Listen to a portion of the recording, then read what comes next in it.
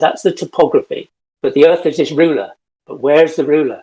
Great, Elderbet. It's not our claim. It's not our burden. Yeah. Well, you've got a flat baseline. That's your burden. No. Flat baseline. No. Your burden is that you are claiming we live on a ball. I'm not claiming that at all. Okay, so I never said that. So you're not a glober. That. You don't believe we live on a ball. Do you believe we live on a ball? That's why I'm asking about the flat Earth. Do you believe we live on a ball? No, I don't believe we live on a ball. It's not flat. Then I've got no beef with you. I don't need to argue semantics. It's not my thing. I'm not that's what you need. As long as you're not a globe. If you believe we live on a ball, no, but Elder, if you believe we live on a ball, then there's a conversation to be had between me and you. But if you don't believe we live on a ball, then I'm not interested in how you see it. At least you know that we don't live on a ball with a geometric horizon. Fine, we're on the same page. Okay. Whether you like it or not, we're teammates, Elder Bear. No, we're not. We're not teammates. And yeah, we are, buddy. So I got to a place where I could join the team. And when I ask questions about this team and about the parameters of this team, people get upset and they kick me off. And they say that I'm disingenuous. Because I ask, well, how do you measure the Earth flat? How can I fit this story you're telling me into my reality? And then let me go through it again, Elder Bear. How do you take angle measurements from the Earth? Can you describe the process of taking angle measurements on the Earth? Well, that's why I asked what tool you're using. You could describe that. No, you can pick the tool. I'd like you to describe to me a way of measuring the Earth without already establishing it as flat. But go ahead, tell me how you take an angle measurement from the Earth. An angle measurement? Well, with a sextant. Yep, sure. Yeah, go ahead. Just an angle. You just measure an angle.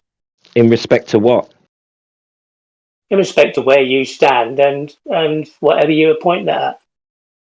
Right. Established how? How do you take your angle measurement in respect to what? Between you and whatever you're looking at, whichever light or celestial thing you're looking at. From zero. And the point in the distance. What zero? From zero. From where you're standing. No, from where you're standing. You look through the sextant. You line the celestial up. Right. With a point on the horizon. With your other mirror. And then you get an angle. You read an angle. But that's not the Earth flat. Right, but that angle is taken in respect to zero. How many degrees from your baseline? How many degrees from your horizontal flat plane that you establish? Roots. It's not horizontal though, is it? It's a slope. What are you talking about? Well, with the sextant, you don't know that? Well, the two lines, you've got a line to the celestial, those lines slope into a point on the horizon. It's not horizontal. It's not. It's two straight lines. Of course it is. God, bloody hell. It's not in reality, is it? Let me get this straight. We've got a horizon in front of us with zero slope, but you're saying it's sloped forward and backwards. We don't live on a cylinder, you doormat. Listen, you're with a sextant. You are looking at a point on the horizon. It doesn't matter if you've got the Queen's hand holding it. It's horizontal left and right. So why would it be fucking sloped forward and backwards? Because use your brain, Elder Bear. You can do it. I know it's offensive, but you can do it. Because the sighted line is between the observer and the horizon. It's not from right to left of the horizon. That's a straight line that you're using for the angle. So left and right is straight. That's what you asked me. Between two straight lines. And left and right is straight. You read an angle. Then you account for height of eye. No. So. Yeah. No, all you've done is that. That's all you've done. Whoa. That's all you've done. You've measured an angle from a light in the sky to a sloped, sighted line to the horizon. Get the proper angle.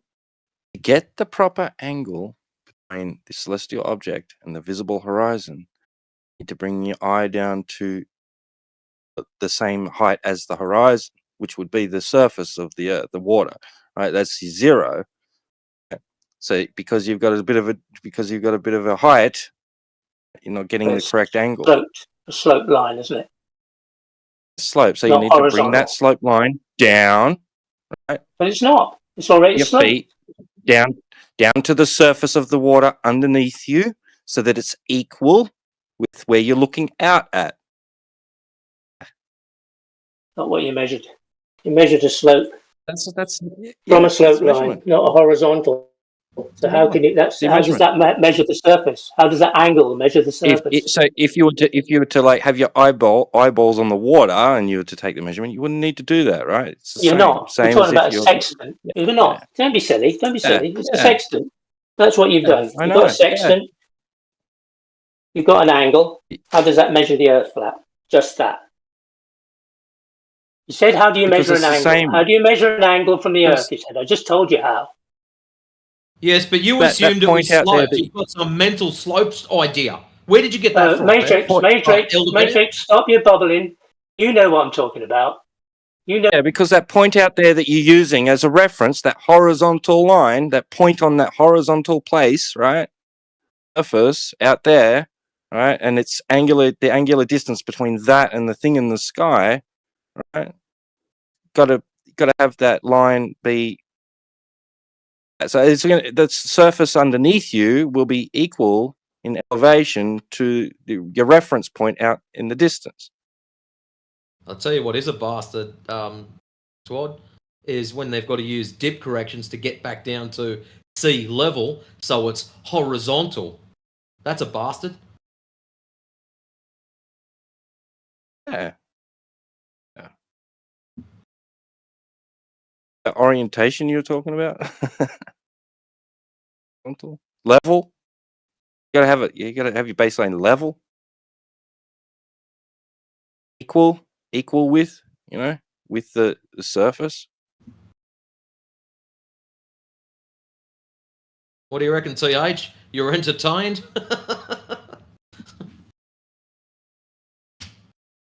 Welcome to Monday.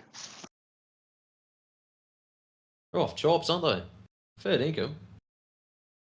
All horizontals are parallel with the plane of the horizon, right? And all verticals are perpendicular plane of the horizon. The horizon is made up partly of surface.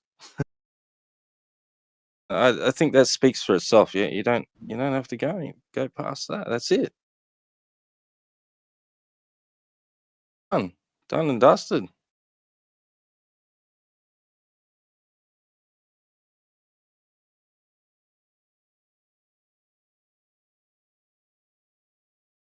I guess that's the end of that then.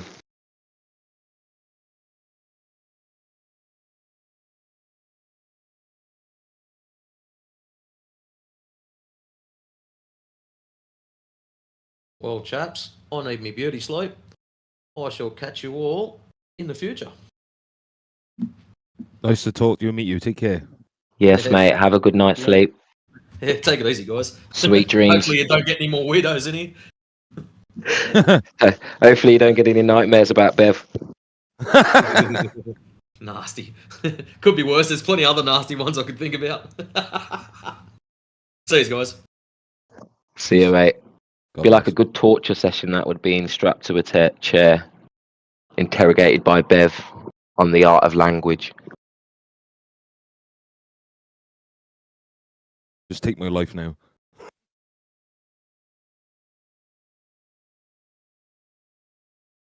I wonder if he's got a wife. God damn. No woman will put up with that. Yeah, no woman, no cry for Bev. I don't know, man. Yeah, I was like quite heavy into Globetardia for a while, and like literally, I was like, I worked with this flat earther, and he was like, "Oh, prove to me like the Earth's a ball and stuff." And I literally went and searched it. I couldn't do it, man. And that's what brought me here. Blew my mind. Yeah, it's really hard to take from somebody else. This is what makes it so hard, because somebody coming and telling you everything you thought you believed in, what you thought was actual evidence and settled science is not. You have to get through quite a bit of cognitive dissonance to even be able to approach the subject without bias. Yeah. It's only a rare few people have that, in them where they can actually stand on their own too and challenge all of their assumptions. So hats off to you, sir. Oh, thanks, man. Yeah, I was in work the one day, and the guy is, I'll just say his first name, Sean. He was like, there was a load of people there, like a load of globetards round. We were in like the break area, and everyone started getting really like personal and nasty towards him. And I was just like, I said, lads, this is uncalled for, like, And I said, Sean, I tell you what, mate, right? See, he was telling me about these videos. I said, you send me some videos. I'm gonna look at this situation. Like, I've never been taught anything in school. Like, I don't even know what's going on, and I'm gonna like make my own assumptions from it. And then that night, that was it. It just he sent me that 200 bulletproof by Eric Dubay, and it just made too much sense. Like, it was not something I really stopped and looked at too much. And then I was just like, geez, man, it's just all there, isn't it? Yeah, it's actually self-evident. Yeah, it's scary, man. It's scary. I just can't believe believed it all for so long, man. Just living in a lie. Well, they've bred us and taught us to stand on the shoulders of those who came before us and not to question and challenge anything. So, we are literally bred to be sheep. So it's not easy to wake up from that programming. Like, I was looking into it, and it's like, you're a kid, you're in the crib cot, and you got like, the little heliocentric thing above you that you hit with your hands. Yeah, you watch the TV, everything's space and astronauts and globe. Going to school, globe. Had a poster on my wall, globe and solar system and stuff like that. It's just everywhere, isn't it? And that's what it is. Repetition, sorry, to like brainwash. It's literally just plastered in everyone's face, man. And then, yeah, like you said, you question it, and no one can handle it, man. Yeah, like I said, it's not for everyone. It's not for everyone, especially if you want to be popular, if you want to be, if you want to just have good standing in your community, you want to develop your career, you're going to this is directly going to challenge, all of the, all of what it takes to be popular, all of what it takes to be a member of society in good standing, and most people don't even have the balls to even challenge whether that's the right or wrong thing. They'll just assume it's wrong because the majority have told them it's wrong. It's quite pathetic, really. Yeah. Sheep mentality. Crazy. I get really disappointed, especially if someone's like very intelligent. I get really disappointed because you can see literally the compartmentalization taking hold of them. They can't dot connect to save their life. It's all they're just spitting out regurgitated stuff they've been taught from school. And what I find with a lot of the people who believe the globe is they don't know a lot about it. Like, you guys know a lot more. Like, we've all studied it a lot more than the other people. That's why we're here. Yeah, exactly. There's consequences to the claim. They have a claim that doesn't comport with what we see in reality. So they have the burden of proof because they are claiming your senses are wrong. What we observe in nature is wrong. And science, the scientific fundamentals of, like gas pressure, consequences of geometry, that all of those don't need to be observed because of a magic word called relativity. Yeah. That is what Tesla was talking about. Relativity is a mathematical garb that impresses beggars who really, really, really want to be royal. Bonkers. It's like a ego feed.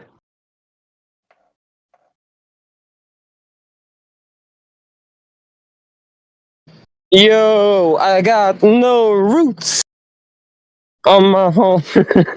Sorry. How's everybody doing? Who's that, Piggy?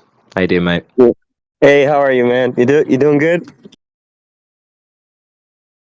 Can't complain, mate. Can't complain. Nice to hear. What you been up to, man? Besides posting a shit ton of videos on your channel, on your Discord. Yeah, I've taken. I've got a few people posting in there as well at the minute, so it's moving forward. Good. I'm really happy with that. Could you give me the authority to post? Yeah, of course. I thought I gave it you already. Let me do I that. don't know. All the channels are still, except for 2 or 3, are. But I might be wrong. I'll check right now again one more time. 1 sec. Yeah, I'll check for you, bro. Oh, okay. Now I can post. Never mind. Didn't see that. Good. I thought so. That's great. Thank you. I'm gonna be posting more or less my content, if you will, for the time being, and stuff that I find that is very, very interesting and specific on some topics. Yes, sir. Just have a think about what category you put it in first. But yeah, go ahead. How about you? If I don't find a category, can I DM you to make a new category? Definitely. Yeah. All right. But you'll Perfect. find I've covered almost everything. Yeah, you got a lot, definitely, man. Yeah. Well, see, my thing is, I'm not sure in which category I'm going to be posting, because a lot of the things that I want to post is going to be like a mix between Bible and ancient Egypt, or like, I don't know. Let's see what else you have here.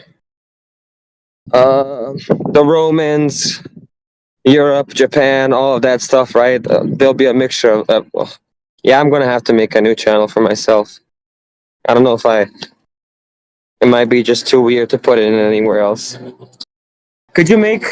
Just Could put you it just in. make like an occult or esoteric chat? Yeah, sure. Yeah. But don't worry. Awesome. No. The whole purpose for that site is to put alternate information. So just put it in the categories. You know, we have a biblical channel, and we have ancient Egypt. We have ancient Semitic civilizations as one category. So yeah, don't worry too much. You know, it's all good. But when I get stuck that I don't know where to post something, I'll DM you and ask you, hey, where does this shit go? Yes, we just had Bev And round. pardon for my French. I'm extremely tired, so I'm not filtering right now. It's all good, buddy. Yeah, we got the YouTube bot in here. We got quite a few people, so I'm just trying to keep it on topic. We just had Bev round. Bev, who just admitted that horizontal surfaces, horizontal planes have flat surfaces, but then wants to deny anything in nature can be flat. I had a message off of Alpha saying if I ever go to France, he's going to break my legs. I just reported it. Wait. So he agrees that it can level like flat places exist on a level horizontal, but nature can't be flat. Is that what he's saying? No, he's saying that basically, unless you get a tool called I forgot what it's called now. It's basically a way to establish level using light. He's basically saying unless you have that, ability to establish true level, then it is not level. So vinyls and CDs are not flat. Surface of water over lakes is not flat because it's not true level, apparently. So flat doesn't exist in nature, according to Bev.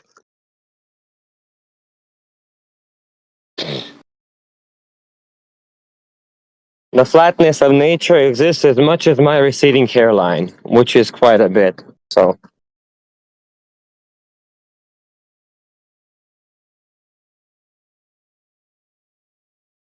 I just think it's a tactic to stop the conversation from progressing from establishing that we do live on a flat topographical plane.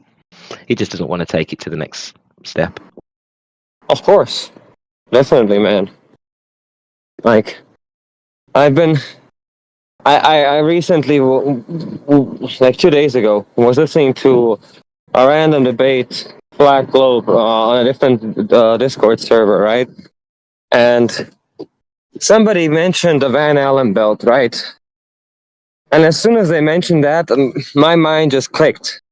Why even bother talking about outer space and traveling to the moon and Mars and this and that? the Van Allen on the lowest end is like 3,000 Kelvin, which is like 2,976 Celsius. Well, on the high end, it's 30,000 Kelvin, which is basically just the same number as I said before, just a bit bigger. So, how is anything constructed out of any type of metal or aluminum, as was the initial, like what's it called, carrying vessel to land on the moon? How could it survive? How does it not just melt completely into a giant blob of molten goo?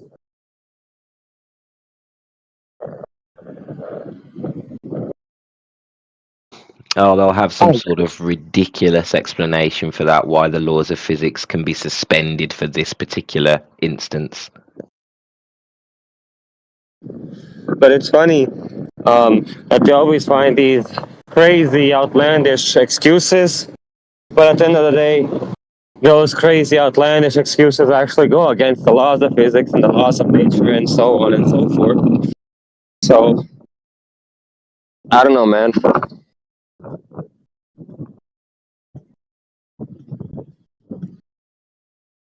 It's a coping mechanism, isn't it? They're just coping. Yep. They want to, because I think this is because they know, as a Glober, from the Glober's position, they cannot win. They cannot win this debate. So they have really, really thought about, okay, what they have to give up the geometric horizon. They know that. But by going Bev's route, what they can do is put the burden of proof back onto flat earthers. That's what they're trying to do.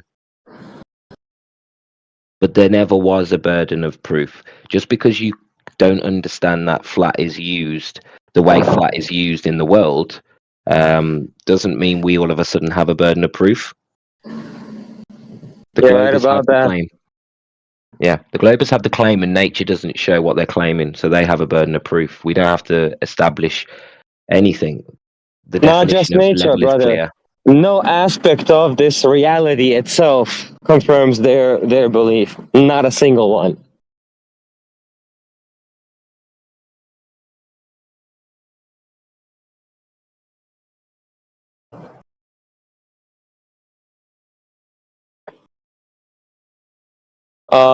Roots, you're familiar with actualization and electrification, right? As well as the whole toroidal field thing.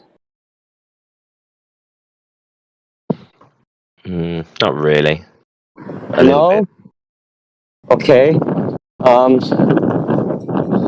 hope so. I've been looking at, right? What the hell is that noise? From me? Are you skating, Piggy? Is it from me? Yeah, you sounds like you're skateboarding. I'm not. I'm walking, but it's hella windy. I'm gonna mute up. I'll be home in like 20 minutes. Then I can talk to you guys. All right, brother. Catch you in a minute. Hope you're good, Amish. Good to see you, brother. Yeah, doing just fine.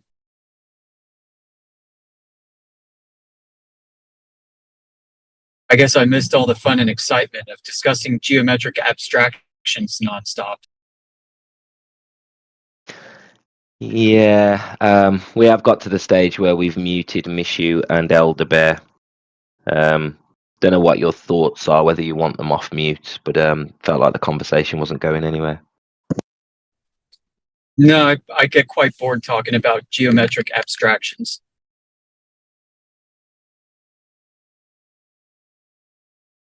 Yeah, well, Bev was saying that if you can't establish true level with, and I've forgotten the tool he was talking about, but if you can't establish level with lasers and lights, then it's not level. So a CD, a vinyl. There's a problem with that off the bat, right? Because isn't light a wave? Sure Are is. waves level? Or is it? You got.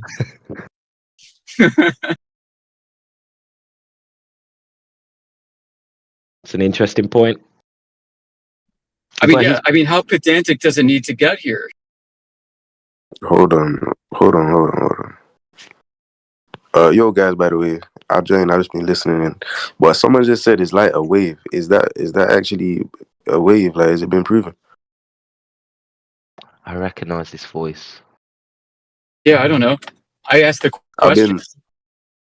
Oh, okay, fair. I asked the question. Is it a wave? Depends who's looking, guys. Let's leave it there. Alright. Well, we can talk about it, but like, aren't we just going to get down to the whole observer-dependent double split experiment? We don't know what it is until there's interaction. Or is there more to be discussed? I don't know. I was just thinking that if light is a wave, then really and truly nothing could ever be flat because waves aren't flat. You get what I'm saying? But that's where I was gonna go with it. But yeah, if you're saying it just depends on who observes it, then it's kind of it'll be circular. You get me? Well, I mean, the whole point is flat Earth is a colloquial expression, right? I mean, we argue that Earth is not the spinning space ball globe in an outer space vacuum. As to what it is positively, I don't think it's an object that can be studied. And I leave it at that. But people like to get into these pedantic arguments over, well, what is truly flat? You know, if you zoom into the surface, you're going to see bumps. If you zoom into the light, you might see a wave. And it just turns into a big distraction. Anything but talking about the nature of reality. So let's just talk about geometric abstractions instead, and geometric principles and Euclidean geometry.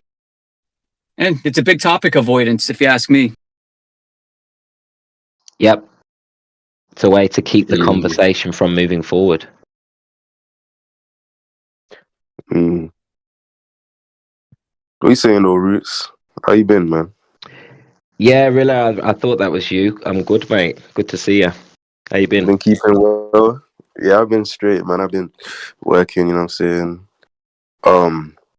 After I spoke with you, literally like probably 2 weeks after, yeah, I got into a crazy car accident, fam. The car accident was so crazy that the car like literally burned whilst I was inside the car, bro. I was unconscious and everything. But you know what I'm saying? Shit. Praise God. Nah, praise God. I've made it out, you feel me? I broke my leg, but they you know what I'm saying, they did surgery on me, emergency surgery and that. So yeah, I'm still here. But it's crazy because whilst that all happened, like I was just thinking about how much people depend on me and stuff. And then I was like, okay, I can't go out like this, you know what I'm saying? I gotta stay alive for them. And then once I got healed, like, you know, recovered and stuff like that, I met this guy and he was talking about similar stuff that you was talking about. Like, it was so weird because some of the stuff you was saying, it sounded like word for word sentences that you were saying. But no, it was some random guy in Brixton. Like, basically, I don't even know his name, but I was just walking down the road. Yeah, I ended up in some crazy convo with this guy. He's a Christian man, and we had a weird convo. It started off so weird. I think he was like an angel or something. I don't know, but anyway, yeah, we started talking about mad different topics, and then it got deep. Like we started talking about, you know, the powers that be and stuff like that. And then he said something about flat Earth. But I just want to ask you, because it's about what he said, right? So I want to ask you, so maybe you could have an insight on this. So in the ancient times, you know, like I'm talking about ancient times, like when they ain't had no internet, they ain't had no paper, they just had like writing on walls and stuff like that, right? Their depiction of Earth, like they had one, right? Like they had like a depiction of what the Earth looked like and stuff. Even though they was on it, they couldn't go outside the Earth to get the perspective. But you feel me? They just made one up. And then contrast, like fast forward to modern times, there's a new depiction which isn't matching the old ancient depiction, right? So like, if we were to look at just the old ancient depiction on its own, without the contrasting globe depiction, would we have any like any way to measure that, or no, any way to, what's the word, like get proof of that? You know what I'm saying? If The you pyramid. know, Can I, so if you look okay, at so, the whole Petruvian man thing with the pyramid, the square, the circle, the pyramid or triangle, right? It actually gives you all the measurements of the tropics, equator, all of that stuff is found within that. That's why that's why ancient people throughout the world have had a fascination with building damn pyramids. It's because if you take one side of the pyramid, split it in half, you basically get, how do I put this now? All the necessary measurements for the basics, right? So you understand where the tropics are. All of that stuff is found within the pyramids. I can't explain it right now off the top of my head. I'm basically low tech, but I can write it all down. I can write it all down and draw it and post in the side chat maybe today, hopefully. Hopefully, I'll be around for that. Yeah. If not, I'll DM you. Related to Eratosthenes. Also, Appreciate it, Rilla, man. I just want to get this in. I've posted a picture in the side chat, which depicts and shows you the cosmology of all the ancient societies. Yep. And when you look at all of them, you can go and double check this yourself. But from the Greek to the Egyptian, Roman, whether it's, you know, esoteric, religious, Islamic, Slavic, everybody had every depiction. I'd probably say that apart from the Dogons, every ancient culture has had flat Earth cosmology with some sort of dome, with some sort of magnetic center or tree of life, or some sort of life force in the middle of it, energy in the middle of it. But this has been the oldest, and in fact, it's been all of history has been flat Earth cosmology up until recent times. Now, people will say, "Oh, the Greeks have known this for 2,000 years," but if you look at Greek cosmology is not globe; it's flat Earth cosmology. Yep. So somebody's lying when they say the Greeks knew it was a globe, but then when you go and research into Eratosthenes, who was supposed to be the Greek guy who measured the Earth, you'll actually find that nobody in Greece spoke about Eratosthenes. Yeah, he could be a made-up character because there are no books, there are no primary source evidences and letters from that time period to confirm this guy even existed, and they didn't change their cosmology during, you know, the Greeks' reign. So it's a lie. They're just lying. Yeah, it's just another imaginary person put into fake history for us to believe something that isn't true. Yeah. This guy basically said this similar thing, but he, you know what I'm saying, he's like a proper traditionalist, like naturalist guy. You know, he doesn't eat meat. He's a plant-based, you know, person, and he's very spiritual, and he's from Africa as well. And he was basically saying like all of the stuff that bro, he was so deep. Like basically he was saying all of the stuff we're getting fed on media is like propaganda to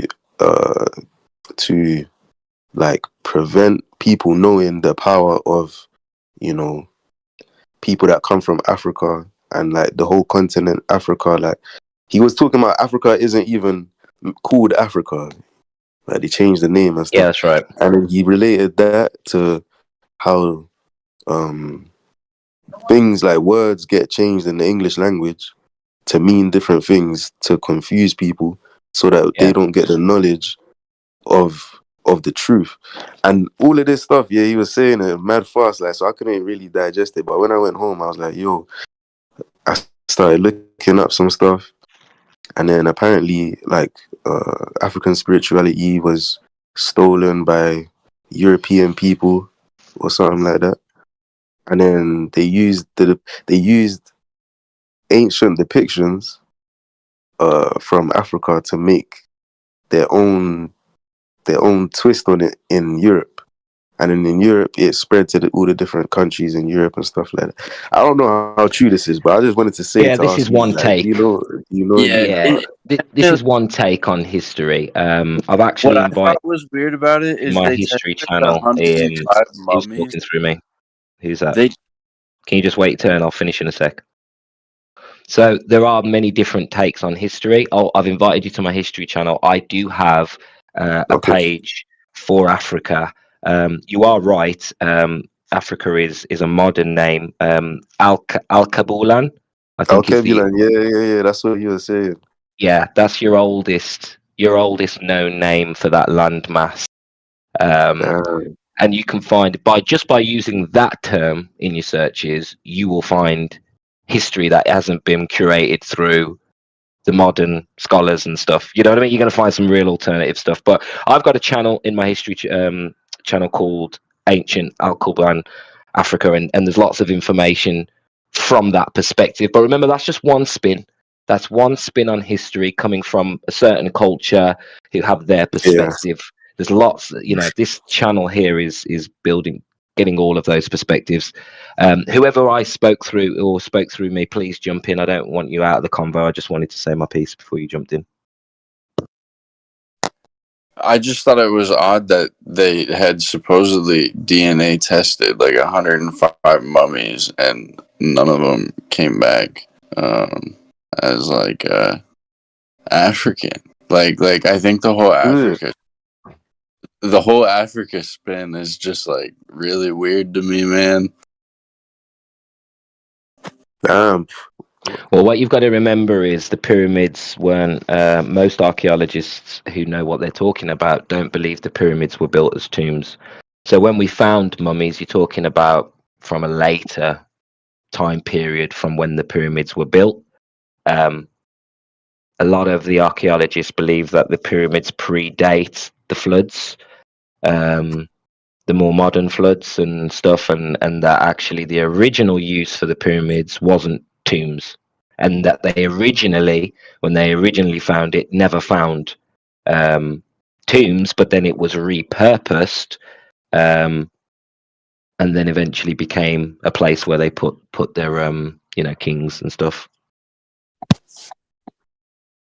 So the mummies will be from a later time period from the builders of the pyramids. Just keep that in mind.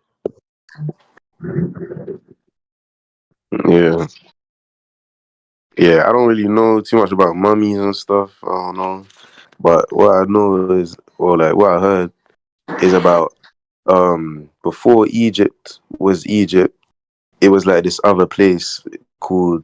It was like a collection of places called like Mesopotamia or something like that. What, Is that Egypt? right? And then, like, no, Egypt. Yeah, Egypt was Kush. is that where? Okay, so because this guy he spoke about Noah and his descendants, and I think Cush is like a grandson of Noah, right? No, there was a place. He kept saying that they mixed up so much stuff. So it's like when you trace it back, you have to go through so much like loopholes to get to the truth. So he was talking about how they interchanged two of the sons' names and switched the continents which they supposedly gave life to. So like the European and the Asian was mixed up with each other. So it's like now they became you can't the really Arabs. identify. Yeah, they became the Arabs. And now it's like Arab. now you have Middle East and stuff like that. Yeah, Arab isn't a people. Arab doesn't have proper history. It's a sub-dialect. It's the language is like slang, and that developed into its own language. And the term Arab in the early days was used as a sort of term for a mixed race population. So yeah, you could be kind of right there. But after Kush was the original name. I suppose you could go back. I think Nubia, Kush. I can't remember which one's first. But then Egypt, directly before being called Egypt, was called Kemet. I don't know if your friend. Wait, so are they? Yeah, my bad. Are the My bad, Lamanites yeah. blood? Say that again. Sorry. Huh? Are the Lamanites pre-flood? The Lamanites. Remind who are the Lamanites? Well, they're supposedly, and I don't know if I'm remembering this correctly, but they're supposedly the dark-skinned people that were in America pre-mud flood, quotes unquote. I don't know. I have a channel dedicated to the Mormons. Was this in the Book of Mormon? Yeah. Yeah, do you know, I need to look into this term Lamanites, but there's lots of archaeology if you want to go back to the Olmecs, or if you want to go back to the Taino Indian or the Arawak Indian. There are Yeah. lots of archaeology that kind of backs up that claim from that Mormon. But I haven't read the Book of Mormon, and I don't know the exact claim apart from the Book of Mormon. I just know the Book of Mormon backs up the idea that these people were the original inhabitants of the Americas. Yeah, so I have this book called the Legend. It's like the secrets of Freemasonry and their connections to the sacred Maya and the Quiche, and it talks about like a lot of these the different theories on origin and like the family line and stuff, and I don't know. I find it interesting because like when we're reading this history and stuff, like we're trying not to view it through a racist lens, okay? And I'm sorry, but some of the things that are written are meant to be read through a racist lens, in my opinion. And I'm not saying that you need to be racist, but I am saying that in order to understand the things that you're reading in like these books and like the when they're telling you to smash nations and all this stuff, like they're literally like racist people. Yeah, that's the problem with Probably history. comes from tribalism. Yeah, some people aren't mature enough. It's like, yeah. Sorry, go ahead, Amish. I was just going to add more color to that. I think it comes from tribalism. My tribe is the best tribe. We're descendants of kings and gods. Your tribe is not.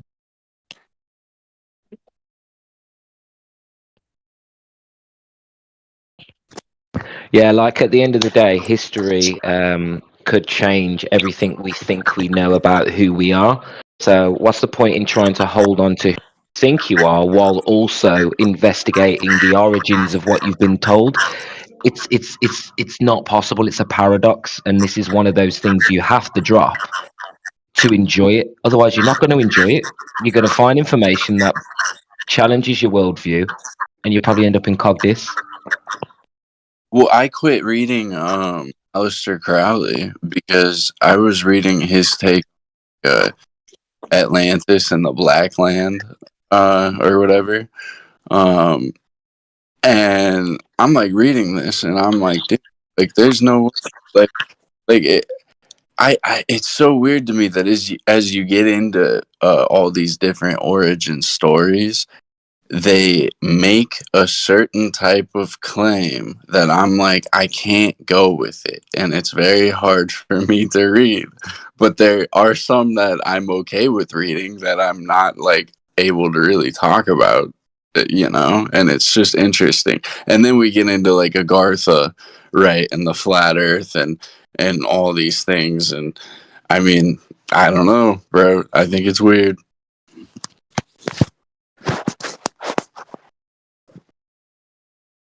It's very interesting, but It's just hard. remember, all these country names, these are not what we called ourselves or people called themselves in the past, you know? All of this history that we've been told, very hard to research because all the names have been changed and there's so much, little dark ages and then changes of cultures and names and stuff. So I just think you kind of have to just drop everything and just follow the information, and just always keep in mind that you need primary source information from that time to have validation. Roots, I started having problem with the recent history also. So now, for me, I don't just have the problem with the history of our ancient ancestors. Now I have recent history that is just completely black. You can't find primary information about what happened. Like, for example, I just give you an example. Now I'm researching about the World War II, and if there was really a genocide that Hitler did, I can't find anything. Yeah, There is no decree about Hitler telling the German to kill the Jewish. No, nothing written. And they say that he said that just verbally. So where is the video where we can see him saying it? Kill them. But what I found that he just were transferring them from some place to other places. I couldn't find any genocide. The only genocide that I could find about World War II was the American killing the Japan people in Hiroshima and Nagasaki. That was the only genocide happened there. That's really interesting that you were not able to find anything, because they were planning this, and there is a paper trail of it. If you have anything, just send me. Paper trails of Hitler, like, trying to stop the war from even getting to that point. Like, there's paper trails of him literally begging certain countries to not go through with bombing him because he wants to have to do it, right? And they do it because they're certain people rule. Well, you're very far behind for there. Yeah. Literally You should read. There's a couple books. Okay, you should read Bhagavad Gita. You should read The Sound of Silence. It's by Blavatsky. What's the second one? Sound of what? The Sound of Silence by Madame Blavatsky. I would try to read that one. Yeah, you should. I think you read Bhagavad Gita with it though, like so you have like kind of an understanding of the celestial spheres that they're talking about. It gets really intricate, like the stuff written in Necronomicon is the stuff in the Hindu Upanishads, laid out so that you can like use it. But all of the stuff that like the Aryans and stuff wrote down is in Hindu.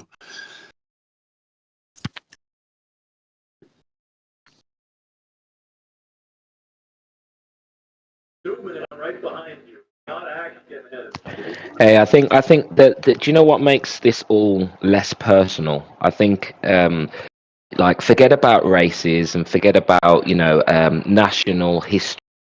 I think the most interesting thing is that history doesn't make sense as told as it is. The linear version of history from ancient Greeks to ancient Romans to BC AD era to Jesus, then moving into a dark ages for 1,000 years. This whole story is bullshit and cannot be substantiated with, like, for example, the lunar cycle, the lunar solar cycles, right down to things like architecture, missing and anomalous artifacts. The primary source information doesn't back up this idea of 2,000 to 3,000 years of history and mankind popping up into civilization at 6,000 BC. We are seeing it broken from, sites like Göbekli Tepe that claim to be 38,000 years old, full-fledged society, or 11,000 years old, sorry, that's the wrong site, and Gungplan and things like that, completely breaking the origin story. But then you've got all these dark ages And in these dark ages, they literally don't make sense. You've got copy and paste jobs. You've got civilizations that disappear and then reappear with a different name, with a different story, but actually it's the same people. There's so much to look at from a non-personal point of view. You can establish that history is bunk without making it about race or nationality. You really can.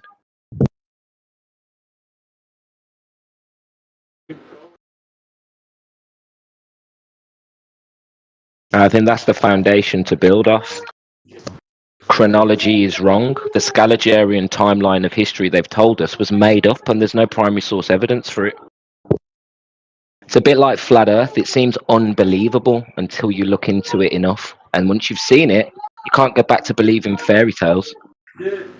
I have a book that's it's written by Samuel Purchas, and he was on a boat with John Dee and Queen Elizabeth as they were going around picking out lands that they were going to expedition to. And in it, he talks about different religions of the world and the Tartarians. And there's a story in it that like lines up like perfectly with Revelations, which is really weird. And it also talks about like how when they got to this like mountain towards the middle of the earth, how the nails in the boat started to be pulled, and like there's all this shit in it, and it's such a weird book, bro. Yeah, I know what you're referring to. There's other people. There are other accounts of that phenomena at the north. It's interesting, isn't it? Yeah, but like this book would even go to as far as to it would make the correlation, like reading it, that Genghis Khan would be the second coming of whatever Jesus, basically, or something, and he was like wiping everything out, and then like the Great Wall of China was built by Alexander the Great, it says in this book, which is interesting. You know, there's just really weird things in this book. You know what really freaked me out? I was looking at an old map of Tartaria.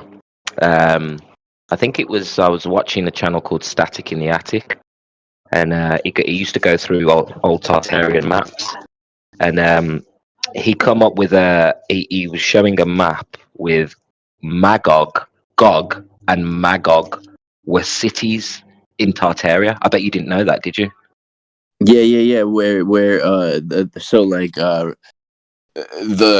Mongols would have been Gog, and then Magog would be like Alexander the Great, and that was the battle that played out.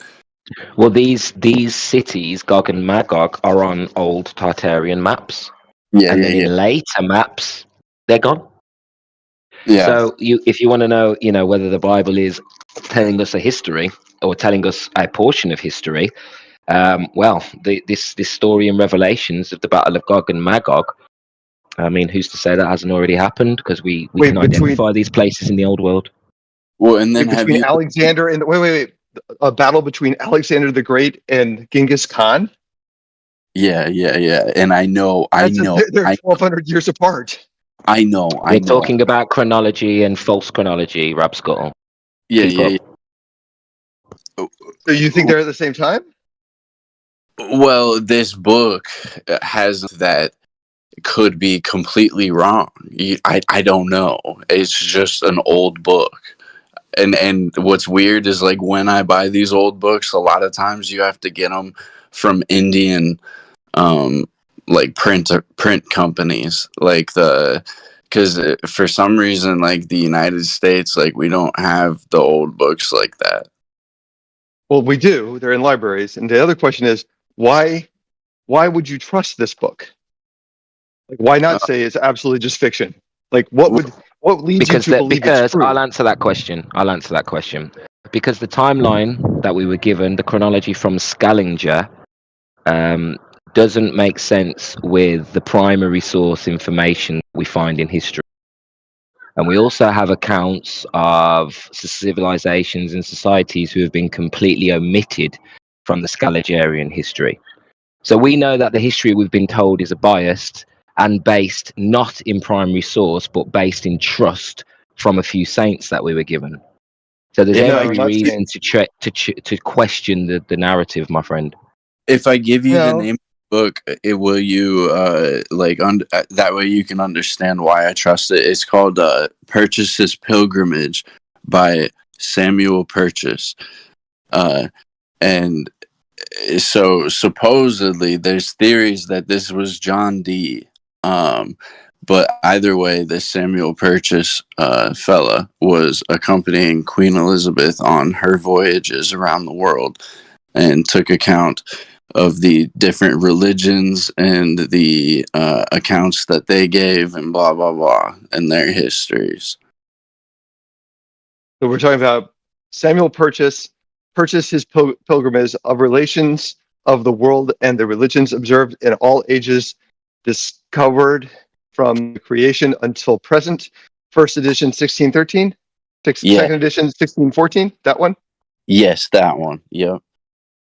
Okay, so he's just to be clear here, he's reporting stories he's heard from other people in an entertaining way, right? That's what we're talking about. Okay. Right? That's so people have told him stories and he's writing it. I don't think, did he actually go anywhere? Well, there's arguments that he was accompanying the only person that was allowed into Tartaria around that time period. I'm trying to think. I think it was Marco Polo, but then you have his books as well that also kind of point towards a different timeline. I'm trying to think of what book was Marco Polo wrote that gives a different timeline. This is hard, but yeah. Either way, like I think there's many different things that point towards this different timeline. Okay, like I don't think it's just this example, but I'm trying to give you what I would consider a semi, like that's a decent account of the time period. Okay. All right. So let's ask this. So if we started doing measurements now and actually said, okay, so this claims these two things were together. Let's count tree rings backwards from now and see if they line up. Let's count, for example, when Oxford was made, and we have a continuous record of Oxford in England forward in time from the 1215s. And so we can actually start putting together timelines of different institutions that have actually recorded every day, every year that they go back. We can go to Iceland, who has a record going back to about 1,000, and we can start putting these things together. Would those kind of sources add credence to this publication, or would it start making it seem, I don't know how those sources exist if this book says these things didn't happen? I am gonna be honest, dude. I'm kind of baked right now, and of course. But I just don't know how to answer what you just asked. Like I don't know if that was a question. I can answer the question. So just because you believe the mainstream narrative and you believe in carbon dating and you believe that by counting tree rings we have an accurate way to determine the age of a tree, then you're putting a lot of faith into so-called sciences that have. So what were the three things I said? I'm not finished. What were that the three things? Massive you interrupted me. What were the three things? I'm answering your question. You've interrupted me. I was answering the question. No. Oh yeah, of course you're going to say. You interrupted me, right? That's what you do. My question is, you've just interrupted me mid-sentence. You're totally wrong. Your history is off there. No, I was talking and then you started talking. So the question I have is, if you go back in time and said every day was recorded in a logbook, I didn't say that was carbon dating. I didn't say that was tree rings. So if we just ask the question of dates going forward in time in logbooks, are you now saying all of those were made up? Yes, because what happened was we had. I'm going to answer the question. Rob Scuttle, you're going to do if Don't you don't let me interrupt me. speak. Stop interrupting me. I I'm don't know gonna, why you're interrupting me. I'm not sure why you would now want to interrupt me. Are you having a different history than mine? Stop panicking. You have a different history than I do. All right, I don't know why you're mute. saying, Can somebody hey, mute I him? was talking Otherwise, I'll first. go mute him myself. I was talking That's first. fine. No, you wasn't. No, you wasn't. You asked me a question. You're just going to lie? And You're I'm going going to to lie answer about it. this timeline? Well, I was talking and then you started talking. That's all right. That's all right. I'll just mute you. Verifiably, like they changed the I'll do I it for the to audience. a 1. They All right, changed so I to a 1. Big Shrimp, let me say this. Let me just say this. Okay. So what we have in history is a lot of evidence of book and record burnings. Now, these book and record burnings were systematic. They were done to completely erase the history of the old world. Now, Rab Scuttle has left. The reason why he's left is because he knows 100% that what we have been given is based on faith that we have taken from so-called saints from the Catholic Church, Saint Michael, Saint Augustus. These are the sources for Scaliger, and we live on what's known as the Scaligerian timeline of history. Scaliger has decided that history for us. Now, there are other countries in the world, like Ethiopia, who are not in the same year as us. They're on a different calendar. We've had several calendar changes, and we have had several book burnings and library burnings, and we have had pretty much every war has changed the narrative. So what the picture he's painting is false, and he knows it, and that's why he's left. Well, and the evidence is there for the I changing to a 1 in these old books, because I frequent old books like that. That Purchaser's Pilgrimage is just one of many old have. Like I have Geneva Bible collections. Like I collect these old books. Okay, and this timeline change, it did seem to happen. Like, and it's so weird to look at, like, because you can't make it line up with the real timeline. It's so hard.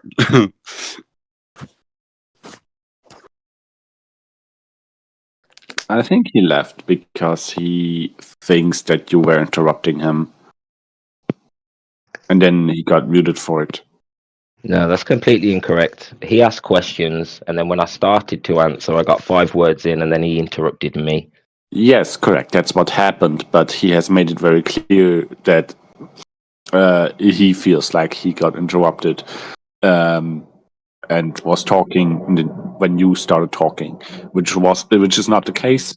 But I think that's why he left, not because No. he knows that he's in the wrong. No, AK, this guy is a professional troll. This is what he does, and if he's not winning the argument, he leaves. He does this every day. He's in here every day. Okay, if you say so.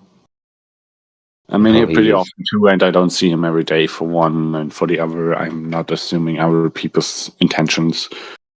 So you can do that if you want. Well, I see him more than I see you, and I'm here most days. Okay. You said every day. He's here pretty much every day. He is. That's the other. Honestly, yeah. There you go. That's the other mods. He's the most frequent visitor, Rab Scuttle. Okay. Hey, Roots, have you looked into parasites by any chance? Yeah. Have you drawn the correlation between like I don't know if we're allowed to even bring up like specific. I think I actually, because we have the YouTube bot here, I do think we've been off topic for a very long time, and this topic it can lead into topics that are censored on YouTube. Yeah. So not to shut down the convo, but yeah, I do like talking about this topic. It's interesting, but yeah, in here it's we got the YouTube bot.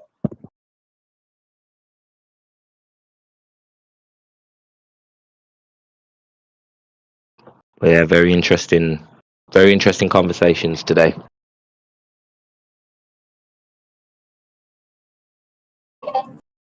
Yeah, and Rab Scuttle is a funny critter that he always either gets entirely tongue twisted, which he does, or he starts interrupting and then accusing the person he interrupted of being the one who interrupted. I wonder, like, are there rooms and such where that works? Oh, when it's a flat earther doing it in here, it works as well. Oh, here we go. In my experience.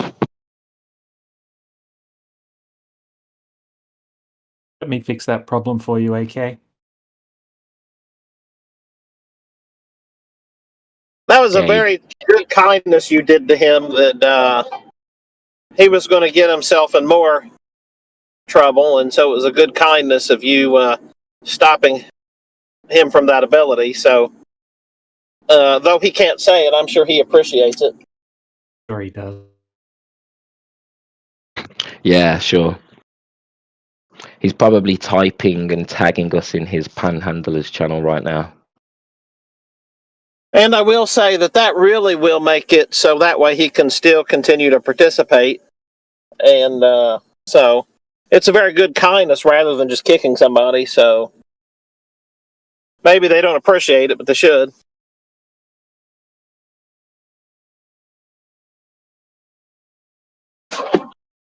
And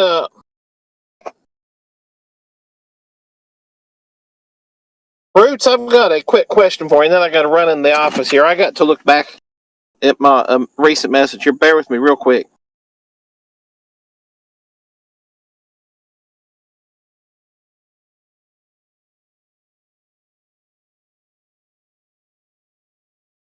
Hey, Roots, was it you and I, or maybe DJ, you and I, were we one of us discussing the Flat Earth Society with maybe Kimbo last week one day? Oh, yeah, I remember that. So, I got doing a little more digging this weekend, and it's actually really interesting that I've come across now 4 different groups that claim the moniker Flat Earth Society. So, I think that one of my premises that I may have shared was that there's no official group. I may have shared that time, or I may not have. But there is no actual Flat Earth Society. They're more or less just web pages, and some people pay for a subscription, and most of them don't. But they, but it is interesting that there's 4 different groups. So I ended up coming across another group that claims the Earth is rising. The group that I shared with you, who purposefully disclaims that. And then there's a group out of Canada that's surely parody or satire. And then there's Eric DeBay's group. And I'm still on the hunt, but I think there's at least a couple more.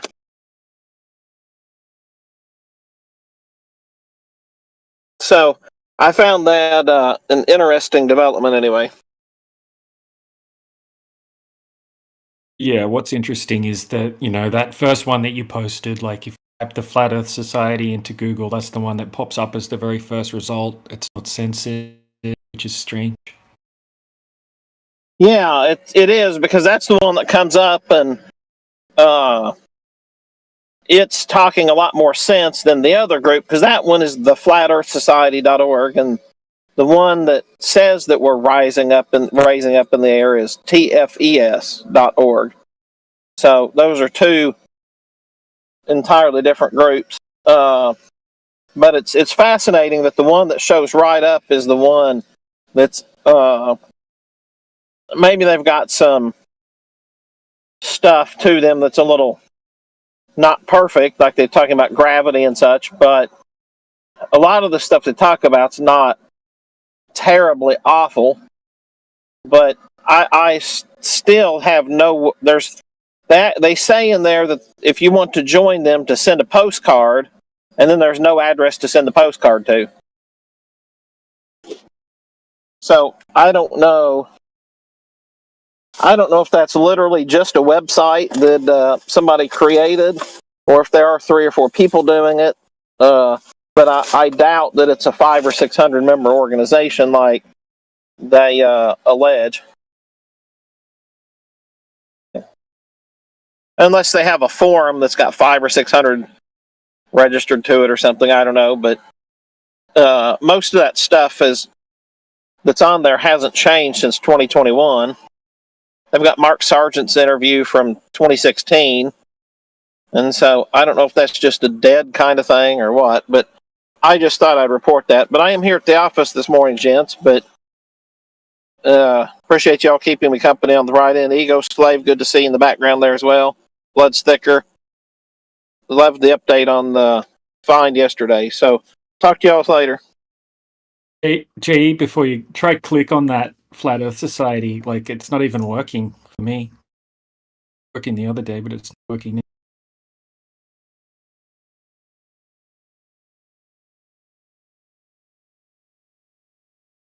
Just screams of red flags. Sounds fake. Yeah, that's my point. Is because since I've first learned that there were people online talking about the flat Earth, which was 2021.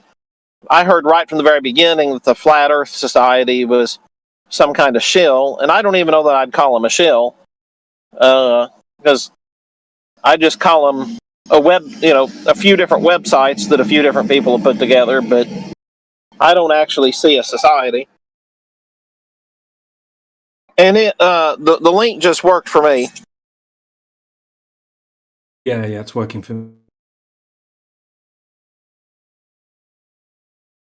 Yeah, maybe they had a brief first server outage. But anyway, I just thought I'd share that update that an Ego Slave is part of my project that I shared with you and a few others on here. That's what I'm trying to do, is trying to nail down a bunch of different things. I'm going to primarily be working on that this winter, but every now and then I take a little sidecar. If as the boys are starting to go to sleep, I work on it a few minutes here and there. But it's anyway, that was just I'm going to try to search just a hair more, because I think, like I said, I got wind that there's a couple more. I just want to see what I can find, and then I'm done with that. But have a good day, all. Bye. Catch you later, man.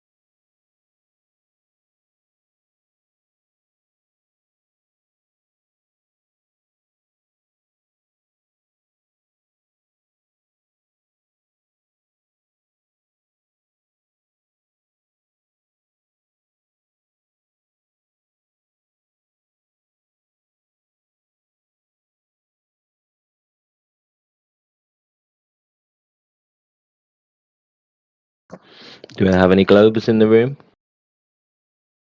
Want to talk flat Earth?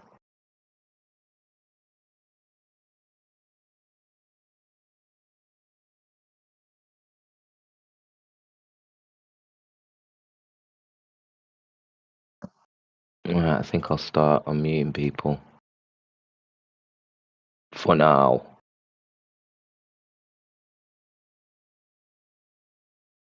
Welcome back, Miss You, Elder Bear. Thank you. My life revolves around this situation with my status on this voice chat. Thank you. Oh, me too. Oh, God. Thank heavens. Yes. I thought that was it. I held my breath until then. Until now. Can you sense it in my voice? Of course, I'm joking. Glad to help. Yep. I was trying to, be friendly. I guess I'm awkward by you unmuting me, even though I don't really like you. But, I'm trying to play the game. Well, we'll always It's give you fair. another chance, but we'll always mute you again if you start being rude or troll, whatever it is. Oh, no. I was muted earlier while I was trying to explain something, so I don't know what the definition is to that. And to be honest, on this channel especially, and lots of channels, being rude, what's that? We are grown people here. If you could point me next time I'm being rude and not be muted immediately. To be honest, I said rude or trolling. I don't know which one you would do. Oh yeah, that makes sense. Yeah.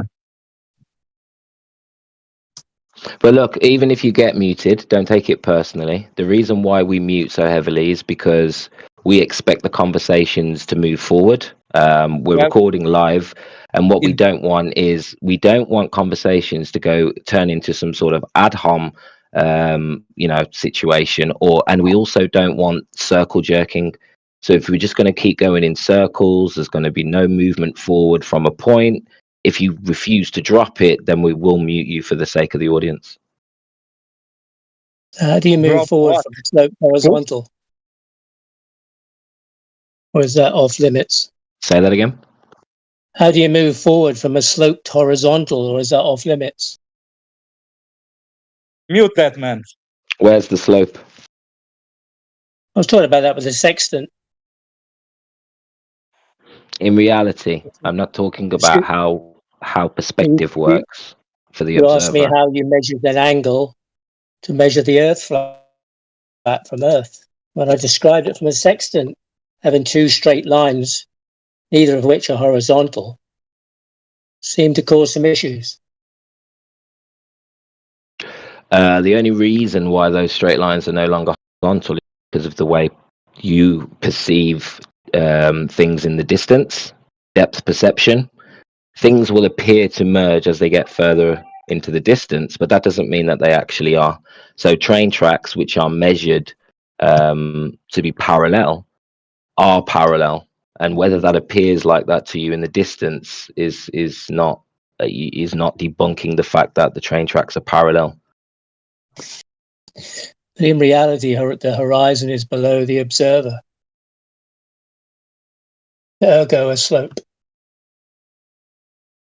Yeah, once again, limitations of view and how perspective works, and also the atmospheric conditions, can cause optical effects that will put things that are not in their actual position.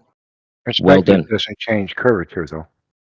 So you're saying that the horizon is at eye level in reality? You just said it fluctuates. In reality, we get multiple horizons due to the conditions, the height. Obviously, there's a lot that's taken into account. So how did you measure the angle then if it doesn't exist there? That point isn't there.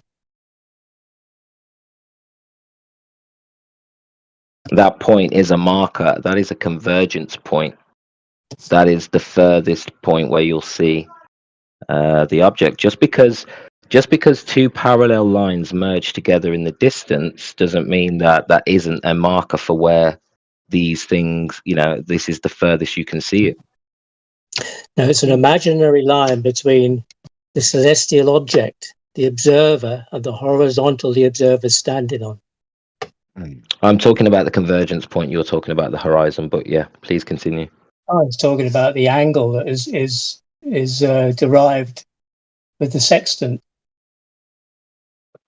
and that it's not a flat. It's not. Neither of those lines are flat, horizontal. Any of those descriptions.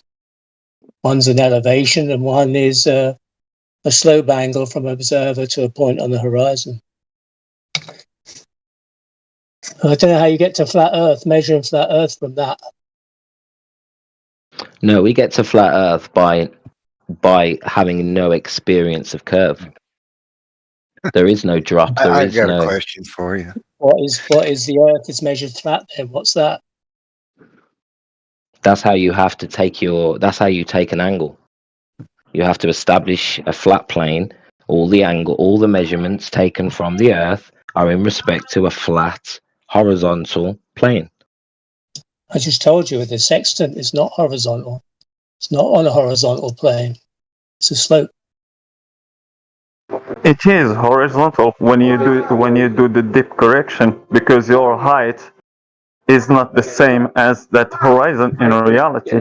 So, for example, if you are doing elevation angle on the top of a building or on a boat, so you have to subtract your height. So to put the tool on the surface like that horizon. That's the dip, why you do the dip correction.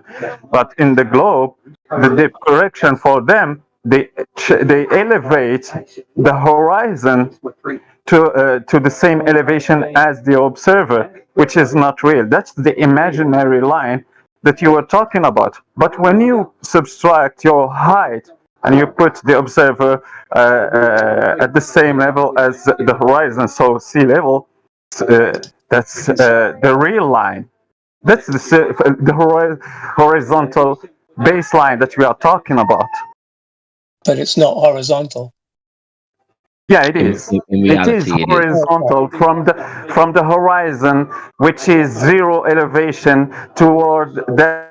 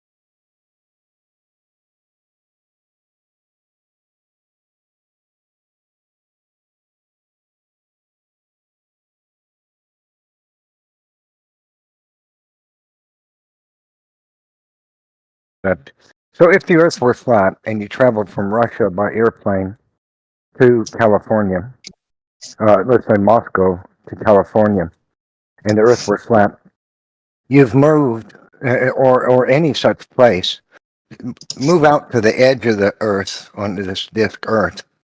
Most of the Earth would be to one side of you. That would make, if you leveled a steel plank or any plank and put a steel ball bearing on it, the ball would roll to the right because most of the gravity of the Earth is now to one side of you.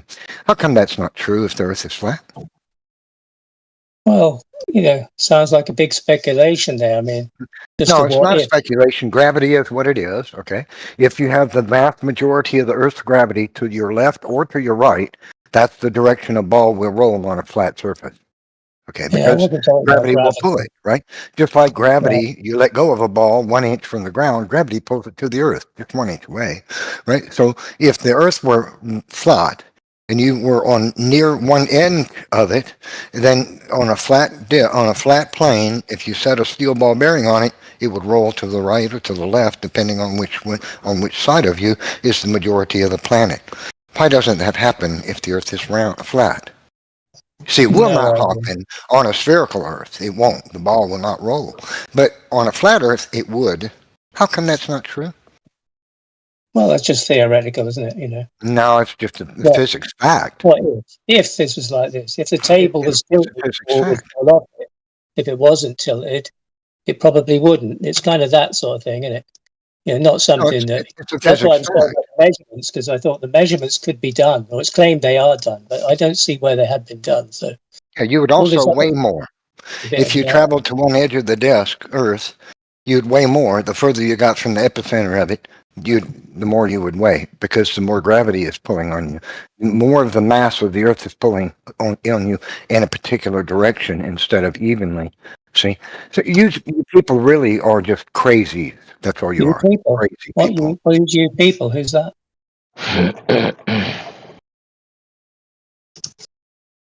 Did he run away?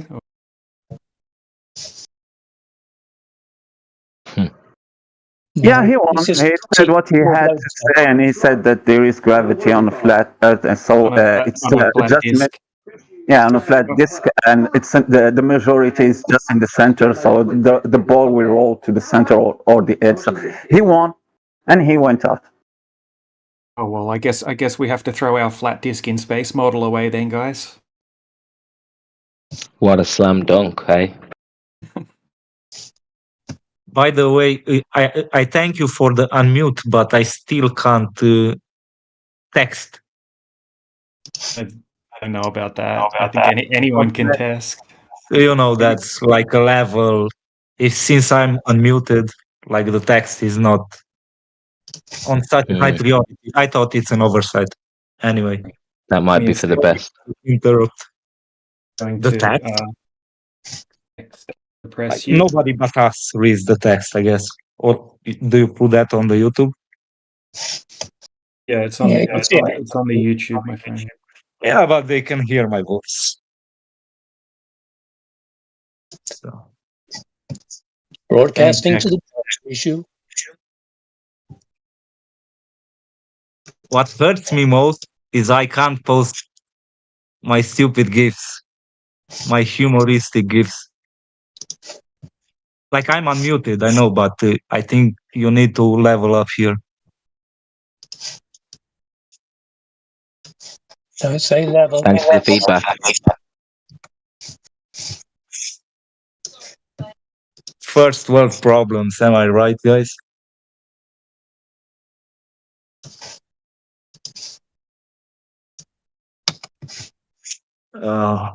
Nobody? We heard you.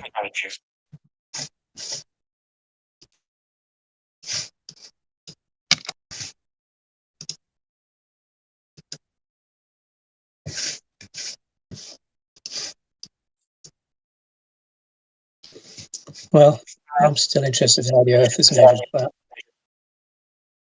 I know, right? Like, it's a term that got introduced to me. Like, I was never aware this existed. This was created in this arena recently, like a few years ago. The measuring. It has nothing based in the beginning of the year, isn't it? So that's my confusion, because like I like conformity, so we are all on the same vocabulary, so we can understand. But this term, I don't understand it.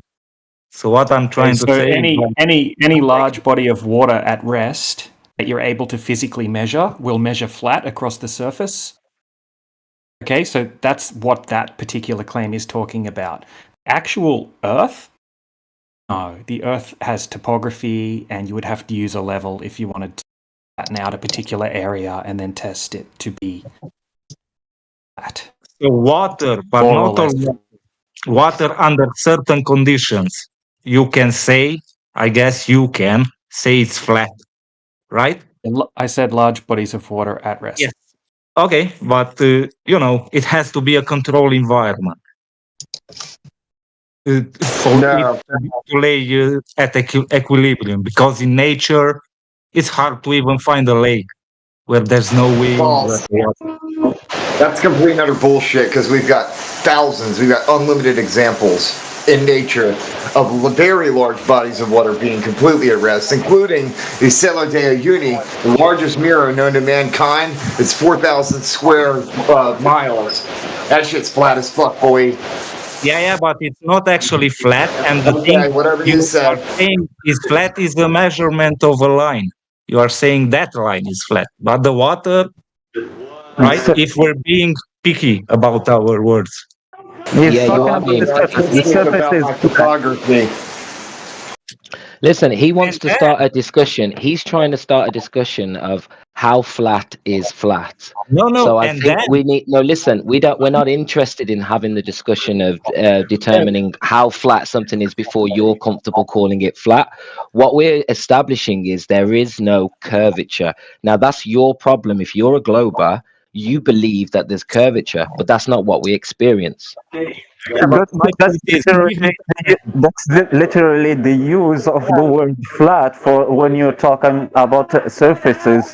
So when there is no curvature on that specific surface that you are talking about, no, it doesn't curve down and it doesn't curve up. So zero curvature. That zero curvature equal the word flat.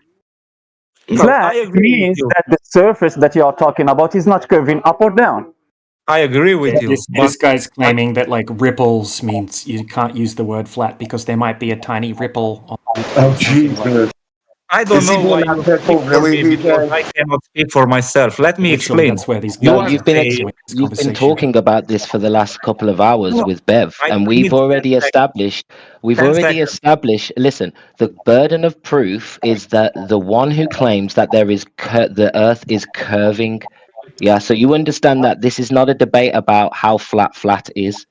We don't care. Andrew, I know from where they got those false informations from Bev because I know Bev and I talked with Bev a lot. So Bev had the confusion between two words, even and flat. We don't say even. We are not saying that the surface is even, so it does mean that there is no change in elevation in that surface. We are talking about flat. Flat does mean that the surface that we are talking about is not curving down or up. It doesn't mean that there is haze on the surface, some topography or something like that. Flat. You either have flat, the condition of something being flat, or not being flat. That's my right. Yeah, flat or curving, flat or curve. It's just two words. The opposite of flat is curve. Curve, the opposite of curve is flat. So it's just two things. It's not curved and not curved, and there is the word flat and not flat. No, the opposite of flat is curved. So because you have that confusion for you, the opposite of curve is not curved, and the opposite of flat is not flat. No.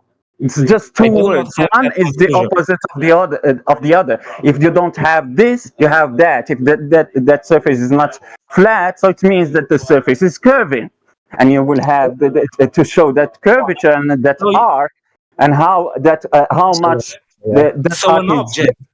is So an dropping. object, conceptual or in nature, it either meets the quality of being flat, or it doesn't. And if you cannot define it in that context, then maybe your definition needs some refinement. That's my point. I know We're you not don't here. want to hear this. Once again, I'm going to tell you one last time. We're Where not does here the to verse discuss tie in the claim definitions. the earth is measured We're not to? here. Elder Bear, let me finish Shut what I'm up. saying. I'm going to say it one more time. The pair of you, if you start now with the next sentence being a debate about the definition of words, I'm just going to mute you because I've said to you multiple times we're not interested in discussing how flat is. What we want to discuss is those who believe that there is curvature. We want to discuss the evidence that they have for their claim. That's the end of it. So Well, you want to speak It's to not about believers. definitions of words. You know, the claim is the earth is measured flat, and I thought that if it had, that would be proof that it wasn't curved. And so Listen. I've already explained to you how we take measurements. Listen, Elder Bear. with All right, clarity. I'll let you finish. Hang on, with clarity, that was so. For me to be able to say that to somebody, I need that. I need that to be able to say there is definitely not a curve because we've measured it flat, and this is how it was done, coherently. And I thought that was what would make a good flat earther.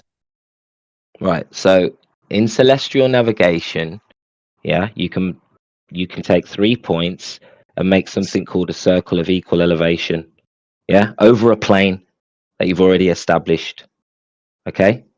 Now, if we lived on a globe, that would not be equal elevation. Yeah, you would have a decreasing in elevation on each side of your circle. This is what we're talking about when we say the Earth is measured flat. There is no curvature.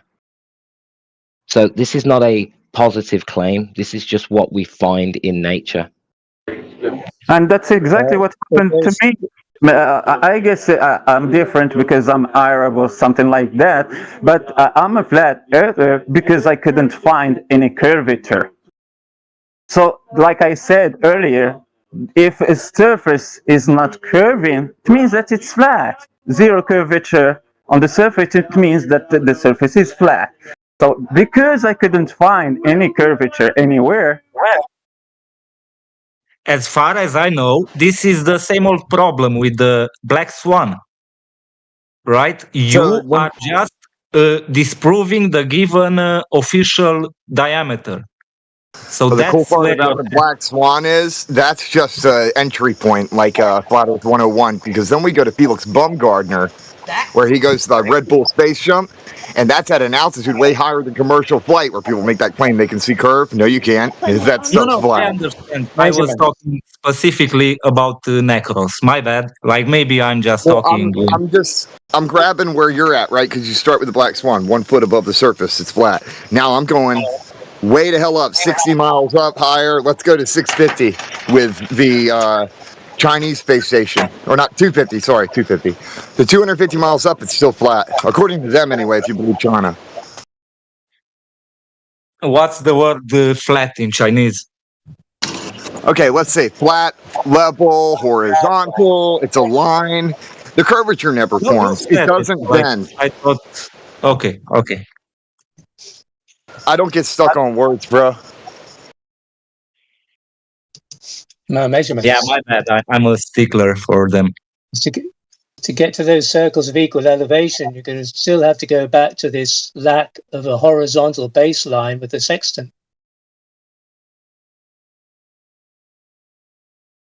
You said the angles depend on a flat baseline from Earth. Yeah, the baseline is not curving. If it is curving, just show it to me. Show me that the baseline that you are using is curving.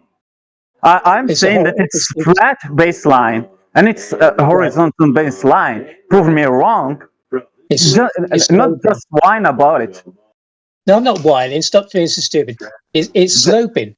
It's a slope line from the eye to a point on the horizon. Yeah, but it's in reality, it does not depend on a flat baseline because there isn't one there.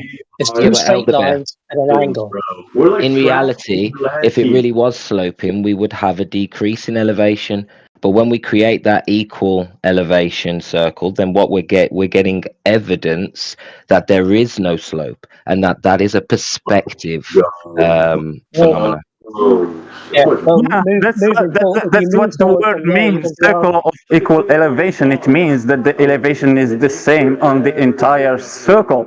It doesn't mean that it's a bump or a hill or part of a ball. Doesn't tell you that. It tells you that the circle is flat. That's what the word means. Circle of equal elevation. It's just a flat disc. Yeah, but where the elevation is all equal, it's not bumping, it's not a hill. We haven't got past the sextant, that's the problem. Yeah, the baseline is flat. You said it. The baseline is flat.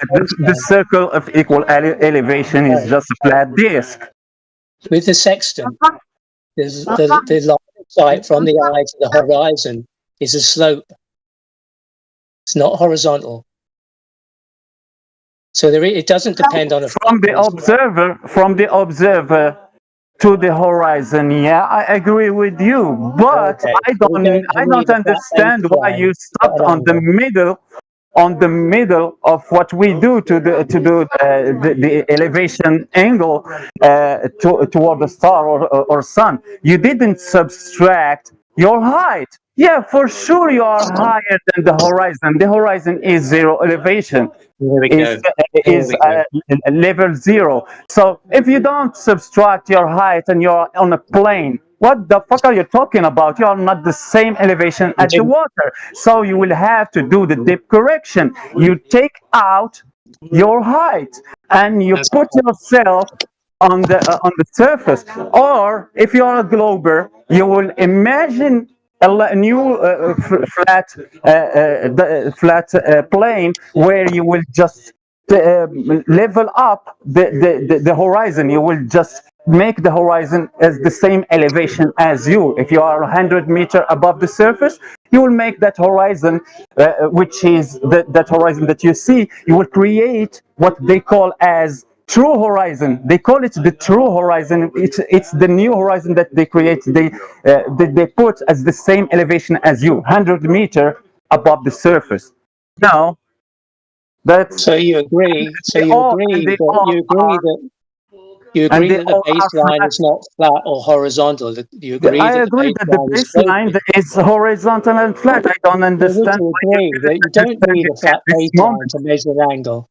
So the baseline is when you subtract your height. So tell me, if your height, if the baseline is just from a point where the height is 0 toward the horizon where the elevation is just 0, that line where there is 0 elevation in the point A and 0 elevation in point B, if you create a line between the both, a straight line, that wouldn't be a horizontal baseline in your word, in your understanding. I don't know how you are imagining it, but when you put in the observer and you subtract the height, when you do the dip correction, you put the observer as 0 elevation.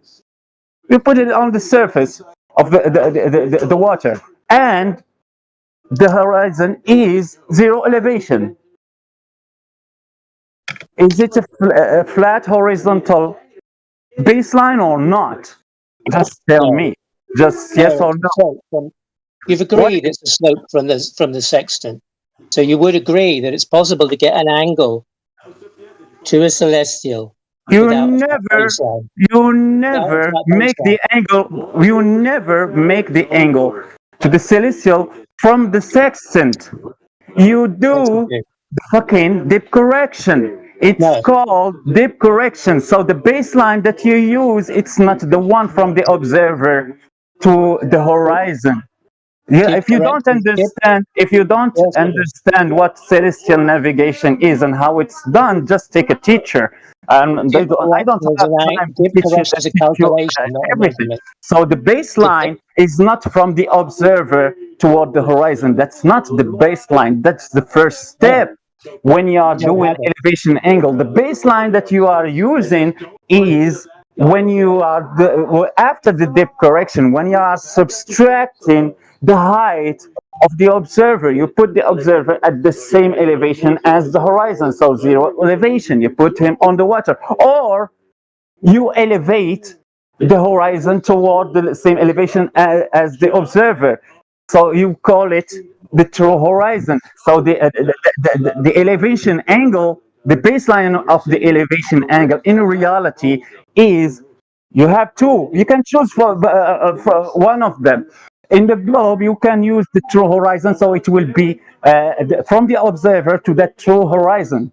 That will be the same elevation as the observer. And if you are on a flat earth and you use the correct one, you will just subtract the height of the observer and you put the observer at 0 elevation on the surface.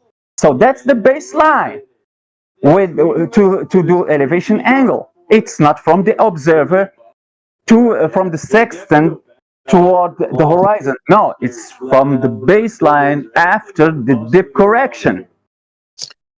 You think that they do the dip correction after the elevation angle? It's a calculation. It's not a measurement. The heck? Heck?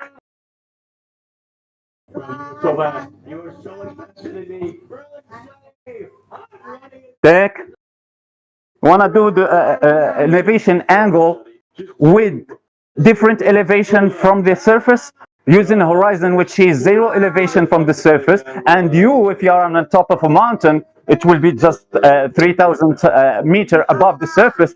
That wouldn't be an elevation angle, because you are not putting yourself on the surface. You are not doing it correctly. You are not doing the dip correction. Well, you're measuring the angle with the sextant. You're not measuring the Earth flat with any of that. Because even if you're standing on the Earth or lying on the Earth, in order to reduce that slope angle, subtract the height. You know the Earth's not subtract the same height that you have. You just have to have your height, the height of your of the observer on the ship, so they know the height of their ships, because they know how to do the elevation angle to a star, and the people who do navigation.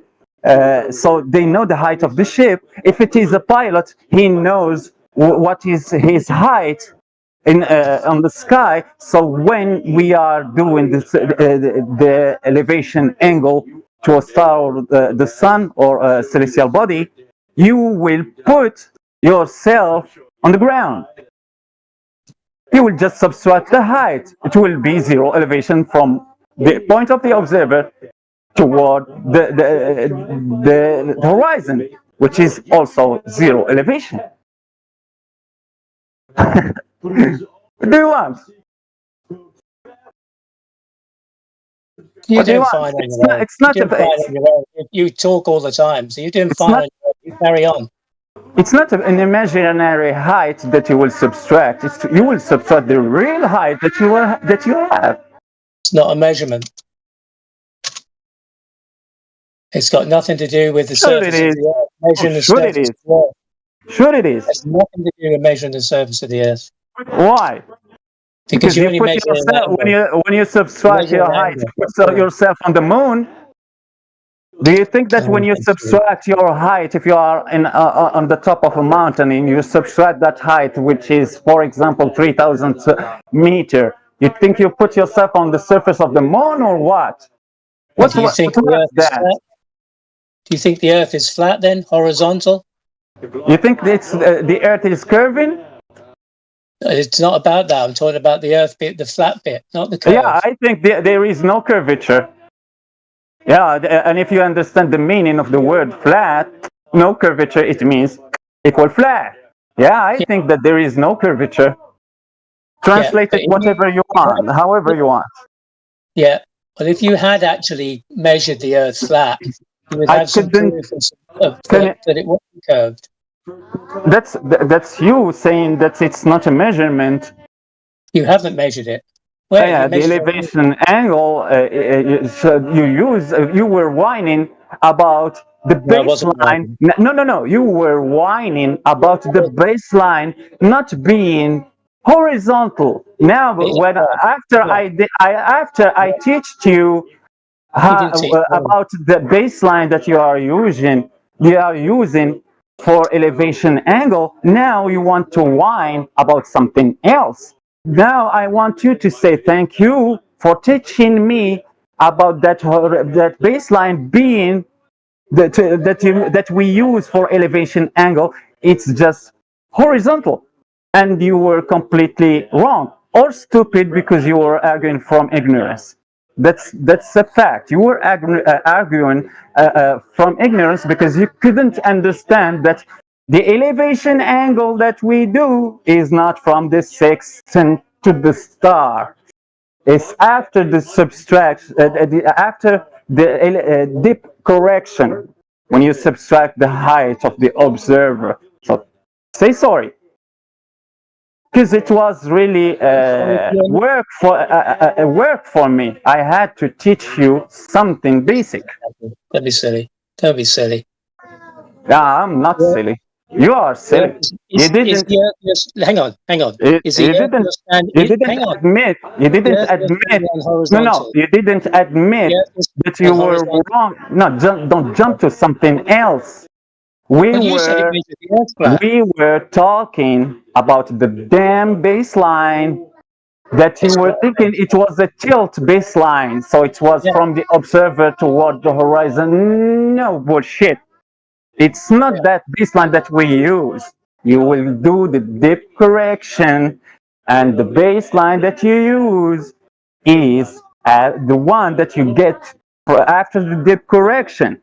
So from the surface, from the zero elevation to zero elevation, which is the horizon, zero elevation for the observer, zero elevation for the horizon.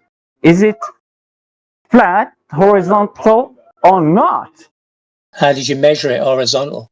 Oh my God, that baseline that we are talking about, that we use now for elevation angle. That's conceptual, it's not the surface. We are using a flat, it doesn't matter for me. Yes. You were denying that we use a flat horizontal baseline. I was saying factually when and you take. After that, I will talk to you about that baseline, if it is imaginary or not. The imaginary one is when you elevate the horizon toward the same elevation as the observer in the globe paradigm. They create a new plane, a new horizontal flat plane, which is 100 meter or 3,000 meter, whatever the elevation of the observer. They will just take out the horizon that we see, the observable horizon, and they will create a new one, which that they call a true horizon, that will be at the same elevation as the observer. That's the imaginary line and the imaginary plane, flat plane. But on the flat Earth, we do just a simple dip correction, which is taking out the height of the observer. When you are on the top of a mountain, you're not at the same elevation as the horizon, even if you see the horizon at your eye level. Even if you use a bubble sextant, that will create a horizontal line from you toward that, a level line from you toward the horizon that you see. Due to perspective, you will see it in at your eye level. And you subtract the height, which is not real because the horizon is not 3,000 meters above the sea level. It's just the sea level that you're seeing. You're watching the water. When you see the horizon at 3,000 meters, that's not true. So you will just take out your height, you put yourself on the ground in reality, and you use that flat baseline. Observer toward the horizon, 0, 0. Elevation for both. That's the reality. The imaginary one that you were talking about is in the globe model. No, it's what you use with the sextant. You already said it. Slope. Yeah, well said, Necros. I tried to tell him earlier, but he just doesn't want to take perspective into account. Crazy. Yeah, I know. We know how perspective works. We understand that. We already know that how perspective works. We never said that the horizon is just literally going higher toward your eye level because it will just form a concave Earth or something like that. No, we know that perspective is there, so we know that the horizon will just be due to perspective be lifted toward your eye level. So we'll just take out your height, and you put yourself on the ground at the sea level as the horizon. And that's a flat baseline, horizontal flat baseline that we use on an elevation angle that you still didn't admit that you were wrong about. And that measures the flat Earth how? Not curving. But how? What measurement is made there of the surface of the Earth? What measurements have you got that the Earth is curving, my friend? No. What measurements have you made of the surface of the Earth to say it's flat? In that stuff you've just been talking about. If you are claiming that there is curvature, then you're the one with the burden of proof. Necros is. I'm not claiming Necros is. So Okay, so you're not claiming curve. So there's no argument. Good day, sir. No, but you haven't measured either. The curve or the lack of it or the flat Earth. It doesn't matter. It's not the flat earther's burden of proof. It is the globe earther's Well, it is. burden If you of say proof. the Earth is measured flat, whose burden is that? It's just like the unicorns. If there is no unicorn, so it means that there is no unicorns. No one can prove to you that there is no unicorns.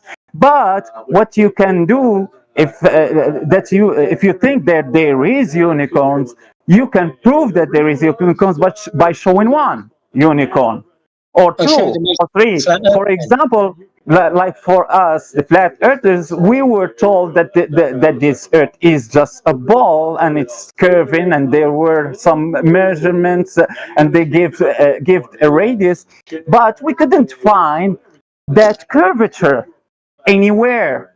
If you have one, show me it. I'm asking about the flat Earth that's said to be measured. Yeah, the flat Earth is the absence of curvature. Well, you haven't measured that we were told.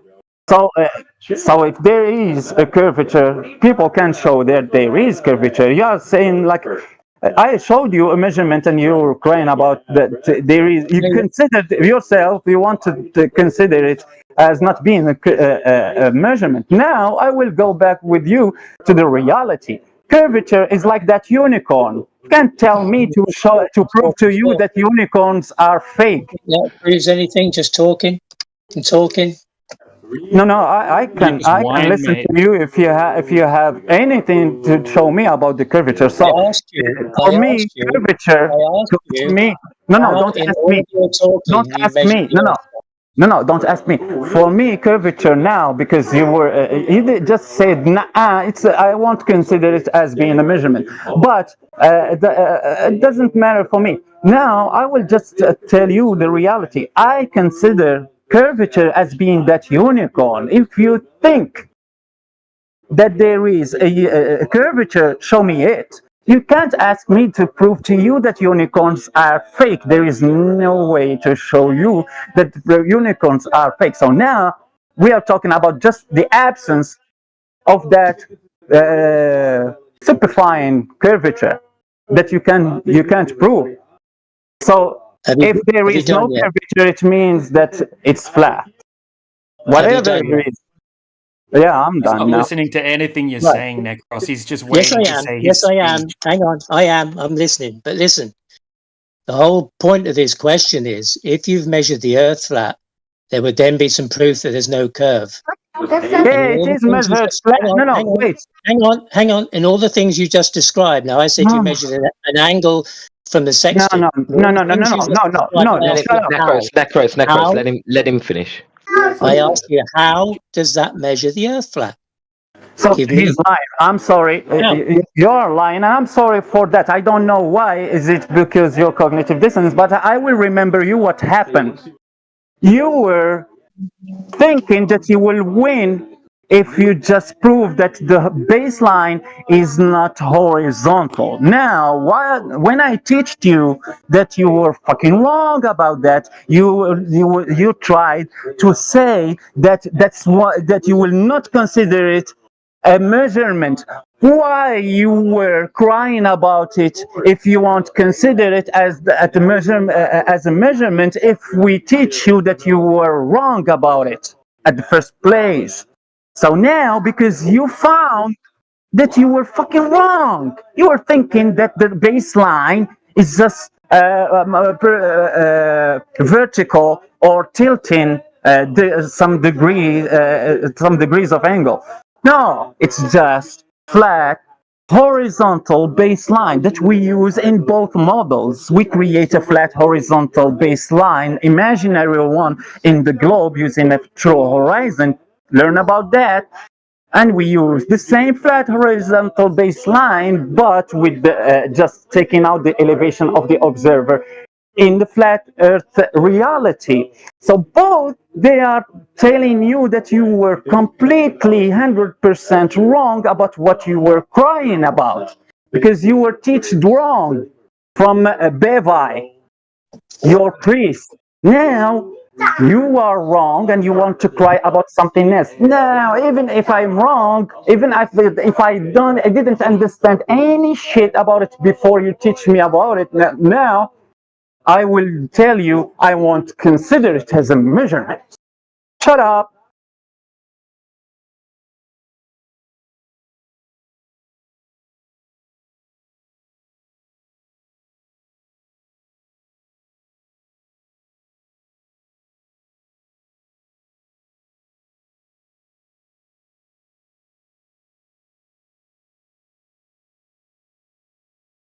No response, Elder? There's no chance to respond, is there? He still doesn't say how he measured the Earth with these angles and doing some dip correction. There's no measurement of the surface of the Earth in that. None. Absolutely none. No measurement of the We've of just the made Earth. it clear. We've just made it clear. In that. Yeah, Right? we just One made it angle clear has been that's not our measured, burden. and then a calculation has been made, and no measurement has been made of the surface of the Earth in any of that. None. But he says I'm wrong, so whatever. If there was a way to measure it in the way that you're hoping for, then it would be done, but in the best way possible. It's been demonstrated, but that's not the claim. We don't claim.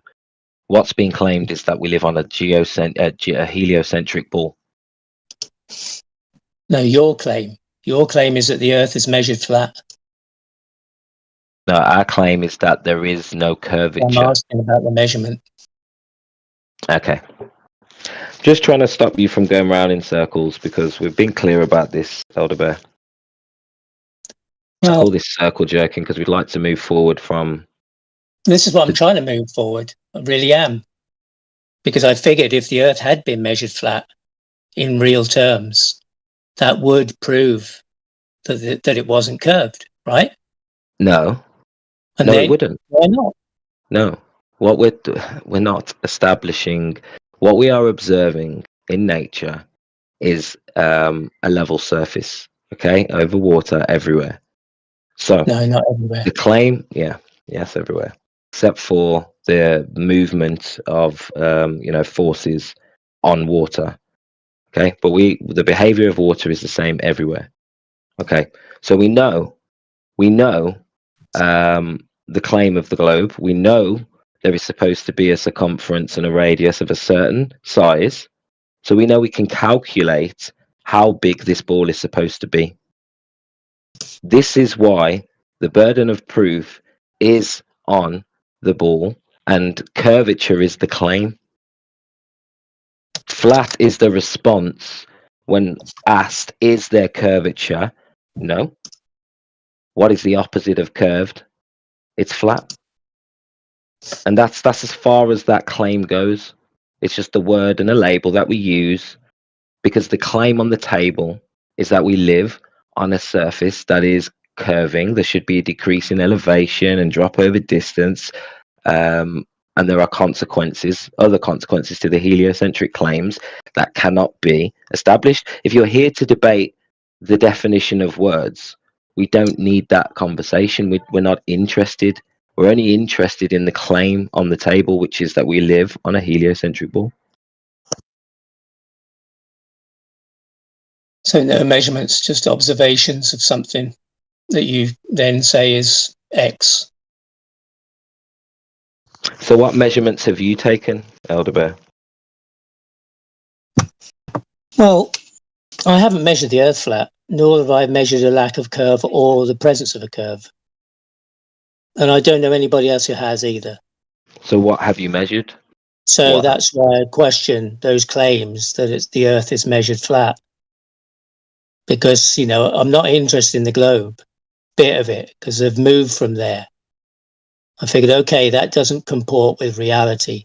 So let's look at the flat bit and see how I can incorporate that into my reality and be able to, converse with people or, in a truthful way, not in a kind of strong claim but can't back it up. Well, let's keep this going then. Well, let's keep this going then. Then I'm questioning it because I don't know. I haven't been around for 10 years like a lot of people. They're saying they've been studying it for 10 years. I haven't. I'm just asking questions of people who say they have. So what's the real issue here? So the issue here, it seems to me that the issue here is, what's the dichotomy? What is the correct dichotomy? If the opposite of curve is not flat, then what's the dichotomy when speaking to a glober? You know, globe versus what exactly? It's not flat though, is it? No, I'm trying to have yes. This is what you're trying to say. You're trying to say it's a false dichotomy. Fine, but I'm asking you, then what is the correct dichotomy? Well, there's only a choice between two things. No. When it comes to the globe and the heliocentric model, you have a claim. Okay? What would be if we're arguing for curvature, because you need curvature for the heliocentric ball, right? What would be the opposite of curvature for this dichotomy? The true dichotomy would be one was false and one was true. So you can't offer any solution to this so-called false dichotomy that you think we have, but you don't have a solution. Well, that's reality. Yeah, and in reality, we have debates with globers, yeah, and in reality, they're arguing for curvature, yeah. So if there is no curvature, what's left? I'm not arguing for curvature. You put flat in that what's left. I don't. What do you That's put? the difference. I put reality. What? I don't see flat. Reality. So it's curvature versus reality. And in 10 years, you haven't measured it. So you can't offer me any help with that. All right, so we'll try that out. We'll try your dichotomy out. So you say it's reality versus curvature. So me as the glober, I'm going to ask you, it's reality, both of those. Is reality curved? Yeah, there is curvature in reality, yeah. So you're arguing for curvature and that the heliocentric model? No, you can wander around and see curvature. It's not the curvature we're talking about. Know that. But you don't know where that is. You've never measured it. It's just you're just taking it from a geometric model. Has anybody else ever measured it though? Well, it's claimed the Earth is measured flat now. We're talking so about I'm looking. water. That's what I've been asking. So where is it measured? How is it hold measured? on a second, Elder Bear. I just want to ask you a couple of questions. Like, you would probably agree that nobody's ever measured curvature over a large body of water other than in that kind. I cut out them. Say it again, DJ. I'll just disconnect and.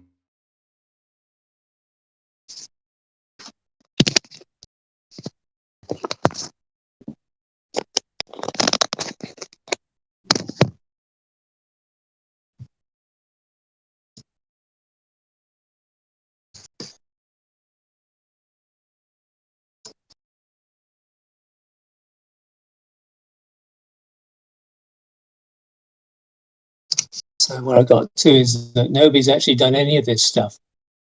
Lots of talk about stuff being done, but actually pretty much nothing's been done. So it's all in the land of Nutter.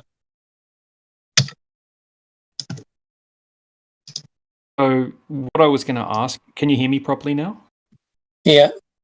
Okay, so what I was going to ask you is that I would say that objective reality, or the base axiom that we all experience, is that water sits flat at the surface, right? So if you have a bucket or a pond or a pool or a lake that you can see a perfect specular reflection on, or if you take a tape measure across a pool or a large body, it's pretty obvious that the surface of water lays flat and it's being contained, by the container and the edges of the pool or whatever it is.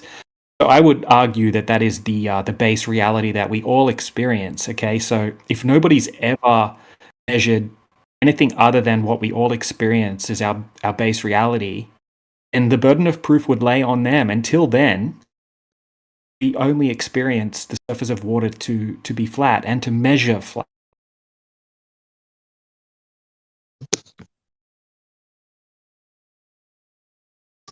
I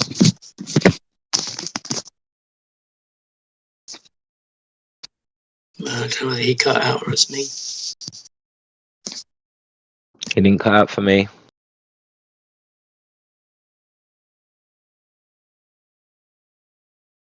You're done. You're done. You're done. You're done. I think this is good demonstration of how he's actually here to waste our time. I would agree. Really here to have circular arguments and to waste time. I'm not sure what the deal is. I'm guessing Mishu's going to white knight for him now. Definitely. That depends what you dedicate your time to, right? It could be interpreted like that. Yeah, if you want to compartmentalize yourself and your ideas, that's I'm not saying- a very clever idea. I'm saying wasting, as you put it, I don't know what you mean by it. The time. Or compartmentalization. Or what you take as maybe throwing a wrench in your shtick here. Elder Bear. Compartmentalization. You see him doing that, but maybe it's what you're No. doing. It's not him the problem, because what he's talking about makes sense to me. It's if you filter it to, just to use poetry, to the filter of logic, his shit stands. His shit smells like His shit Sherbury. does smell. His The shit does shit smell itself because he is can't. content. He can't establish a true dichotomy. He doesn't understand how to have the debate of the heliocentric claim, and he Well, I doesn't know. know. He doesn't know how burden of proof works. I think I know what you mean, because people who quote unquote don't understand certain things get muted. And they are labeled time wasters. But as I Especially said, if they're obtuse like yourself. Yeah, we'll mute your ass as well if you carry on talking through points, not listening. Definitely. Of course, I pride myself on that. well, you muted Elder Bear. It's And I'll okay. mute you too for And White you'll Knight. mute me, and that's okay. But Yeah, because nobody likes hearing White Knighting. penalty for a conversation. You're not even keeping up with the conversation. You think you can compartmentalize the definition of words. In fact, let me ask you a question here. All right. So, do you know anything for sure 100%?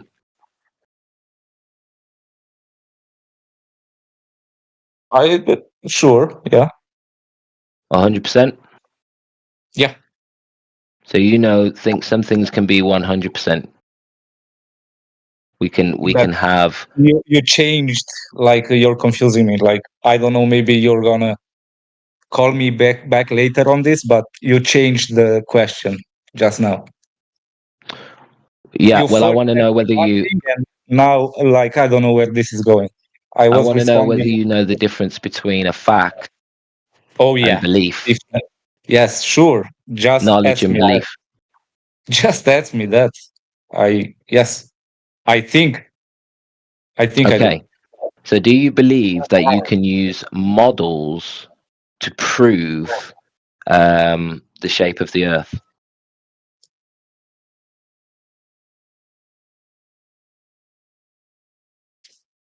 If like it's that a requirement, you can't use anything else. No. Do you think you can use a model? Yeah, a model to display reality. Do you think that model is Yes, a I think proof of reality? No. I think the model is the representation. Maybe I'm wrong, but I think that is possible. If you know the 100% and you have the resources, then yes, you can do that. And you can make a model that will imitate the reality. You try to explain Imitate your with that belief. model. Yeah, imitate No, your belief. This is of not reality. about belief. This is, So- I think, I don't think this is about belief. It's simple. You can make a good model if you know the 100%. If you don't know the 100% and all you know is another model, then I don't know. My friend, you can't model reality when we don't even understand everything about it. My friend, I never disputed that. So because what we've got is your white. Okay, so you're standing with your friend Bev, Elder Bear. I don't think he's even my friend, but okay. Okay, but you're supporting his position. No, it doesn't matter what if I'm supporting him, what my feelings about him are, right? It doesn't matter. No, forget him. No, I'm not talking. You're supporting the position that the argument flat versus curve is a false dichotomy.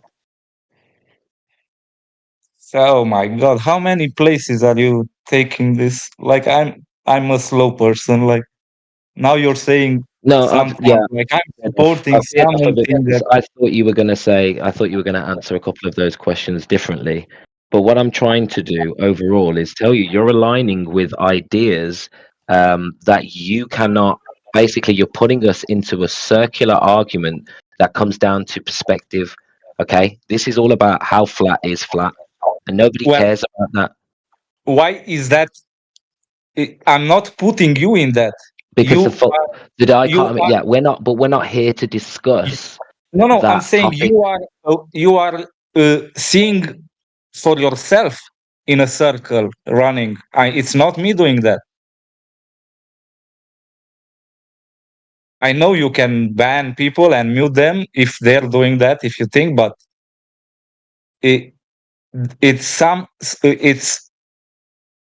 geometry and logic. I think that you blame me. If I said to you, a plant is green. That puts you in a circle. It's not my fault. If I said to you a plant is green and you said it's royal green and I said it's mint green and somebody else says it's I don't know, something else green, what use is that discussion unless you want to get into the compartmentalized arguments about color, the definition of color? Nobody wants to talk about the definition of something when that's not the dichotomy. What the argument on the table is curvature. We're not arguing about how things are measured and whether level is and flat is truly flat, perfect level. You know, this is really geeky and over the top when it comes to the natural world. Can I respond to you very easily? Yep. And this ties into what you asked me earlier, what I know and what I think I know or don't know. I know why I am here now talking against some of the things here. I don't know why Bev does it. I know why I do it. And I'll tell you, it's very cringe, I think. It's because you, not you, in general, the flat earth, everybody is a part of that. Whatever. You are calling the whole, and I don't have a better word, the whole creation, what we can know about, right, about anything. You are calling it something that it isn't. And for me, that is, I'm not a religious guy, but that's where my drive comes from. Do you understand? So is it a ball? Do we live on a ball? I don't care. Do we live on a ball? No. You are calling it something that it isn't. It's better off if you call it not a ball. It's more. That's what we do, though. That's what we do. No, you're calling it flat. No, flat Earth is just the statement. It's just the opposite. It's this is what I'm telling you. This is the dichotomy. This is between curvature and flat. What's the opposite of curvature? If you can't give me a better word that actually people will understand, everybody can understand, then why the hell are you arguing? Because we know what you're saying. We agree with you. There is topography. Like as soon as you hear the word topography, you should assume we know exactly what you're talking about. And when we go in more detail and explain to you that forces can take water out of equilibrium, we hope you understand that water will always be seeking its equilibrium unless it's under forces, and once it's seeked its equilibrium, water always lays flat. Yeah. And I'm not even religious, I'm a bit spiritual, but for me, that's like if you look into history, like what Martin Luther was writing about, that's the biggest sin. And that's how I see. What's the biggest sin? Lying about the garden, the creation, whatever you want to call it, the earth that we can know. Not lying. Did you just hear what I said? Did you just hear what I said? Yes, but you are calling it flat earth. Everybody is feeding from this flat word. Now it has this measure flat has been introduced, and for me, it's it's how we measure that's things. my problem. Yeah, because correct. you were asking me about what Bev does. I don't know why he does it. That's why I do it. That's so what's your goal? So what's your goal? Spurs me. I don't know. Like I'm a nobody on the internet. I got plenty of time. Clearly, because you're not offering any solution here. You just don't like the definition of the word flat. Oh, I can give you a solution to every problem if you are stuck on this stage. I have a question for you then. I have a question. I can tell you the solution that can unstuck you from this.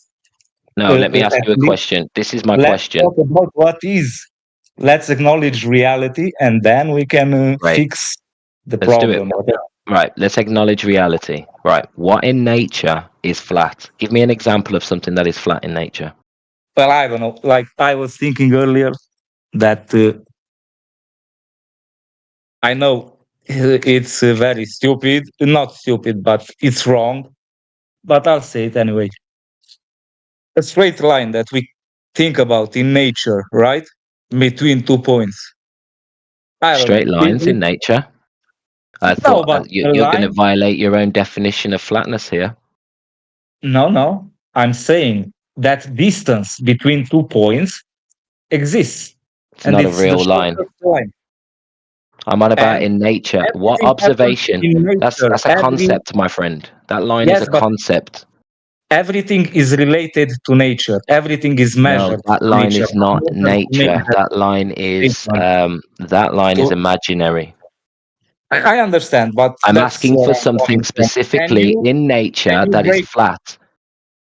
Can you break something from nature if it's actually please, can you answer? Can you answer just the question that he gave you? It's a simple question. I ask that question to your teacher, Bevi, all the time. Can you give us an example of something or a surface which is flat in reality, in this reality? Any surface that you consider as being flat, that you won't lie when you say, look, that surface is flat. Well, it's two types of languages here, I think. It's one, the common language, where you and me and everybody else, we so walk language now is flat? And we talk about flat, giving it colloquial meaning, but if we are engaging in geometry, then we should stick to geometry vocabulary. Yeah, we are sticking to geometry. We are now talking about flat surfaces. Can you give us? I will repeat the question that Roots asked you earlier, and you're still just rambling instead of just answering the question. Yeah, No, That you didn't tell me that. Don't tell me that. Why what are you said. hang up on that? I told you I cannot. All I can do is make some bullshit about the line in nature. So it means that for you there is no use for the word flat in reality. No, When Yeah. we talk about Bingo. something real, There is Bingo. use for it colloquially and in geometry.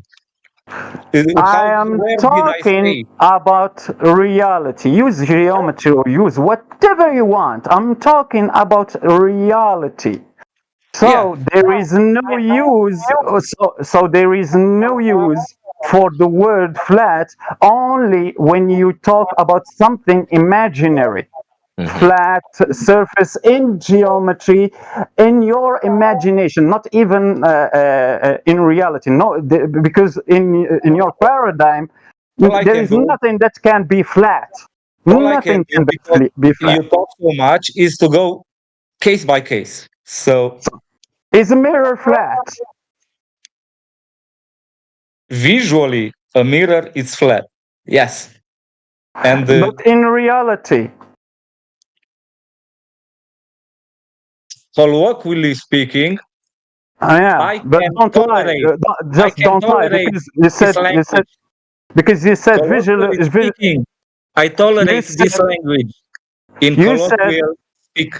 You said you tolerate that language in whatever you want, and you don't tolerate that language in whatever you don't want. So you are the one who is making where you can use that word. So for you, you just lied about the mirror. I can use that word in real life and in geometry. Listen, but in geometry, I will not call something that is not flat.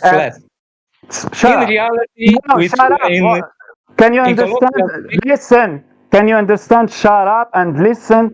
So now we stop here. You just lied. You said visually the mirror is flat. Visually, when you see a mirror under microscope, it's not flat. That is colloquial. Visually, it's visually not flat. Geometrically, it's not flat. It's not flat. And visually also. So you did lie. There are many things in geometry that are flat. No. I asked you.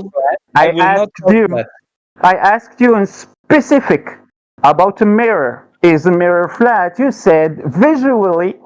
You consider it flat. No, you did lie about that. Even if we consider the word flat as you use it. I'll tell you again. I can conform to colloquial vocabulary and align with people and use these memes we have in all languages. So like, shut up when people. So next time you will shut up when someone will say that the Earth is flat. If we are talking in geometry, you must use geometry. We don't talk about Mickey Mouse. The words. When we say the surface of the when we say the surface of the Earth is flat, we talk about geometry. We don't talk about Mickey Mouse. Geometry, surface, flat, two words, surface and flat, two words that are used in geometry. We didn't bring something from somewhere else. We just said. I say you call things that are not flat. Do you see how you are rambling? Do you see how you are just rambling and contradicting yourself? I think you are. I'm sorry, I think you are. Go on, what's your response? Because I don't think you have much. I don't think you have much to say here. But go ahead. In geometry, what is flat, and what is not flat. You cannot mix colloquial speak with geometry. You cannot. You cannot use the two definitions at will just to support your point. Want to take listen, we can do this all day. If you want to take all the definitions of everything you're saying to Black's Law Dictionary, you've just given away your power and your rights to freedom. So you can get specialized in any field, and you can start taking words out of their normal context. But when it comes to a dichotomy, here this is a conversation between curvature and the opposite of curvature. If you don't like the opposite of curvature as a word, then please feel free to replace it. But you've already established you can't even conjure up a word to replace the opposite of curvature. This You're is like a the robot. bullshit I'm talking about. You are saying I have certain feelings about, in this case, about the world that I don't like. I'm impartial to the world. No, you're not. You have a problem. You have a problem with being able to use the word flat. You don't like the No, word I flat. have no problem. You said I don't like the word. You told us you don't like the fact that we are using the word flat and it's not, and you didn't like this and you didn't like that, and so you were very emotional when you were telling us about this earlier. Maybe you weren't listening. What I said is you cannot use the definition of flat that we use colloquially and use that in geometry to prove your point. Because in geometry, flat is well defined, is very binary. In that case, And it's we've defined binary, what we mean. not very binary. Yeah, It's and we've yes defined what or we no. mean. When we mean flat, we mean the opposite of a curved ball earth. Yes, but you are then inventing a new geometry. No, It's give us a new new. word. We're not talking geometry. We're talking about a dichotomy between two ideas, a globe earth and the opposite of a globe earth. What is the opposite of a globe? It would be, whatever it is, it would have a flat surface, my friend. You are creating a rupture between what normal people should be, very, aware about language, and most are not. And you are dividing the few people that are from the people that, need their hand, to be fair, at least. To be fair, if you want to be very pedantic, the term opposite is also an abstraction. Opposite is an abstraction also itself. Yeah, just call him out on all his own fallacies if he wants to think that he's above everybody else and every normal person in the world. Just call him out. Keep calling him out. All I said is that in geometry, if you are trying to make a point in geometry, why call something that is not flat? That's one thing. And then you call the whole creation that. But it is flat. Because it is flat. Like that mirror that we were talking about. Well, that's remember on the mirror? I have many scenes. Something is gonna get me in the end, but this I think is a big sin to mislabel the creation. If you have that, spiritual thinking. Yeah. I have that spiritual thinking, and you are misleading the creation. You created that fantastic world where you can have a community of atheists, where they will have no belief in a creator at all. Yeah, that satanic word that you made up, imaginary word, the heliocentric world, which is just around Helios, a pagan religion. How did you came to that? Where you call every star, every plant by the name of different gods? How did you came to that mythologic conclusion about me? Like me and the atheists, or what? No, I didn't consider you atheists. I'm talking about the heliocentric believers. The worshippers of the sun, those who are just making this reality centered around the god of sun, Helios. Okay. I was confused because you did that in the middle of not ad homing me, but saying some not nice things about me. You were talking about the spirituality. You switched to atheism and awful people, as you said it. That and I thought you the world where you can have atheists is the heliocentric paradigm. That's real. That's a fantastic world. You can have a community of atheists where they will have no belief of a god or creator. They will just believe in Big Bang, a story, just a story, nothing real about it. A Big Bang, evolution, theory of evolution, that we just like a bacteria, we came out from nothing, we just evolved from a single cell. Yeah, just like bacteria that evolved Yeah, we are literally like bacteria that evolve into something that can walk on two legs.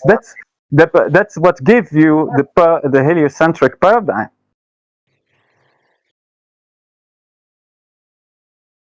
I don't have that paradigm. You keep saying things about me, like. So I think it's very clear after this discussion what we have here is somebody who is geeking out on the use of the word flat and can't actually establish a use for the natural world. The only way he can use the word flat is in an imaginary term, and that's something that the average person in this world can't relate to.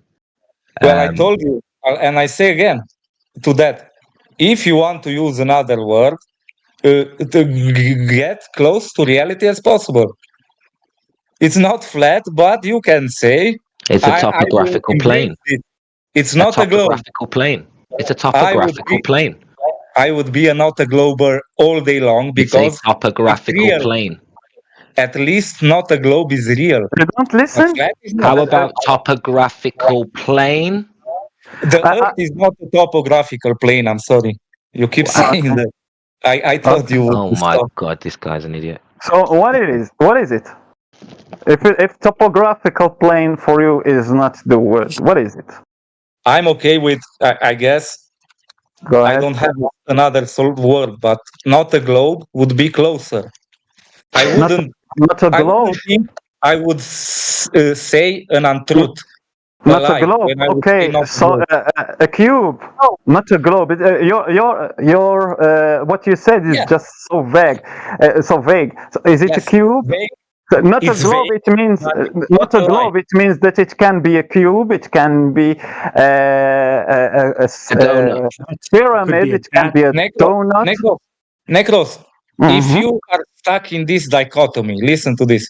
You can have vague or untruth.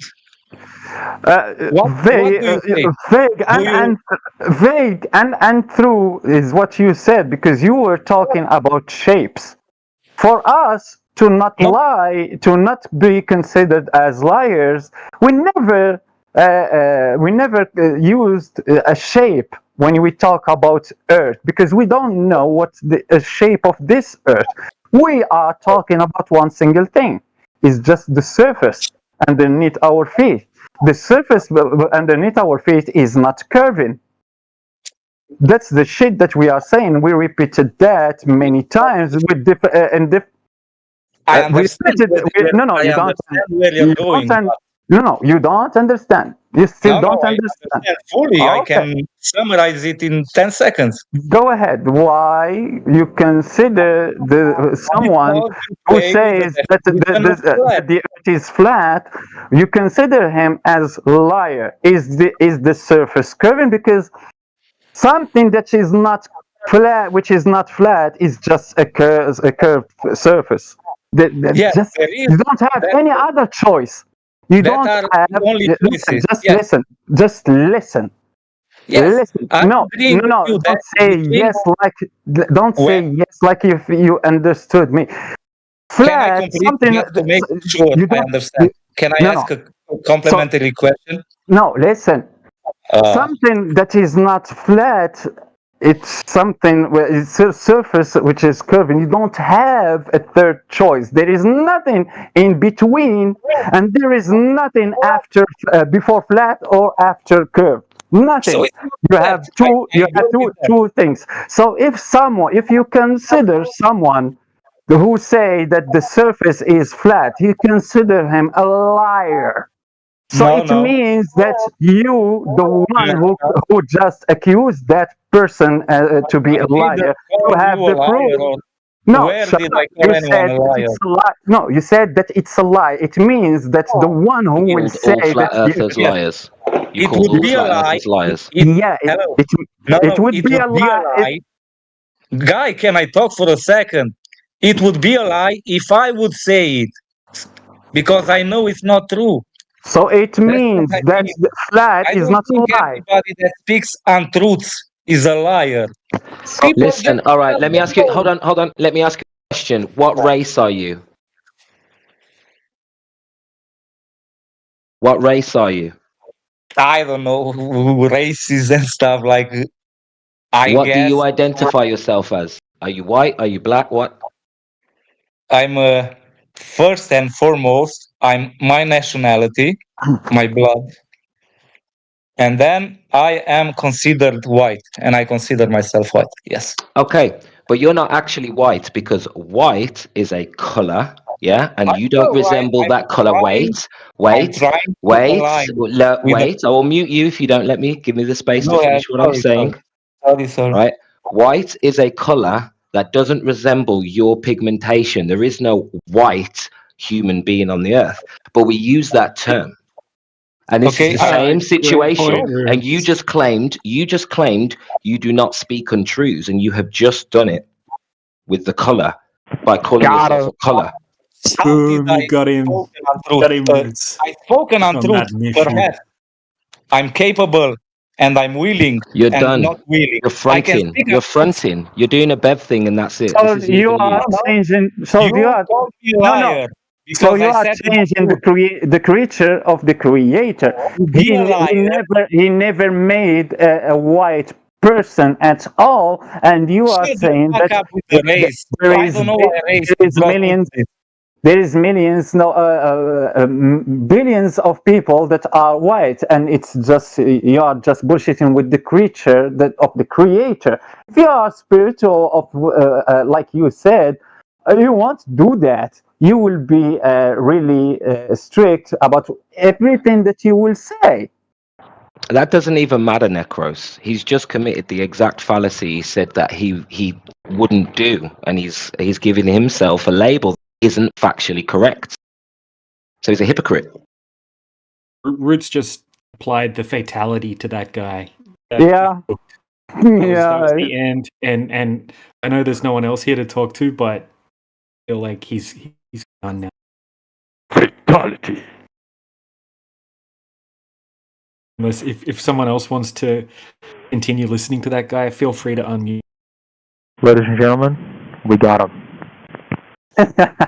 Fatality. He's doing his Bev thing. That's all he was doing. Yeah. I know the school where they learn their bullshit from someone who doesn't understand what flat is, and this just mistake and flat between flat and even. I'm not talking about the surface being even.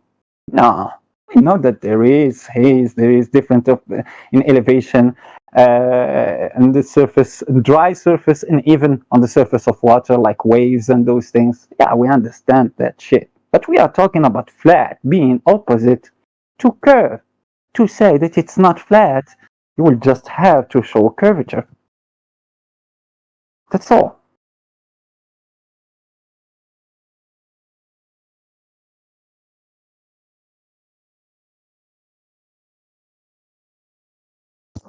I wonder if they argue about any other words or if they only argue.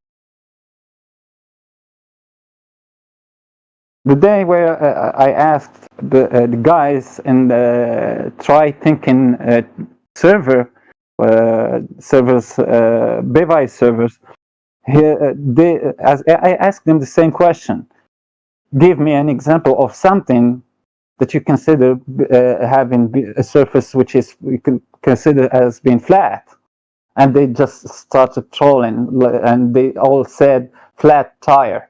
Yeah, we say flat tire because the tire, there is no air pressure in it, so the bottom of the tire were flattened with that floor. Yeah, that's the use of the word. It means that the tire is not curved anymore.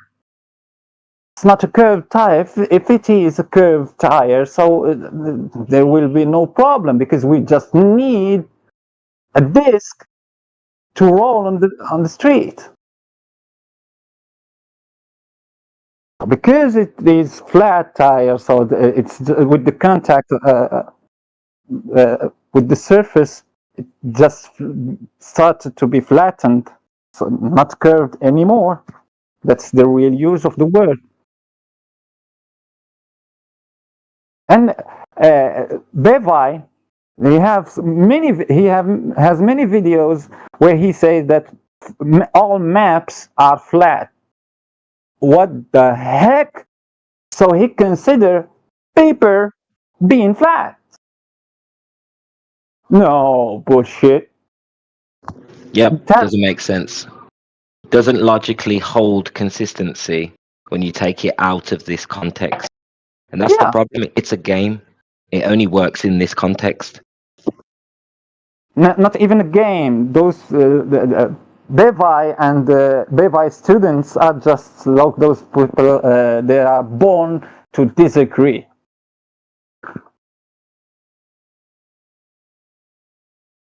They created that community just to have a new community that just outstand the others, flat earthers and globe earthers. And they would say nothing. No shit. They have nothing to say, but okay, we consider ourselves something different than the globers and the flat earthers. Oh shit, is there something else? Confused earthers. Yeah, confused earthers. Is there something else other than curved surface or flat surface? I don't understand. Is there a third option that I can choose from?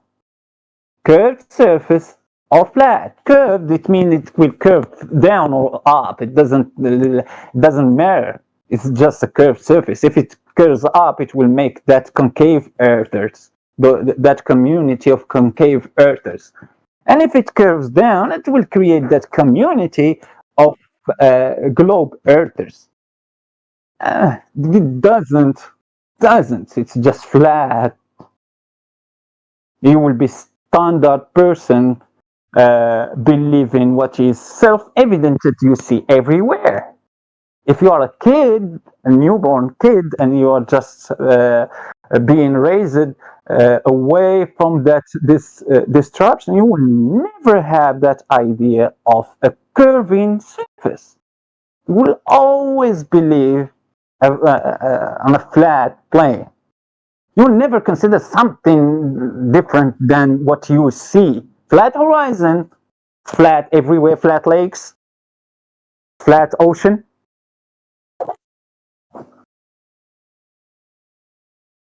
Well, that's because you wouldn't be educated. Indoctrinated, what you want to say. Indoctrinated. That's the term. Educated, you will be educated, yeah. You just have to study nature. Indoctrinated. Someone who will tell you the shit that you see is not what you see.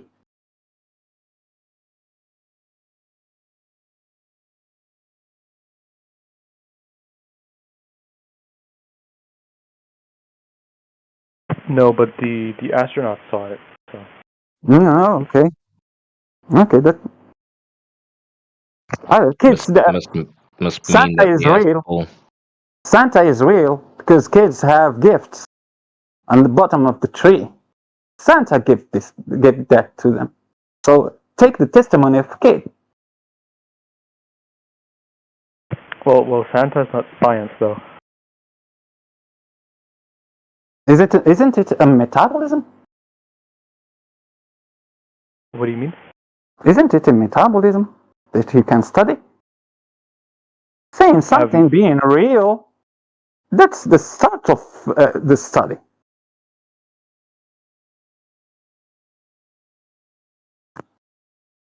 Yeah, but if you're a caveman living in the jungle, you would think the Earth is flat because you wouldn't. So be dinosaurs are not considered. You wouldn't be informed about science.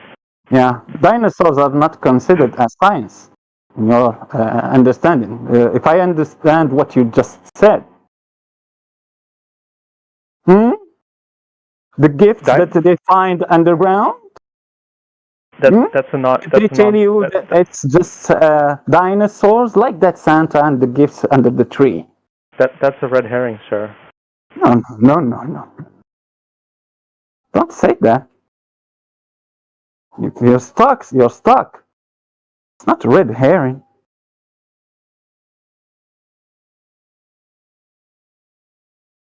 if you think that the Earth is curved because the astronauts told you they saw the curve, then you would have to admit that's just a belief system, something faith-based. No, that's called science, sir. Also, Felix Vanguard said that he saw, in the interview, he said it literally by his mouth, that he saw the curvature of the Earth. He said it. He didn't have to say it. It's just, it doesn't have any sense to say it's. I saw the curvature, and I saw the curvature. Science, no. If the Earth is a globe, why would he say that? But Neil deGrasse Tyson said he was confused. You will never see the curvature even from the double of that distance.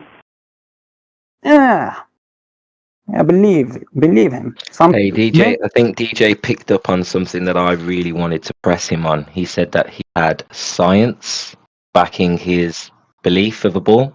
Is that what you said?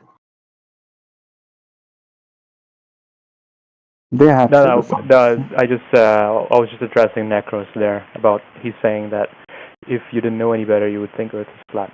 But that's just because you wouldn't be educated by the science. No, in that okay, brilliant. Let me ask him a question then. What science? What scientific experiment can you quote or tell us about that proves that we live on either a ball that's curving and spinning? That's a good question. I know. It's a brilliant question, isn't it? Considering you made the claim, I thought you would know. Probably dark holes. Dark holes? What are those? Yeah, like black holes. Black holes? What are those? And what scientific? In fact, forget that question. What scientific experiment can you do on a black hole? A lot of science. Oh, really? What? Like what? Name me an experiment that has been done with black holes. And remember, an experiment follows the scientific method.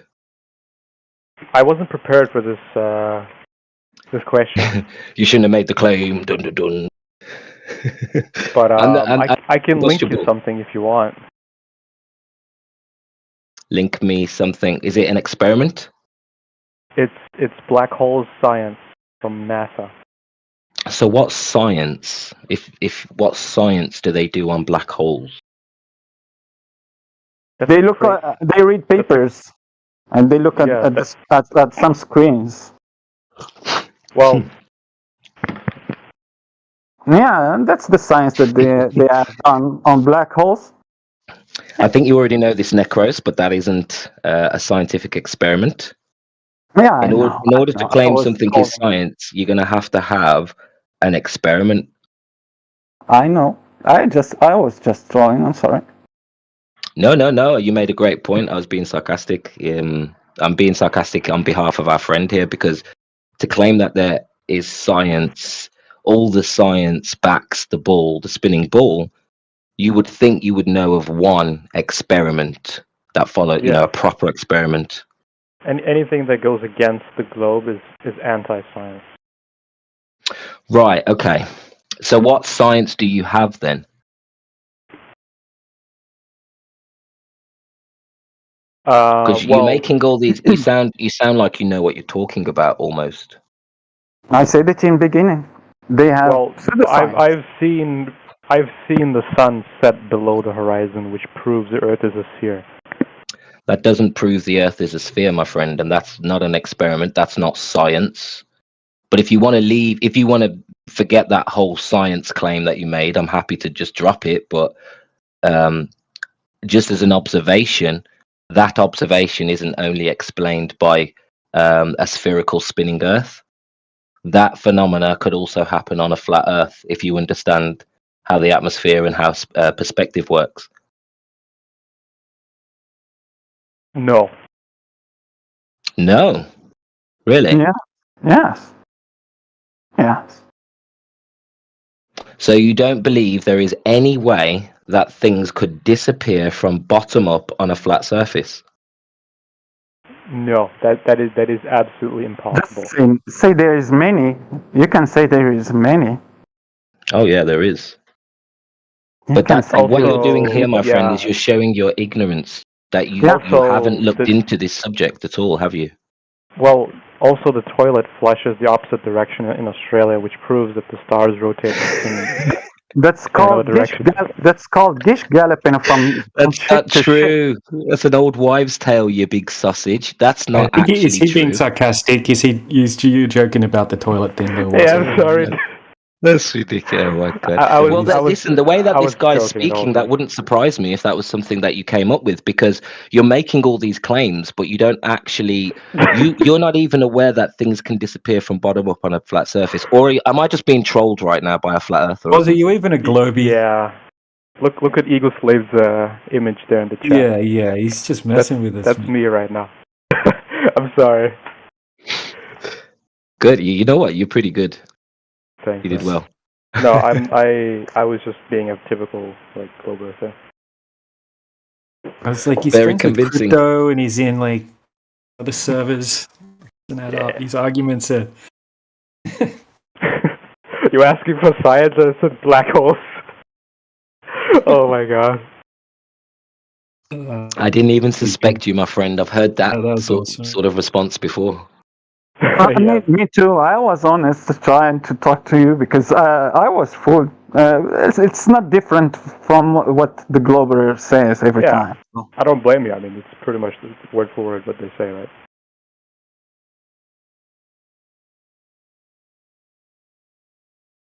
That's quite funny. Yeah, it was fun. Yeah, dude, I had to mute my mic because I was just laughing. Like, I couldn't hold it in. Yeah, me and Necros were pulling our sleeves up, getting ready for dip. Yeah. You were looking like low-hanging fruit. Yeah.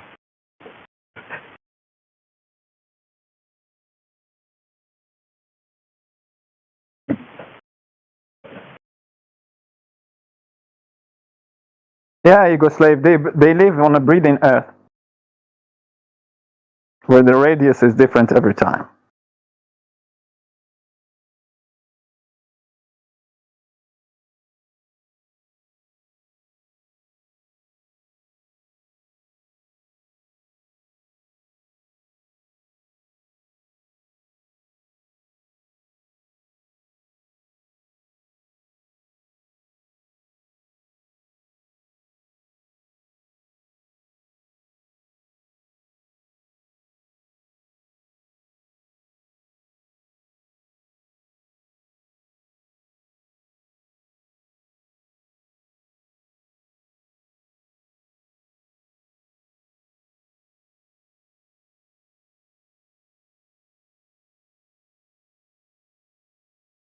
And I want to repeat something that I say every time to the Globers, just in case. They don't have a horizon on a globe. You can't have an obstruction and call it a horizon. A horizon would be the natural limit of your vision on a flat plane. It will rise with you. If you get more elevation, the horizon will rise with you. It will just fluctuate if there is different conditions, so it will be shortened. And if there is more refraction, temperature, different atmospheric conditions, atmospheric lensing, and then when I use atmosphere, I mean air, the air around us. It's not. I'm not approving that it's a gas layer around this a ball. So the term that they use sometimes when they talk about ships disappearing behind the curvature, that's the term. It's curvature. You don't have a horizon on a ball. It's an obstruction. When you see the sky meeting the ground on the top of a range of mountains in distance, that's not the horizon. That's an obstruction in front of you, between you and the horizon. If it's a range of buildings, the same shit. The horizon wouldn't be the top of those skylines or mountains. No, the horizon will be always the horizon. The natural limit of your vision, there is no obstruction. And a curvature, it is an obstruction, a physical obstruction that will be in between you and a boat in distance if the Earth is curving. So it won't be a horizon.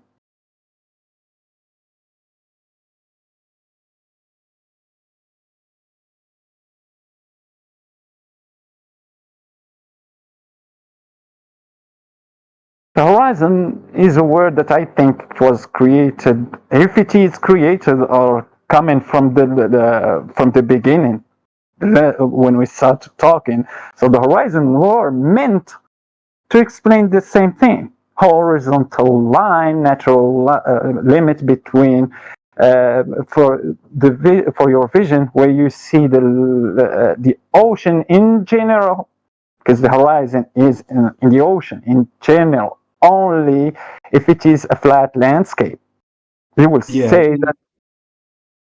In art, it's a straight line between two vanishing points. So basically, you've got 2 points of convergence, and it's the straight line between.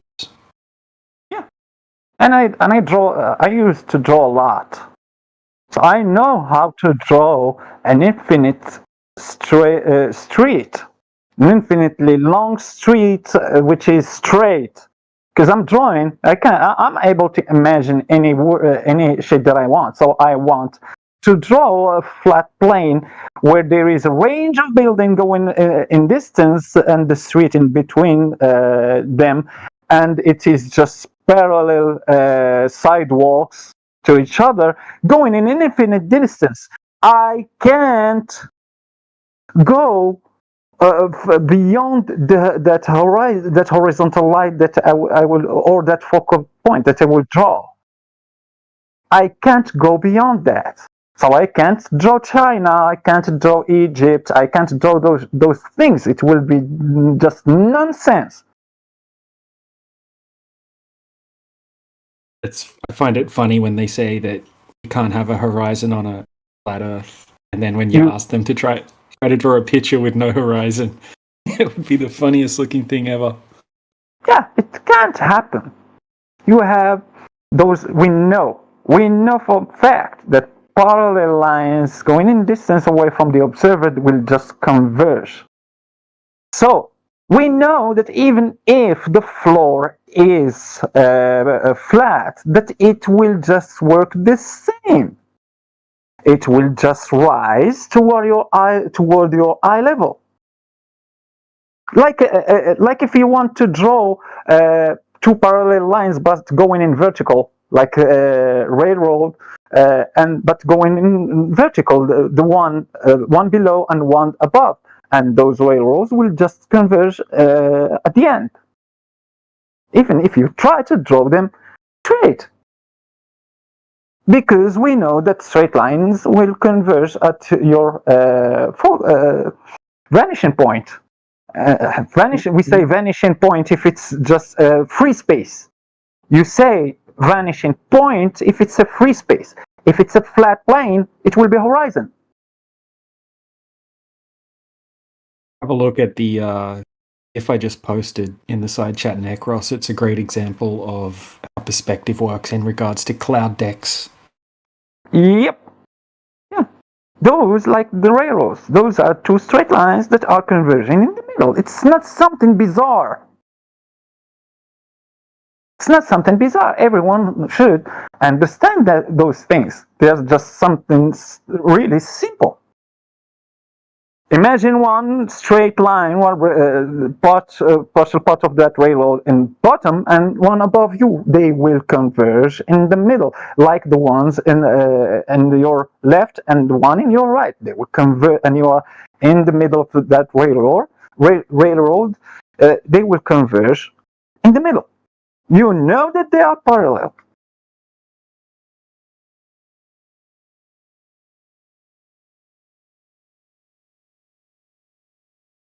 It works the same in a tunnel, in a hallway, in a street, with that range of buildings going far in distance, they will converge in the middle. Their size will just shrink. Like if you draw one line from the top of those buildings to and another line from the bottom of those buildings toward where they disappear, you will have two straight lines converging in the middle. That's what we do to start drawing perspective buildings in perspective from bottom to the top. You can see buildings using perspective from bottom to top. Lines, straight lines are converging toward the middle. You start by putting a vanishing point and drawing the lines, the horizontal line, vertical one, and the inclined lines. And you start going from them. Start drawing your buildings vertically or horizontally, whatever you want, they will do the same shit. Blackthorn, the Tyrant, welcome to the chat.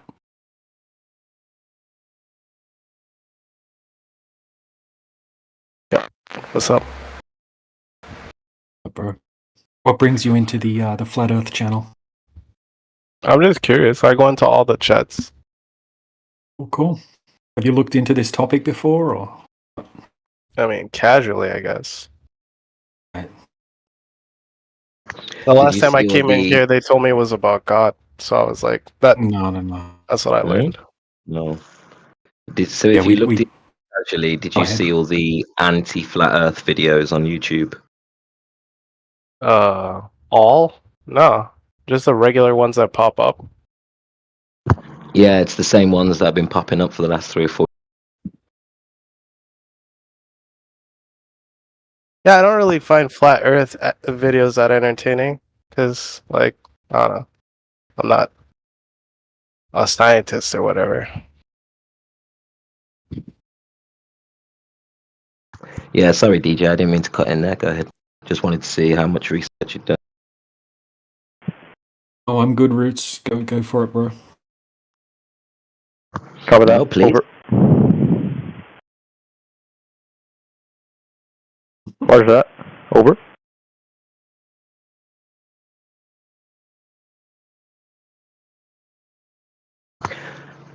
Yeah, I suppose I was just asking because I wanted to know how much research you had actually done. Because if you do type flat Earth in Google, YouTube, you tend to get fed a lot of videos that tries to clown the idea that we're not on a ball spinning through space. And yeah, like the claim that we're on a ball spinning through space is a very, very opposite claim to what we experience in nature. I'm just curious, like, who made the flat Earth? God. Oh, so it is a religious thing. I don't know. Who made the flat Earth? Who made the heliocentric Earth? So it's a religious thing. Same answer. I get that. No, if I was a heliocentric, if I believed in the ball Earth, I would give you the same answer. Who knows? You just said God. I think he was just. I said God. I don't know. Yeah, he was just like scattergunning, saying God. So it's a religious thing. Who created this? The creator created this. The creator Well, a belief in a God is like, well, I guess it's theism. It's not religion by definition. It's theism, I guess. You don't know how the Earth was created. I never said I did. No, we don't know how. He said it was God. I said it tongue in cheek. I said it like God. I don't know. I didn't expect you to like. So how did it come in? How did it come in? So all the other stuff we see is round, but this one is flat. So that means somebody would have had to done that on purpose. Stuff we see is round. What stuff? You on about the lights in the sky? You think are spheres? Well, why would I not think they're spheres? I don't know. Have you seen the back of any of the planets or moon or stars or anything? That's a stupid question. I'm gonna sit here all day and look at the moon. How have you confirmed that they're spheres and not just lights in the sky? So wait, let me get this straight. For everything I do in life, I need to do an experiment. Every single thing. I never said that. I said Boy, that escalated quickly. it did. Well, I'm Yeah. confused because you're asking me if I've ever done that, but I haven't like checked to see if my engine actually burns petrol. Like, I don't confirm every single thing in my life, so no, I haven't done that. I'll grant it you then. Let's pretend that the lights in the sky are spheres. But why does that mean that, you know, what we're living on is a sphere? I mean, on a pool table. Because we'd have to be the exception to the rule. I know what the problem is here. The pool table has sphere balls on it, but that doesn't mean the pool table's a sphere, does it? There's an issue here. False We need to dichotomy. address it already. Go ahead, Was. The problem is you're asking this question from within a presupposed paradigm, right? So the Earth could be flat, and you could have all the spherical objects operating within the realm of Earth, let's say, right? But you are thinking that Earth is flat in outer space and all the planets are spheres, which is from the solar system, right? What we learned in school. So when you're approaching this conversation, you have to understand that not everybody shares that paradigm. Does that make sense? I understand that not everybody shares that paradigm, but as I said before, I'm not going to investigate every single claim in my life. There are people for that. I trust people to make my cars. I trust people to run the roads. I trust people to do my medicine. I trust people to do a lot of things. I'm not going to investigate. You guys are the one coming with the counterclaim, so I feel like you should have a pretty big bag of evidence. That's your problem, my buddy. I'm asking a simple question. Why should we be the exception? Like, if I look around and everything is freaking round, why would I assume I'm living on something that's flat? Let me guess, you're vaccinated. He didn't understand what I just said. You took the vaccine. Let's not go there. Oh, conspiracies. All right. Let's This not really, go there. I'm getting the vibe of what this is about. No, I got my answer. You said conspiracy. You've told us what this is about. Hold on, Necros, hold on. You've told us Alright, what can this we is about. look? This is not conspiracies are coming in already. All right. Let me just finish my point here. You've already told us what this is about. You've just told us that there are people to do the thinking for you. You don't need to do your own thinking. Did I say There are- thinking?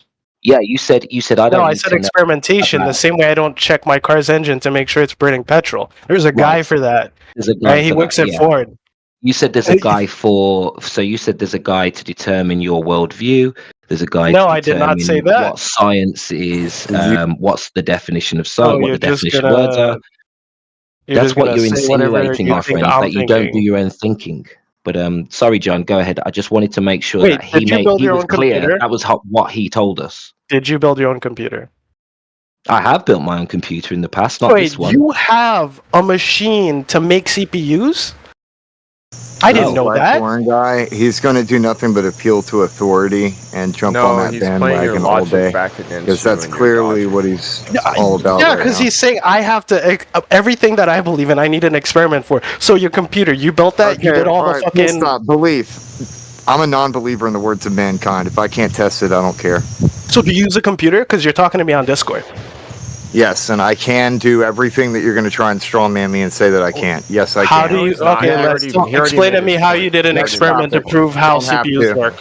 Prove to me that I can't. You're talking to me, and that's proof enough that I You're can't. way off here, guys. You're way off, guys. Yeah, that's my whole point. Can we get back to the ground? All Root said was, "Have you seen the back of it?" That's all he said. He didn't say you have to do an experiment of everything in your life. That's all he said. You're the back of presupposing. what? I think it was the moon, yeah, or some planets.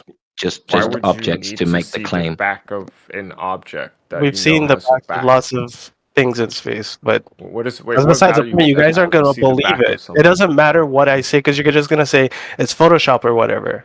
So that's why I'm more interested in what the heck. Like you're saying, I have to investigate every single thing. Do I need to investigate that my car actually burns my petrol? Like No, we're is that something I talking need to about do? cars and petrol, right? You need to understand what just happened. You are making an assumption on your whole worldview based on the worldview is assumption contingent that on these what things, you see in the sky are, you know, spherical planets and stars, and you have an idea of what these things are. You have no way to determine this. You have no way to test this, and you have no way to prove this. Neither But you're do then you. using that as a leap of faith to then assume that the ground is something other than what we experience, which is a round spinning ball in a vacuum. And that is a massive leap of faith just by looking at the lights in the sky and making assumptions. Why is it a massive leap of faith? I need to Wait. This is solipsism, though. This is solipsism. This is pure solipsism. Like, it's just solipsism. I'm not a brain in a vat. I don't believe I'm a brain in a vat either. Like, I can't prove that I'm not a brain in a vat. I can't prove that. It's very simple. Nobody in the flat Earth community believes in solar system. So when you say why are we the exception, solipsism. Yeah, I know. I'm saying something else. I'm addressing your first question, which is why are we the exception?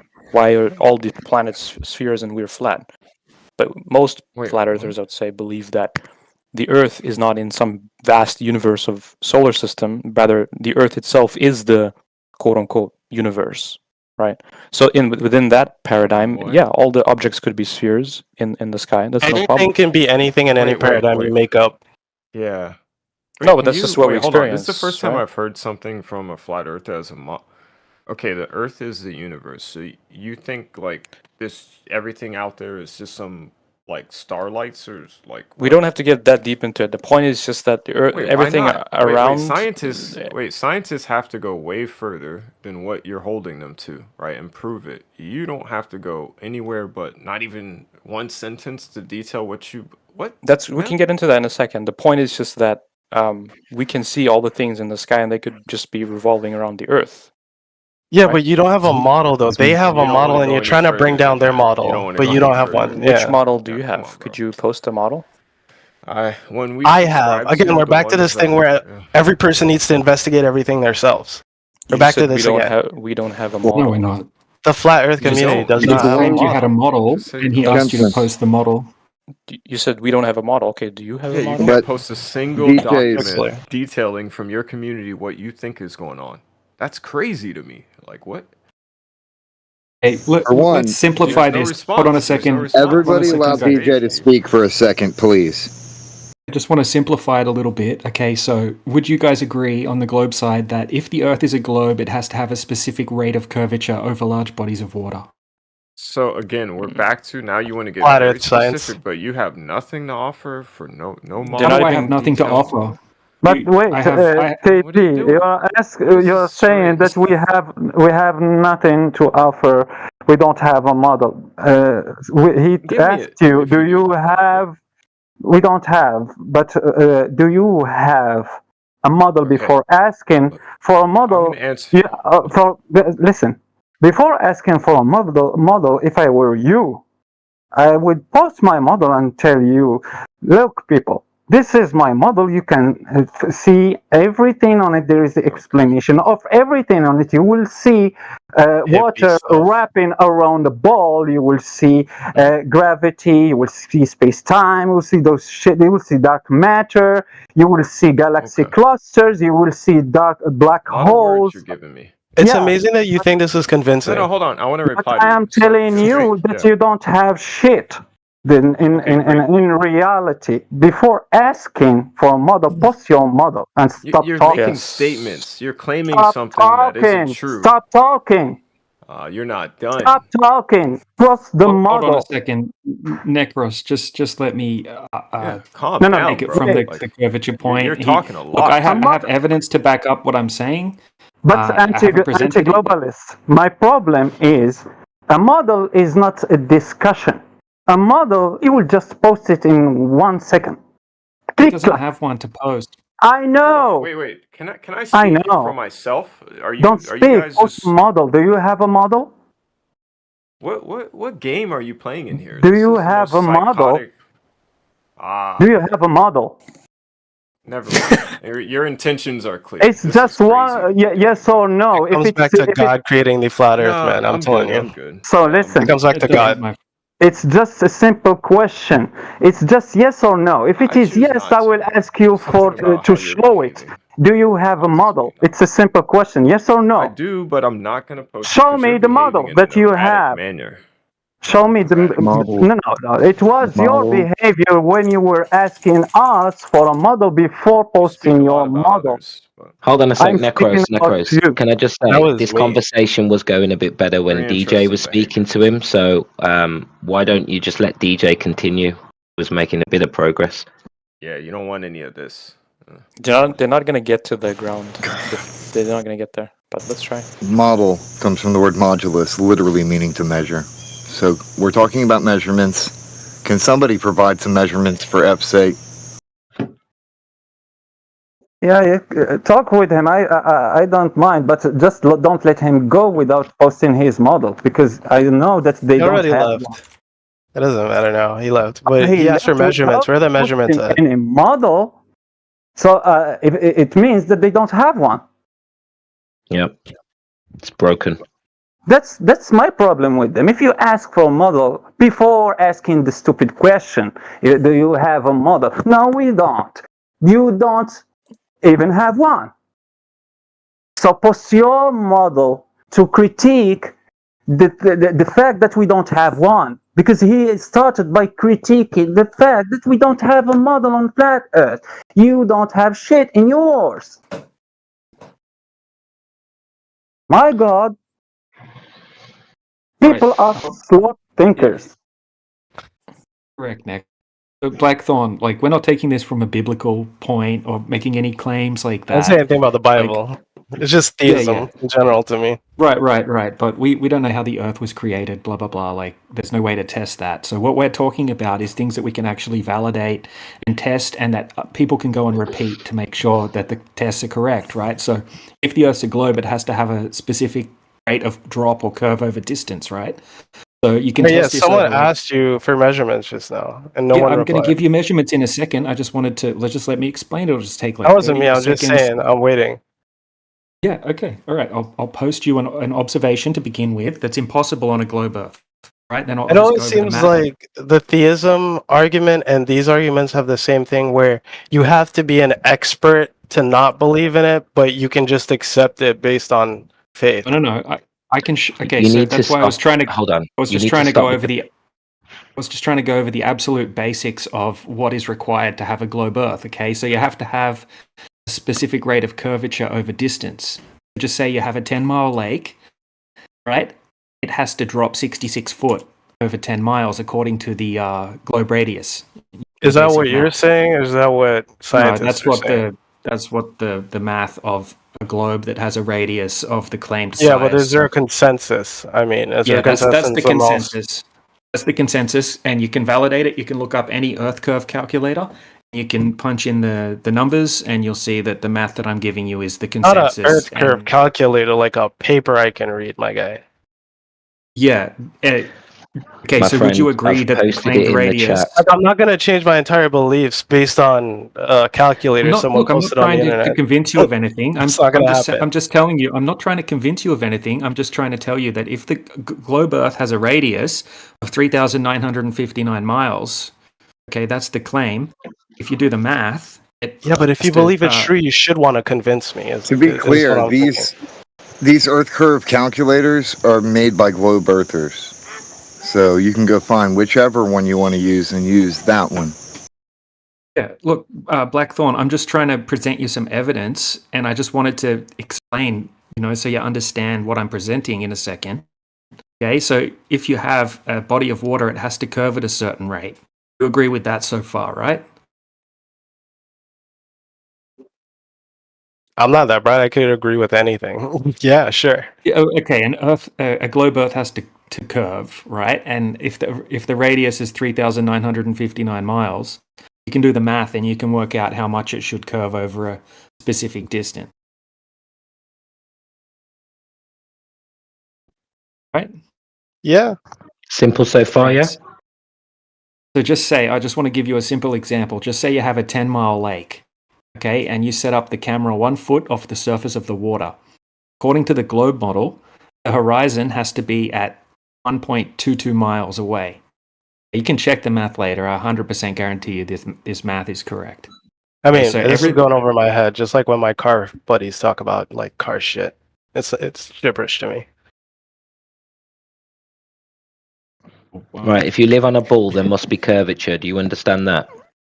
Yeah, but you're talking about like one you point something understand that? miles and a mirror and something. I'm Yeah, like, but listen, that's just the math, right? Don't worry about the math. But do you understand the fact that there is math, and we can yeah, calculate how much curvature there should be? yeah. Right, that's it. So you're up to speed. You don't need to know the math. You know that there is a formula to be able to calculate the curvature. Great. Please go ahead, DJ. Right, so I'm just telling you the numbers. I mean, you can check it on a globe earth calculator if you need to. Right, so if we can see way past where we're supposed to be able to see on a globe, what would that tell you?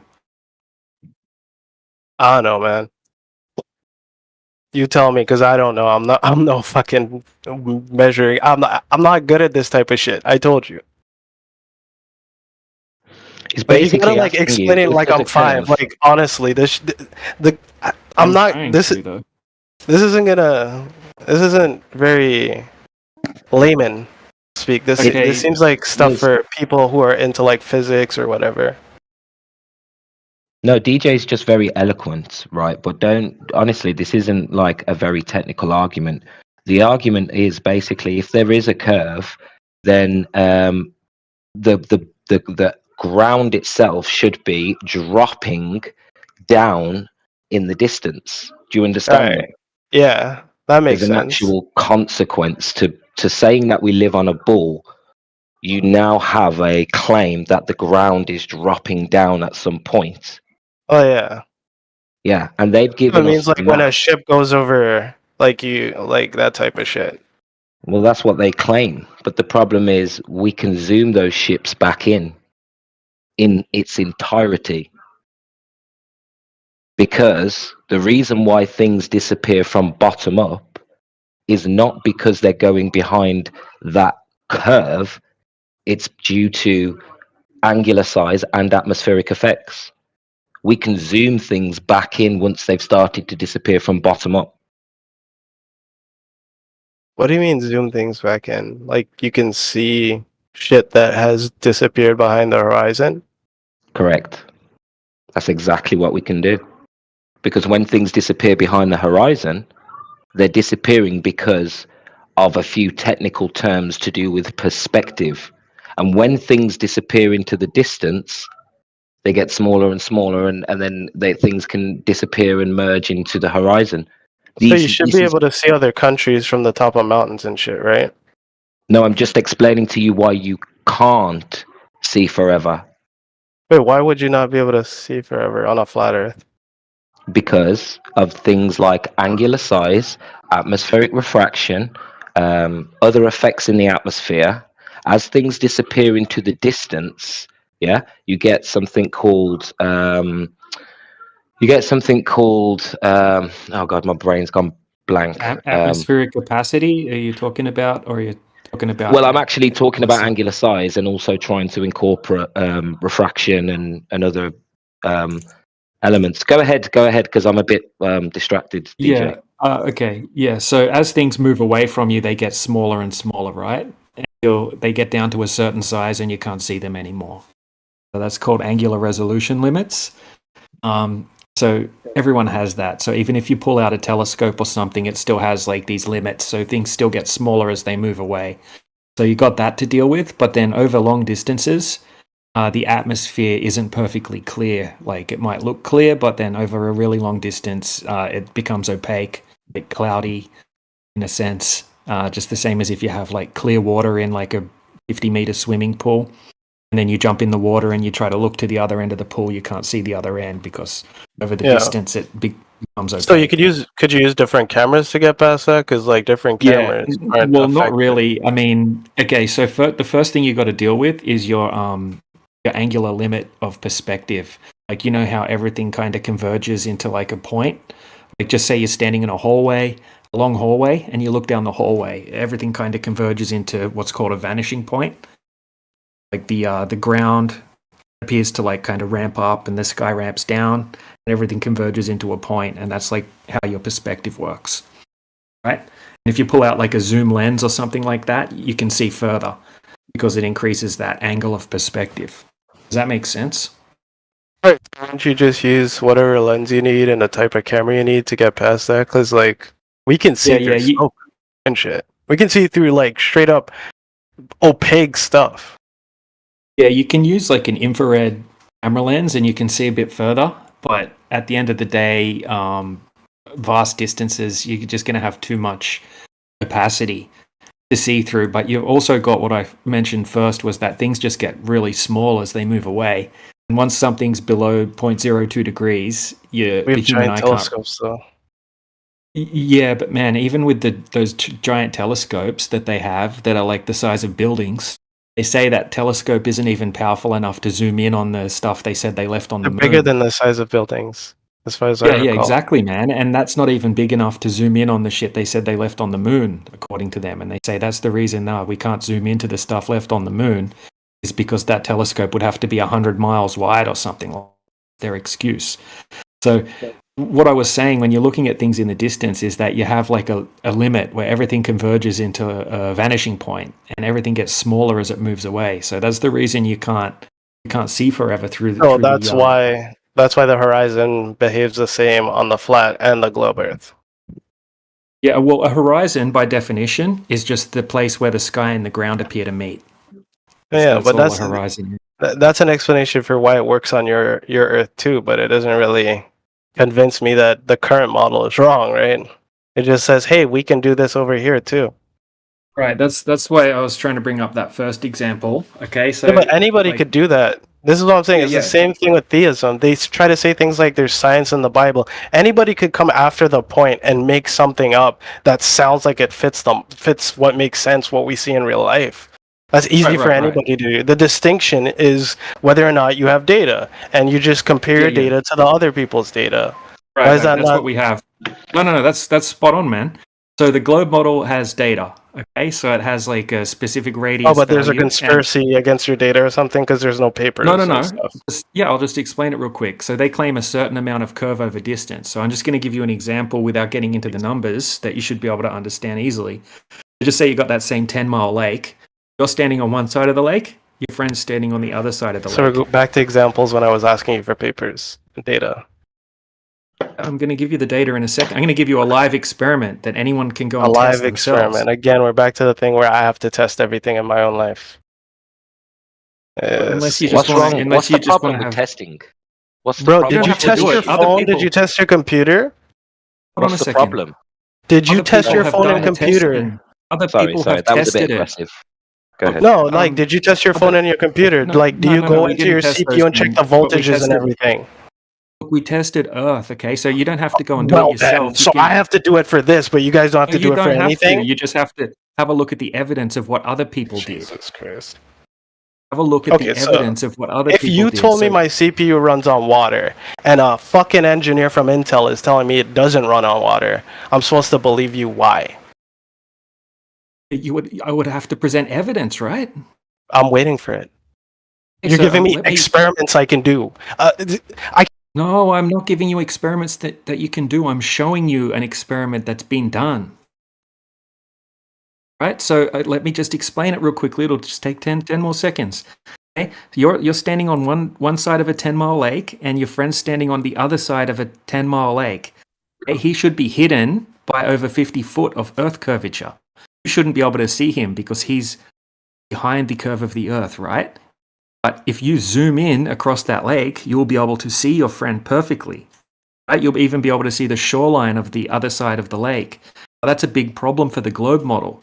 Now, I just wanted to show you a demonstration of that if you want to see it, because it's impossible on a globe Earth.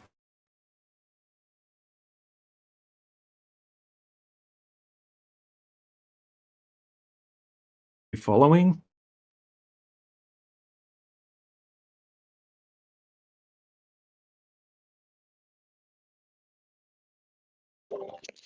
Seems like he left, maybe? I don't see him. He may be against testing. A flat Earth isn't for everyone. Yes.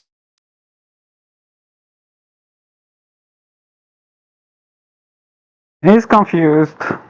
He's just confused about things that we can tear apart to study, and things that are just the confirmation of the studies that have been done just theoretically, like electricity and how it works. So they have done tests to see how it works before building that phone or that TV. That's not the problem, because we can check third parties that were capable to tear apart that phone. And you can see videos. It's not people from the government or anything. It's just normal people, like the one who repaired the phones, like those guys in YouTube that who shows you how the phone were built, and they check the phone, how is the CPU, the cameras. They tear the phone apart completely, and they check voltages, they check everything. So yeah, but space and the sphere Earth that is just rotating, those things we can't check them by ourselves. They told you, but you never did the verification. Those things need to be verified by a third party. It means people from us, from the general community, not people from their side, and tell you, oh, look, it's true. Like Felix Bongard, who said that he saw the curvature, but he's one of them. When we debunk them, they say, oh, you can't see the curvature from that elevation.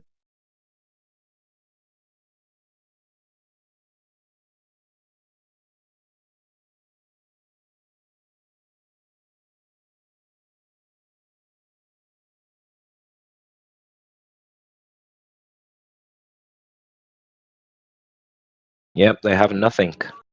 They have no curvature at that height, then why are we even discussing lower heights? Yeah.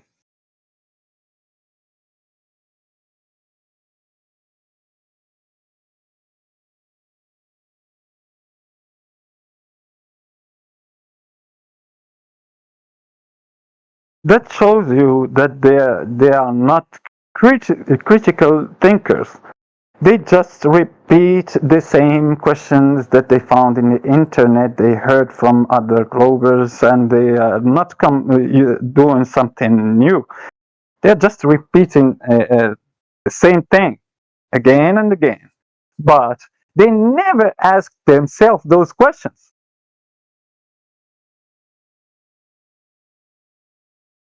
They ask them to people. They never think about what those questions mean. When you ask about a model, did you ask yourself about your model? When you ask about experiments and did you tear apart a phone? Yeah, we can do that. We can watch a third party who have knowledge about that do the thing in front of us or on the screen. Have you done that about for space? No. The answer is just no.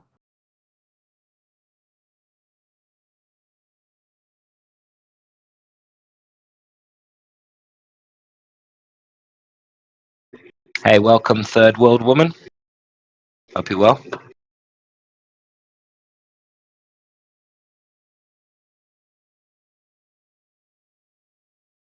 Hi.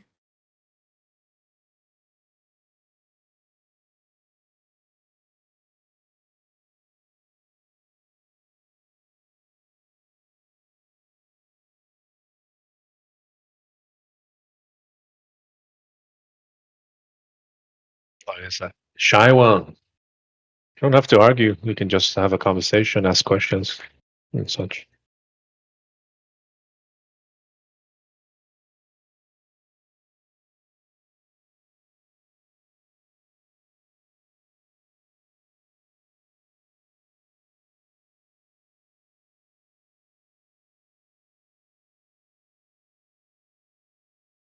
Yeah, we won't argue if you don't.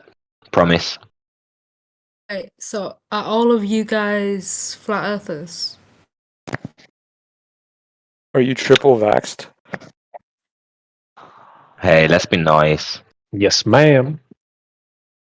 Probably most of us in here are, yeah. Except for Mishu, he's confused, Arthur.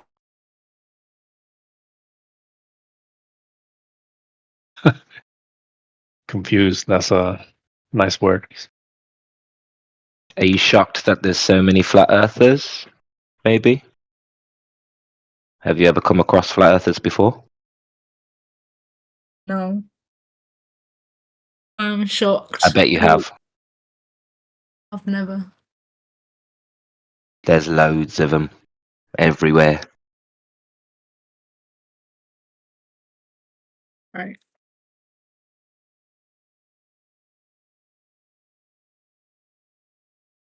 Have you ever thought about it before?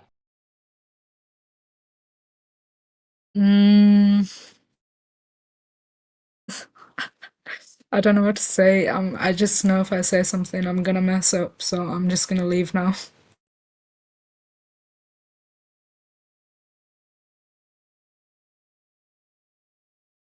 The hell was that? I think I kind of saw how the conversation was going, judging by her display picture. Come back, woman. You dropped your mask. Drop your mask, woman. That's only wearing one face mask. I was about to. Yeah, she changed her profile. It wasn't there before. You gotta wear 3, you know. Gotta wear 3. These 3.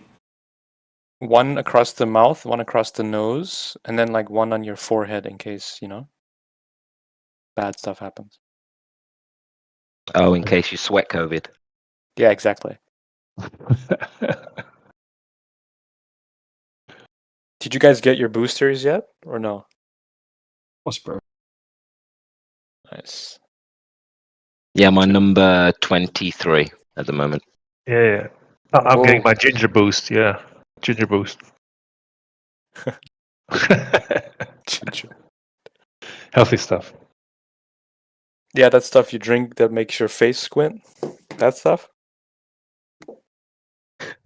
Well, I only have organic vaccinations myself. Oh, I didn't hear about those. Damn. Organic or like extra safe? Yeah. Farm raised vaccinations.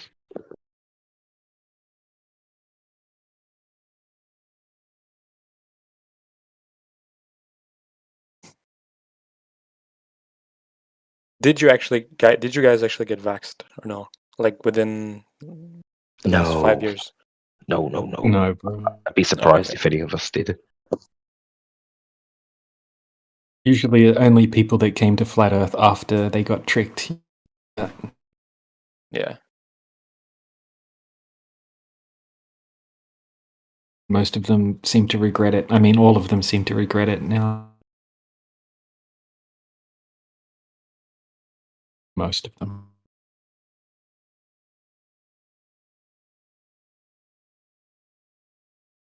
Believing blindly in authority is not really our strong point. Are you an anarchist? No, definitely, I'm not. Oh, okay. Third world woman. Do you know that we believe in the believing creator? blindly. Oh, Sorry, Q. No, go on you.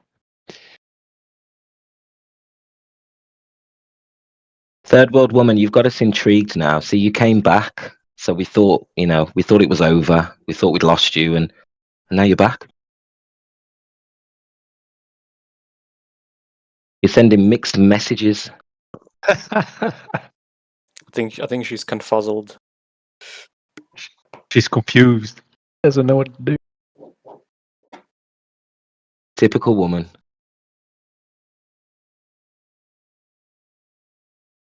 Just joking. Don't be offended.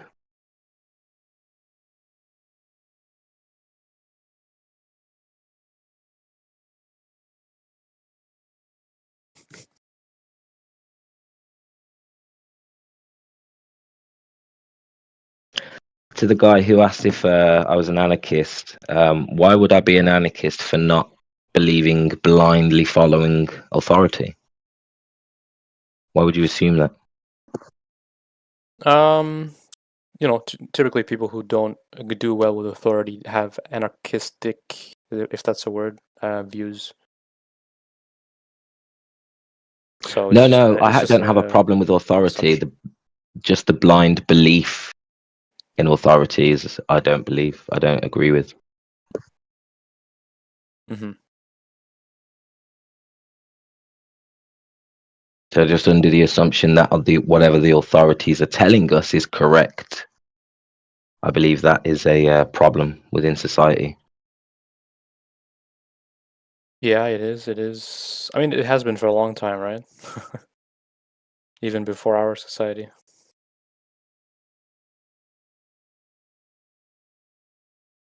Can't argue with that.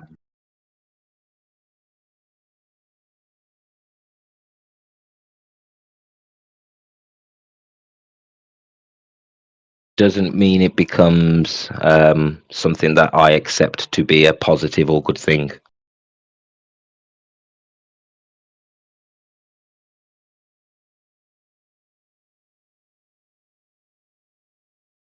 What exactly? Blind belief in authority. Oh, yeah.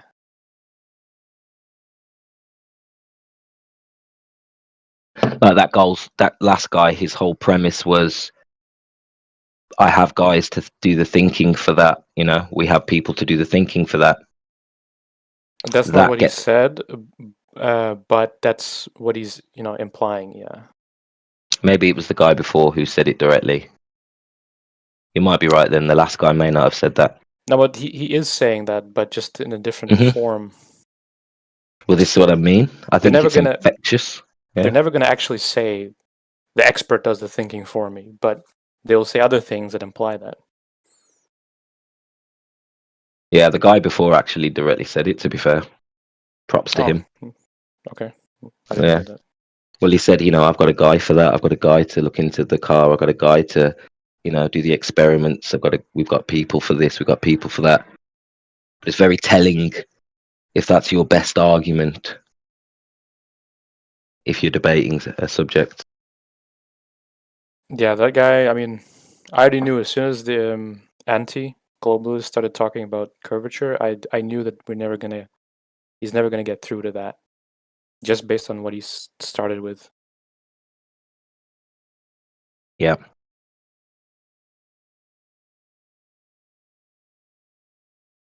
Making all of his decisions based on fallacious reasoning, emotional thinking. Yeah. No. Yeah, he couldn't even get the basics of how Earth curvature would work over distance.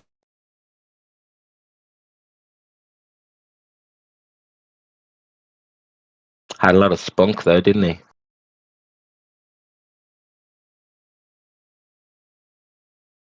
Yeah, I got a DM as soon as he came in here saying this guy's a clown, so I wasn't expecting much. I think Kembo's dealt with him before. Yeah.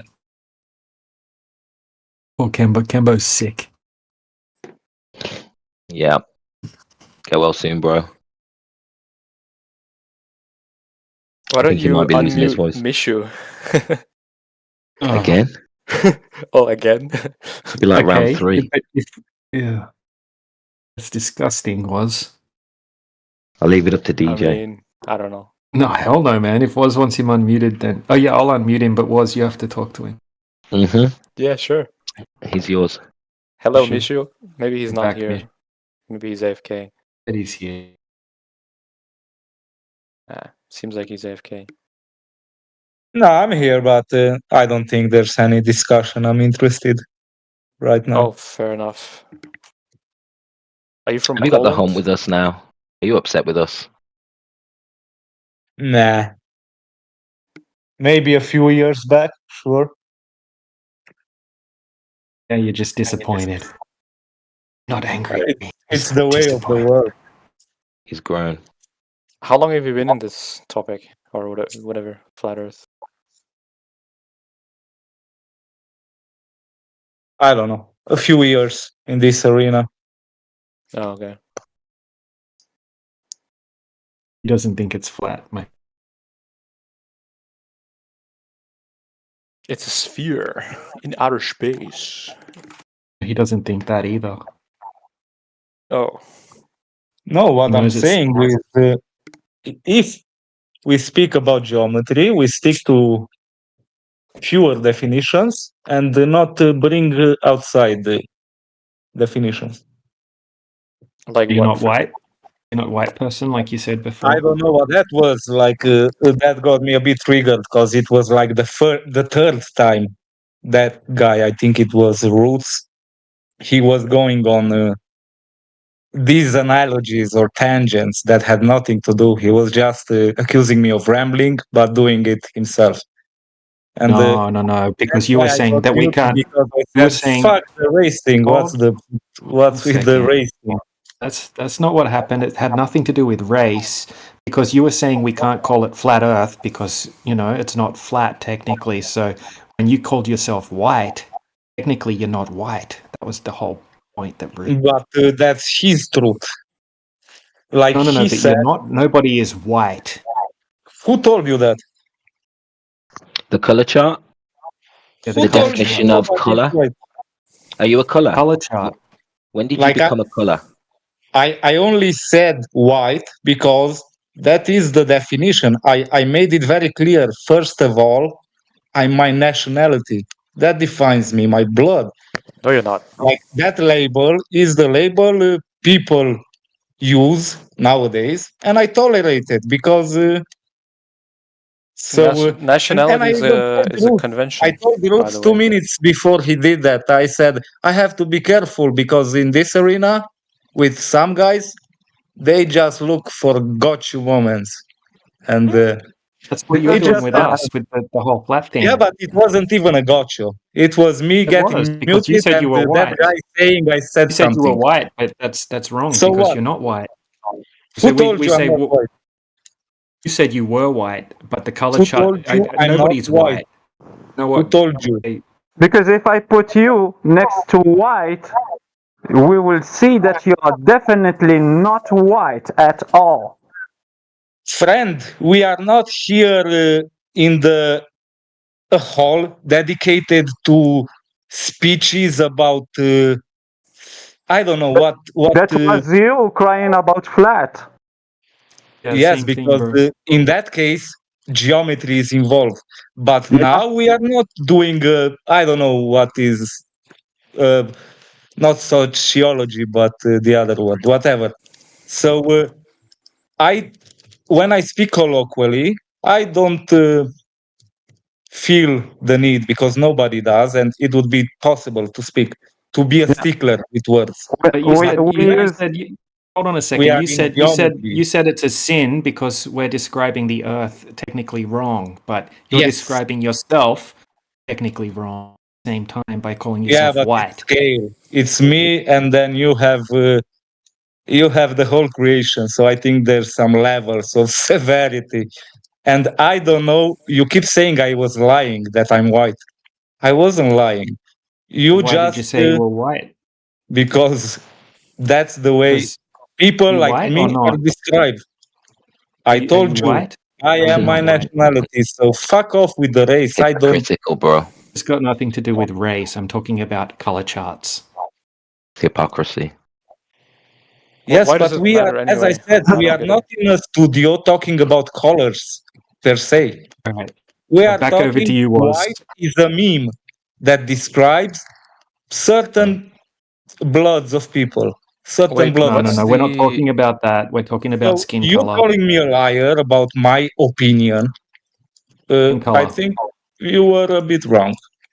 Well, No, that's your skin exactly color what you're isn't doing white. to flat earthers by saying when they use the word flat, they're lying. I mean That's the what you said. boundaries of geometry, and I defend that word from the context of. Yeah, and we're defending the boundaries of logic, and we're trying to tell you that white is What a are you color. doing? White is a color. I mean, But flat or not. right now we are talking about race, and you are trying to Misha, make I have a case question. against Talking me about race, and my idiot. belief. talking about Misho, I have a question. So I will ask you a question about geometry, about the Earth itself. I'm saying that the Earth is flat. Is it incorrect? Oh, here we go. You're starting from the beginning. You can say whatever you want, but I'm saying no. I'm saying God number one. The Earth is flat. The Earth is flat. I'm talking about geometry. Are you saying I'm wrong? What is the definition of flat? It's the same definition as always. It's not. From where? It's the opposite of curve. Are you using it colloquially, or are you sticking in the boundaries of geometry? I'm using it in the boundaries of geometry. It means that I'm using a flat surface which is opposite of curving surface. Yeah, but bottom line is the Earth is not flat. The Earth is definitely not flat. And you said nothing in geometry in reality is flat, and you're calling the whole creation tell flat. me, you're saying that the Earth is not flat. So you're saying that the Earth is not flat. So a surface in geometry which is not flat, it's a curving surface. So are you saying that the Earth, the surface underneath our feet is curved? Can you show us that? Well, when you say curve, you just... it's the opposite of flat. I suspect, yeah, you say that now, but it was always the opposite of flat. A few minutes from now, you will invoke the supposed diameter of the Earth. Diameter, I'm talking about the surface. Is the surface curving or flat? Point. You're saying we do not detect a curvature that conforms with the given diameter. Yeah, no. I'm talking about any curvature downward or even upward. If you are believing on a concave Earth, that doesn't matter for me. It's not the problem. My problem is when you will invoke any specific any type of curvature. When you will say that it's not flat, it means that you are saying that it is curving. Can you show me that in reality to be able to see it? If it's curving down, up, a hard curvature, soft curvature, and those things that are related to curvature. Flat, it's easy for flat. Flat is just the absence. Flat to be flat. Flat is just the absence. Flat is just the absence of curvature. It's just only that. Doesn't mean anything else. If you want to talk about the topography of the Earth, if you are like Bevai, listen. If you are like Bevai, who confuse flat with even the word even, we don't say that.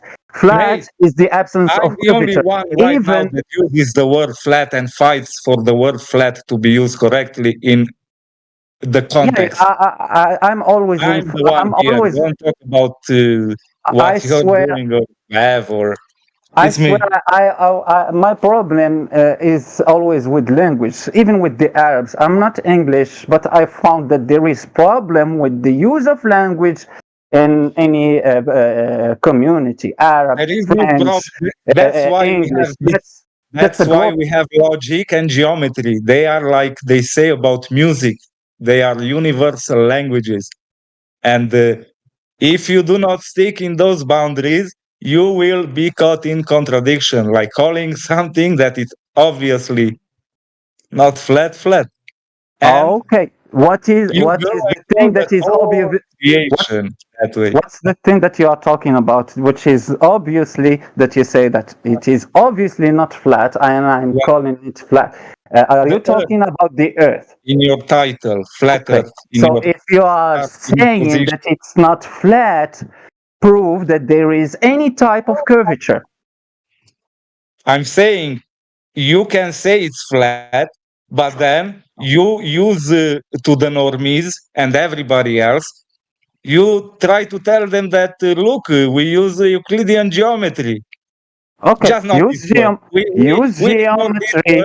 Euclidean geometry, and obviously, right? Use geometry.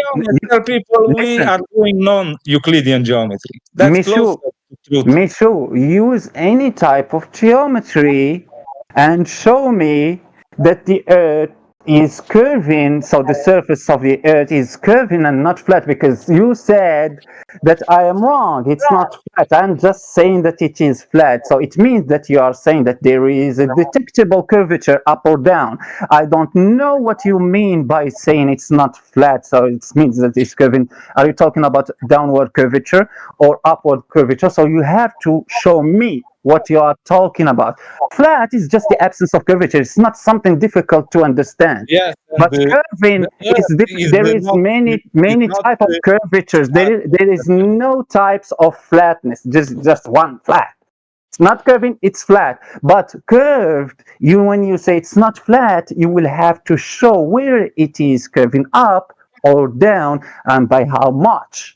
But do you agree that people can get confused and they will not be aware, at least for a time, and afterwards, who knows what happens with their mind? That I see that on you now. They can mislead themselves, thinking that when you say flat Earth, you know the term. I'm okay with saying it like that, right? I am okay. When you say that, you don't mean the flat in geometry that you use in parts of geometry to show them. I know that people are illiterate and they have nothing to do with geometry and they don't understand language also, because when you say flat, you say flat, 99% of that stupid community, aka the Globers, they think about shapes. They don't understand that flat never mean any type of shape. Flat is just the description of the surface. Let me be the source of something good in your life today. Like, don't call everybody else who doesn't know we are being lied about the globe stupid. Like, I've heard this. I'm not talking about being lied to. If you take a poll to normies, most of them, I think they will be globies, but... No. I'm not talking about being lied to, but 90% of the globers, when they hear the word flat Earth, they always think about a shape. Like, for example, disc. They think about a disc. So they create in their mind a shape. For them, flat means a shape, like a disc, like a pizza. For them, it's not a description of a surface like it had to be. Okay, as I said, why I'm calling them stupid. I'm not calling them stupid because they are indoctrinated. I'm not calling them stupid because they are indoctrinated. I was a globe earther also, and I was stupid about the things that include the stupidity, not understanding the shit that you are talking about. That's the stupidity for me. Just talking and not repeating some random words and not understanding what you want to say and the things that you are getting out from your mouth. So what didn't you understand? They don't understand. They don't understand. I'm not talking about you. When I say you, okay. No. When I say you, I'm talking just about the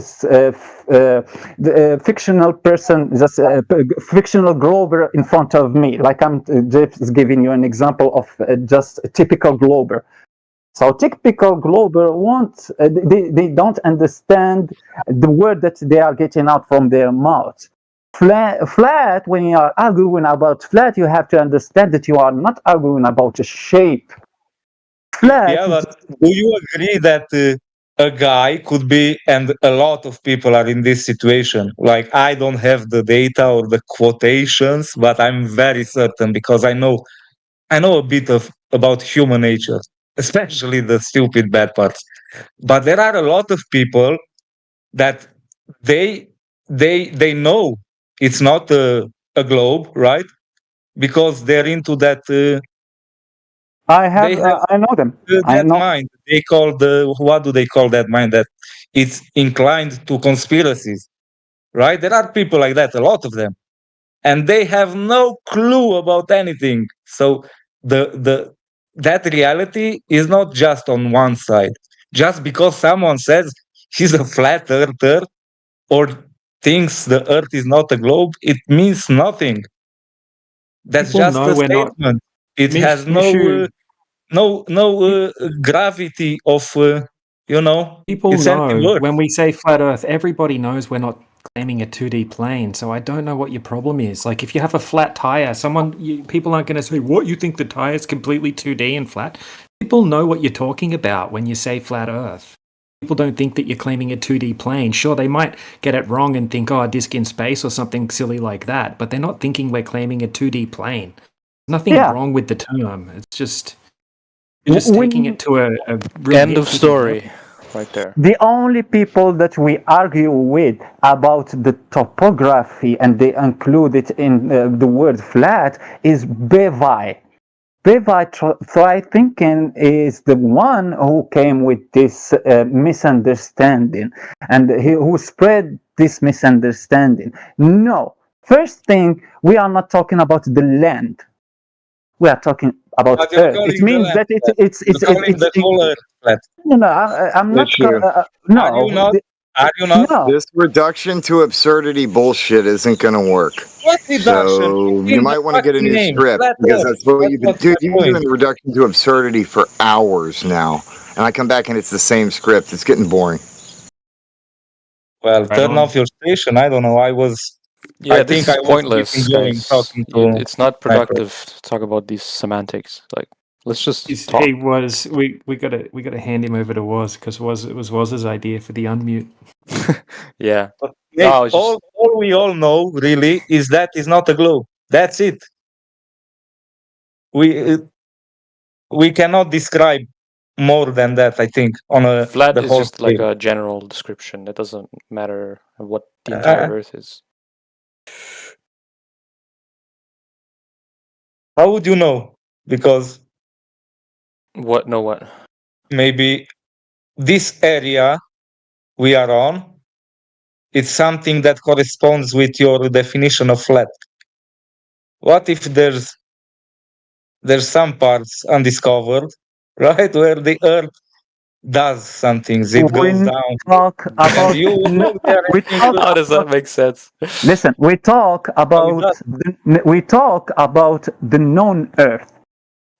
We are not talking about anything or putting any speculation. We don't know what is beyond the thing that we discovered. There is something beyond. If there is an edge, if there is a limitation, if there is a dome that we will hit at some point, and we will not be able to go way farther. So we didn't speculate that. We are talking about the known Earth to humanity. Things that we know, lands we know, and the oceans we know, flat overall. If you say it's not, you have to show any curvature, up or down, how hard it is, The one inclination. The definition has the power to arbitrate, right? In this dilemma. What? There is no dilemma. The dilemma is it okay to call it flat or correct? Doesn't or not? matter what we call it. And man. I say the definition will tell you who's right. So you're saying that people should just be aglobists, like And, aglobists. Tell me, which definition are you using? Flat Earth, the definition from geometry? I know my shit is simple, but these are the things I get. Flat is just a general description to say that the surface is not curving. Yeah, but we're okay. We said that many times. So if you have a cup of water, of course the water is not curving because it's flat. And that's the thing you are using when people push you into your argument into a corner. You then say, no. I will give you a simple explanation about flat, and I hope it will be the last time I will explain it to you in geometry. So in geometry, is that like a veil flat, or you really hope? Oh my God! So now If you don't understand what do we mean by flat, I will explain it to you for the last time. Flat, it means zero slope. Curved, something not flat, it means there is a rate of slope. So it means, in other words, slope is that dip going away from the horizontal. Understood? What is flat in geometry and what is not flat, it's curved. That have a rate of slope. If it's not curved, it will be just to create two flat lines. If it's not curved, if it's not curved, it will create two flat lines like an angle. It means a break of line. The line will break going straight and break making an angle and going straight in another way. But curving, it's not that. Curving, it is a rate of slope. How much that line is going around like a circle. How much it's curving to create a circle. How hard is that curvature on that line? So it will give you a rate of slope. I don't have a clue, like your levels beyond me with this Why knowledge. the fuck were you talking about geometry and flat, which is wrong in geometry? You don't understand anything about it. I'm being sarcastic and like No, I'm not talking about your geometry skills, but you were just waffling. Oh, okay. You want it from an official site, a rate of curving line, which is not flat, not level, which has a rate of slope. Mate, it's on you. It's on you. The one who is saying that flat is wrong. We are not meant to say the earth is flat. So it means that you have a clue about the curvature. Because if you say that it's not flat, the only thing that you are saying by saying that is that it is curving. Where? By how much? There are an infinite, probably, or close to infinite amounts of curves that you could detect, maybe only in my garden. Depends on the scale that you want to go. Now bring that to your whatever we know, how big the Earth is. Oh my God! So you didn't hear? It's you full didn't. of curves. You Curves didn't hear? everywhere, baby. You Everywhere. didn't hear? No. We are not talking about the surface being even, so it doesn't have any change of elevation in the overall. Can you understand that even and flat are different? Flat, it means that the overall surface is not curving anywhere. Topography is included in the word even. It means that the surface doesn't have any haze. We never said that. No one is claiming an even earth. We always say the earth is flat. It means that in the overall, we didn't say the land is flat. The earth, the whole shit with its oceans, because when we talk, for example, about the surface of water, not the floor of the oceans, because the land is underneath the ocean. It's not the surface. Earth is the surface of the ocean is included in. So when we say the earth is flat, we talk about the overall platform, if you want to say it like that. Okay. Not topography, because they also told you, we also name it, there is another name for the earth. It's called the topographical plane. And it means the same thing as flat earth. Topographical plane, it means that the surface has topography, but plane, it means that it is flat.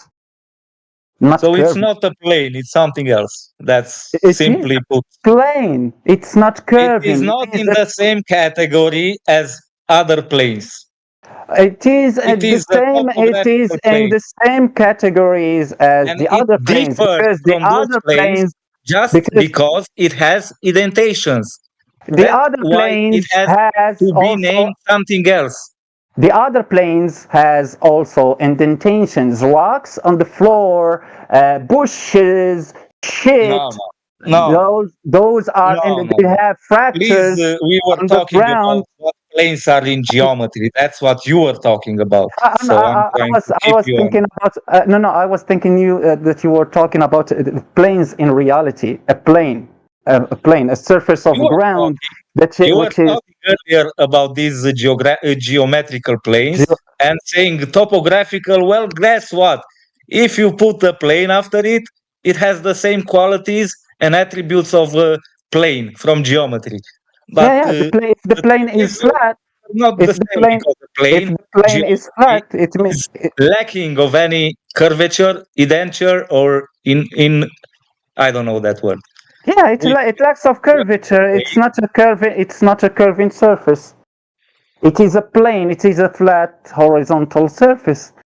We don't talk. The plane can be even that map, that topographical map where you create those indentations and you contour them with black lines. In geometry, you cannot bring in geometry and say, let us make an addendum from this day. This is a plane also. And you put a random plane of geometry. The plane this in is another category. Why are you trying in geometry never talks. It's getting circular now, guys. I've had enough. Yeah. Just the last thing. The plane in geometry never talk about any topography on the surface of the plane itself. It doesn't engage with that. It doesn't engage with that at all. It doesn't. It talks about the overall about what a plane is, and not call you a liar, right? Geometry is very specific and very clear, and gives a definition about what a plane is. What are you talking about? It's pure and simple. When you read it, you know exactly what. Change to it. Someone asked Mishu a different question or something. Different. Well, I don't see where this is going. You guys are trying all sorts of angles.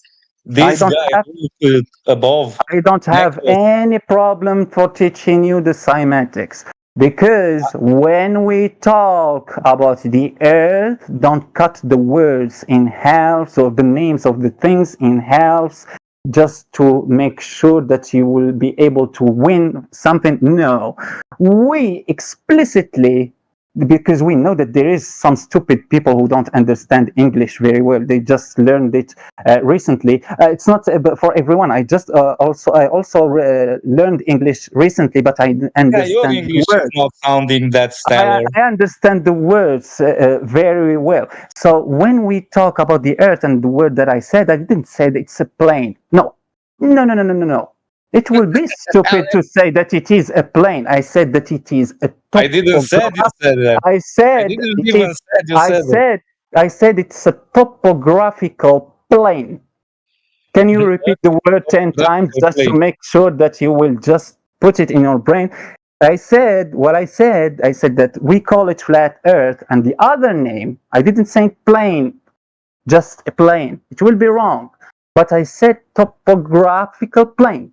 Means that we have a plane. Not a plane. We have a plane which contains a layer of topography on it. Draw it. Can you draw what I? Can you draw? It in such a way that it violates every law from the definition of a plane in geometry. No. Can you draw the name that I just said? Topographical plane. Can you draw something like that? Go ahead. I mean, you're talking about it. Can you? Why do I need No. to draw Can you it for draw you? it? Can you draw No, it? This is no, where this is not. I'm not that. Chris, this is where you win. This is where you psychologist. expose him. He's not interested in learning. Just forget him. He's just pointless. Oh my God, what an out for you guys. No, you're just trying to avoid it. Me to draw something now, like he's talking about it. No, so I said the word. I said the word, and it seems that you kick me for not drawing. I just said the name, and it seems that you never heard about it. I said know what it is. No. You don't know. Tell me. It's not a plane. I'm telling you. I'm telling you, topographical plane. I'm not calling the Earth a topographical plane. No. But I'm telling you, topographical plane. Can you tell me what is that? So now you don't want a drawing? Can you tell me what is? Show it to me. What is a topographical plane? Draw a topographical plane. Look at the definition of, and I can give you the definition of a plane from geometry. No. I didn't say plane. No. Any of those rules. Oh shit! Can you topographical plane in some Can you cases. understand? Can you understand? I said topographical plane. I didn't say plane, and I didn't say topographical alone. I just said a topographical plane. Can you draw that? I can, but I'm not going to. Like, I don't see the point. I have to. No. Like, Show me what it is.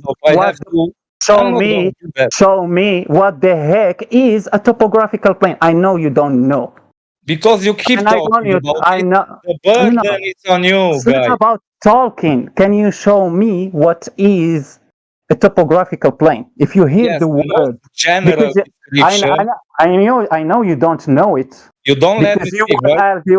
you were saying I'm going to give you a true definition, a definition that you can take with you. A topographical plane is a plane that is not is something that resembles a plane in geometry, but violates any or all the rules in the definition of plane. That's a topographical plane. That's the most general definition I can give you. Please, can you repeat it? It's something that violates the rules of what a plane is in geometry. That's Can you put the definition like we put Overlord put it on the chat? Can you put the definition that you just said? I'm saying that's my definition for any That's your plane. personal that is definition not to a plane, fly. for anything that is not a plane. That's your my general personal definition. Why are you? That's your personal definition that is not official. So you made up a new definition. Can we include it in the dictionaries? All right, friends. Flat is a token which has associated meanings, which you find in a dictionary or a lexicon. In said dictionary or lexicon, there is not a singular entry. There is dozens of entries, of which I posted some, and only some, in the chat, which the term flat clearly... He ran away. Ran Of away course he from you, did. my friend. Yeah, so the point is, dude, I'm finishing a summation here. I don't need you to tell me he ran away. Thanks. So it clearly says here in this lexicon that the term flat describes things as described there. A relatively even, smooth surface over its length, oriented horizontally, to be laid out horizontally, et cetera, ad infinitum. So to just argue that flat means one thing and one thing only in all instances is a fallacy. So let's unmute Mishu to see if he'll undeafen himself, and then I'm going to tell him he's dumb.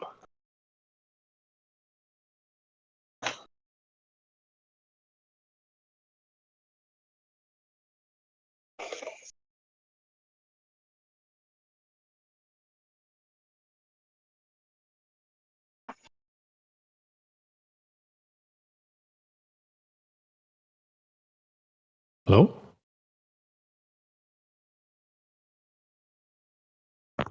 He's still on mute. Deafen. What happened to him? He's trying to train us that he's not allowed to be muted.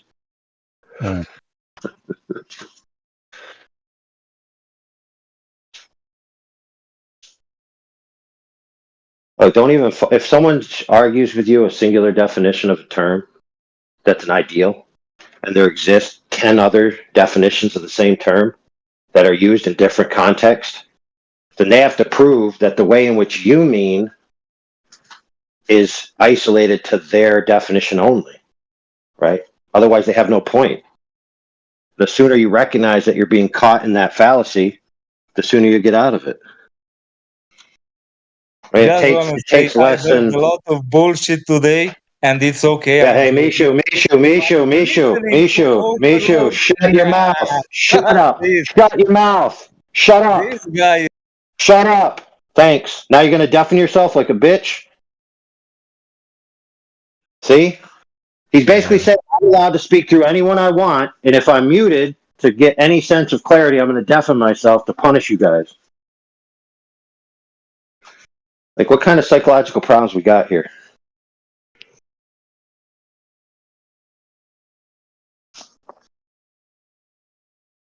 Yeah. Starting to realize he has nothing. It's empty. Empty words.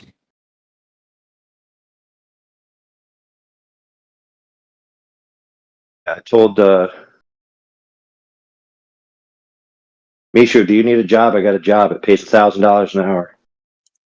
Nah, man, I'm so good not having a job, working for myself. Okay, that's cool. That's cool. I like it. I live off the land. I put my sweat, my blood, my time in my. Hey, Mishu, why do you deafen yourself? Why do you deafen yourself every time you're muted?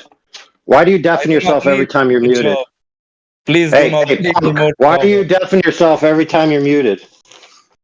Because I associate your voice. It's gotten that bad with my opinion of you. I associate your voice with, and I'm feeling, a person that cool story. I want to listen cool story. to. How about you address the point? How about you address the point on the table? You don't have a point. You never had a point. I don't care. Really? So what about? See, this is the problem with you, dude. You literally can't stop your diarrhea to be addressed concretely. I have nothing for you. Nothing. Yeah, we know you don't have anything for me because I posted definitions of flat straight out of a dictionary that contradict your idea that the only definition that can be employed is a strict geometric ideal. So we describe things as flat in our lives all the time. Everybody knows what they mean by it. And you're not unique for coming up with this ideal, dude. It's literally retarded. So what do you... I don't know what's with this thing. Do you think you're a genius? It's not unique. So who cares? It's about the idea. Well, I'm not trying to make a name for myself. You've... I don't know how to call that quality. I'm not like that. Well, then what are you doing here, dude? Because everybody in this room knows that when they say the Earth is flat, they're not saying that it's idealistically a two-dimensional surface with no variance. So what the heck is your problem? What? He's a Bev fanboy. That's his problem. In that has nothing to do like. That's why I don't like to talk with you. It's been about 4 hours. Yeah, you don't like to talk to me. You don't like to talk to me because I'm actually capable of opening a dictionary and looking at the various definitions of a term? Listening to you, for me, is even less quality of getting my information from a random website. That's how I classify. You get the information from Bevai, and you're already consumed.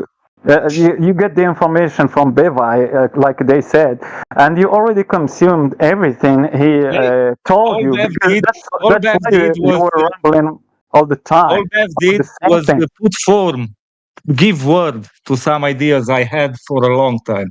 So I'm not. It's not a unique case. Many people. Let me ask this question. Let me ask this question: If you go into a store to buy a product, okay, and you need something that's flat, Do you take out your scanning electron microscope to make sure it's flat? Or can you recognize whether it's flat or not? Oh, that's a tough one. Who wants to take one? That one. Oh, dude. Yeah, you realize that if you answer that correctly, you screw yourself with your stupid argument. Hey. So if according to you, nothing exists that can be defined with the term flat. Nothing, not one physical object. Not geometric. That's the problem with your stupid definition, dude. He said geometrically. Flat is not a job. Geometric ideals. Listen, geometric ideals do not exist in three-dimensional reality, dude.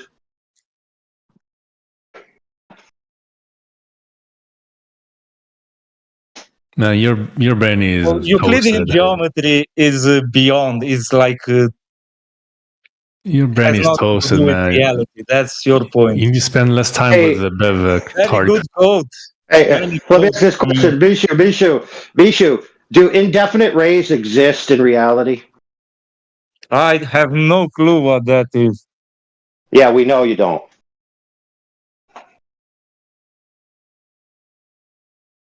Okay, let me break it down for you very simple, Mishu.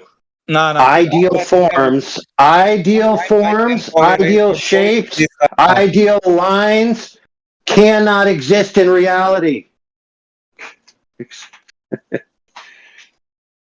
Oh, put your fingers in here and go la la la la la la la.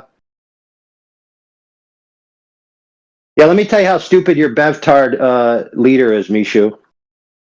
By his own definition, a water level can only get to the accuracy of a 50 millionth of an inch, meaning he can't even prove that a water level's level. Because if one end is a 50 millionth higher than the other end, you have a diagonal, not a level. That's called precision. If you want to argue that something's not flat because there's minor variance in precision, then you can argue that about everything till the cows come home.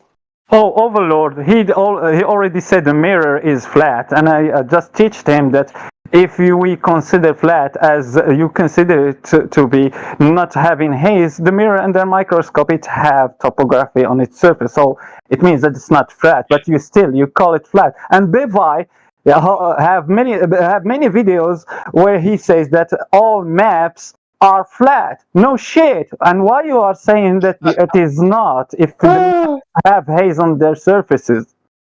Yeah, dude, how could you have a flat map when it's made out of a substance that has indentations, dude? What a hypocrite. I've never seen a piece of film or paper that was idealistically flat. Yet it's easy to describe it as flat, right?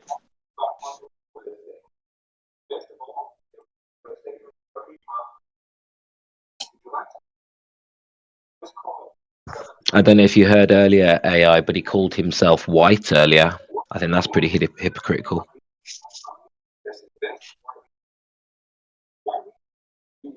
Did he measure himself to make sure he had the presence of all colors?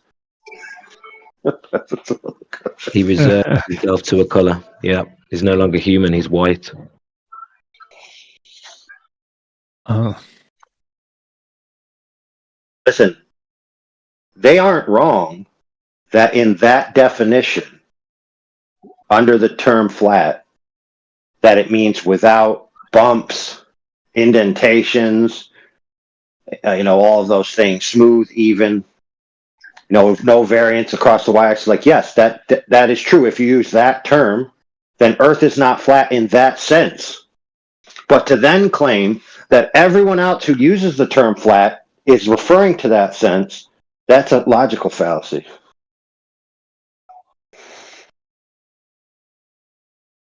Yeah, it only works in that specific context, like you said. It's cherry picking, compartmentalizing, whatever you want to call it. It's plain dumb, I think. Yeah. Well, he prides himself as being one who possesses, quote unquote, the argument, right? The proof, right?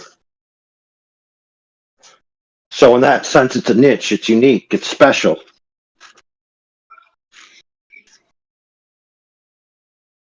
And that's why it's so annoying, dude. It's like they have on their channel an argument that says a water level establishes a horizontal plane or a horizontal line. Therefore, the Earth can't be a globe. That's actually not true at all. If you want to It get gives to an the answer idea. about Why it. don't you invite someone who wrote that and talk to them about that subject? Hey, Mishu, check it out. Behind their back.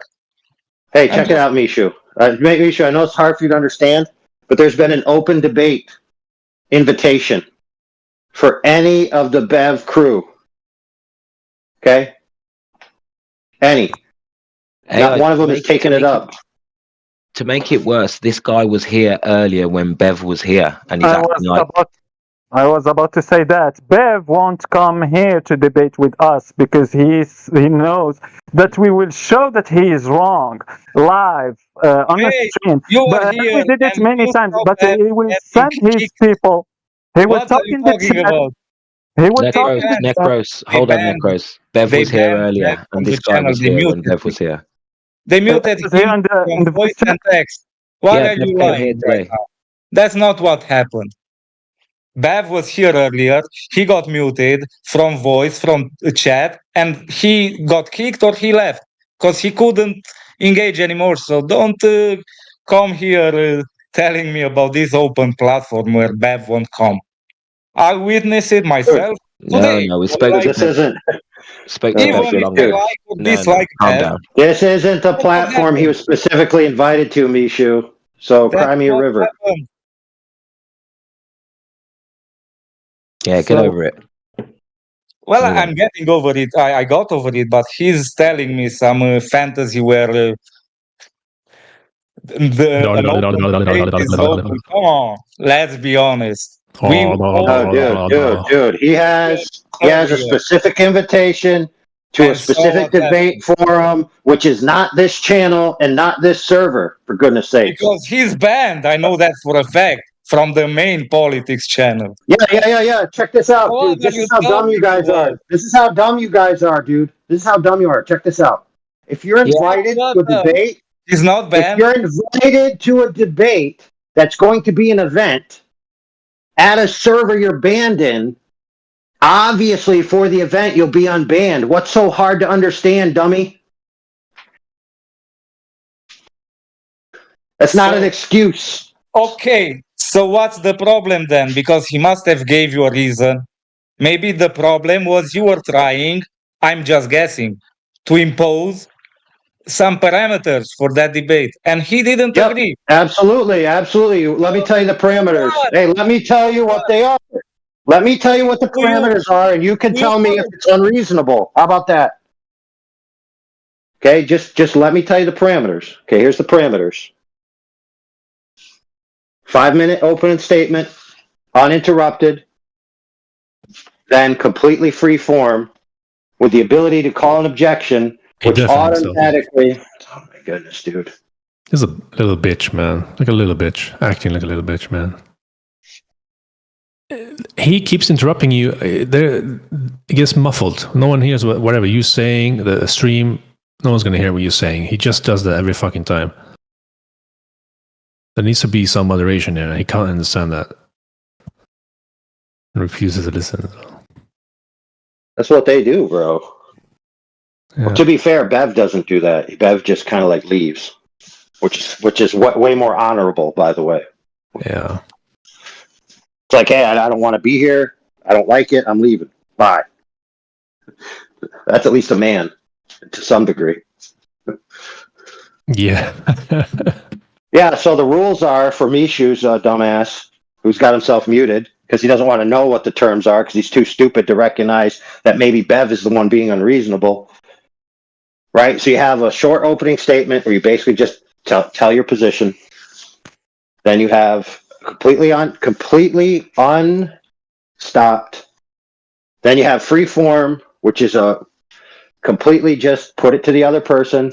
And at any time you can call an objection, which gives you a minute where the other party's muted and you're allowed to go. Now the other person can then come off mute after his minute is up, engage with what you had to say, or he can immediately put you on mute. So it could be 1 minute back and forth, or a back and forth that's decided by the two parties that are arguing at present. Now that's complete. That is the most fair terms you're ever going to get. Yeah. Basically means every minute after your initial 10 minutes, you have 1 minute uninterrupted to speak.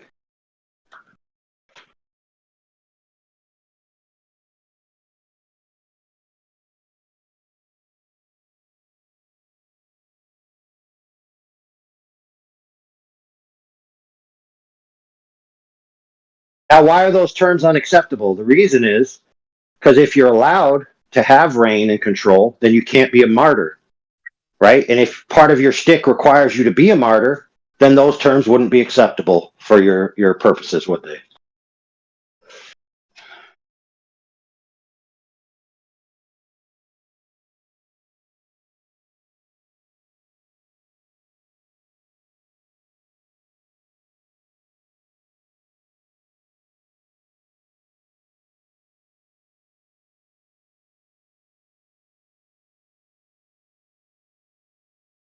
Oh man, I gotta.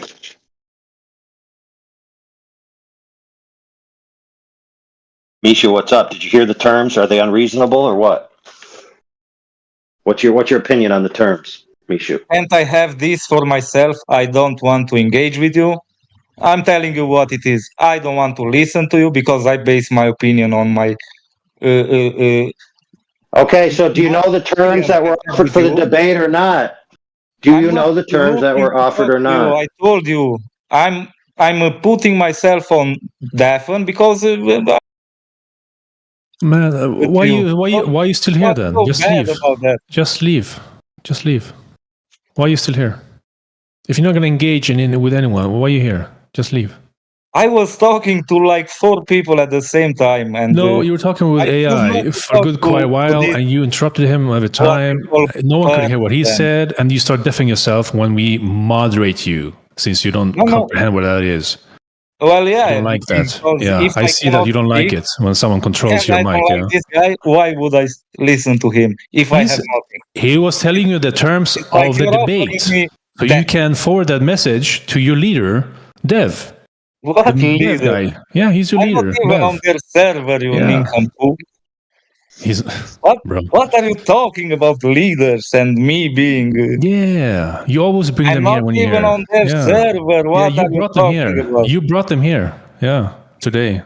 Who I brought in here? You brought both of them here. Well, that's your. Hey, Misha, I posted a 1 minute clip. I posted a 1 minute clip from a debate between me and Bev where I annihilated his position in totality. You can watch it at your leisure. It's less than 60 seconds. I've heard everything that you might be in. If Bev is in some debate, I've heard it.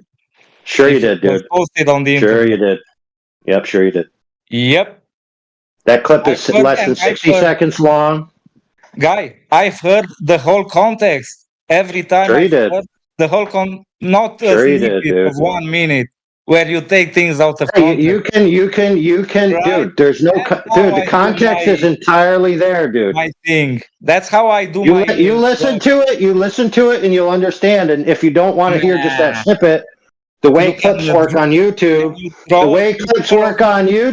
is you can just press X, and it'll show you the previous entire hours and hours that it came from. You should draw a representation of that 1 minute video. How about that?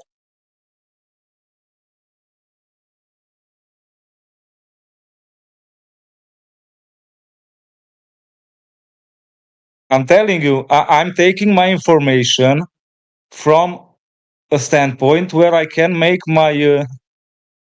Yeah, you're taking your information from a standpoint is when you're pressed into the corner, you go on deafen. That's your standpoint. I'm not interested in snippets from shady Discord nobodies like you. Dude, it's not a snippet. It's a complete thought. It's a 1 minute snippet of. No, it's a complete thought. It's a complete thought in the form of a challenge. Okay, it's very simple, simplistic. Well, good for you. Did you snippet it yourself? Did you do it, your editing, or No, I just clipped it straight with YouTube Clips. The way YouTube Clips works is you have a live stream. Let's say the live stream's 10 hours long. You just press clip, and it allows you to clip out 60 seconds. Then the person who's looking at the clip can then from the clip go straight to the larger context body, so they can watch the clip and then watch the context body. But you can see my viewpoint. Somebody. Yeah, I can see your viewpoint that you're not willing to look at it because you want to stick your fingers in your ears. I understand. Trying to place snippets out of context when you were saying something. I just told you the context is there, dude. Just because the snippet is isolated so you can link to that directly doesn't mean you can't get the broader context as well. And it's not hidden. Why do I have to do something with Bev? Bev might be wrong on a lot of things, right? And I'll tell you why. That's a good question, friend. Friend, I like your question, so I'll answer it if it was a sincere question. The answer is that the challenge is not simply to Bev; it's to the principle of the idea of the term flat in three-dimensional reality, and it applies to everyone. Well, I didn't ask a question, but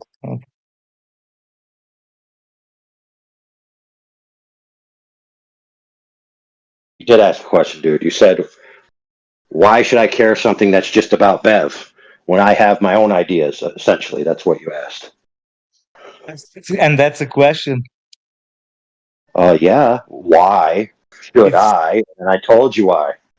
It's a rhetorical question. Do you know what those are? My bad. Like, I know that was on me, but I didn't mean it. Like, I'm sorry. I wasn't looking for an answer. But that's we know, dude. We know you're not looking for answers. That's the problem. Well, we know sometimes that you find enough stuff and you become lazy, maybe. So you don't have to be looking all the time. What are you saying? Dude, what I've been looking for is an ideal. I've been looking for an ideal flat surface that exists in three-dimensional reality. That's what I've been looking for. Do you have one of those? So if it doesn't exist, you call the whole reality what it isn't, what you cannot find in it? Good job, my friend. Someone give this man a clap. His logic is. It actually is, and I'm supported by entire industrial fields. Reality that you can call the earth, that you can base your delusion, not your, but in general. What delusion? What delusion do I have? Let me ask this question: do I have a delusion that? Listen, let me tell you. I'm going to tell you what my delusion might be, and you tell me if this is true. Am I deluded into thinking that the Earth is idealistically flat? Is that my position?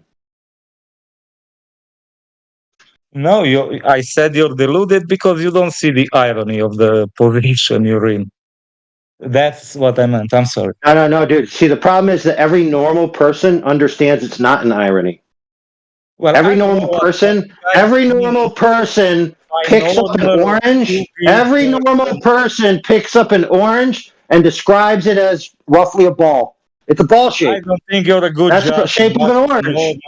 Yeah, we know that the orange has pits on the skin. Every normal person looks at their table and they say, "Oh, my table's flat and my orange is a ball." Nobody could get them confused.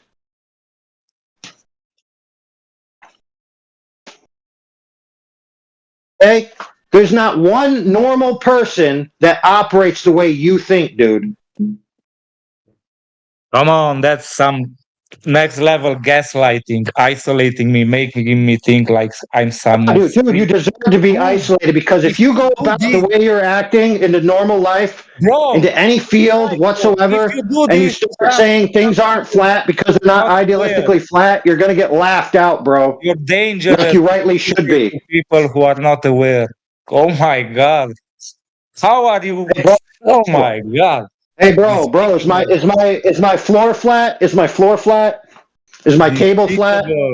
Is the pane of glass in the window flat? Is my cupboard door flat? I don't know. You're Well, you're asking me about your room. Are you okay? Can't you answer that yourself?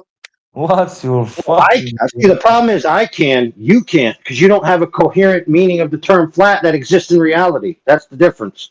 I feel like this guy's on acid or something. Hence, you call the whole reality Yeah, flat. or writing Amelia Bedelia's There's next book. nothing in reality flat. You choose to call the whole reality flat. That is your logic. This is the position you are in. And if you don't see the irony, then at least let's give it some deafening. Let's, let the silence. So, to what degree do you agree with the word flat used in the reality we live in? To what degree? When do you use flat in your reality? He said his logic is just because nothing flat can be found in I asked reality. you. I want to know how you That's why we think. call the reality flat. Mishu. Incredible. Mishu, now it's about, I'm asking you, to what degree do you describe your reality with the word flat, with objects, whatever the case may be, or observations? I've used the word flat, and I had one single definition for, I don't know, 2D. Are you talking about 2D or 3D now? a lot of portion of my life. I had the idea the word flat has only one meaning. It has Now many that meanings. I Yeah. rediscovered geometry Yeah, because but it has many meanings. You know that, right?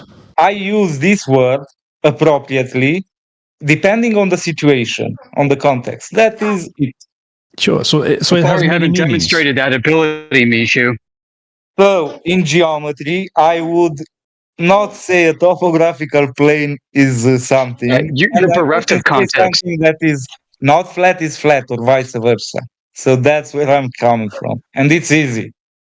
It's Wasn't easy. Bev talking about using a laser to establish true flatness? Oh, lasers. Yeah, you were here for that. Do you agree with Bev or not?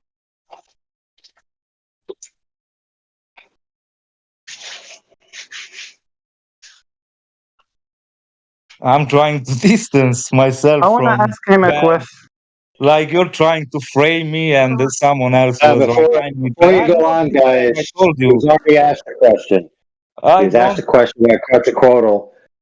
And I He was don't asked. remember. He said you remember. He wanted you to tell him when you use the term flat, what in your life do you use that term for?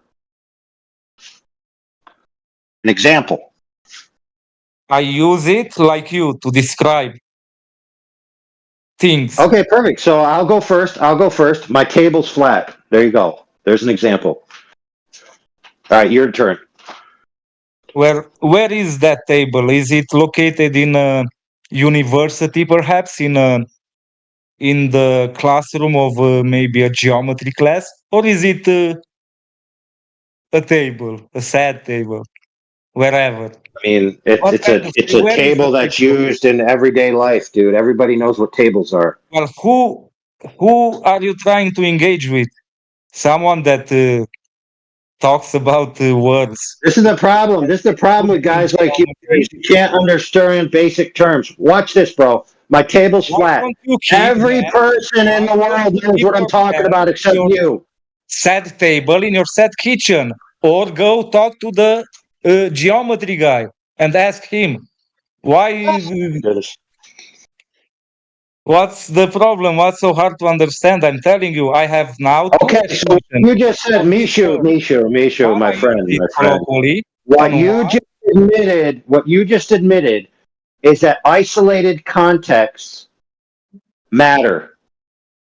Good job. You played yourself. I did what? I did, okay. You just said that when someone describes a table as flat, that's in the context of the table. But when you go into a precise mathematical field to talk about ideal geometry, flat means something else. So you just admitted that in one context, flat means something, and in a different context, flat means something else. Good job. Hooray, you're growing.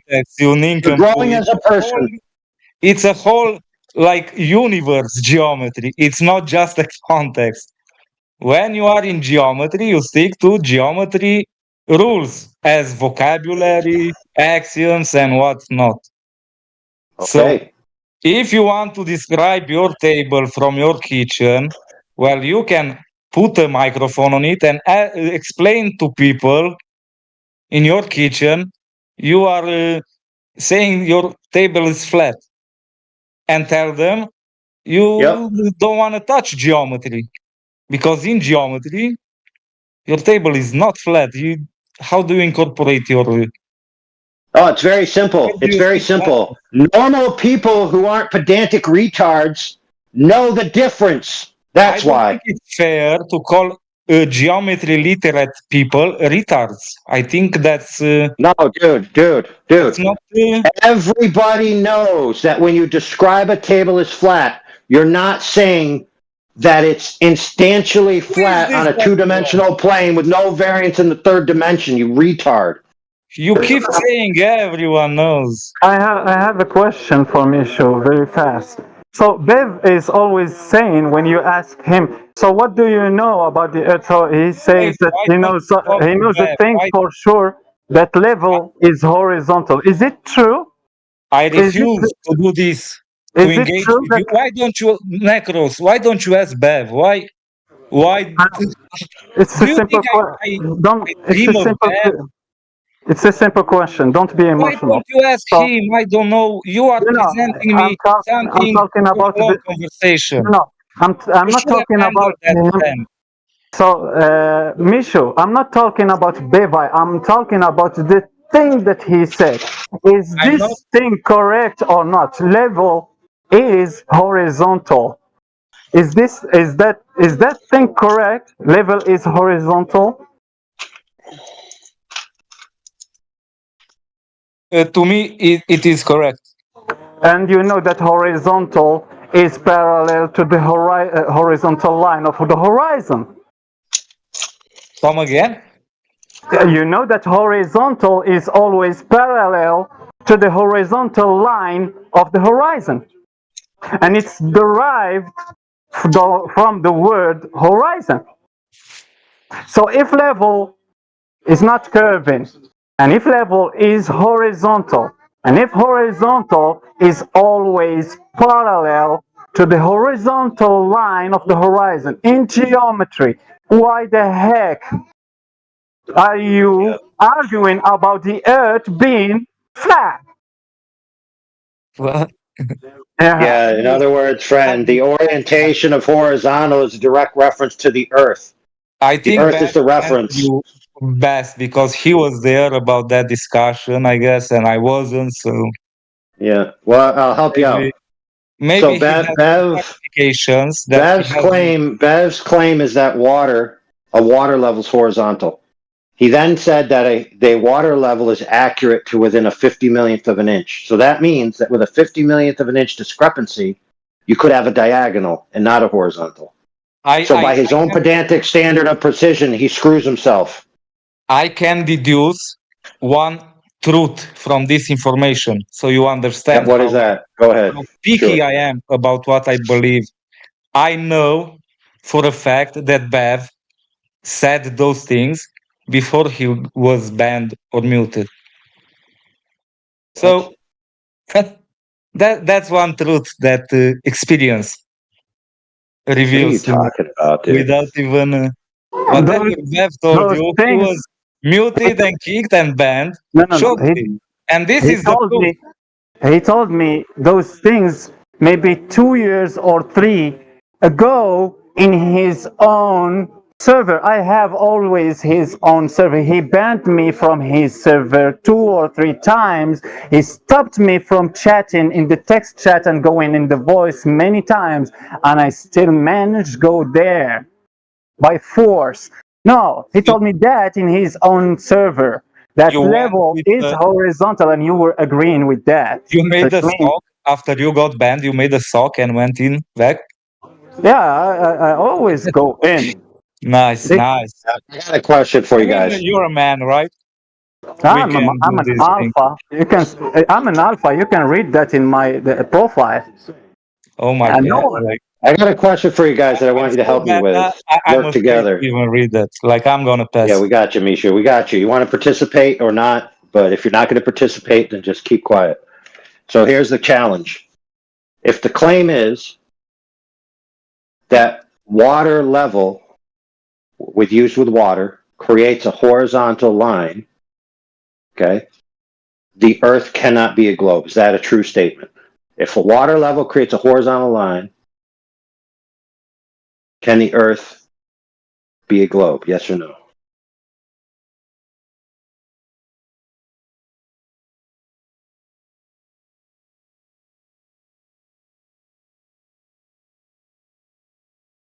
Think about it. Oh, he deafened himself again? Well, I told him if he doesn't want to participate, then don't speak. But he thought he meant don't listen either, because he doesn't want to learn anything. All right, so there's arguments out there, right, that people have made in the past about the nature of Earth, where they try to set it up. If this is true, then the Earth must be this or that. And one of those arguments is water level creates a horizontal reference line. So you have a water level that's a long hose, 2 points of water, they equalize. We know water by definition is the benchmark of level. So obviously we have a water level. If you draw a line between the 2 points, the claim is if you draw a line between those 2 points, you have a horizontal line, which is a horizontal reference. Therefore, the Earth cannot be a globe. Now, is that true?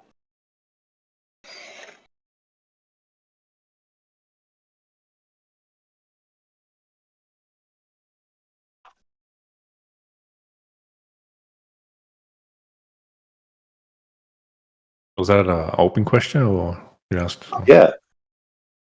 We're working on it together. I mean, I'm not disagreeing with the level and such, how we describe surfaces, but not from the macro to the micro, like these people. That's not I don't think this is how people should live. Don't live in that way. Right. So here's the problem with this line of reasoning. The people who put forth this line of reasoning put it forth as a response to other people's arguments, such as the Black Swan, in which the Black Swan's conclusion is the Earth isn't a globe, right? And they said, no, the Black Swan is not sufficient because it logically isn't sufficient. So we have a better argument, which is water level creates a horizontal reference line. Therefore, the Earth can't be a globe.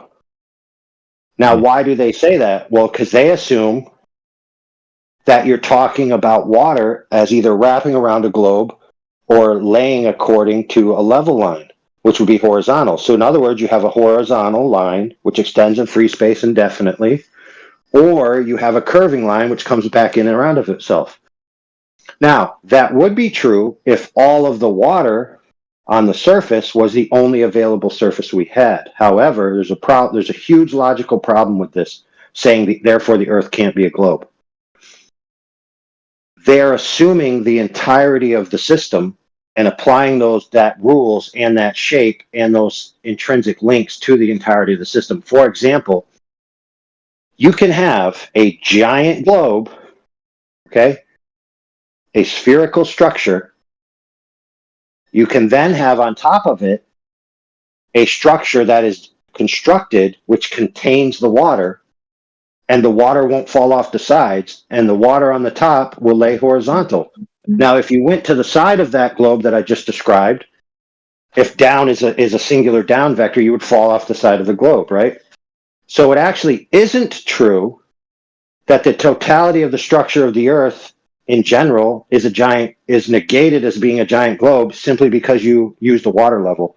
But these people think that they can dish out pedantry against others and then completely ignore it against themselves.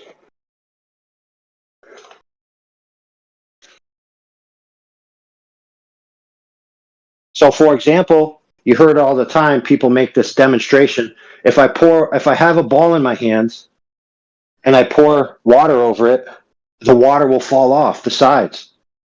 Well, an easy way to stop it from falling off the sides is just construct a barrier on the top of the ball you're holding in your hand, then pour the water in and it'll stay on the top. And it'll rest horizontal on the top, right? But it's still a ball. Yet these people want to go out there thinking that they're the intelligentsia of the flat Earth community, so much so that they've risen above the term flat Earth and have these quote unquote "we're better than you" arguments, which are so easily defeated.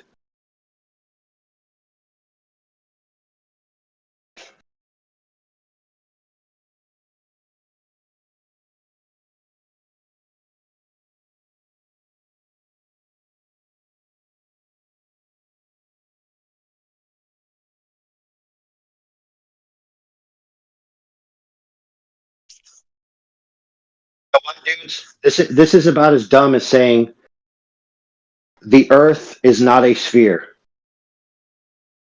Spheres are described as having a equidistant radius to every point on the surface, to the center point.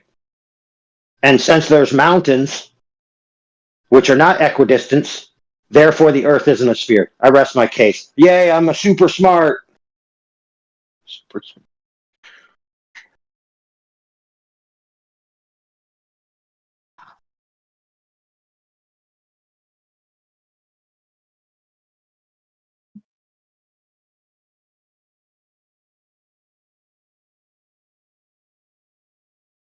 What about the people that say that it's the shape of a pear?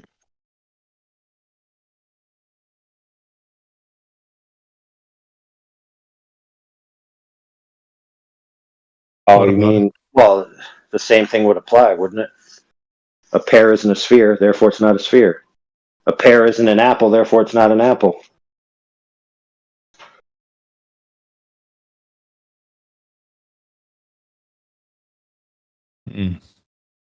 But like, does the scientific community say it's a pear?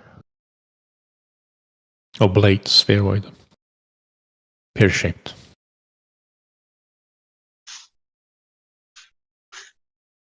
Yeah, but even that's within tolerances. But then why aren't the other planets pear-shaped then? Well, keep in mind that when they say pear shape, if you're looking, like, imagine the blue marble,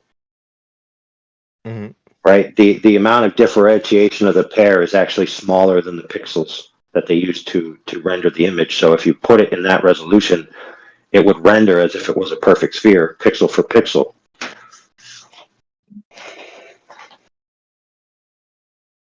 So while technically it's physically larger, so they say, it's imperceptible at that scale.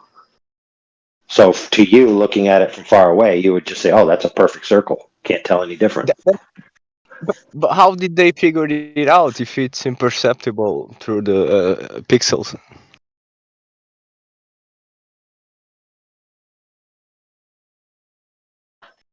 Oh, I mean, how they figure out anything. They go to where they're at, they take some measurements, they don't line up to the sky based on what they assume, and then they make corrections to realign their plumb lines to the stars, basically. It's a feedback loop of assuming that the stars inform your position.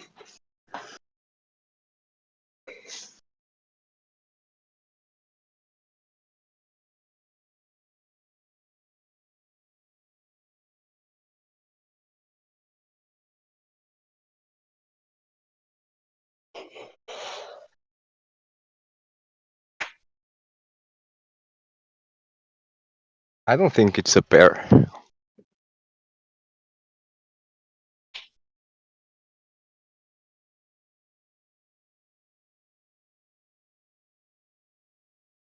What do you think it is?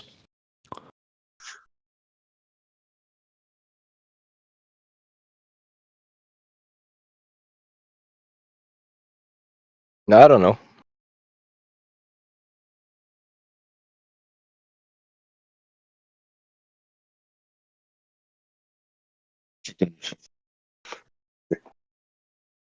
What do you think is a globe then?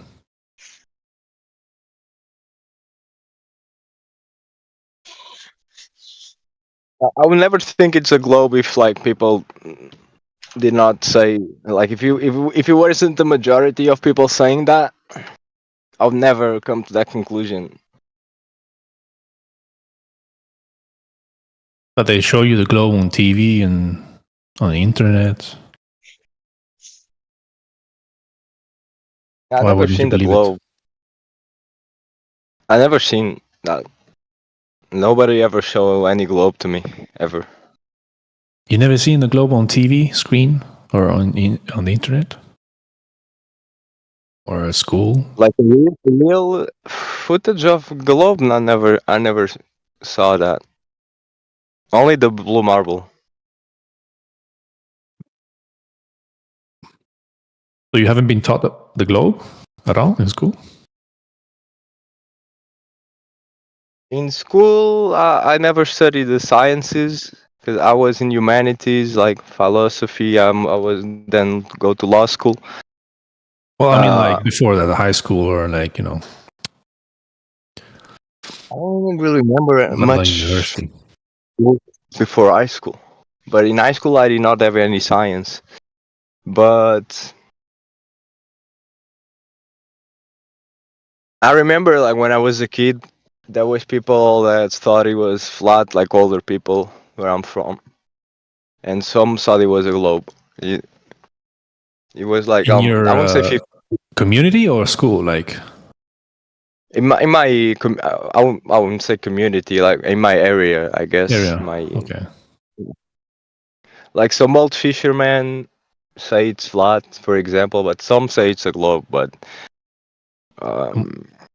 and when you heard those two arguments, what made you think for yourself? Like, I don't know. It's like usually the people who say it's flat seem better informed in their arguments than the ones that say it's a globe. I can tell you that much. Like people who say it's a globe. I'm not using this as an argument, but people that say it's a globe, they never put much thought into it. But the people who really think about that and try to figure it out, I'm talking about sea people here. They say, okay, I think it's flat. When I look at the maps, I imagine it flat. It's easier for me to know where I am and where to go that way. And some of those guys, like, they studied the history of in the 15th century sailors. A lot of those guys thought it was flat, so I guess there's like different opinions. Since very early, I heard there like different beliefs. I never heard anyone say it's a pair though. Only online. Because why would it be wider in the bottom like a pair? oh, I guess it's according to this guy Neil deGrasse Tyson, who claimed that pear shape. I guess. But is it because of the spin? It's spin, yeah, something to do with the spin. Over time, create the bulge. I guess. No, but you just said they observed it and measured it, and now you're saying it's because of the spin. No, they don't measure that bulge anywhere. They just claim it. They don't back it up with anything. There's no observation of that bulge. There is no measurement of that bulge anywhere on Earth. So I don't know where he got that from. Someone said they measured it to come to that conclusion just like 2 minutes ago. Oh, really? Well, I haven't seen that measurement. Maybe someone can share that if they have it. That'd be cool to see. But I think a lot of people like think it's flat, but they don't want to say it. I think it's more people think it's flat. I think the majority would agree it's observable, like how we observe for ourselves with our eyes. It looks flat for us, level, the Earth. When I said they measured the I didn't say they measured the hump. I said they go to locations and they try to interpret where they're at based on angles to the sky. And whenever there's a discrepancy, they force the sky angle into the ground. So if you look up like any geodetic image, you'll see like 4 different models overlaid on each other. and you'll see like a hill, and then you'll see like lines, and you'll see the plumb line is all wiggly between all of the different lines. You'd be like, wait a minute, plumb lines don't wiggle. Why is this wiggling? Well, the answer is they're trying to preserve the angles to the stars. So they assume, the shape of the Earth relative to the stars, and then they always force it in, even if there's any discrepancy. So it's not a measurement because angles is not curved. Right. So that has to be some calculation then over the top of the so-called measurements. They converted.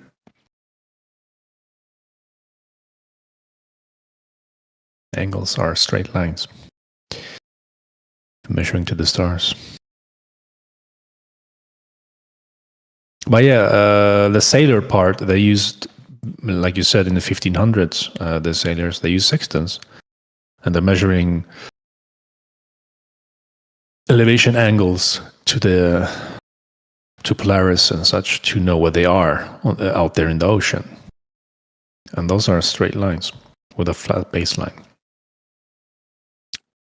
Your reference is the horizon, the horizontal line. That's how they navigate it. No curve. No curve into account. None of that existed even then.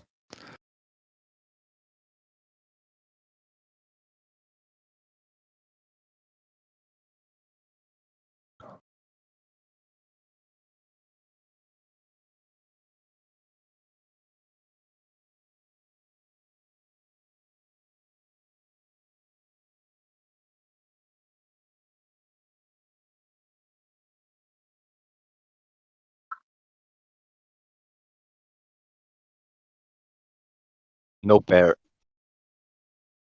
Well, yeah. No curve. No sphere. Or no ball. Whatever you want to call it.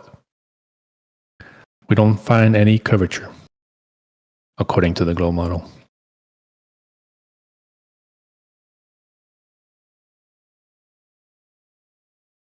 But these new space video games make me. I know Flat Earth is also beautiful, but have you seen the No Man's Sky update where you can travel to different planets? That makes me wish it was a sphere. Do you know the universe is flat? Even in the mainstream narrative, they say the universe is flat.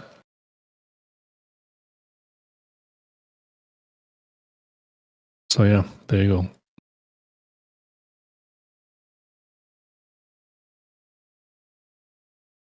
go. Star Citizen. Have you played Star Citizen? No, I heard of it, but I haven't played. No.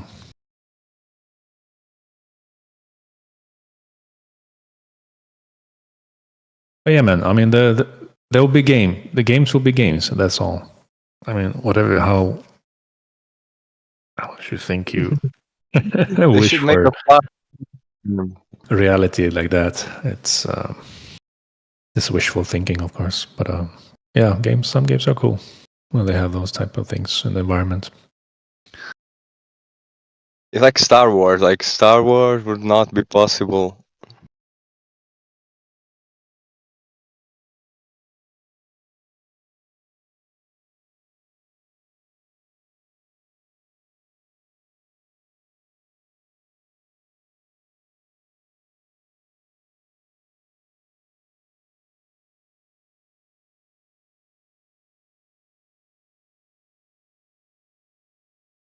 Maybe when I retire, I'll buy. If I have money, I'll buy an expensive boat, and I will try to. I'll try to go to the South Pole, find the entrance. Okay. They're probably good.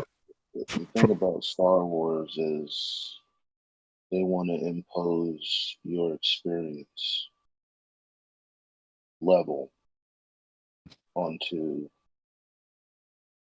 those video games, because out in space obviously you wouldn't really actually have any idea of orientation. We only have that here in reality. Obviously, on the globe, they explain that, the semicircular canals in your ear and, what holds you upright has everything to do with gravity and yada, yada, yada. So when you're in space, you don't have all that. But of course, it's not fun to put that into. I mean, how can you put that into a game? It's not reality.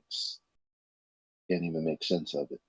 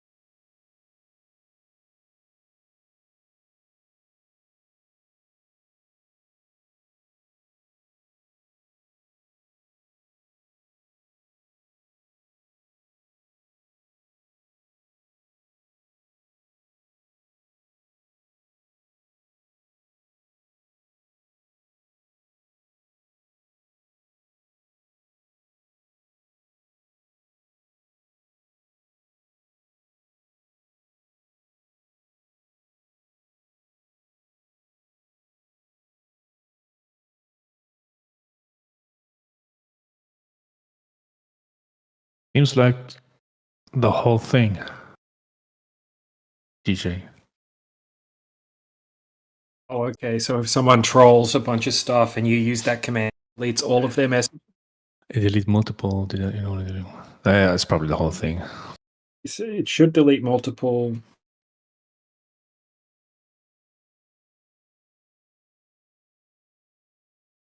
Banshee, which one is it? Because there's like 2 different delete commands now for two different bots.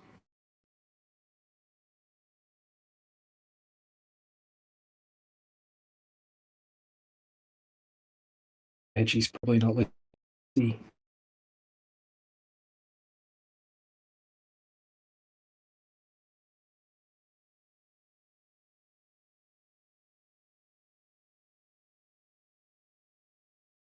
It's only the top, I guess.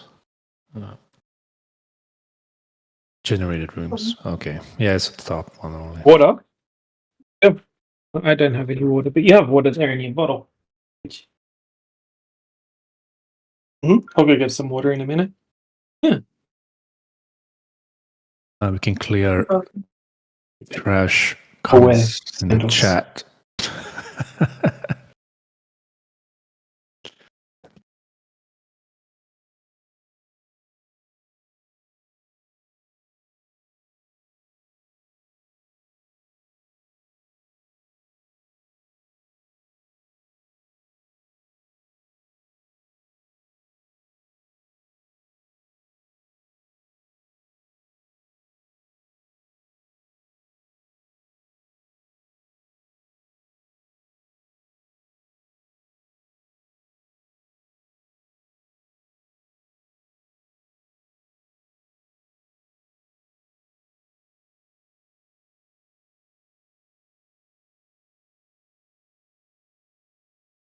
What's up, beautiful? Okay.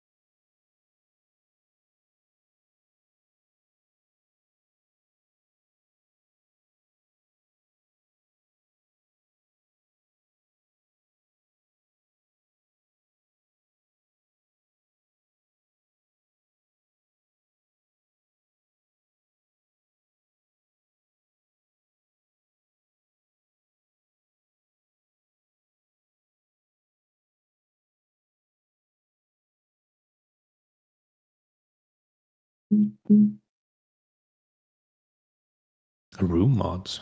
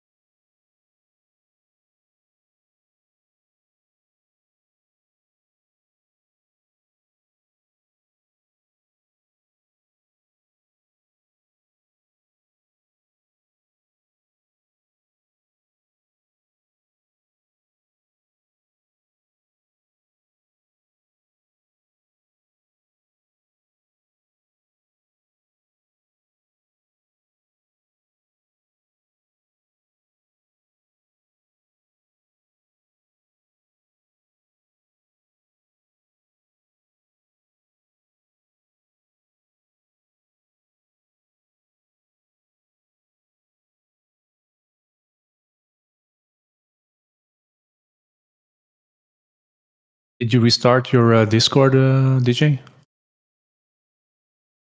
Yeah, I did. I didn't restart it because I'm just using Google browser Discord, but I refreshed it and I tried it and it did. So the delete command doesn't work on you at the moment? No, it just said required option time. Okay. Can I delete my own messages or just? I think it doesn't work for any room the room mods. Yeah, I'll just see what it says though. Curious to see. Yeah, option time not found. Yeah, that's what it says.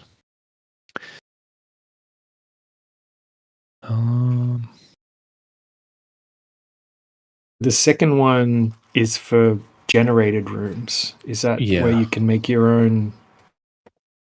Yeah, the ones that go down below, they get their temporary rooms, I guess, the generated ones.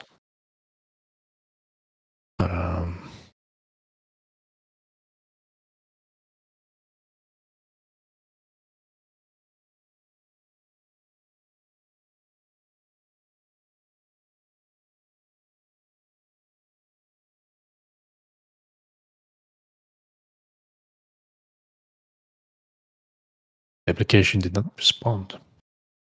What?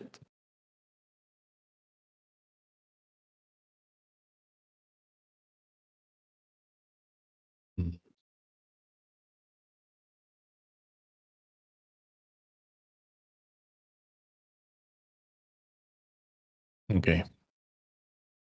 Yeah, seems to work.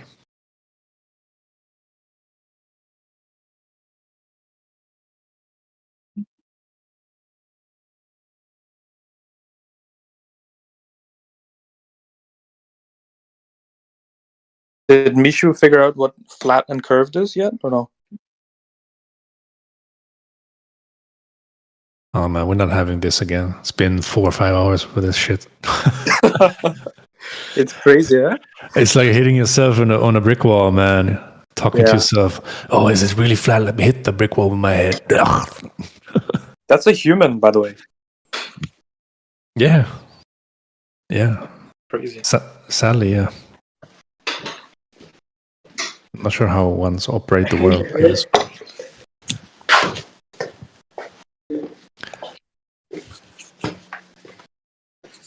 How do you function in society thinking like this? That's a good question.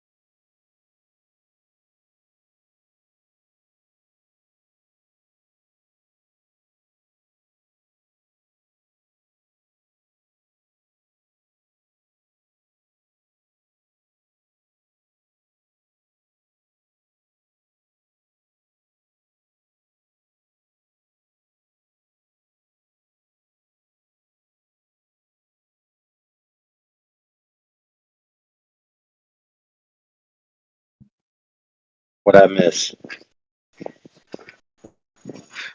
Nothing much. Been quiet. Awesome. Yeah. I prefer quiet over the 4 or 5 hours talk over the same shit over and over. I'm not getting anywhere. Yeah.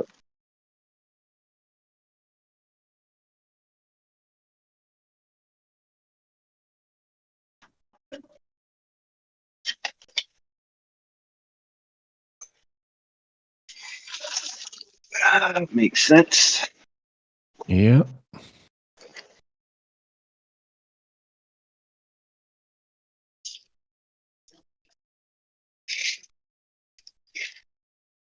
So horizontal does not exist in a sphere in reality, right?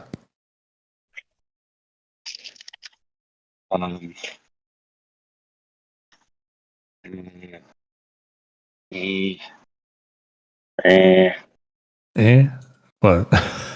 What's that? You got to parse it out a lot more than that.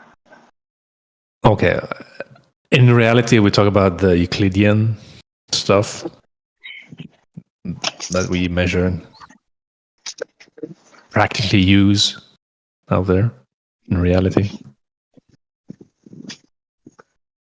Would that be a correct statement?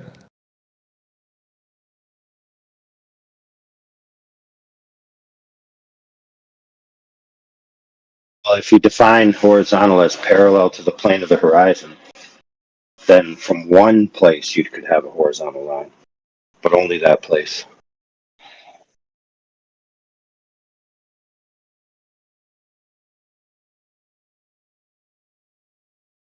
But keep in mind, you're talking about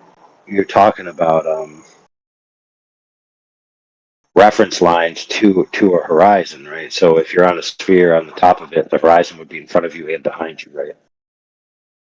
And the intersection of those two lines would be a straight line, and you would call that line horizontal, and all lines parallel to it horizontal.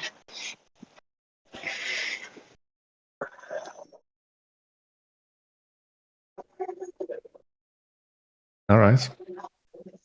And you could place a sphere orthographically in a grid, like an XY grid. All the X's are horizontal, all the Y's are vertical, and the sphere would exist within that grid.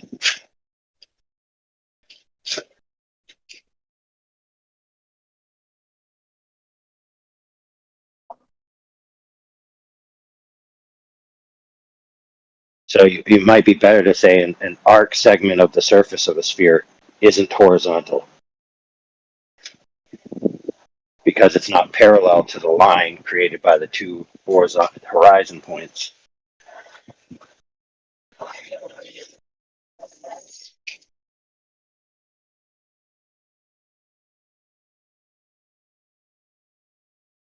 Now, you also have to consider there's another factor involved when you're talking about the Earth paradigm, is that if I took a bowling ball and I stuck it on my table and I put a level on top of it and balanced it, I would have a horizontal level on top of the sphere, right? But the claim in the globe paradigm is that as you move across the surface, the horizontal level is going to be reoriented in a new direction. And then you're going to rename that direction horizontal.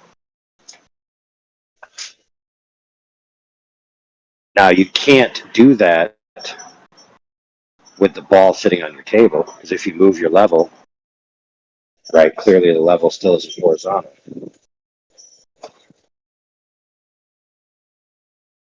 So it's not just as simple as horizontal and sphere. There's other factors that got to be included.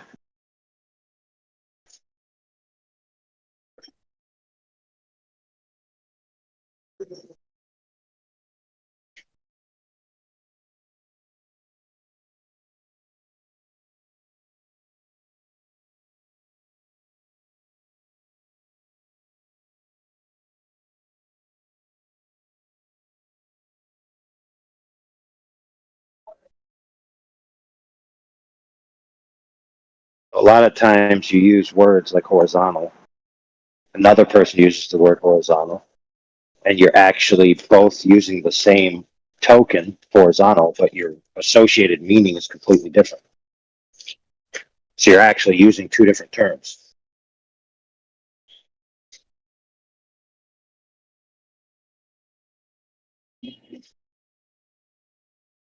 But could you say in a practical sense, yes, but in conceptual sense, no? Right. Mm-hmm.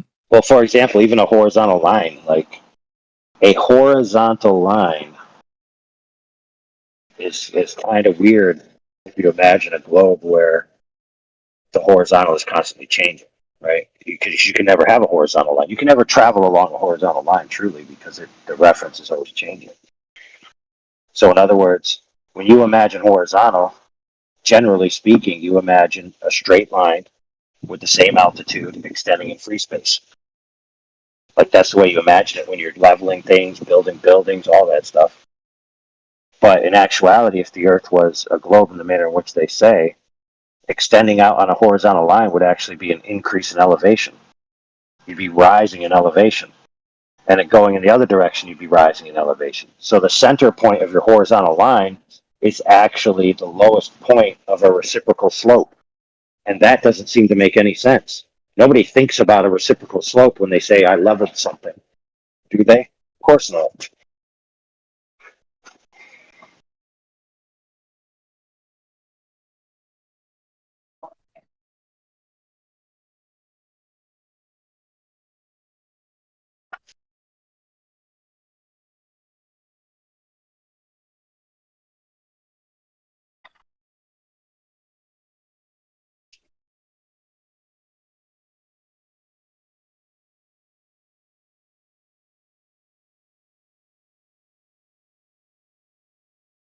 DJ, you here?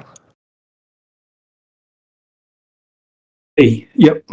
Do you know who this hot chocolate guy is? He says he knows me. I've never spoken to him before. I don't think so. I recognize, but I don't remember. We need Kembo here. Kembo remembers everyone. Kembo Beats. Yeah. Every single Glober that comes in here, he remembers everything about them somehow.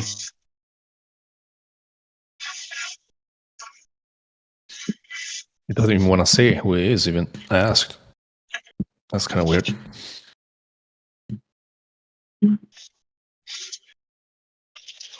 Shy little puppy.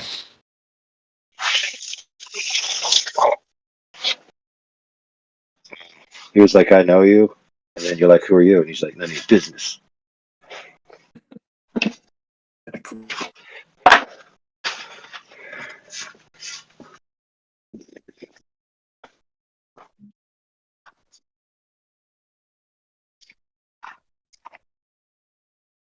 Oh, Rano.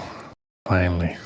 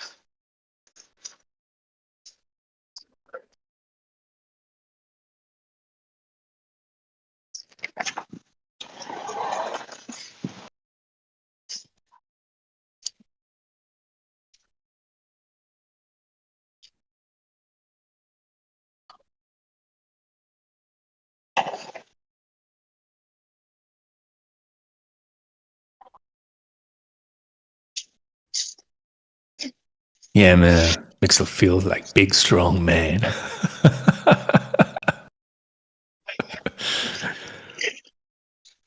Oh my god. Yeah, Hot Chocolate, speak up, man. Say something. What are you hiding in the text chat for?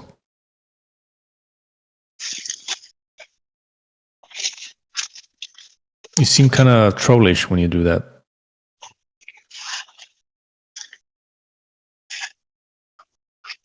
You're at work. You can't just say hi so I can remember your voice. Open up the mic and just say hi.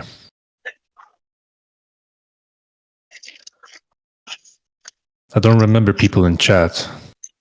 Voice is stronger with me.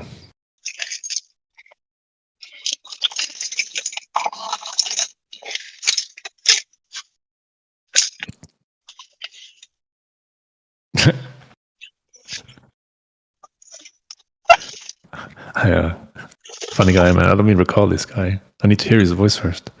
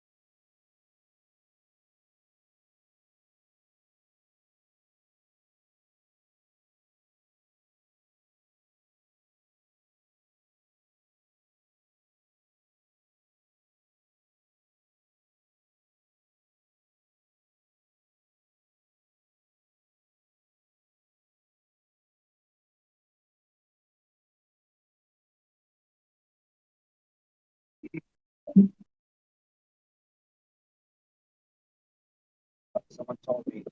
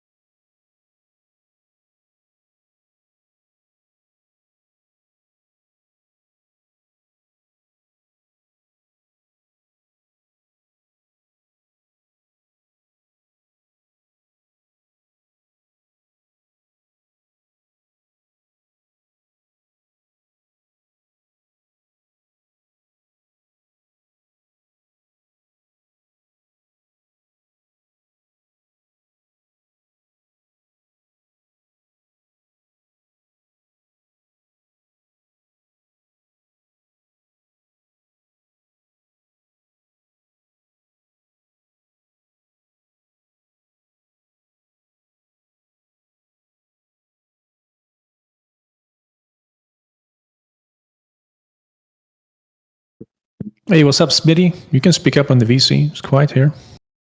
The floor is yours.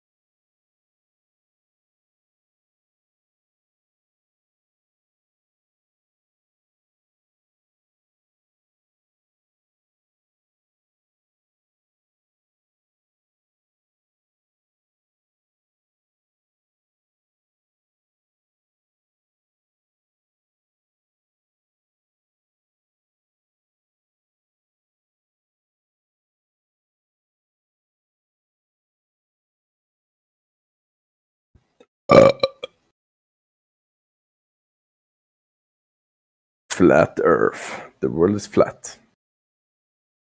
Yes, sir. Welcome. The world is really flat. You know? Well, how would you describe if the surface is not curving? What would it be doing then? Wait, do you really think the Earth is flat? If I can just ask you a question. If it's not curving, what is it doing then? The world is big, you know? I ask you a simple question. If it's not curving, then what is it? No, I don't understand what you mean when it's curving. What? If it's not curving, then what is it? You mean like when you look forward, then everything is flat, or what do you mean? You mean that you can't see like it's curving with your eyesight, or what? Or what do you mean? It's a hypothetical.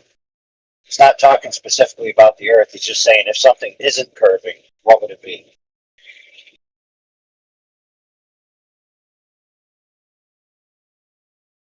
You know what? Do you know how the Earth is actually formed?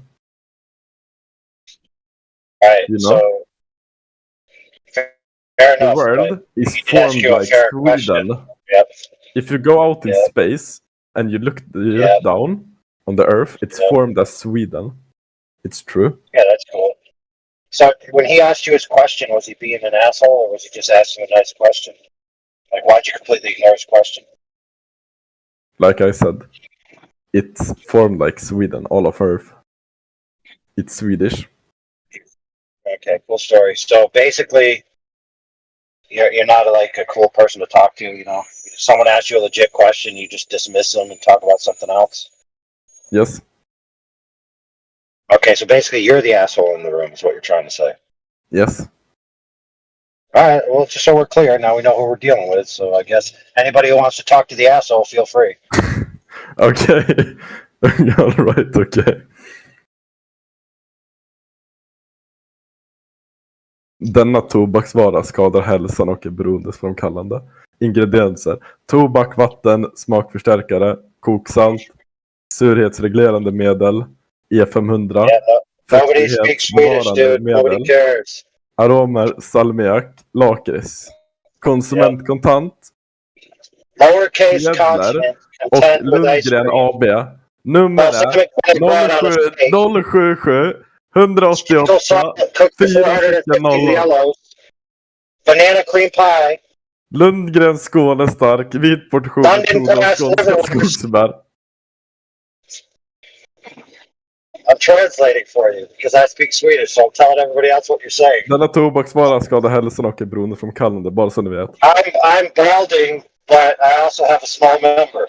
Okay, yep, keep going. Jag som sitter här och översätter fel, lilla stora kukar i munnen. Oh, he said. I shiver at the thought of the Fuhrer coming back to life. Han gillar snopp i munnen, det är därför han sitter och översätter fel. För att han är bög. Ja. You're an alpha strudel maker. One of the best in the world, I gotcha. Den mannen som pratar här håller på att göra bögporr med sin egna pappa. Och det är sant. Alright, so you got chicken pox and you ate a candy bar. Alright, I don't know what that has to do with the earth, but whatever. Och sen så gillar han alltid att slicka. The sun is very silly. I mean, that's a pathetic fallacy attributing human emotions to an inanimate object. Oh boy. Kind of degenerate people we have to deal with. I don't know why people think it's profound to talk to you in their native tongue that they expect you not to know and try to belittle you in the word you don't understand. It's like you're not doing anything. It's literally ineffective.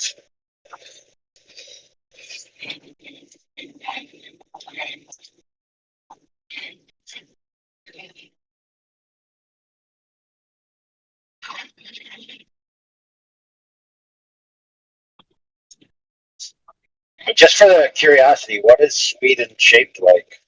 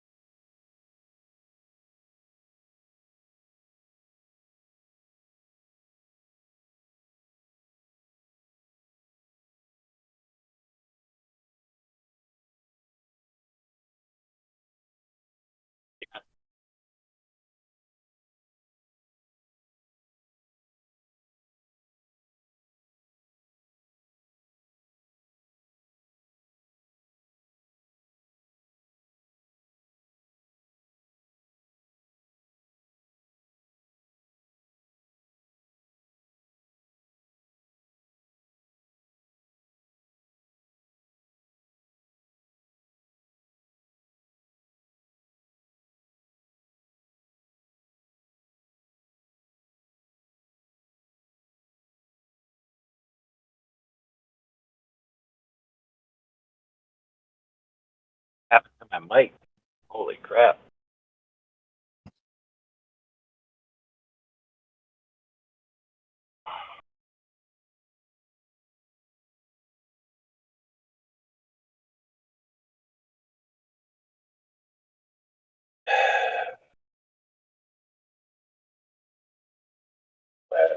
Finally fixed it.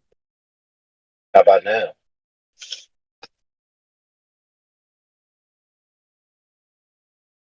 Yeah. He'll go to his friends and be like, "You ever heard of that flat earth?" To be like, "Yeah, what do you think about it?" He goes, "Well, I joined a flat earth debate server and they couldn't answer any of my questions."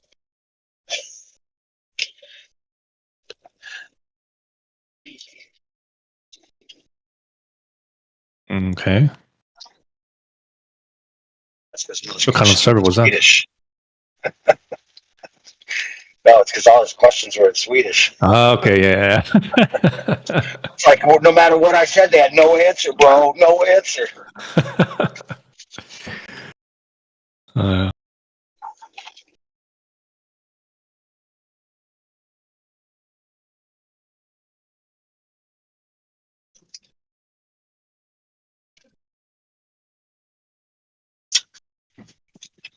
Kind of like, I don't know, I'm not going to bring that up again, but there's definitely people who show up. They only show up to say what they have to say, and then engineer the conversation to be cut short so they never actually have to be properly rebutted. And then they walk away thinking they won.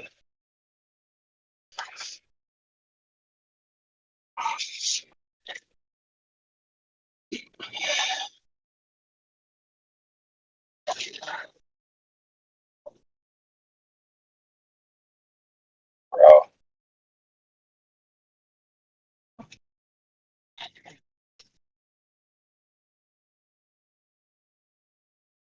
Dude, I still can't get over people that wear their pants hanging off their ass. Just passed a guy on the road. He's walking, carrying a heavy bag with his pants down low, and he could barely even make a stride, and he's struggling. I'm like, dude, just pull your pants up. It'd be so much easier. I'm telling you, dude, it's more comfortable. Trust me. It's so much more comfortable. What, having your pants hanging off the back of your ass just halfway down? I'm not like saying I do it, but like I've like done it before, like one time, and it's like so much more comfortable. Like in my personal opinion, it's a lot more comfortable. How is it more comfortable to have the crotch in between your thighs so you can't spread your legs fully when you make a stride? Well, I don't know how low he has his, but I don't have mine like, for like when I did it, I didn't have it like all the way down. It sounds like you just need a low rise. You know, because like you have the pants and then you have the inseam, and then you have from the inseam to the belt line. And most pants like nowadays are really designed for either absolutely skinny people or people that are the same height as you, but like 200 more pounds. So you got either not enough fabric to where it's squeezing your balls into oblivion, or it's got too much fabric to where you could basically fit like a bowling ball in between your jeans and your crotch.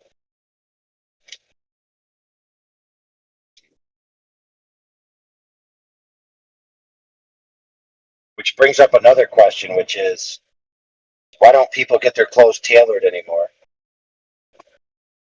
Like, don't get me wrong, I suffer from that. Like, I buy jeans, they're not comfortable, and my immediate thought is, my immediate thought is throw them out or something, not get them tailored, custom fit. Tailoring's too expensive. Yeah, that could be. Well, some of these jeans people buy are like $100 for like some name brand jeans or something. You know?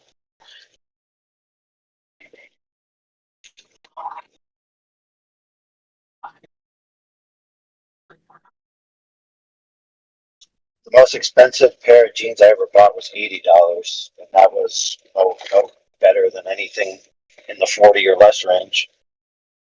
It's just because all I could find that fit me at the time at the store I was shopping.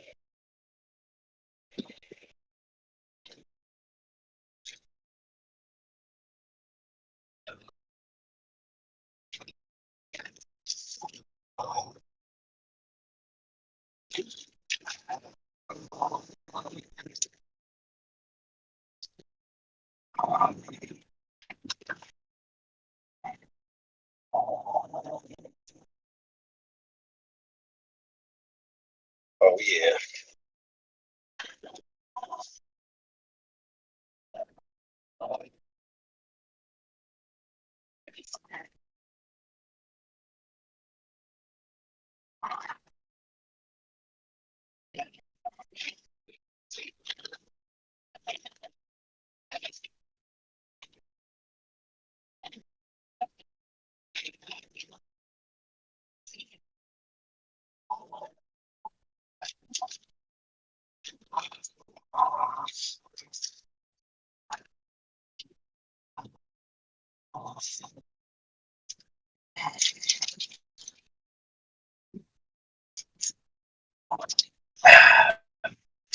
Man, it's gonna rain.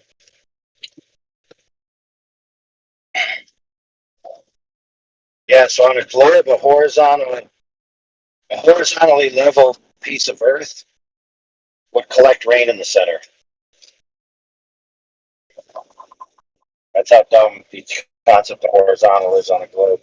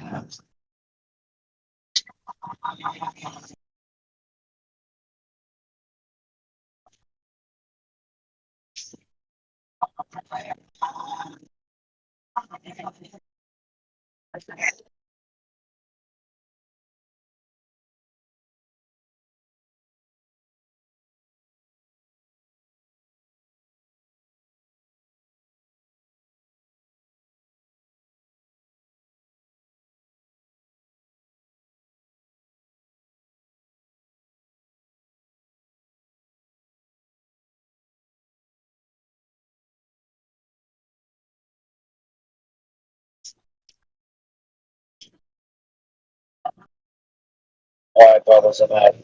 Peace.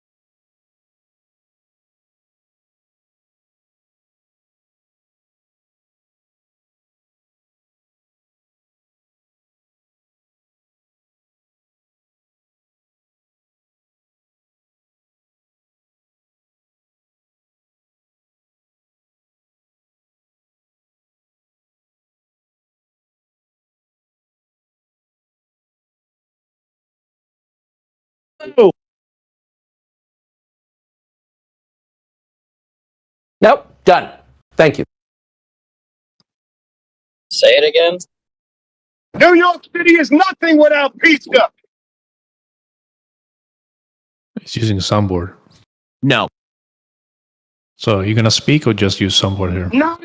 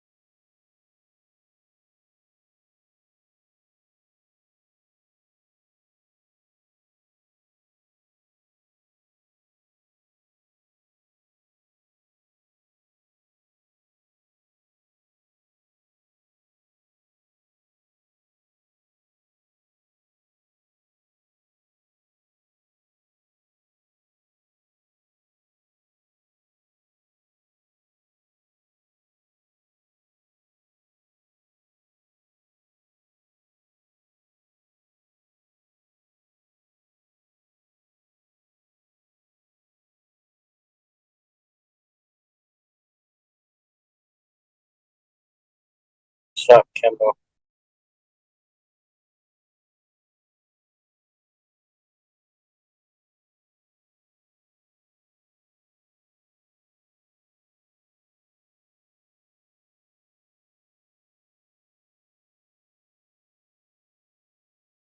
What's up, Ego?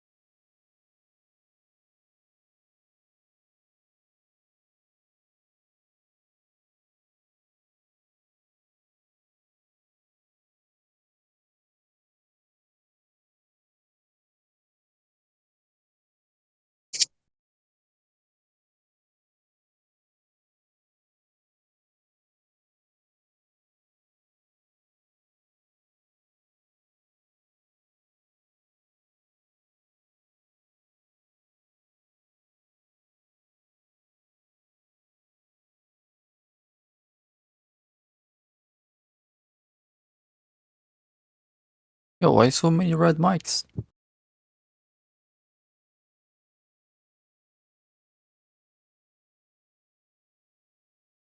Yeah, it's clowns that have been permanently banned coming in here every day despite the permanent ban.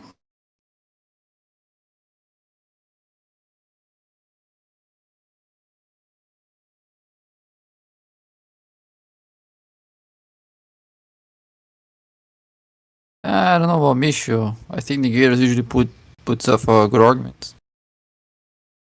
Issue. He's spent 5 hours in here today, basically claiming that flat earthers are lying for using the word flat. Nothing in reality is technically flat.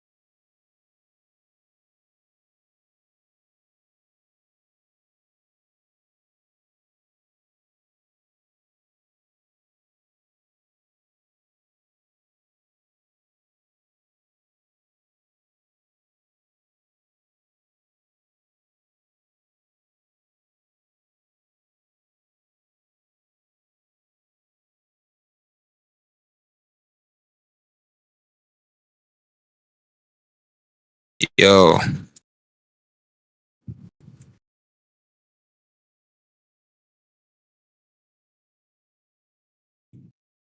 What is up?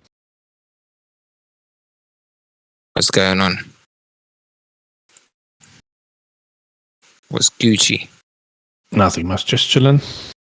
Had a field day with the Globies earlier. Yeah, why are these two people muted?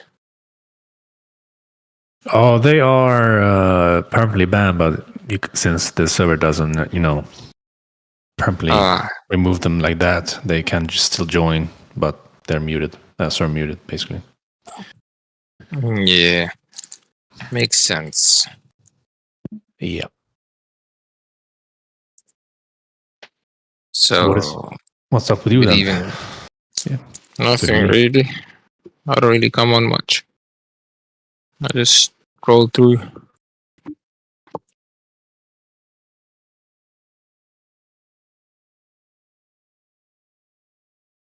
I guess you have been here before. I don't think I've spoken to you before, maybe. Yeah, once, a long time ago. Long time ago, okay. Have you been to the home server, the 24/7 Flat Earth Discord before as well? The main one? No. Maybe a couple years ago, probably. Okay. But nah, not really. Is my mic clear? Yeah, you're coming through fine. Does it sound crisp? Yeah, as crisp as it can be, I guess. No, Sounds actually, is it crisp? I mean, it sounds Alright, fine. good. Yeah. Alright, cool.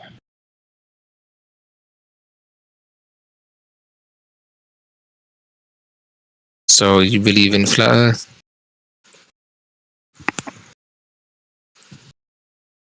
Well, it measures flat, so you don't have to believe in it. Mm. Yep.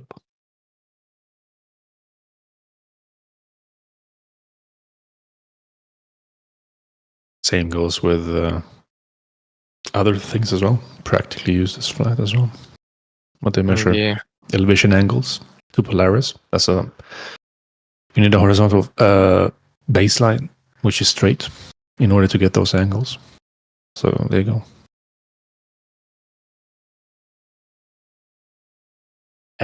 So Earth is measured flat. Could say.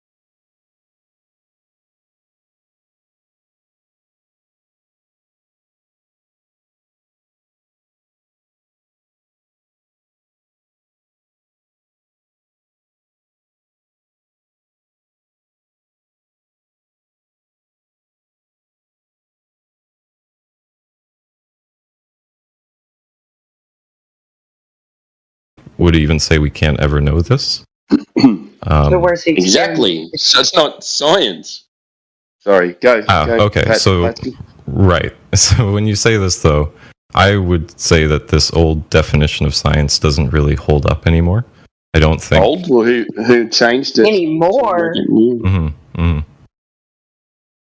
So I have some just logical issues with some old views of science. Andrew, I want to get that logical things. You are saying that you're observing some asteroid on the measuring or calculating some angles or something. Okay, sure. Yeah, go ahead. And what you assuming that it's down? I missed the last word. What I'm assuming What you assuming that it's down when you calculating all that stuff? that it's. Do you assuming something, or you're sure that that's something? It's that what you assuming? Sorry. Can somebody clearly? I'm not sure what the question is. He's asking you, when you're looking up into the sky on the very base level here on Earth, are you assuming something? Okay, so when I see like a dot on the sky, I'm taking some different numbers from it, and I'm saying when I think it's going to come back.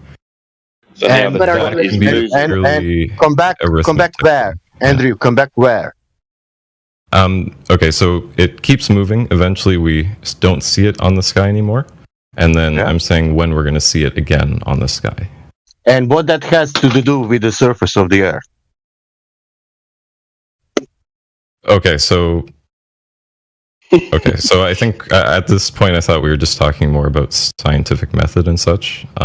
Well, we can go past that because we've determined that what you're doing is not science. So Even if you're doing that, whatever you're doing, what that has to do with the shape of the surface? Right. So I would say we have this observational experiment. Yeah. And we you're have doing it again. for it. Yeah, like, you can't put those two words together. And what that observation telling you, Andrew?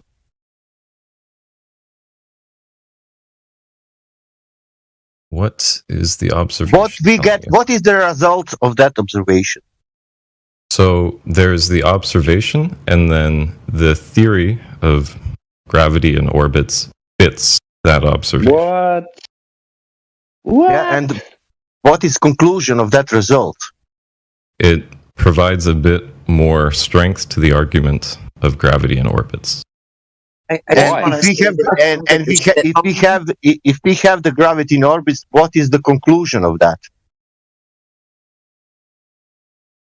That it seems like the theory of gravity and orbits is stronger. Is it conclusion that all? I will help you. Is it that all conclusion? You're making observation, then you now find out that there is a gravity, and now Earth is a globe. Is that conclusion? Or that has nothing to do with the globe? So Just straight up reification. I guess I would say no to this. Yeah, sure. That means if we make that observation, we can prove that Earth is a globe. No, it doesn't prove it. No. And what that observation telling us then? It's telling us that the method we were using to make that prediction is pretty good. And what is telling us of the shape of the Earth? That observation. Nothing. Well, the model we were using to make that prediction was assuming this. Oh, okay. That means you're using. Did you assume something? I asked in the first place.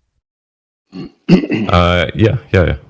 You assume in the first place that Earth is a globe. You're assuming the entire model. Yeah. Ah, okay. Yeah. And where did you get that model? From previous building block experiments. Yeah. Experiments? Similar observational tools. Yeah. Yeah, but you're using. Sorry, Sasha. Go ahead, man. You're using the globe Earth model. Mm-hmm. But where is that model? What do you mean? Where? Sorry. When you make observation, you assuming that Earth is a globe, and then you make some data. You know, why you don't look Earth itself and say, okay, this is a globe because there is a globe, and then you make a measurement of or calculation of something happening in the sky.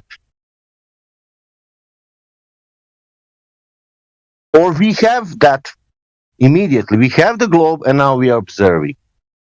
Or we need to prove first the globe, and then we will observe. Or we should first observe, and then we will make a globe.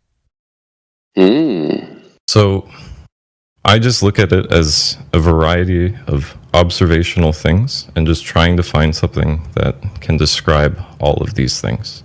Yeah. All right, let's start at the start then. Making things up. That's good. That's good point. If you have the globe on the ground, Yeah. do you have a globe Let's on go the back to ground? the start. Do you have a globe Where on it the all ground? started. Do I have a what? Do you have a You gotta globe prove the on the on the ground? Do I have a globe on the ground? He's asking if Yeah, there's a globe according to experience the globe. Yeah, so has anyone ever measured the globe to determine that it is a globe? This is the base point, yeah? So you need a globe to do all these things that you're doing. So if we go back to the start and you go, okay, we need to prove a globe. Has anyone ever proved a globe?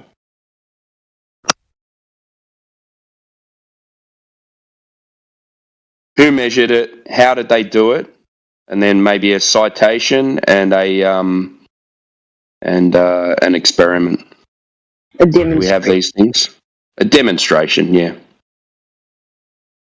Right. So I don't think anyone's just gone out and measured the entire. So how do you have a globe then? Probably the closest thing is maybe like some. Andrew, do we have dimensions of the Earth? Do we have the measures of the Earth? Dimensions. Dimensions. Yeah. It's going to be a little weird, right? Because it's bumpy, so you're not going to have an exact thing, but pretty good, yeah. Yeah, we have pretty good. And how we got that in first place? We found some numbers that fit models. Okay,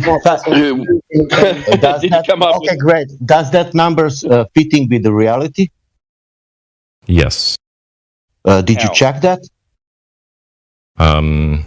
Yeah, when I used to work with satellites, it all fit very well. So Satellites. No, I'm speaking of the surface of the Earth. We are speaking that there is a radius, there is dimensions. You said there are numbers fitting. Did you check that in reality?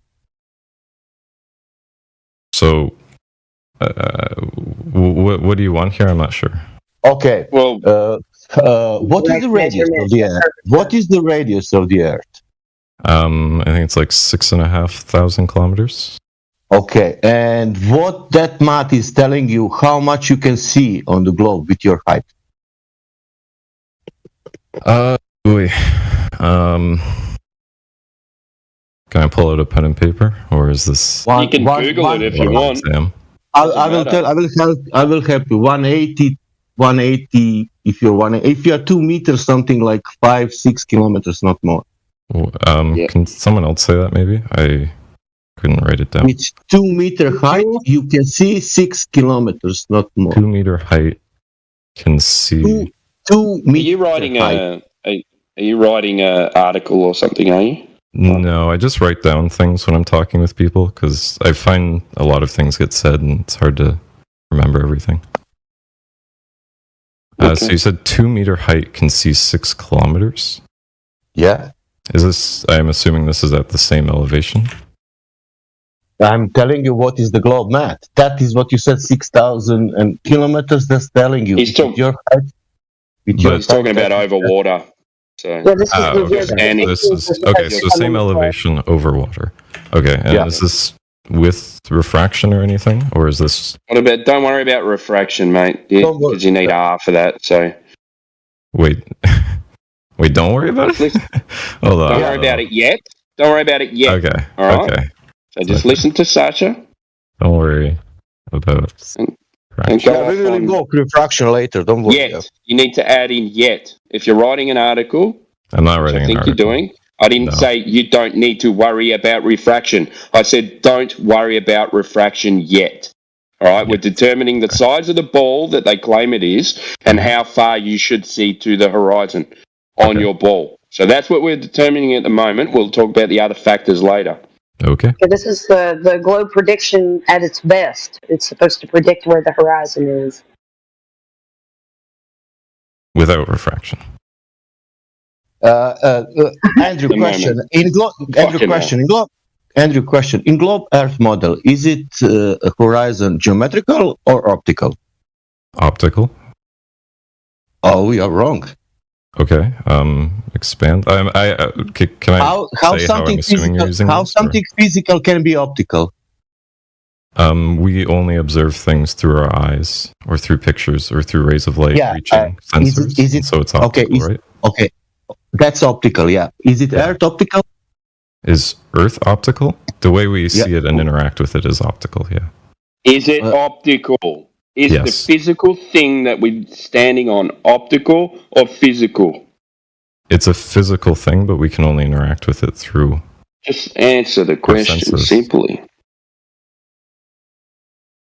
Well, there's other ways of looking at it, but anyway. Of course, that we are observing with our eyes, but we are observing physical thing. Well, but when you're talking about a horizon, you're talking about something being traced back to a source, right? And we're using light for this, so it's optical. Well, we're trying to determine how somebody claimed that we live on a globe. So they must have seen the curvature somewhere to declare such a thing. Andrew, are you telling me that water, what I'm observing and what I'm seeing physically, it's optical? Am I okay? Are you saying, or am I? Sorry, I forget who was saying what, but the question was: is water seeing or optic? Sorry, actually, I didn't understand that question at all. Can you say? Okay, so what you're saying, right? So there's a claim that we have a ball that's a certain size. So at some point, we'll go through the measurements. At some point, the Earth, the edge of the sphere should be curving down. So is that point that we're calling the horizon just before it starts curving down?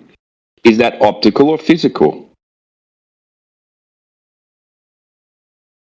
I would say that's optical. Yeah. Welcome to the flat Earth. Yeah. Is there any more to say? So okay. So you don't have Maybe a I you missed. don't, Here, you can don't I have read a back physical. what I? You don't have a physical. Don't worry about reading back. You don't have a physical. Let's just have a conversation instead of writing an essay. So you don't have a physical edge to the sphere. Is that what you're saying? So, what my understanding of what was said was, the ball has a certain. Don't worry size, about what was said. I just and asked so you you a should see question. an edge. Do you curving have down. a physical edge to the sphere? If we call that edge curving down the horizon, is that optical or physical? I would say that is optical. Yeah. Welcome to the flat Earth. So where's your physical edge then?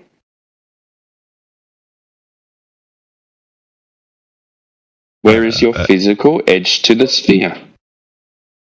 There is a physical edge that exists, but we can't interact with physical things. We interact with optical things. We can't interact. We can't interact with physical things. Is what you just said. Mm-hmm. What are you talking about? Like like is your coffee cup a physical thing? Yeah, you interact with your coffee cup when you put it to your face to drink out of it. What are you saying? Sure. This is using different senses, right? No, it's when not. We're talking about Physical's things we physical. see, that Optical's is only observation, right? It's not observation, it's a measurement. You said. Mm-hmm. I ask you, if I see the water in distance, physical I think water. your mic cut out, Jenna, or someone.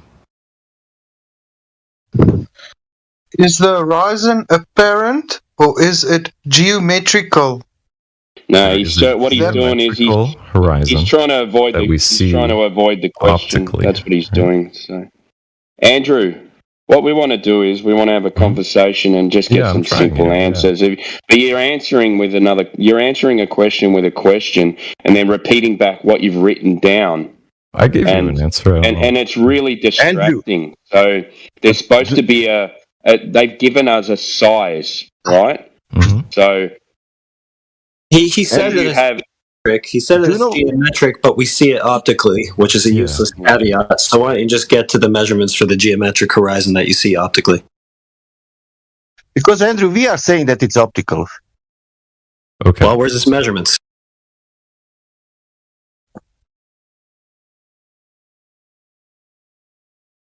Crickets. Sorry? Where's the measurements? Yeah. Where are the measurements? I don't know. I thought we were getting to that.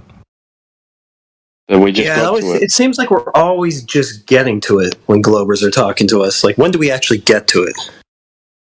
Did you? Let's put like We this. just Maybe got to Andrew. it. Maybe Andrew doesn't know. Do you know, Andrew? Did you see any measurement on the surface of the sea level? Sorry, I don't understand this question. Did you I see an any observation on sea level? observation and measurements on the sea level from anyone? Of Earth curve. Well, where's your Earth curve? Where is it? Like, you're saying we live on a ball, but you got no proof that we live on a ball. But you're saying we do observational experiments in the sky. Like, we need to prove this ball. So what we're doing is, hang on. What we're doing is we're going through the motions on how did you get the measurements of this ball? How did you determine it was a ball that we stand on? Right. Okay. So my view on this is that we have observational experiments that which you can't use those things. Right. Observational, isn't how you want to use them. That's fine. observational experiments are not experiments. It's just called observations. Okay, so yeah, sorry. I'm reaching into like a field that I realize most people don't care about, so I'll try and avoid using these words. No, we care about science. You apparently don't care about the words you're using, so no, that's just the issue here. So this is like a field of the philosophy of science that takes the stance that there only exists the observations, right? And everything else we take from that is all just basically... Yeah, that's not science. No, that's not science. The scientific method... Okay, actually, yes, thank you. I was hoping we could get back to this. So we were saying before that something to be scientific has to follow the scientific method, right? Correct. Okay. Who came up with the scientific method? Why do we have to go through all this? Okay, I'll jump the gun. I'm going to say that the way we came up with the scientific method, or whoever defined it, or wherever you're getting it from, is basically arbitrary with the goal of trying to find a cause and effect, but I don't think that works. You don't think the attempt to find the cause and effect works? I think that's okay, so that's a goal, right? That's not the thing, but just trying to compare cause and effect is never going to logically be sound to give you... Yeah, that's not the scientific method. You don't compare cause and effect. Wait, hang on, let him finish his point. The scientific method works. Okay, so sorry, I wrote that down from what someone said earlier. So, okay, does somebody want to define the scientific method and we'll run with that for now? Wait, hang on, before we do that, what is your point you're trying to make? I'm trying to make sense out of you. Sure. So, my point is that I think there's a new field in philosophy of science, relatively new, that is just experimentalism, which says there is only the observations that you can make, and that's it. You might use theories to make new observations, and that might work, but at some point that new theory is going to break, and the only thing you're left with are the observations. And in the future, yeah, I don't think. Some theory. Sorry, when you say observations, what do you mean?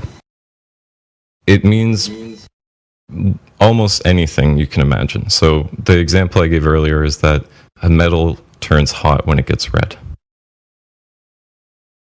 I mean, it turns red when it gets hot. Yeah, that's an observation. But you were talking about when your theories change. That changes your observations. No, no, it does not. No. The observation is always the same. Exist, your ideas and your theories changing is not changing any observations. You understand yes, that? okay, that's key. That's exactly what the I was trying to observation say. you gave before was meteorites flying through the sky. That's the observation you gave before. Exactly. And then we went through it, and we determined that that's not science. Yeah. Okay, to be clear, I didn't word it that way. I said you called it. You see a light. You called it observational experiments, and I said you can't do that because they're in the sky. You can't test them. Andrew, is it possible when you make that observation in the sky that the surface is not a globe? Yes. There's not. Yes. Okay. That means that your observation is pointless. It could be also sphere and it could be flat. No.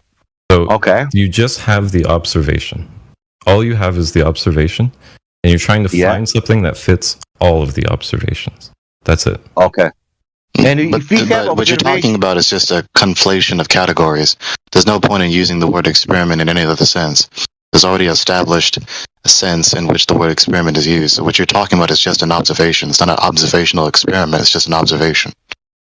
Sure. So we're using just different language, but I'm fine with that. Yeah. Okay, so we have the observation. Okay.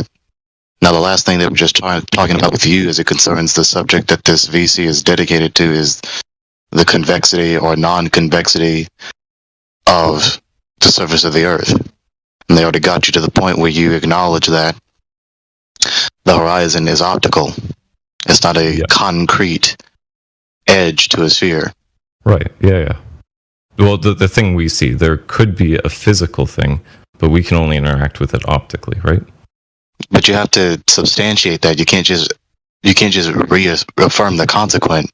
Say, well, it is concrete, but we just don't observe it. No, if you suppose that it is concrete, you have to substantiate it. I don't want to attribute anything concrete. I just want to say we have the observations. And Andrew, question. Wait, hang on. Wait. And then after me, Sasha. If you don't want to assert that the Earth is a concrete spherical entity, then you forfeited the debate. If you want to phrase it like that, sure. Yeah. My opinion is I just want things that give me tools to make new observations. That's all. And so far in my career, I've gotten pretty good new observations using globes. But I think it's time to ask the five basic questions. That mean Andrew that in that case Earth cannot be flat. Does that mean no? And what do you mean using globes? Because you're not using the Earth because it's not a globe. So you're just ascribing sphericity to the Earth, even though you don't observe the Earth concretely being an object with a convex surface. Sure. So the way that this branch of science philosophy says it wants to work is you have previous observations, you take a thing that fits those past observations, and you make some prediction, and you try and just go make a new observation. Even if that theory fails, in the future, you have a new observation, which is added to the pool of things that new stuff has to fit to. What you just described is just ad infinitum making observations and supposing reports of new observations. That's not a theory. Yeah, it's just an attempt at confirming a bias. No, that's not even that. That's not even that. It's just an ad infinitum repetitive process of reporting observations. That's not a theory. Okay, so in this process, you're making new theories. Okay, which one is it? You said you make an observation, then you go make new observations, then you go make new observations. No, there was a step in there. So you have your collection of observations. You come up with something that currently fits those observations, or even most of them. And from that theory, you see where you can look for something new. Then you go and look for that thing. Maybe you find it, maybe you don't. But if you do find it, you have a new observation. And then even in the future, if this theory doesn't work, you have a new observation to the pool that future theories have to fit to also. Okay, you're just describing experience over time, so as long as you draw breath. What does that have to do with the shape of the Earth? Or the convexity or non-convexity of the surface of the Earth? So, right, so what I was trying to say is, in my experience, my career, I've been able to make new observations using the globe Earth as predictors. Okay, that's not an observation. You made observations and then you ascribe sphericity to what you're observing, even though you didn't observe sphericity. I'm not attributing anything to anything. I'm using something as a tool to make new observations. Using something else other than the Earth that is not a sphere. That is a sphere. Excuse me. So you have this other thing that is non-Earth that is a sphere. So and then somehow, in some vague sense, relating the sphericity of the non-Earth object to the Earth. This is what sense does that make? Okay, so maybe I'll just give an example to try and be concrete. So I used to work on satellites, and these were like terrestrial satellites, so they would look down on Earth. On satellites? Yes. So on these, they had various, I'll call them cameras, right? And they're pixel cameras, and each camera would point at little boxes on the ground, right? And when this thing looked down, you would find that the pixels on the edges were becoming very distorted. And the pixels in the center looked fine for all of predictions people had. The solution to this was that if you imagine things coming down on a circle, things hitting the edge of that circle become stretched. Hang on. So if you I need to see what predictors these people are using and how they're getting to these conclusions. Sure. So the picture is that the satellite should have been close enough that the pixels were just like a single flat piece of paper coming up. Well, but this, do you know how lenses work? That's irrational. Do you know how camera lenses work? Wait. Let him finish. Let him finish everything. Okay. So each of these pixels were just collecting its data, and they came up flat like a sheet of paper. But the pixels on the edges were becoming curved. Not curved. They were becoming stretched. And the way to fix this distortion was to say, hey, if it's a globe and you undo this curvature, your pixels, there's no distortion in them, right? So you're arguing for concavity then, because stretching would imply that it's going the opposite way of your globe. No, I might not be describing this well. I could, if you want, we can do a whiteboard and I can draw out what I'm trying to explain.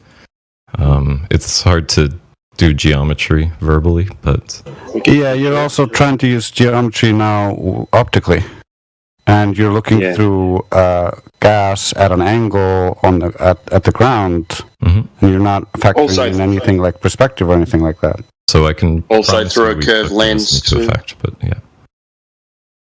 You just told us that you somehow superimpose sphericity in the visual data somehow with technological wizardry, or you just suppose the hypothetical premise that you began with the word if, that if the Earth was a sphere. Nowhere in the explanation did you tell us you observed the Earth to be a sphere. So what I'm saying is we would just get pictures back and you would see buildings look stretched and distorted.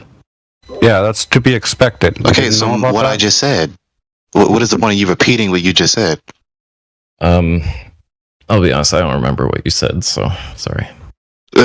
Well, that's a problem. You just told us that you take pictures and become somewhat distorted, and then you somehow superimpose sphericity in some sense into the visual data, or you just suppose a hypothetical premise that you begin with the word if, that the Earth is a sphere. Nowhere in your explanation did you tell us that you observed the Earth to be a sphere.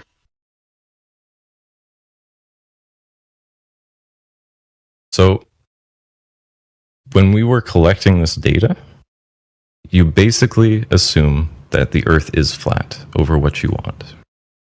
But if you do that, it doesn't work.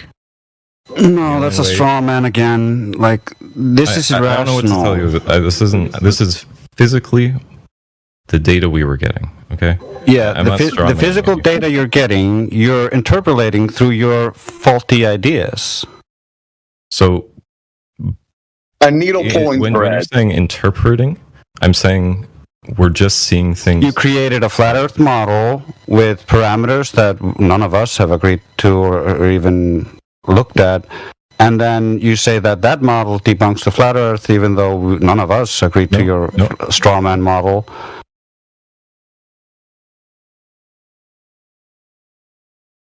Okay, so let me try and think of wording this carefully. So Be sure to start with so. Start with cell. Or if. Why not start with like, so you think the Earth is a globe? What does that mean? Just tell everyone what you think that means. Like, you want to tell people you got some insider secret king knowledge about the nature of creation. How? How do you know this? What, where, when, why, and how? Okay. Just start with that. Like, you're reporting what you know to a group of people. And you don't know where these people... Speak to us assuming that we know you're full of shit. If it's okay if we can finish the last conversation. Yeah, it's going nowhere because you're not understanding what flat Earth is. And I predict, based on that, you also don't know what globe Earth is. Because you would first have to understand flat Earth to get to your globe. The flat Earth model came thousands of years before anyone even suggested otherwise.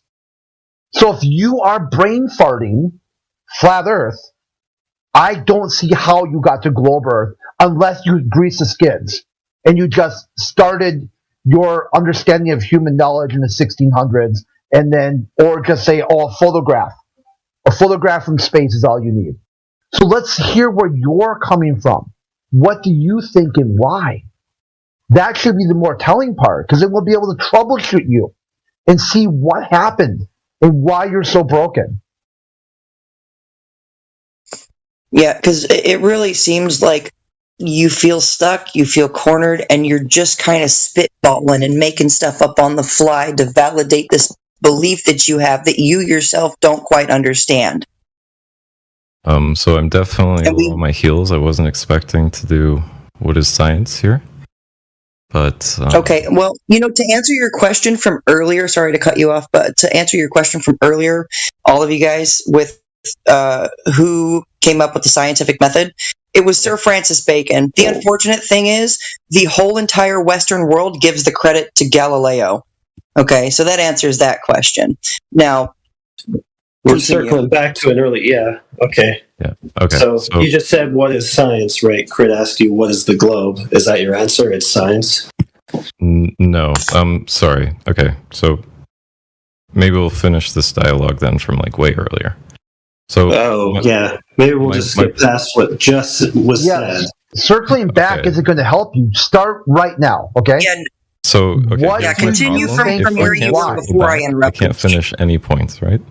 We have to finish something. From where you were. Guys, okay, someone on here was like, we're not trying to argue, we're trying to have a dialogue, trying to have a discussion. We can't have a discussion if we can't finish things. Right, so I finished it by answering the question from earlier. So now we're past that. We're right back here. Clearly, before I interrupted. Question, right? So just go right back to here before I interrupted. Okay, that's where we're at. I just wanted to interject that real quick. We're done with that. We're beyond that. We're here. So if you could please answer. Well, if you don't mind, I'd like to, because I was asking that question for a reason, obviously, right? I wasn't just asking who defined the scientific method for no reason, right? No, we're not going back there. Sorry, we're not going back there because we determined that what you're not beyond that. I answered that question. It's fine. Continue. Okay, so I'll open this to the floor then. So Sir Francis Bacon, apparently, defined the scientific method. Why do we care about his definition? I'll answer that. At best, I mean, to finally complete this, at best, it's intelligible, it's justifiable, it's practical, it's informative. Exactly. Yeah. So, okay, which definition do you want to use? He gave earlier was that you vary one thing with respect to another, and you find a cause and effect, right? The problem is if you're not using the same method, you could use the same data points, but get to a different conclusion. Yes, the reason why you follow the method, because otherwise, that could be your error. Like you did X, Y, and Z setup, I did ABC setup, I determined something different because of your experimental model. This dude slaps, he gets it. Yeah. Okay, so yeah, he's teaching you you're wrong, by the way. Okay, so here's the point, right? No, listen. Listen to what Crit's telling you. Method in 100 different ways, right? No. Crit wasn't done talking. No, you don't define the scientific method in 100 different ways. There's a very specific scientific method, and then you have all sorts of other methods which are not scientific. They're pseudoscientific by definition. That's why I don't use the term scientific. The term is vague. Right. That's why I use the term causation inquiry method. Can Crit finish what he was going to say? Crit? No, I mean, you guys are all over it. Yeah, the problem is if you start doing something that is like scientific aligned, it could be pseudoscience. It still is useful. It just means you have to explain what you did different and why. Why did you deviate from the normal method? It could be lots of different reasons. It could be access to the full world. It could be, your ability to manipulate variables. Lots of reasons, lots of things can happen to make you deviate. Just explain why. If it makes sense and it doesn't seem like you're trying to bullshit, then people can follow you. People use pseudoscience every day. Sometimes even because of superstition. I mean, you might say that seems weird to you, but people are superstitious. They're very spiritual, supernatural entities that exist in the world. They really can't explain it, but hey, I flipped that penny over. Now I had good luck. Cause and effect, but it was pseudoscience. It wasn't real. It wasn't an actual experimentation. You just have to explain to me why you think you flipped that penny over, and I'll try it and tell you what I get. Well, let him answer. I don't know what the question was there, so it's hard to answer, but... Okay, look. We have the so-called scientific method, which I more accurately refer to as the causation inquiry method. So, you saying no, not that method, then what method are you using, and why? Okay. Sure. What method and why? Okay. So, as Critspiracy pointed out very well, there are different ways you could have defined a scientific method, and they would have given you different conclusions. That's not what he said. No, that's an accurate summary. That's correct. It depends on which method you use, and you're going to get to different conclusions from different methods. Yeah, it's close enough. Yeah, but he didn't say it was different scientific methods. He just slipped that in there. Yeah. Okay, well, we have to be charitable in interpreting one another, so obviously it is. So go ahead. Okay. So, different ways you want to set things up, you get different conclusions. Specifically, I think where science goes wrong is it will never be logically sound to say, okay, I observed this in this condition, and I observed this in this condition, and this in this condition. Therefore, this is true in all conditions. That's never logically sound, right? No, those would be laws. That's not adjudicated through the scientific method. So that's wait, you work on satellites. I don't understand how you make this error. Like, in my mind, I'm presuming that someone who's working on satellites has mastered understanding this method. You don't understand that the causation inquiry method, quote-unquote scientific method, is informative on trying to ascertain what is the cause of this effect, which includes controlled variables, independent, dependent, and controlled variables. So of course, it's never the conclusion unless someone is just making this asinine conclusion that this event happens in all situations, in all various kinds of situations. No. Right. So you said that's not the method in principle. Like the right step that people went in. So you're correct. So people said, okay, maybe we can't say this always implies this, right? As you were saying, we switched to saying essentially it's informative to the cause, or the wording people said is if this, and this, and this, and this, and all this, then this maybe generally implies this, right? This is the conclusion people came to. In principle, at best, concerning the method, people are saying this caused that effect in this situation. Right. And so this behaves this way in this situation. Most at all times. Or most of the time. Right. Most of the times is how it becomes.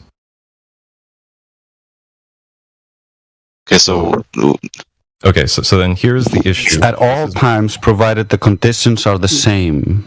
The experiment has the control variables, you have all the variables, so if the conditions are the same, you're going to have the same result. But do you really have all the control variables? Are you certain of that?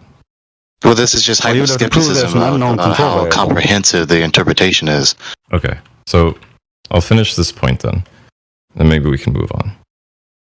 So the softer thing people came up with was that, if this, then that, if this, then that, then if this, usually that. That's the soft claim.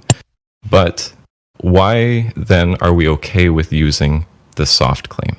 What people would say is, well, we've used this soft claim in other experiments and it's given us good results, right? And we've used it in this other experiment and it's given us good results. And then another one and it's given us good results. And you do this a bunch, right? What does this look like? Well, now I have one experiment and I got the result. And I did another experiment and I got the result. And I used another experiment and I got the result. This is exactly the same claim we're trying to use, because now we're trying to say the soft claim usually works. We have a circular argument where we're using the same argument within itself. So this is not logically sound. Wait, no. What are you doing? You do the experiment, you make the interpretation. Mm-hmm. Okay. At best, it is a logically sound interpretation of the data, which is defensible. It's tenable under scrutiny of questions and arguments. Can't be. It is perfectly logically sound. What you used with your soft claim is illogical and irrational. Hang on. But let's not trample on one another's words. I'm saying this deliberately. You do the experiment. You interpret the concluding results. At best, your interpretation is sound. It's true and valid and justifiable under scrutiny of questions and arguments. Now, we're not omniscient. So we're going to continue to do this method to gain more knowledge, so as long as we draw breath, at most. There's no fallacy in that. Okay. So you do the experiment, you interpret the results, and at best it's true and valid, right? Is what you said. The interpretation, yes. Right. So you can do the experiment 100 times and get the same result, right? Say again, I'm sorry? So you can do the experiment 100 times and get the same 100 results, right? Sure. Are you guaranteed on the 101st time you get the same result? Okay, so what you're talking about is the classic problem of induction. That's all you're talking about. Okay, yes. So now I understand. This was the classic issue with old science, yeah. Okay, so what is your critique? I think that the old view of science, that we're just changing one variable for another, doesn't work. That's it. Doesn't work in what sense? I don't think you're going to ever get solid results and a solid interpretation of real life. What do you mean by solid? It's not an accurate depiction of the real life. Yeah, you're missing. Why do you say it's not accurate? It's a starting point for debate and discussion. It's not the end point. Once you've got an experimental model, once you've got results, then you have got a shared reality, a shared baseline that you then begin deliberation on. If you're just out there willy-nilly doing the hell you want to do and come back with a just so story, what's there to debate? You just got an opinion. What is your backing for what you're claiming? You said it's not accurate. I hope you're referring to the interpretation. I hope you're not referring to the method, the interpretation of the concluding data, the resulting data. Right. Yeah, the interpretation will not be valid. Yeah.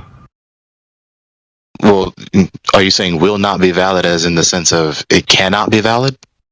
It won't logically be a valid conclusion. Well, that's...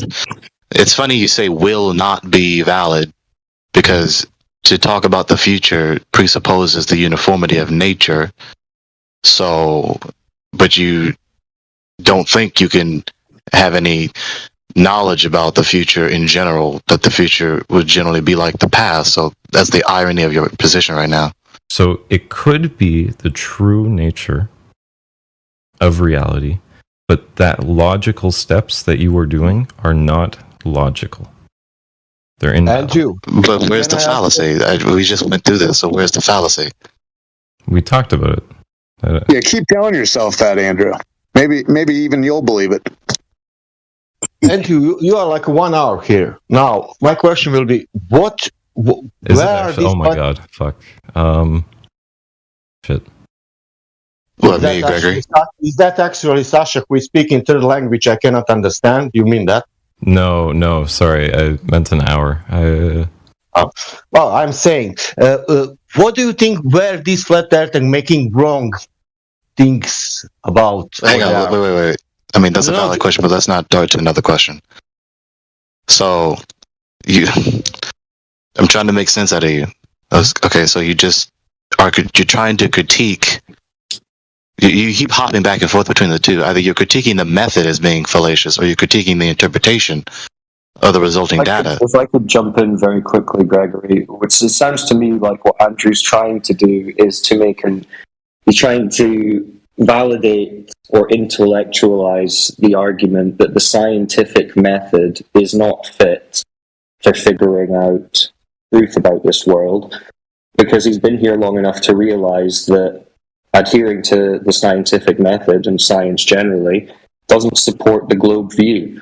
So ironically, as flat earthers are labeled science deniers, the globe argument is now reduced to trying to intellectually validate abandoning the scientific method.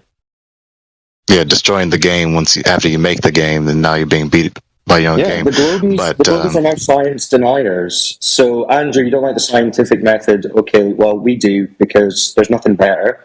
And it's besides the point. You've talked about observation multiple times. The only observation you have is a flat and motionless Earth. So anything assumed contrary to that is fallacious from the beginning. So if you ever actually get to making an argument for the globe, you will instantly be in fallacious territory because you've left observation and reality. But I think the whole scientific method thing has been done to death. We should probably move on to another point. The globies are science deniers. We get it. Okay, so yeah, in the field of philosophy of science, people... Dude, we're done with that. And you hear everything that was just said? And so we went back around the philosophy of science. Well, I mean, if y'all don't want to talk to him about that, I can. Okay. Yeah, let Gregory talk to him, and then Gregory pivot over from that once you've done. Yeah. Andrew, somebody unmute him, please, if someone will.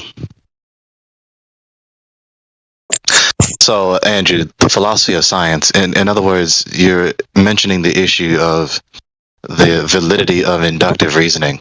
Mm-hmm. Now, how do I say this?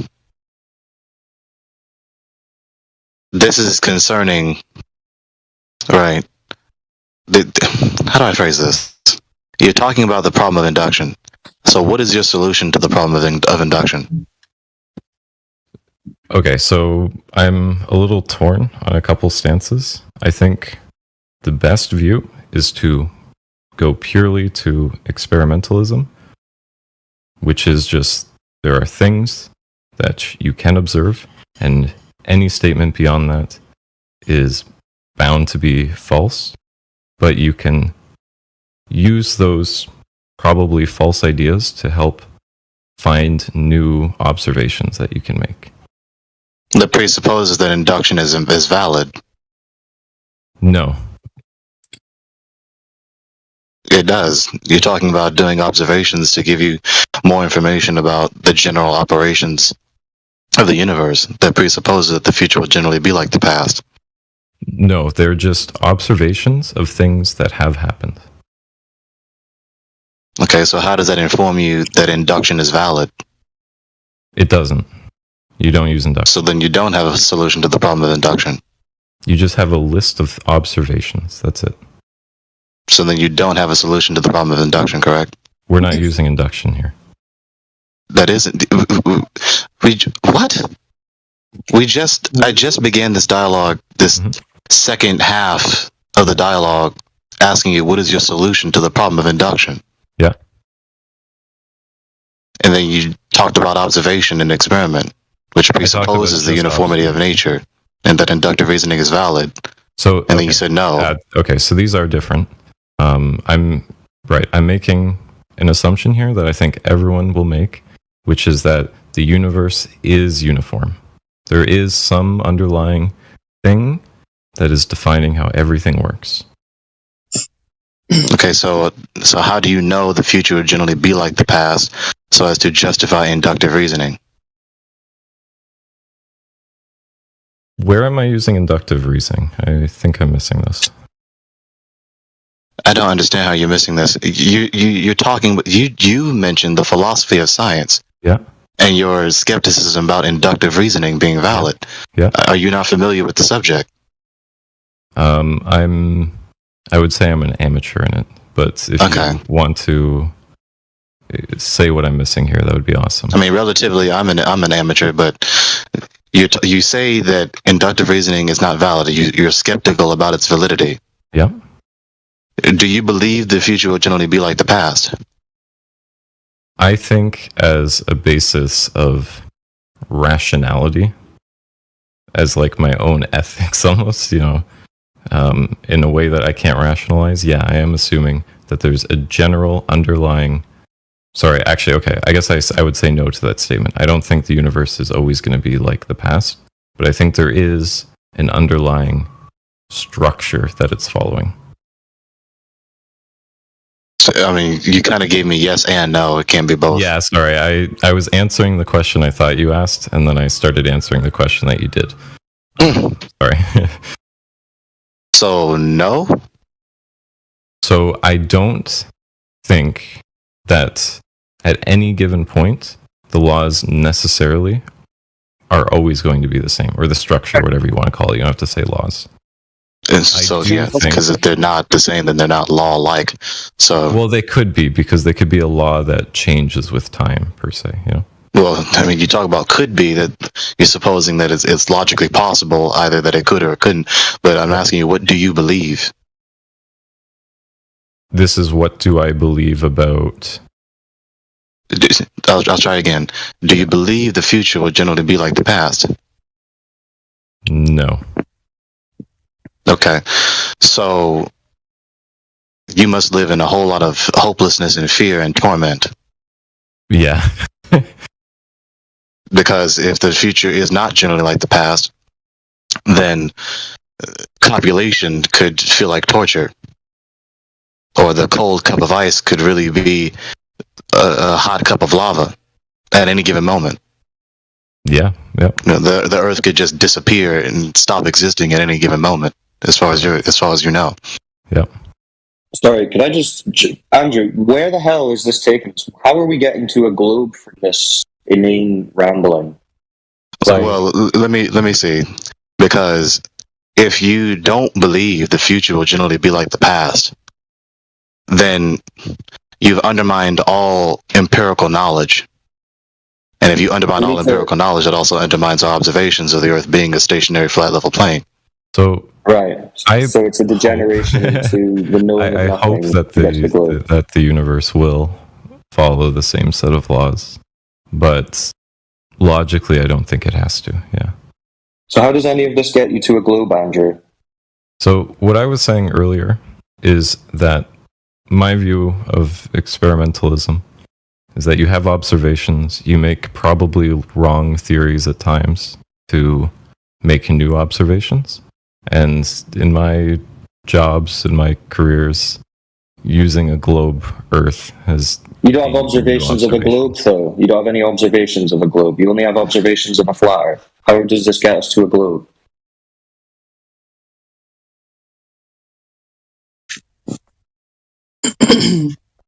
And then the even more fundamental issue is that this method, you in your mind, you don't believe the future would generally be like the past. I don't think it has this approach logically presupposes There's no point in that it even will. speaking to him about the method. He's not. He can't get past observation. He's saying observation. He doesn't have any observation for the globe. You only have an observation of a flat Earth. If you're talking about the globe, observation can't be in your vocabulary. Yeah, inside his How worldview, this gets to the globe. yeah, and also inside his worldview, he debunked observation as a possible method because he said he observes a flat Earth, then tested this observation and debunked it. So even his idea of observation is out the window. You see, it's a death spiral of intellectual nothingness. Did you say that you used observation to build a flat Earth model, and then you tested that model, and you came up with it not matching what the world was observed to be? So you used observations, repeated your observations, and came up with your observations don't match your observations. Okay, so... Yikes, dude. Okay, maybe I'll restate that and we'll see. So, I used to work on some satellites, and they were the satellites that looked down on Earth. And we thought that this satellite was had a narrow enough field of view that when we shot the camera at the surface, everything that came up should basically be looking at a flat plane.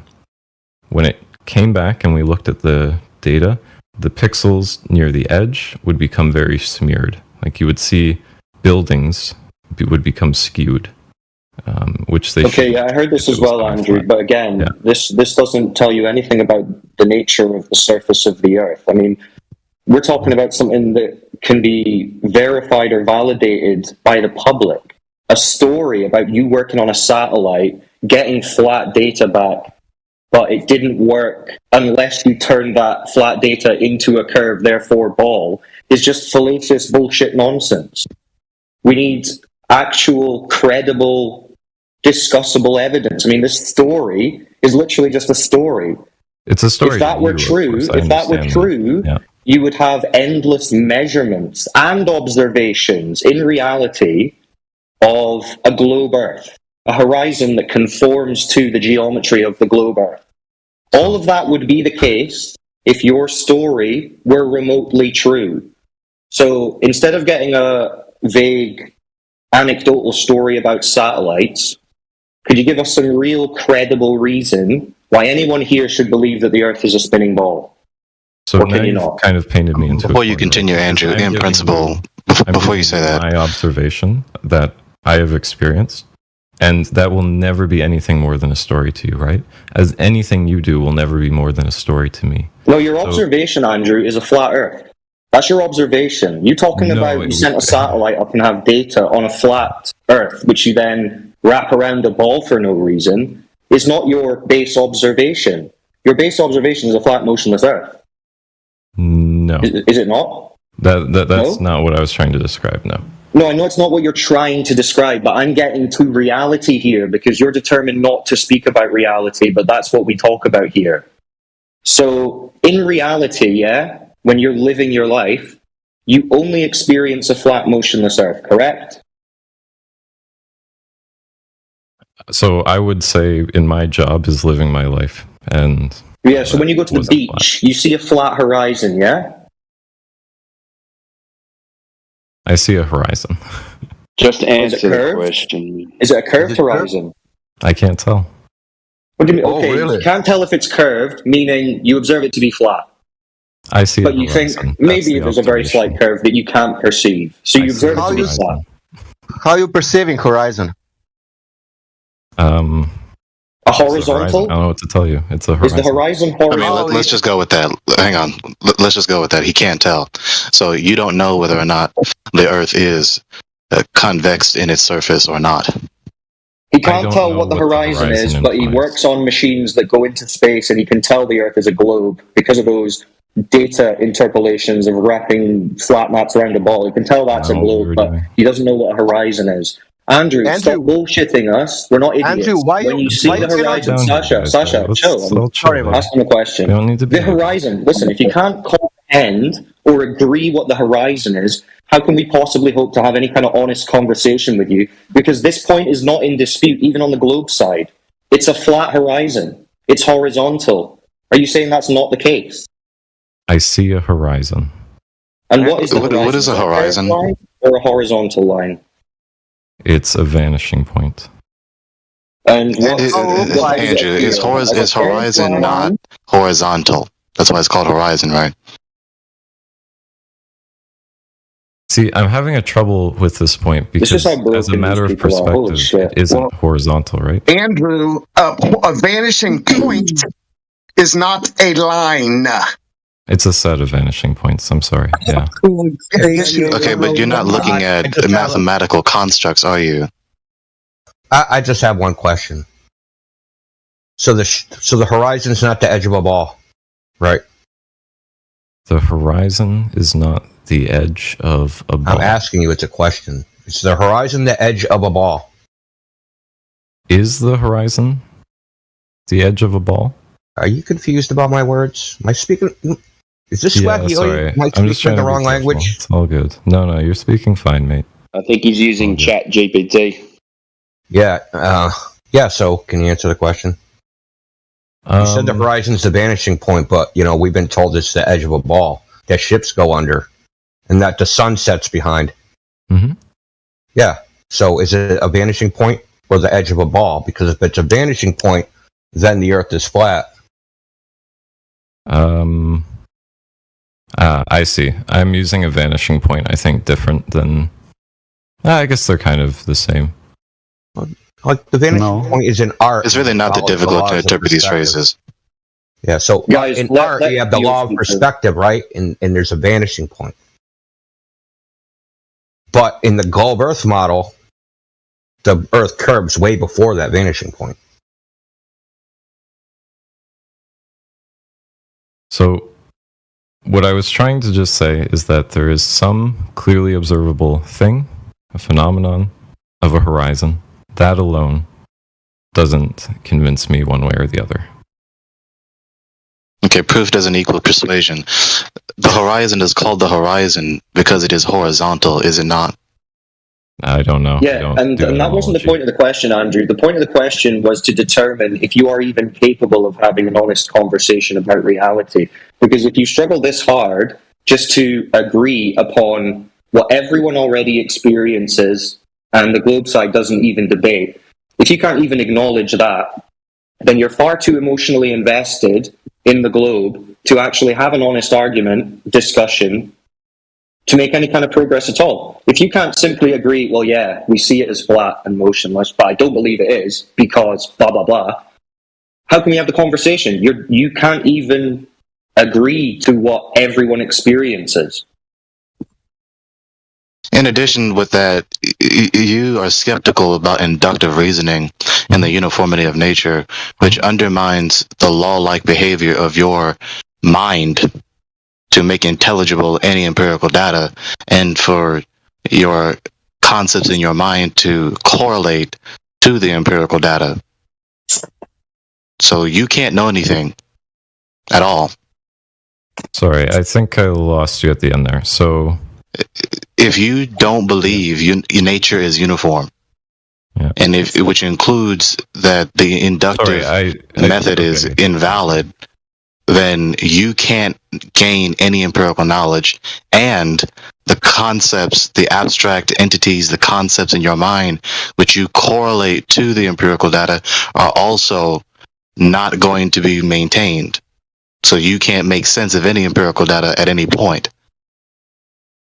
Right. So when I was saying nature is not uniform, what I was trying to be careful about saying is I think that there is something underlying nature that is fixed, but that fixed thing can change continuously with time.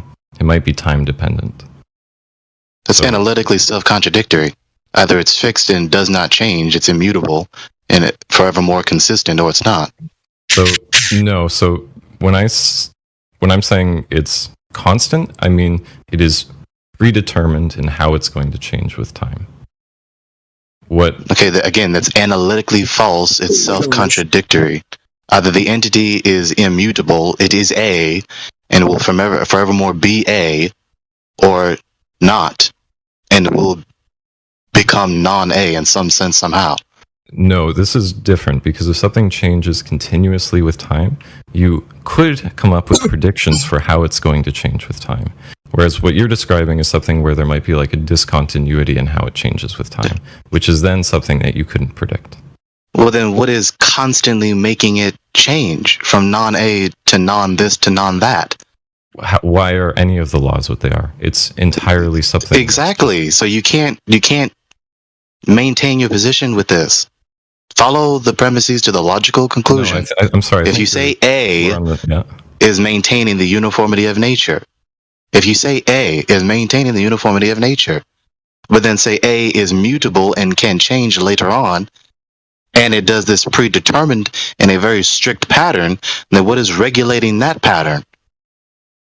Okay. So either you are going to go on this line of reasoning forevermore, or, which is an argument you cannot justify because the argument cannot ever end, or it stops somewhere, where something is immutable and maintains the uniformity of nature forevermore.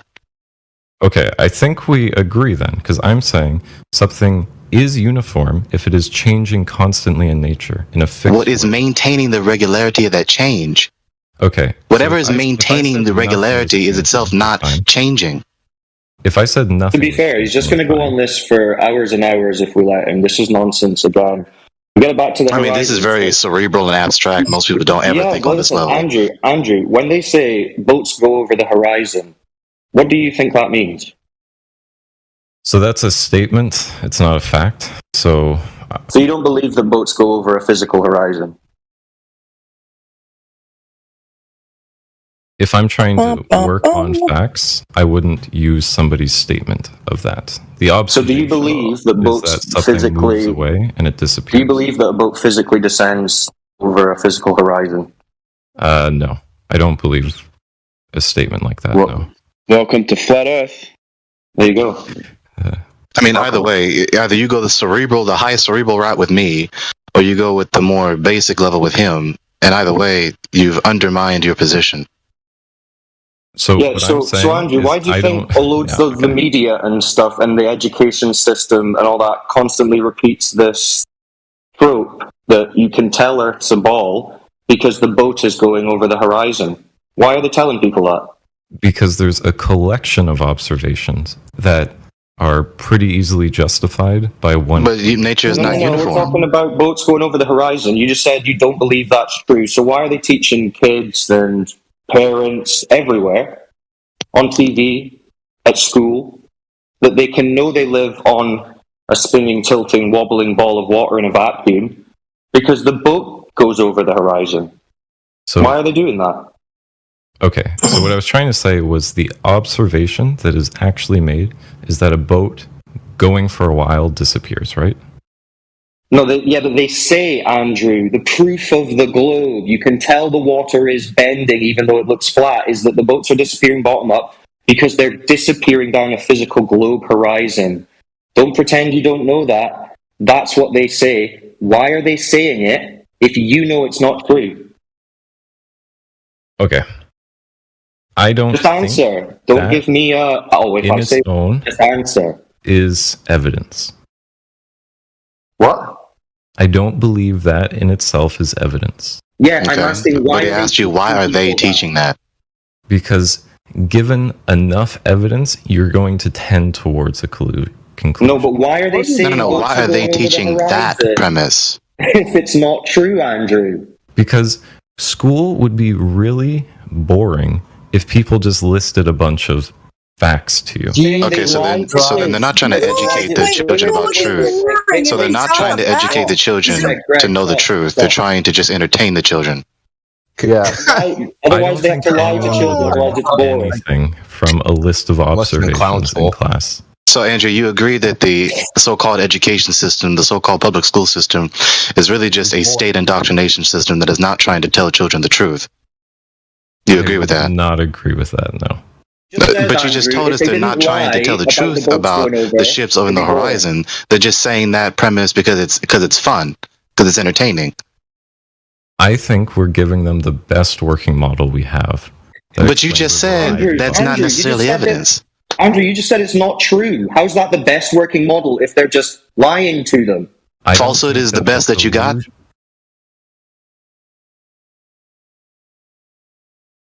Let me just quickly check in with the panel. I see we have Vom here.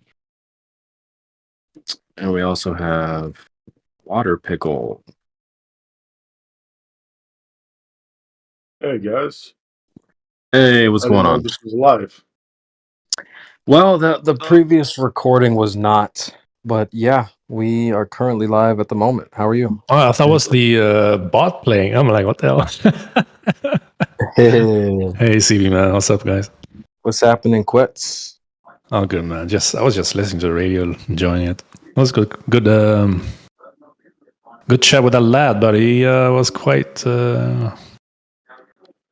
thick, I would say, in a sense. Pause. Yeah, well, we'll keep the bot in here for now, just in case it doesn't pop off. But Water Pickle, how long have you been hanging with the Flat Earthers?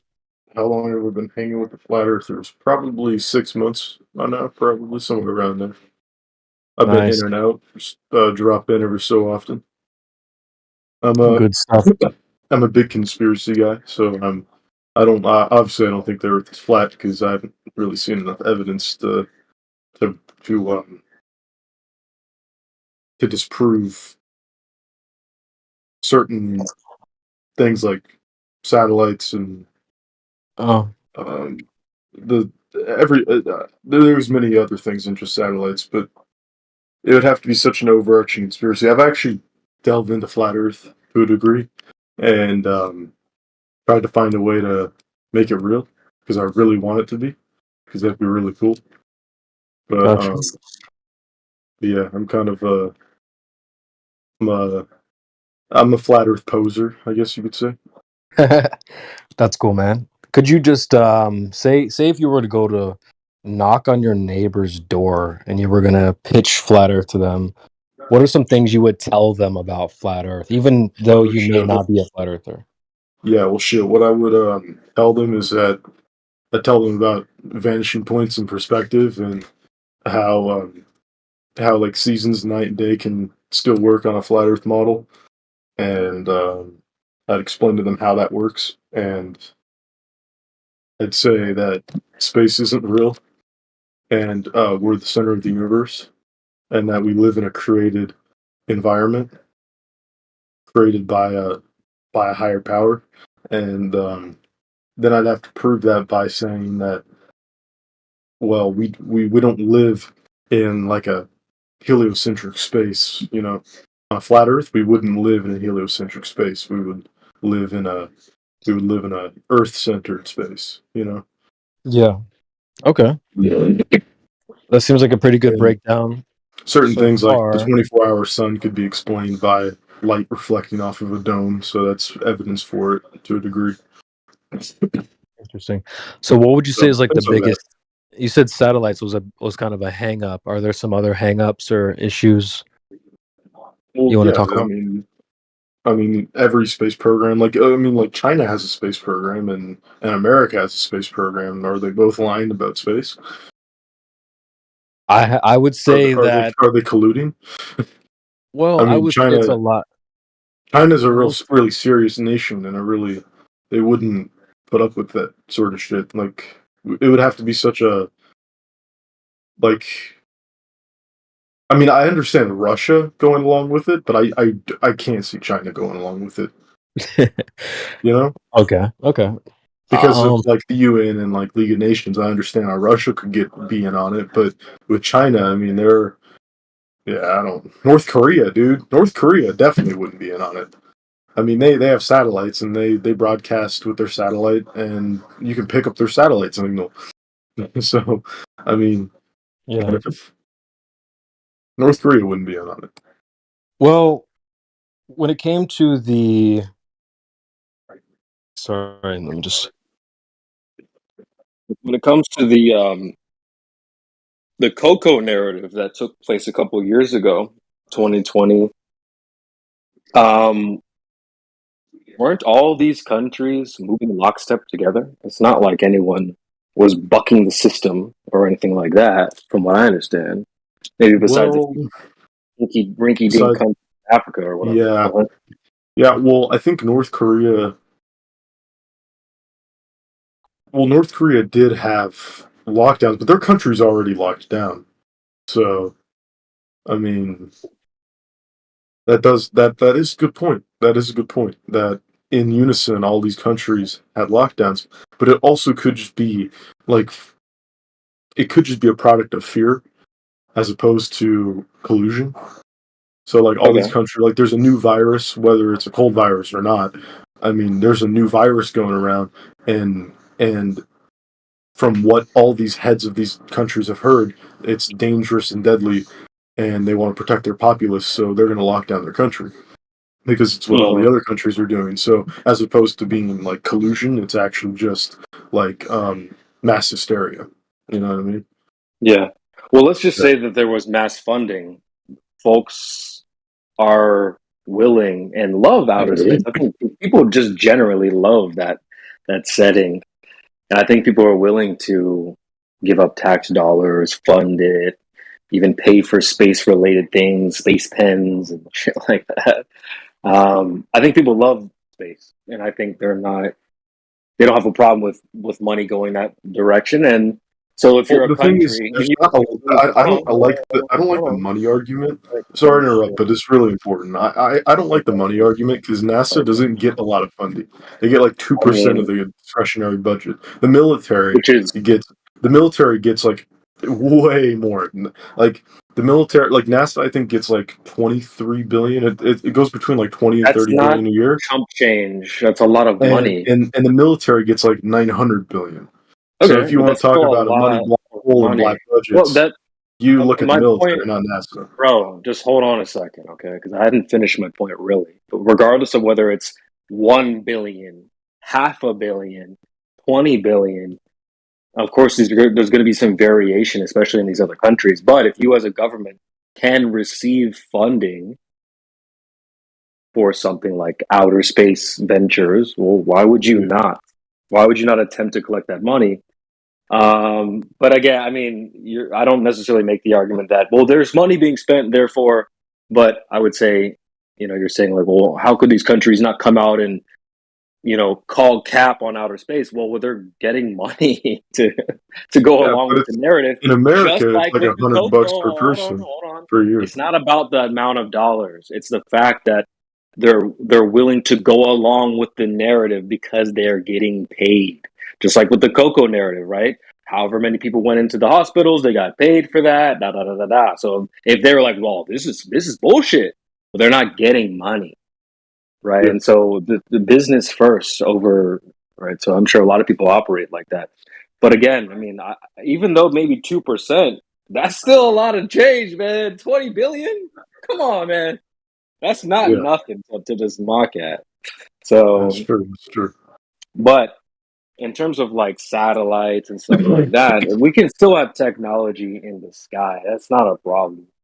You can put tech in the sky. I think anyone, regardless of whether you believe the Earth is this, that, or the other, there's technology up there, planes and drones and different type of technology. So I don't see that as an issue at all. But yeah, I mean, just if you're like, well, how could these countries not call out and blow the whistle?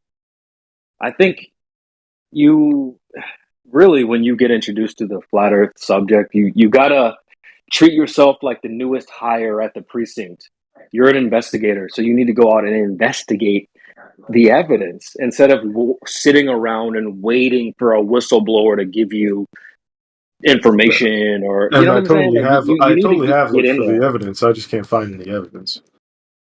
Well, the evidence would start at the earth, the source, instead of a whistleblower. That's where a lot of people get this wrong. They're like, "Well, I'm waiting on the whistleblowers." It's like, well, why? You could go straight to the source, the earth, and test what the earth is doing itself. You don't have to sit around and wait for China to blow the whistle and say, "All right, well, we've got all the answers." Why would you believe them anyway? You know, even if China says the earth is flat, we would still have to go and see whether the earth is actually flat itself. We don't just sit around and listen and wait for daddy to tell us what to think or how to think or when to think, etc. So, you know, that is something that comes up a lot is like, well, all these, there's different agencies. Yeah, well, they're getting paid, man. Just like during the Coco situation. So, you know, they just move in lockstep together. I don't think it's like, well, China hates America, therefore they're going to blow the whistle. I don't think so. I think they're willing to lie to their people, just like, you know, our government lies But to it's us. not that they hate America; it's that they themselves would have to be lying as individuals. Like I think it would I be mean, China ridiculous to already say lies to that. their people, man. They're like one of the most censored, right? Like the Chinese, they can't get Yeah. access to like all the TV channels and stuff like that. Like they already, they're already willing to like lie and control their people. I don't think they're just giving all their people all the answers and stuff like that, you know? Yeah. So fuck China, to be honest. But really, you got to put it on your shoulders, not a whistleblower. You are in charge of what you know. Yeah.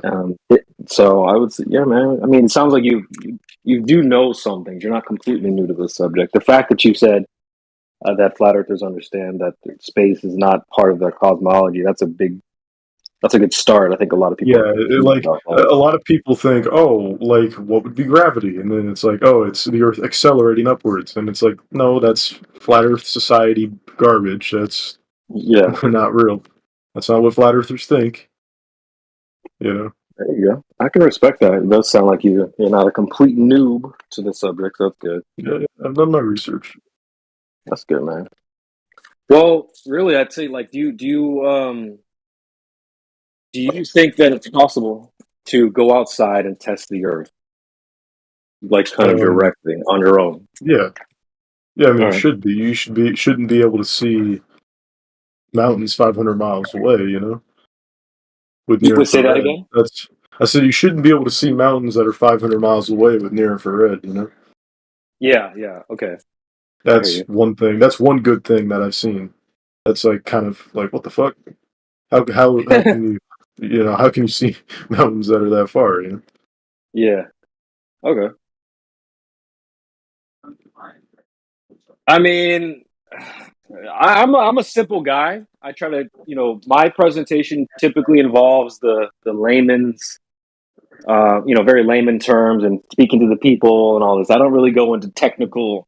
Well, due to the gravitational refraction index of the 32, like I just keep it simple. I don't think the Earth moves. So, I'm currently in a building right now, and I would say the building doesn't move because the Earth isn't moving. I mean, that's not really an argument. It's just my position. But I would say, like, as a flat earther, regardless of what the surface is doing and all this other stuff, I don't think this place is going anywhere. So that's a start. Again, it's not really an argument or anything like that. It's just my position. But I would say in terms of like testing the Earth, you just go to like any lake or an ocean or some type of big body of water, and you can find out or test whether the surface is convex, concave, or neither. And I think that's fairly simple to do. I would highly recommend that. I mean, if the Earth is a globe, regardless of size, the surface of the bodies of water have to be convex. They have to be. I mean, the so-called satellites are taking pictures of the Earth from space, which show convex bodies of water. So that means when we go to that body of water, it has to be convex, period. It can't be flat. So, and then when you actually go to the body of water and test it, it seems to be neither convex or And so we don't need China or some country to tell us that. The water, the earth directly won't speak to you, but you can test it to see what it is. You know, it'll tell you that basically. So that's a big part of why I'm a flat earther. I know there's like some misconceptions like, oh, well, they just watched a YouTube video. But no, not really. I did my first long distance observations in 2021, coast of California. And so, yeah, man, just next time you go to the beach or a lake or something like that, see if you can test it for yourself. And then you'll have the evidence that you might be looking for. Yeah. Yeah. It is a nuanced subject. It's kind of complex. There's a lot of things with the flat earth. But I would say if you're looking for evidence or like, I haven't seen it yet, there it is right there. Any body of water that's big enough, you can sort of put it to the test. Yeah, that's true. So, I mean, so what would you say are some like really strong for the globe side? What's some stuff that they've got going on that seems to resonate with you? Well, over 500 people have been to space. All of them have to be lying. Okay, so you're okay. Hold on. No problem. Only 24 people have been beyond low Earth orbit. Yeah, but what is low Earth orbit on You know flat what Earth? low I Earth never is? could figure that out. Yeah, only 24 people. So like 500 people been to space, but those people haven't been high enough to see any curvature. Only No, 24 you can people see have claimed to have curvature. been high enough. You can see curvature on the ISS or on the other space stations that used to That's exist. false. That's actually What? false. Yeah, that's false. No, that's That is not. false. No, they claim to be able to see I curvature got on the ISS. They don't. But let's talk about this actually, because we can post some of the math here in the chat. That's unfortunately that's not high enough. 250 miles up is the claim of 250 miles up is how high it's claimed to be. Yeah. Let me post some stuff in the chat here, and we can. Yeah, we this can go over I that. could never figure this out, so this is interesting. Yeah, I want to hear about it. Yeah. Well, they're using severe, like crazy wide angle lenses and stuff like that up there I don't even I don't even think there's anybody up there. But based off of the height, that's not high enough. Let me go to the chat real quick and post this. 50. But while I grab this, are you familiar with the arguments about? So you said flat earthers, their position does not involve outer space, which is true. What is the argument that goes along with that? Like, are you familiar with the argument for space being fake? Not entirely, but you might be able to elucidate on some things. So Okay. go for it if you have some things to say. I'm gonna post a 250 mile thing, like the horizon from here it is, from the ISS as claimed.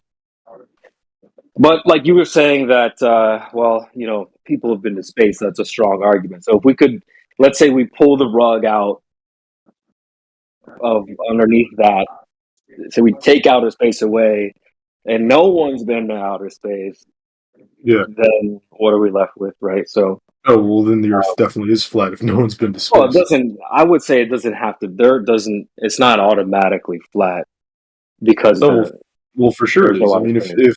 if NASA can lie about sending 500 people to space, then or NASA, Roscosmos, and other agencies, ESA, can lie about sending over 500 people to space over the past 60 years, then I mean they could easily lie about the fact that it's a ball. I mean, yeah, they lie. I would say.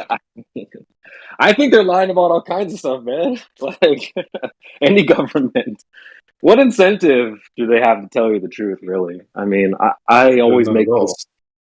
Yeah, I mean, they don't really gain much from having people know the truth. In fact, they lose because they lose their secrecy. And Yeah, their the abilities control. of farming and tax money. Yeah.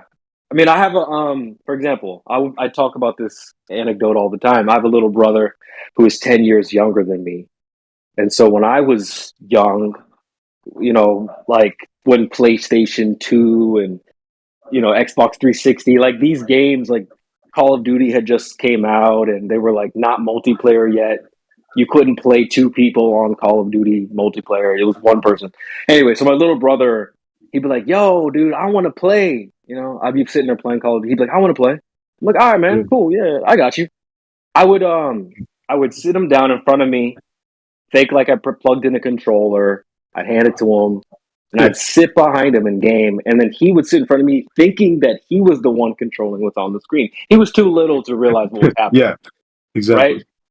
So I win. I have control, and it's a win-win because he thinks he's in control, but he's not. Right? So it's like I use that anecdote to show that like that's if the government or some entity that is above you can do that to you and you're happy about it, bruh, why would they not do that? You know what I'm saying? Yeah, exactly. And they've got the whole world is happy. They're like, yeah, we've gone to space. I haven't been, but we have. They're like totally happy with the story. They're like my little brother. Yeah. They're playing their game. They're totally chill. But so you know, if they can do that 10 times out of 10, they will, just like I did. So I would think about it like that. Maybe there's really no incentive. If I were to tell him the truth, like, yeah, actually I'm playing, he'd get pissed. He wants to play. Now I can't play because I got to share, etc. Right. So yeah, I'm going to keep that lie going as long as I can. It requires him to figure out what's really going on. And in the same way, it requires you to figure out what's going on and not be fooled or content with being lied to. So there's that aspect of it as well. I did post it in the chat there.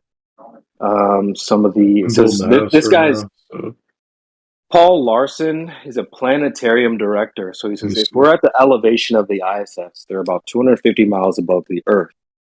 If we calculate the horizon line for the ISS, it's about 1,400 miles. So if you're sitting at that point looking 360 degrees, the horizon would look flat. And then there's like a little GeoGebra graph there as well. So if we were to say space was real or ISS is really up there, well, unfortunately, it's not high enough to see curvature anyway. But then we can get into the gas pressure argument for the reason why there is no outer space as well, which I think would maybe help somewhat too. Grim posted in the chat, all 9 crewed missions to the moon took place as a part of an Apollo program.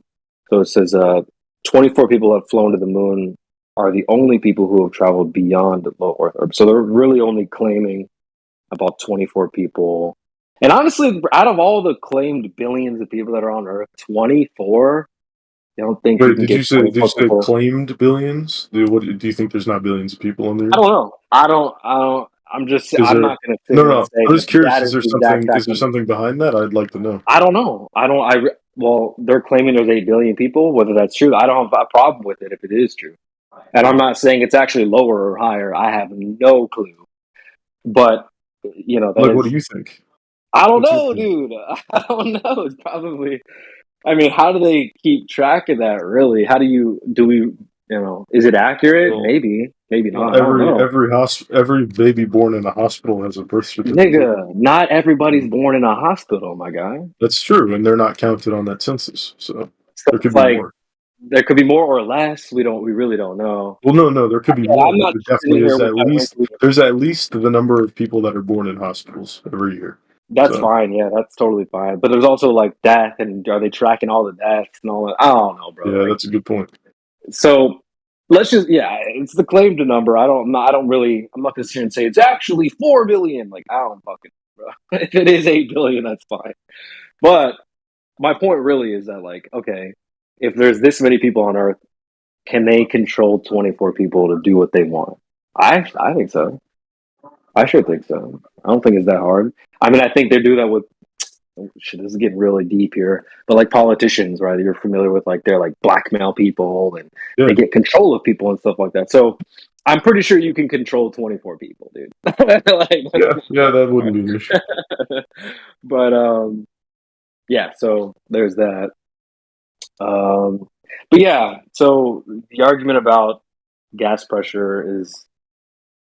Oh, sorry. The argument of space being fake has to do with gas pressure. And so typically we ask a lot of people that come here, can you demonstrate gas pressure without a container next to a vacuum? And the answer is no. Just to rip the band-aid off. the container would be gravity. Okay, that's fine. That is the claim, but we would still need to see evidence of that claim. Well, that evidence couldn't be provided on the Earth due to gravity. Because there's already an overwhelming gravitational force, so you'd have to be in space to prove that. And you'd have to be away from the Earth, too. Which is kind of the problem, right? Because this is a, what do they say? Extraordinary claims require what? Extraordinary evidence. We can't just be like, yeah, well, gravity, but, I can't show you it. I'd be like really no different than me saying, I grew a pet dragon in my garage. Well, can you show me? Well, it'd have to be on a planetary scale. We'd have to go to this other place and then I could show you. That's bullshit. You should never believe that. That's crazy. Like, two flat earthers going to space is like going to Narnia. So for me to be like, well, if I took you into Narnia, then I could show you my like lion. It does sound crazy, but yeah. I see what you mean. It does. Yeah, it does. So, I mean, I get it. I get it that gravity is the thing that's claimed to hold the gas here, but what we know about gases is they move freely in all directions, up, down, etc. Not gravity holds gas down. And actually, it seems to be that every example where you have some sort of form of gas pressure, it involves a container. I mean, I've got a bicycle right here. It's got 2 tires on it. There's gas pressure in there with a higher pressure than the air that I'm breathing. So if I were to puncture the container, the tire, then it's going to move from the higher pressure area to the lower pressure area that I'm breathing. And so what we're seeing here is that like you have to have some sort of container to contain gas pressure. And then like that's every example, whether it be like a can of soda water or a propane tank, or if I want to have a business and I sell gases like helium or whatever, I have to sell it in a container. It has to be in a container. I take it out of the container, put it in another container to sell it, etc. You have to have a container. And so to extrapolate that outward, well, the air that we breathe also contained. And gravity can, not a single example can gravity, whatever that is, contain the gases. I can't have like gravity wheels on my bicycle or my car or have a gravity container.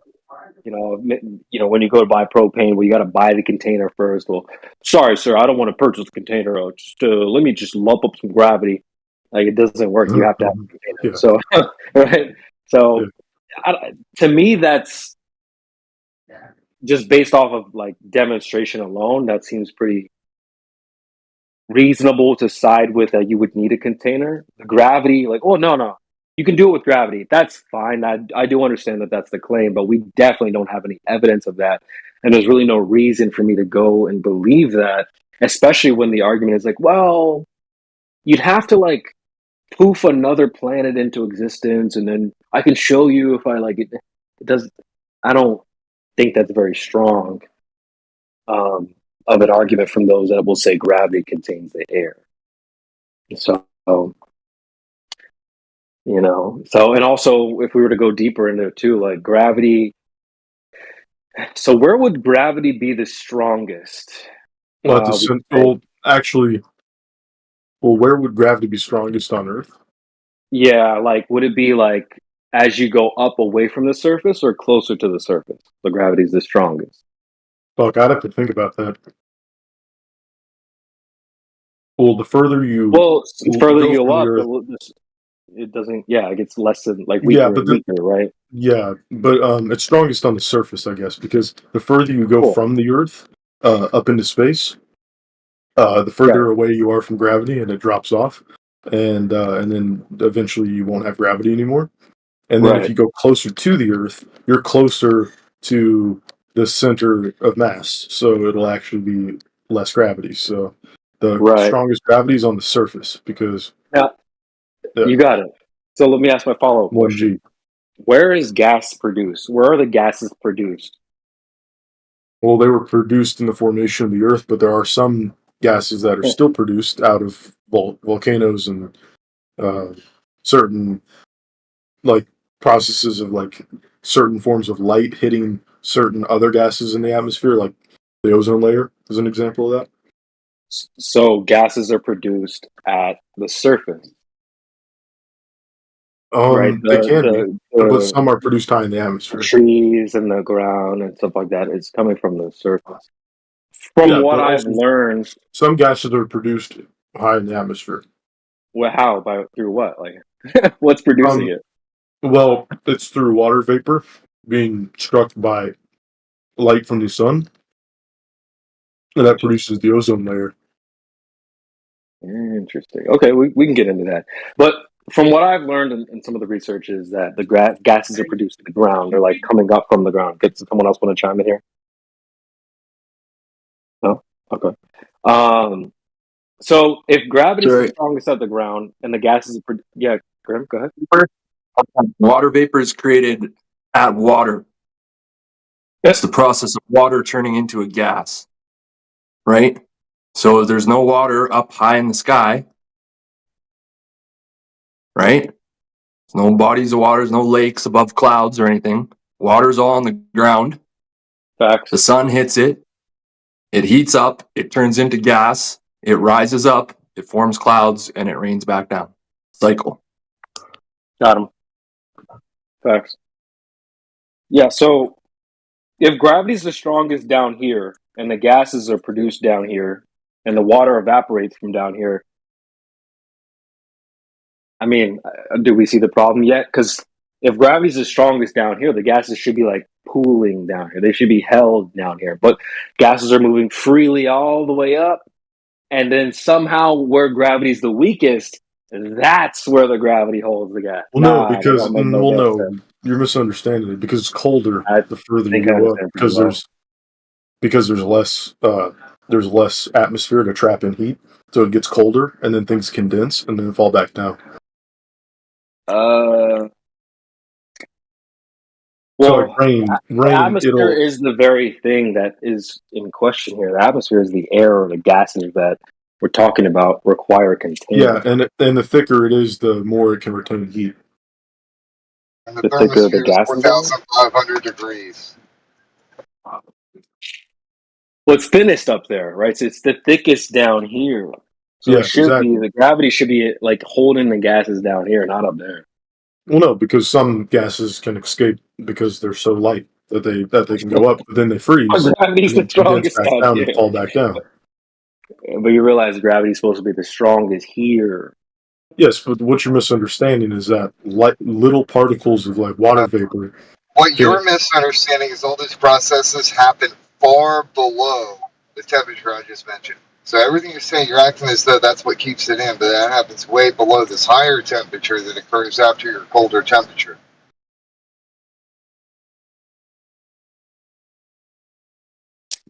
You're not going to find the hole in the heliocentric model with weather cycle. I'm just going to let you know. No, the hole is the claim that gravity holds the gases. Like that's the hole is the hole in the ozone. Yeah, that too. I actually just got a screenshot recently that said, "Oh, we got more holes in the atmosphere." How do you have a hole in a gas? Like that's like saying like you have a balloon with helium in it, and there's a hole inside the helium. That doesn't make any sense. Well, on a large scale, gases take time to mix, and they can create a gradient. So, yeah, it's different on a large scale or a small scale. So. Yeah, that's because it's a dynamic system, not a static system. Yeah. Gradients are relevant. Let me ask you this. If you have a vacuum chamber on the surface of the Earth, right, and you take a helium balloon worth of gas and you throw it in that vacuum chamber, you release it from the balloon, does the gas, because there's not a lot of gas in that balloon compared to how big the vacuum chamber is, right? So does the gas go to the bottom of that vacuum chamber or does it fill the whole vacuum chamber? Well, I'm not sure.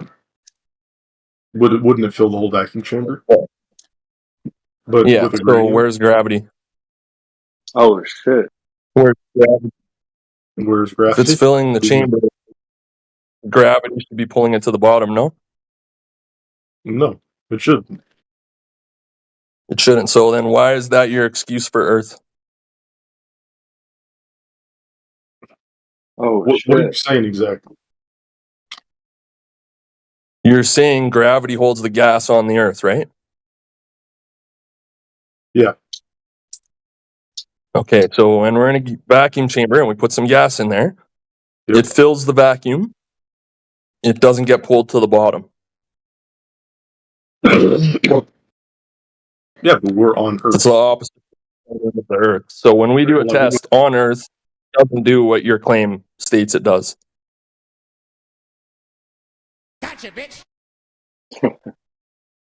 Sometimes we're given the example like, oh, you think gas doesn't go down? Okay, watch me put this gas in a balloon and then put it inside a vacuum chamber. See?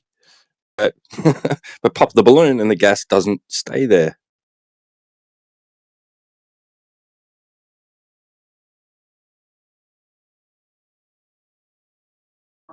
Yeah, well, there's got to be an explanation for that. For the gas chamber argument. Yeah, gas it's just something I can't think of off the top of my head. It doesn't prove the Earth is flat. Indefinitely expands to fill available volume, dude. Gravity's not stopping it at any point. Gas will just continue to expand until it collides with something and reaches a barrier.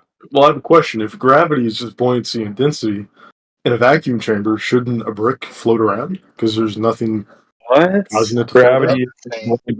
Dude, we're just talking about gas behavior at the moment. Just talking about gas behavior at the moment. All right. Not to mention, gravity is the weight or seriousness of a person, place, or thing. So you would then have to explain what your version of gravity is at that point. And why would we be putting anything in a vacuum? Earth, which also requires a container as well. But Earth isn't in a vacuum. That's not. You can't go to a vacuum. There's no vacuums in nature. I don't know why we put stuff in a vacuum. Why not? All a vacuum is an area of low gas density, which requires a container. It's really funny when the Glovers try and prove that you don't need a container for gas pressure, and every example they try and give us, there's a container involved. It's classic. Just ignore Don't that. we have a video of a feather and a brick falling at the same rate outside of a vacuum? Like No, it's not. It can never Except be demonstrated to do that. Some hydrogen Even a and helium vacuum, can rise to the top of the atmosphere and be blown off by the solar wind. bro. Even a vacuum requires a container. So no, gravity can't create vacuum. Yeah, that container is all of space. All of space is a that's vacuum. not a container either, bro. Well, it's an area of low density. It doesn't require a container. All of space is an area of low density. There's not a lot of gas in space. What you're not realizing, and that's why stars were formed. Holy shit, bro! We can't use the lore as the proof. Okay, we're actually trying to go off of reality, things you can prove or demonstrate. To make a vacuum, you need a container. Period. Like, I understand that the claims that on Earth, we live in an atmosphere. Listen, you're just offering me claims though. When you say like, well, the sun is. No, we live on Earth in an atmosphere. Of course, we need a container to separate the atmosphere of Earth from the vacuum in a box. No, but what I'm trying to say is we can't use the lore as the proof. Go ahead, Nation.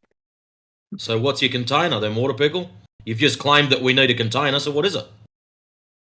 On Earth, you do, because there's an atmosphere around There's us. nowhere that's not Earth. If we want to make a vacuum, Use if we want to your make atmosphere as your container, because it's the same thing. Air at ground level, air up higher. There's just a different mixture of elements. More oxygen down lower so we can breathe. No, so but what's the gravity's the container? container. Because gravity, we've already disproved gravity. We've shut that down already. How? Look in text chat. I'm looking in text chat. You see the thing what NASA claims? There's basic rules, brother. Within a contained environment, solids go down, liquids go down and spread out until they're contained, and gases go wherever they like. You've already admitted that.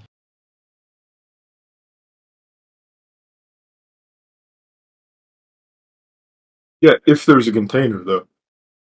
There is. So if there's no reason not to think that. What would happen in to the the air vacuum you're space? There's breathing? no container. There's just a lack of stuff. Bro, that's just the lore. That's not evidence of anything. You're just offering us what we already know to be claimed. The claims aren't proof. Does that make sense though? Like, we know the story. Well, outer space, and there's no vacuum, or there's no container, and blah, blah, blah. So just repeating the story isn't really like proving the story to be true. We're trying to prove it to be true with like actual demonstrations. You're like, well, we can't demonstrate it on Earth. The way we see it, there is nowhere that's not Earth. I understand You can't that. leave I Earth. do understand the flat Earth model. You don't believe there's anything outside Earth. Not So I can model, see not how- model, not model, not So- model, not model. Okay, what should I say? What should I say? Nobody said anything The about Earth. there not being anything above us either. Like, we clearly see that there's lights in the sky above us. We're not saying that that's not real. I'm Obviously, not saying that you're not saying there's that that's stars. not real. But when you're like, okay, well, we need to go to a different place that's not Earth to prove things about Earth, that doesn't click with me at all. That's like leaving reality.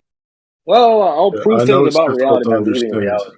It's not difficult to Why don't- understand, brother. We used to believe it our whole life. Like, it's Why don't easy you to go ahead and read? Go ahead and read that Maxwell quote there that I posted. Right, tell me where it says anything about it needs to be here or there or anywhere in particular. He's just talking about just what gases do in general, anywhere. everywhere.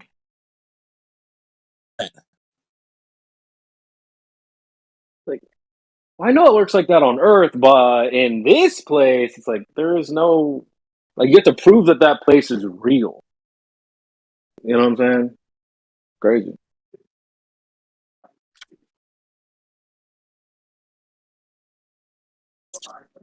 This is a good conversation, though. I really, It is. Yeah, I enjoy I'm this type of also stuff. designing a house right now, so W. I'm kind of that's why I'm like between two things. This read it out, argument right? has Read me out in a that funk next here. quote, I'm right? messing up my design. Sec, I just want to read this out, right? Just the first part of it. Gases are distinguished from other forms of matter not only by their power of indefinite expansion, so as to fill any vessel, however large. Got him. Well, then definitions might be wrong. Oh man. And the gas law after him. Okay? No, maybe not him. No, not Maxwell. No. Yeah, no. These people study this shit. They come up with this shit. They're touching it. All right, wait. Okay, so I'm gonna Messing around with say, gases. let's say the Earth is flat because I mean, like, you guys believe it's flat, right? Or understand it to be. I know you guys don't like the word believe. I won't say that. You guys understand the Earth to be flat. Yeah. So based off of that, if you truly understand that, then I mean, from my perspective, I know what I would do if I knew that, and what I would do is I would set up an expedition to prove that. You know, I would actually sail around the world. Like I wouldn't do that right now, but if I knew that the Earth was flat, I would do it. Well, going east to west or west to east wouldn't work. You'd have to go north, south, all the way around, and then back north again. Yeah, exactly. Like a circumpolar navigation is what I would do. But then the classic like tour version of that would take you across the peninsula and then bring you back in a circle, which Yeah, would be like I've driving seen the across. maps. Like if you flew across Florida, you know, and then you said, "Oh, I went across America." No, you didn't. You Yeah. flew over Florida. Yeah. I've seen the maps, so I do a proper circumpolar navigation, which has been claimed to have been done, but like, you know, you gotta see that proof for yourself. But I would do that, you know, if I thought the Earth was flat. I'd do it one up to that, man. I think that it would have to be 4 different directions leaving the northern area, going in 4 separate ways, meeting at the south, and then going all the way around and meeting back at the north by only that's a good going one. straight. That's a good one. Yeah, that would work. That would work really empirically as well because there's 4 separate ships. So Yeah, that would you do work. a ton of different tests along the way, collect those data points. It would be very expensive to do some shit like that, though. Yeah, but I mean, there's a very large community of flat earthers. So I bet we could crowdfund it and get it done. I mean, I would love to it's much simpler. experiment happen like that. Right? You can just go to the beach and save yourself like $50,000 plus. Like you don't need to go to these circumnavigation. I mean, if there is an ice wall, couldn't there be like land outside of that? Oh no, I was saying to prove a globe because it's already like a flat No, I'm saying if the Earth is flat, I mean, why would God stop at the 7 continents? Why wouldn't there be more land? You know, outside of like this perimeter. Come on, man. That's not an argument. No, I'm saying like if you believe the Earth is flat, that's what I would do. I'd go try to discover that. Why? Like you're adding details. Like, well, if it's flat, it has to be like this. Like, no, it doesn't. It just is the way it is. Okay, And you don't have to go. Just to be fair, like the surface. Is there an ice wall, or does it just keep going forever? No, that's not a flat earther thing. That's a government term. I can provide a USGS.gov publication that describes ice wall 19 times, and it's not a flat earther. It has nothing to do with flat Earth. It's a government term to describe Antarctica, but so it's not a flat earther thing. But I would say this. Let me just say this quickly: the surface of the Earth, of anything actually, whether it be your wall in your house, the floor, stuff like that, it only has a couple options. It can be convex, concave, or neither. So that you don't have to go anywhere to determine whether the surface of the Earth is doing one of those 3 things. So you don't have to travel to distant, unknown lands to figure out whether the surface is concave, convex, neither. You can do this at your local beach or your, local lake or whatever. Yeah. We hear this all the time. Well, just go to go sail around. If it is flat, if you do these, you don't gotta do all that. Measurements. That's doing too much. No, then I would hop on a ship and I'd go explore the world because they're fucking lying about the world, and I want to go discover new land. You know, I want to go discover shit. I want to like find uncharted fucking territory. You know, if I can prove with measurements that the Earth is flat, then I'd be like, oh shit, what else are they lying about? Is there an 8th continent? And then I'd go fucking find it. That's fair. You know, that's fair to have like a desire for age of exploration. That's fair. Sorry, Graham. Go ahead, bro. They already announced an 8th continent. It's called Zealandia. Yeah, it's under the sea though. I mean, New Zealand is on its own continent. It's not part of Australia. Yeah, it's under the sea though. I know what you're talking about. Well, it's also New Zealand, which isn't under the sea. So, yeah, all the continents are partially under the sea. That doesn't have anything to do with what I said. There's an 8th continent already. You said you want to discover an 8th continent. There's already discovered. Yeah, but it's completely submerged under the sea. Well, can you fly to New Zealand? Sure, New Zealand isn't, but is New Zealand under Zealandia, the big expanded part is under the sea. No, it isn't, but the Zealandia is. And New Zealand, like the expanded portion part of that, not, which New Zealand isn't an 8th continent. I don't know why you're saying it's under the sea. That's nothing to do with like it's not an undiscovered land, is what anything we're talking about. Yes, it is. It doesn't matter. But places where people don't live. How about that? I'm not arguing. New land. Need a 9th continent. Not whether it's an 8th continent or a 9th continent, or there's 20 of them. A place where people don't live, where cities don't exist. Sure, 9th continent.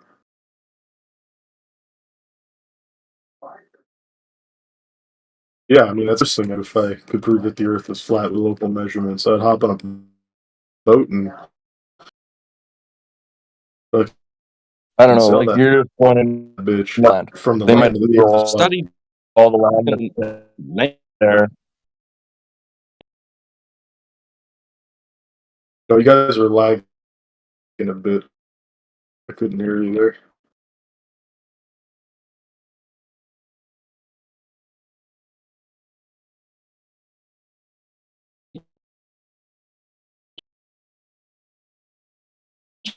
There to be some issues with the server in this VC.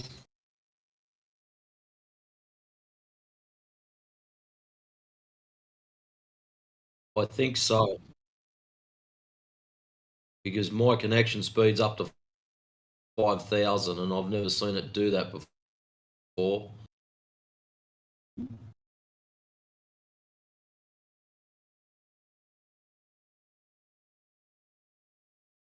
Yeah, it does the same 5,000. Use Central. We need to switch that server.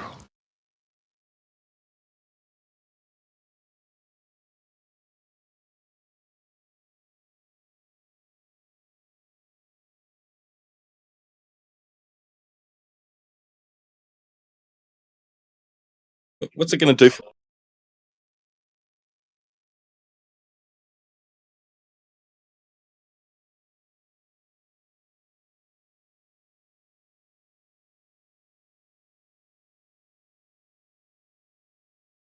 My internet's dropping out, guys.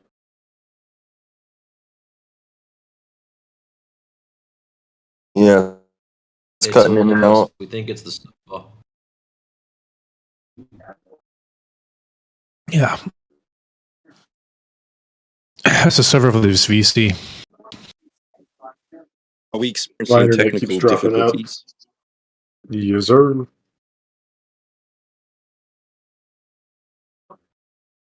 But you'd gone off to find a new continent. Yeah, no, my internet's Are we back fucking now? killing itself. Yep, we're back. Yeah, we're back now. We're Hello? back now. Oh, yeah. Oh, yeah. We are so back. Yeah. Oh, that was quite the matrix in here. Were they DDoSing the server? Oh yeah, That's happened?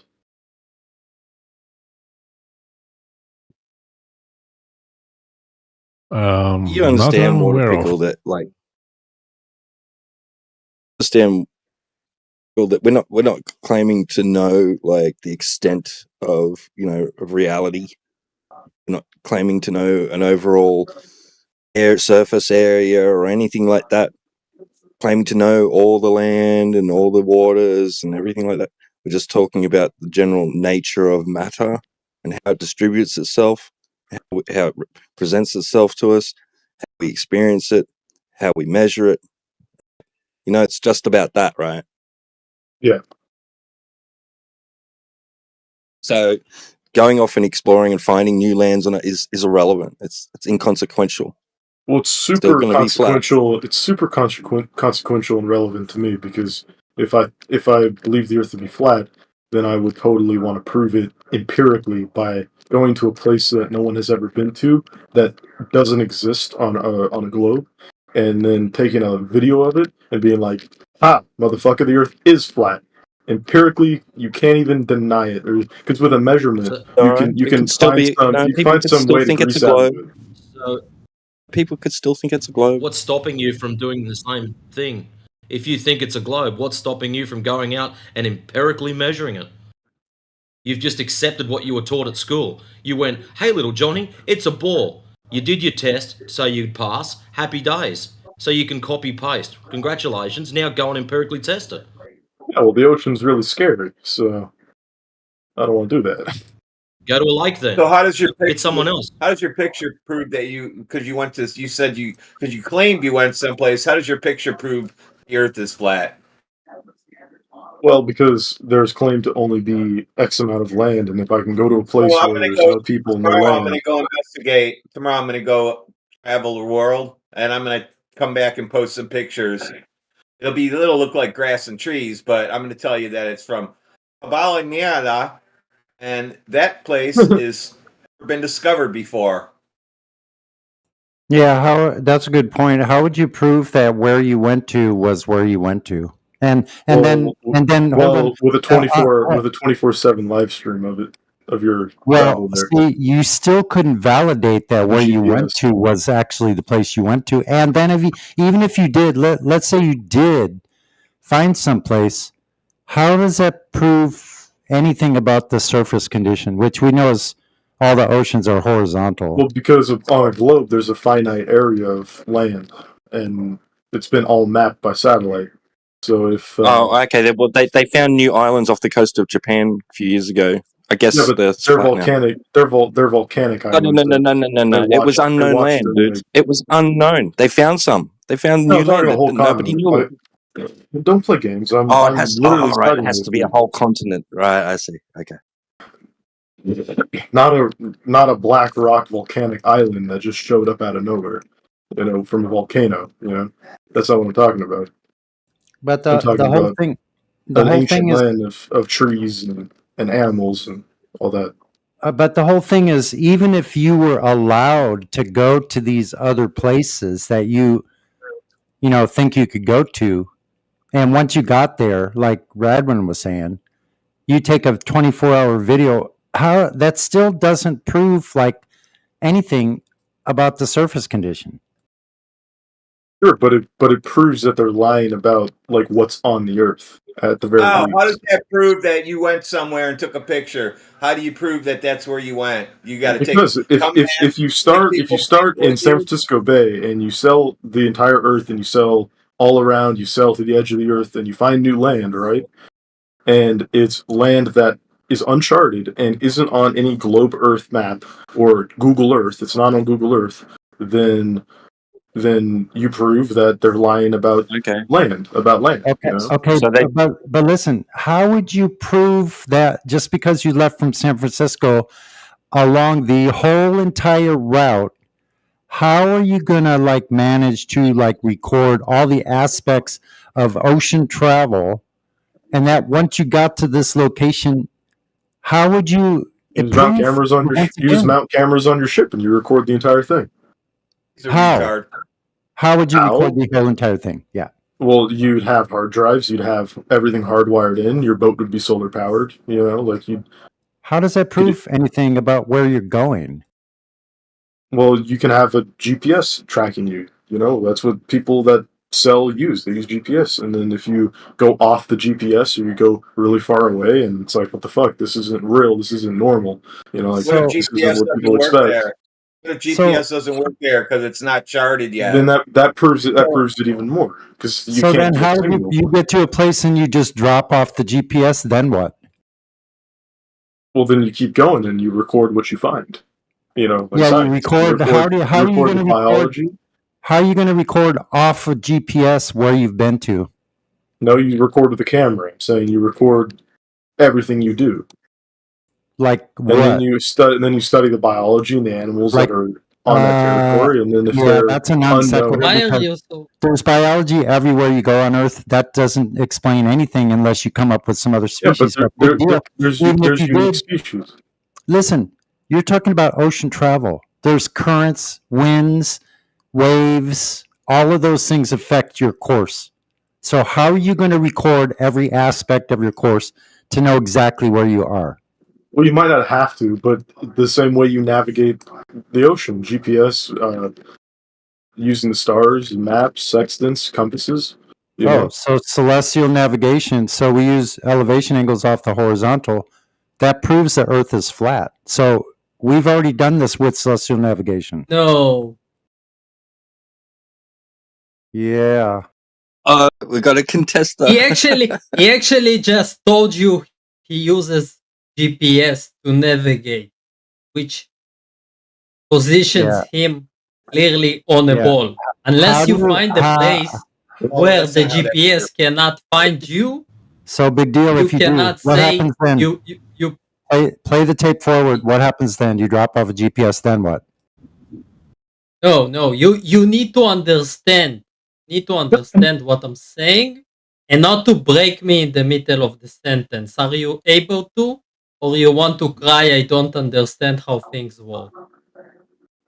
Well, spit it out then. I don't understand how things work, so you need to explain it all to us, especially how the curve of the Earth works. You were talking, okay, I'd like about to know how another GPS continent calls or I don't know another why we have place. to be hostile about it. We had a normal conversation earlier. Yeah, it's fine. Just have him explain. Play the tape forward all the way. Now explain to us how No, that I makes don't it. want to. You call me hostile? Explain yourself. Okay, then I was forget talking you. to the flat Listen, earthers. do you even know how GPS works or how it was created? Of course I do. You don't know it. Okay, tell us then This is how the it whole. works. This is the whole point. The point. I'm not talking about the GPS system. I'm talking about you as a point on the ball, which is only defined by spheric coordinates and can place you in one place at a time, Right. unlike a flat ball. Nobody Flat said ball. anything about a flat ball. So listen, GPS was created with elevation angles from the horizontal to celestial bodies. That's how we got our latitude as well. So those are all flat Earth measurements. I don't care what you say about GPS. It was created using flat Earth measurements Okay, from the the horizontal. thing is, if you check the numbers the GPS gives you, okay, you have minus stuff, and on flat plane you will not have the minus. And the reason why you have the minus when you define only two numbers to locate you anywhere is because you have the other side. You have west and east, north and sorry, Okay, so that must mean if Earth south. is that must mean if there's another side, that would mean that oceans would be curving, right? No, wait a second. Wait. Oh, oceans are not curving? When you open your your ball? GPS, when you open the GPS, okay, in Australia, and you open the GPS in Europe, you get two numbers that locates you on the Earth in only one way. Like this number cannot fit any other place. And what do they reference? And when you go to Australia, you get it in minus because it is in minus because it's below. And what do they reference? They need something to All right, reference. guys. I'll be back on an XYZ later axis. later today. Okay, Pickle. All right, see you guys. Yeah, what is the GPS reference? Where did they get the reference from in the first place? Okay, you don't need a reference again. Oh, so they imagine just for a imagined second. it? Hold on, Imagine hold on. for a second. No, stop, Imagine for a stop. second. You don't understand. We're not You don't imagining. understand? We want to know what the XYZ 0 point is. You'll probably find it's the flat Exactly, plane we live motherfucker. on. Because you are unable to imagine 3D We don't shapes want to imagine. This is to not have this- fairyland. This is reality, son. Get with the picture. Yes, we this- don't want this- your magical this is- stories. We want to know the 0 point of your XYZ for this GPS system you're using. That's it. It's quite Yep, simple. So just answer that question. What is the zero? Hold on. Stop for a second. What is the zero reference for the XYZ coordinates in the GPS? What is the reference point? I always ask that one. We don't want imagination. We don't want hold on. I'm going to stop you before you start. Hold on. I started first. We don't want your imagination. Just get that out of the way. So we're not talking about imagination. We're talking about actual reference to zero in your XYZ coordinate system. Go ahead. Your zero is the center of the Earth. And when the center of the Earth, which is a sphere, okay, is like we said, you have What center of the Earth? directions It's not a location. that will go That minus. hasn't been determined. So the center of the Earth is your Again, reference. so that means you let's have do a something radius. else. Let's do So something else. Hold on. Let's just Since take it you one. don't have a No. fucking clue. Take it one piece at a time. You're going too fast. Listen, you shut your mentioned whole ass. something about the center of the Earth. That means you have a reference of the radius, correct? Oh, he's muted. Yeah, that's what he means. No. Now listen, okay? Since you Yeah, we don't want to listen. We want you to tell us that your reference is actually the radius of Earth, 3,959 miles to the center of Earth, to the surface. See, That's what your ball. Hold on. That's what your ball is consisting of. So you still haven't told us what the reference point to zero is. It's not the center of the Earth. If you want to use that, you're presupposing, you're reifying the radius. So you want to try again? Yeah, listen, Cappy. You don't run shit here, Cappy. You're a guest, so you'll behave. And also, the center of the Earth, that's not a location, and you haven't determined that. You've never been there. As far as we know, that's an imagination land. And we requested no imaginary stuff, please. Thank you. in order to explain what are coordinates at all, okay, we need to talk about 3D shapes and how we map 3D shapes. Since we cannot start by imagining stuff like you cannot imagine. Why would we? Okay. Yeah, well, no. We can imagine just fine. But why would we start with imagination when you're trying to build on that foundation? You're really going to build your foundation upon something imaginary? Why don't you build your foundation upon something solid that we can actually stand on? Yeah, wait. Okay, what happens is you are talking about GPS. I'm trying to explain why GPS debunks the flat Earth. Okay, so far you understand? Not really, no. It doesn't. Oh, you're a dumb motherfucker and you're lazy. I'm sorry. Okay. I understand what you're trying to do, but I don't understand how you're doing. Yeah, so you still haven't told us the reference that they got for the XYZ coordinate system in GPS. Yes, you still haven't told us what they use for reference. You were wrong about the center of the Earth. That's in your imagination. So apparently, who's the dumb motherfucker? The one who imagines first their globe and then goes on and tells us how they got a reference through imagination? Or there's actually actual coordinates that they use for a zero reference of your XYZ coordinate? That's why we were asking you, and you didn't answer. You said imagination was how you do it, basically.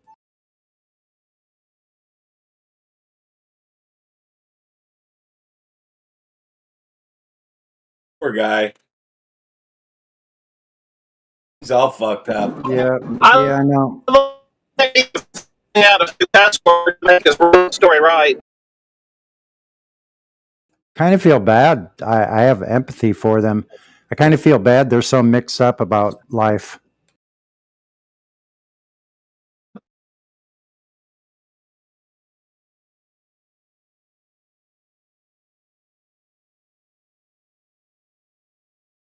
And it like goes, you could say they're misinformed, but it really goes deeper than just misinformed. Wouldn't you agree?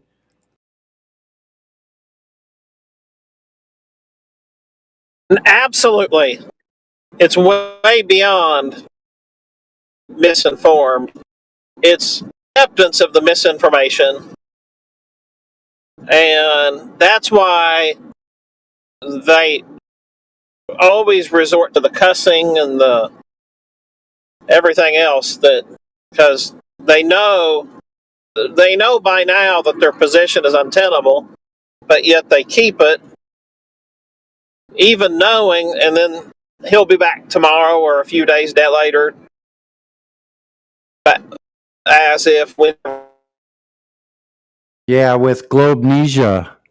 So everything's forgotten and they start over at the same place.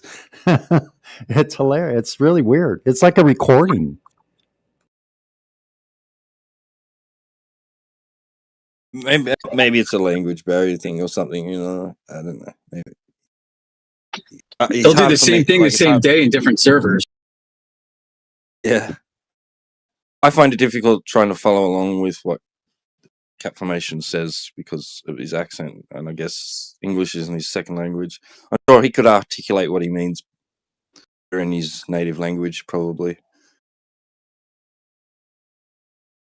I'm giving him the benefit of the doubt there. Yeah, no doubt. Yeah, you definitely are. But He knows I how to think say dumb motherfucker. I'm sure he's got the language down. yeah, we understood that quite well. Yeah. Holy crap. Oh my god. But like I'd really like to know, like they have a reference to something. Like, okay, so they have a reference to XYZ 0 point. They have to have a reference to 0. And then they just put it on a model of the globe. Easy peasy, done deal. Anybody can do that. They do it all the time with the WGS 84 model, right? They take all their data, they take all the ups and downs, and then they disallow the ones that don't fit on their ellipse or their whatever, their model. And they include all the ones that are pluses that add up to a globe or whatever. Oblate spheroid. Do you know why outer space is so important to the writers of fiction? And they take about any kind of fiction and turn it into science fiction?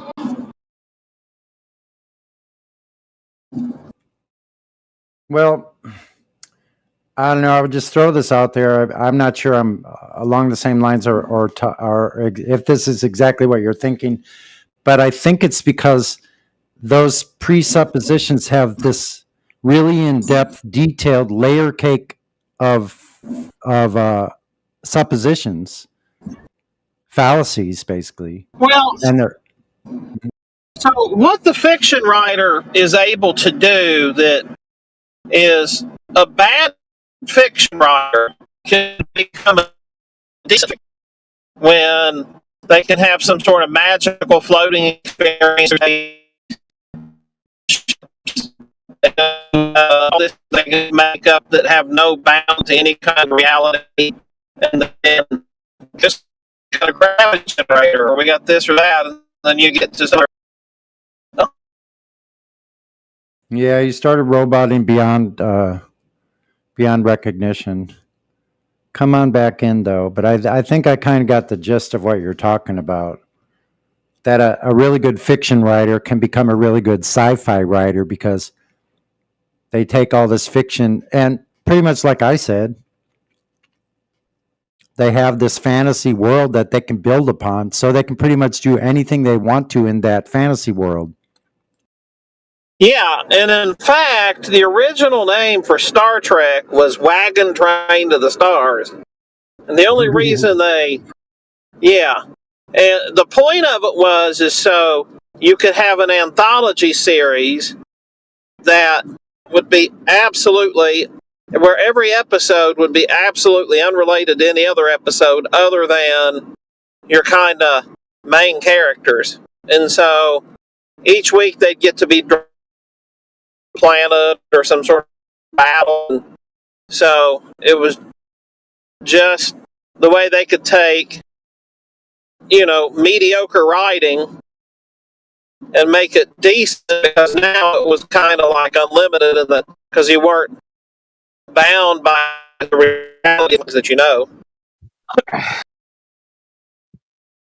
You look up the credentials of a lot of those, the classic science fiction writers, and they have degrees or masters in astronomy, theoretical physics, a lot of different fields.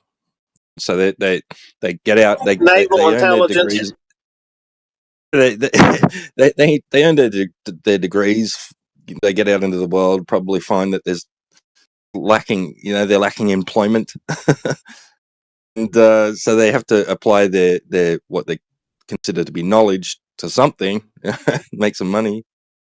So they make up these stories based on what they've been told, at least could be true, in theory. Yeah. And nobody would take most of those stories on Earth, but you add it to a distant planet or have some sort of spaceship or whatever, and now all of a sudden, wow, this mediocre writing, wow, it's the greatest science fiction of all. All right, Cappy boy. So you've been unmuted. If you're calm now, you can make an argument, but you got to chill out, man. Again, center of the earth is not a location. You're not gonna use imagination as your argument. It's not about us. It's not. This doesn't have anything to do with us. So stop appealing to us as a people for your lack of argumentation, please. Okay. When you ask a question, you need to ask it and make some kind of claim you'll do and what you'll explain told. what you Do what we understand about it. And unless you are going to do the work and to read about how a certain thing We'll do works, whatever we and want. then You'll do what you're told. You're a guest here. okay, So- you know how debate works? A real debate, not flat earth debate. You're not debating right now. This isn't even a debate forum. It doesn't So matter. it's not A debate. discussion. Oh, okay, right. Doesn't matter. You brought it up. It doesn't matter. Gotcha. Respectful discussion, not like We flat don't. earthers. We don't respect you, dude. So just get on with the argument and hurry up. Yeah. So where we left off was Okay. the When zero you I expect was speaking. Sani, shut the fuck up. We didn't finish explaining. You interrupted the middle of my sentence. I was 2 I don't words know who in, you think and you you are, started Cappy boy. speaking. So You're you a got to guest take here. your turn. So the fuck? So Like where we- you're talking crazy in here, bro. You're a guest. Pipe down. Go ahead, Sonny. Yeah, so where we left off was we asked you what the zero reference point is of your XYZ coordinate system. So you want to start there and tell us what the zero reference point is. Oh. No.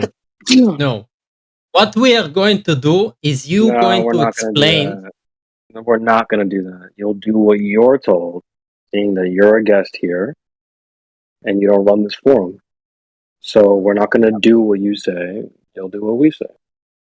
Period. Yeah, do you go to somebody's house and you tell Yeah, them, what "Look, I'm hearing is an ignorant flat You can earther hear that thinks whatever that you people. somebody's house, hear whatever hold you want, on, nugget. here we go again. I started first. So you have to wait your turn. So listen, do you go to somebody's house where you're a guest and you tell them, look, I'm going to move this furniture around because your sofa's in the wrong side of the room and your bedroom's all wrong and you need to turn the bedroom perpendicular to that and put the TV on the other side of the wall and let's open all the drapes and rearrange the rugs on the floor and your closet needs to be rearranged as well. So her closet needs to be your closet. Put all the men's clothes into her closet and her clothes into the men. Is that what you do when you're a guest at someone's house?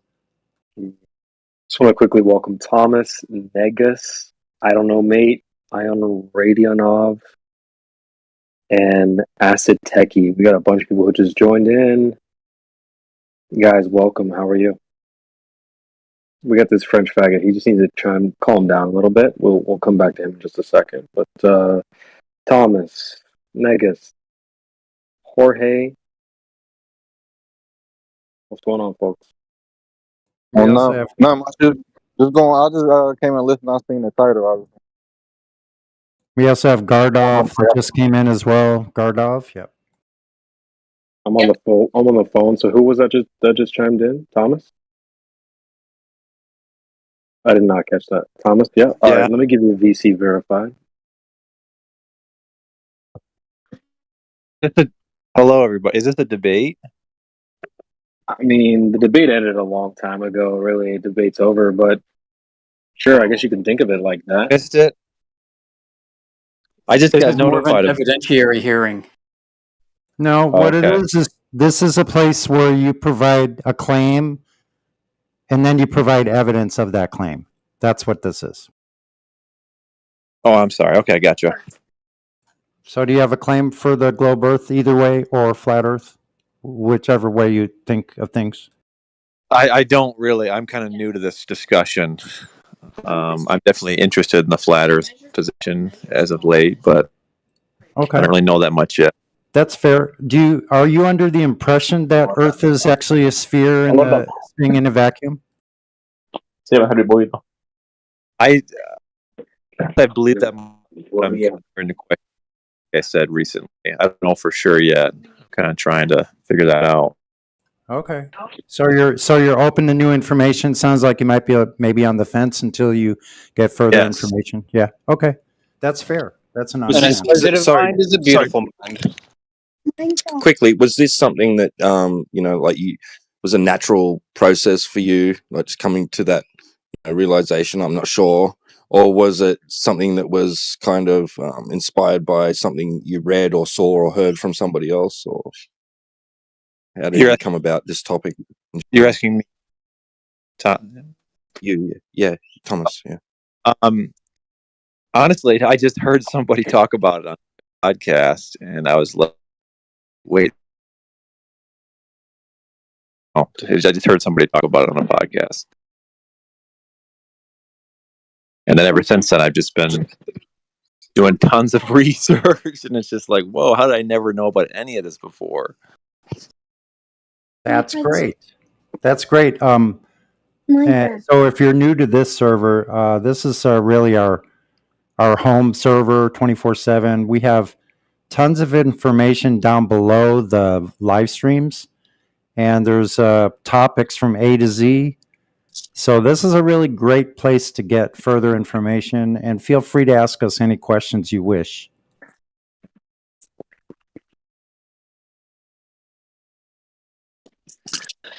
I guess I have to think about that a second. I thought I'd just be coming here and listening. So Okay, that's fine too, man. I'm not trying to press you.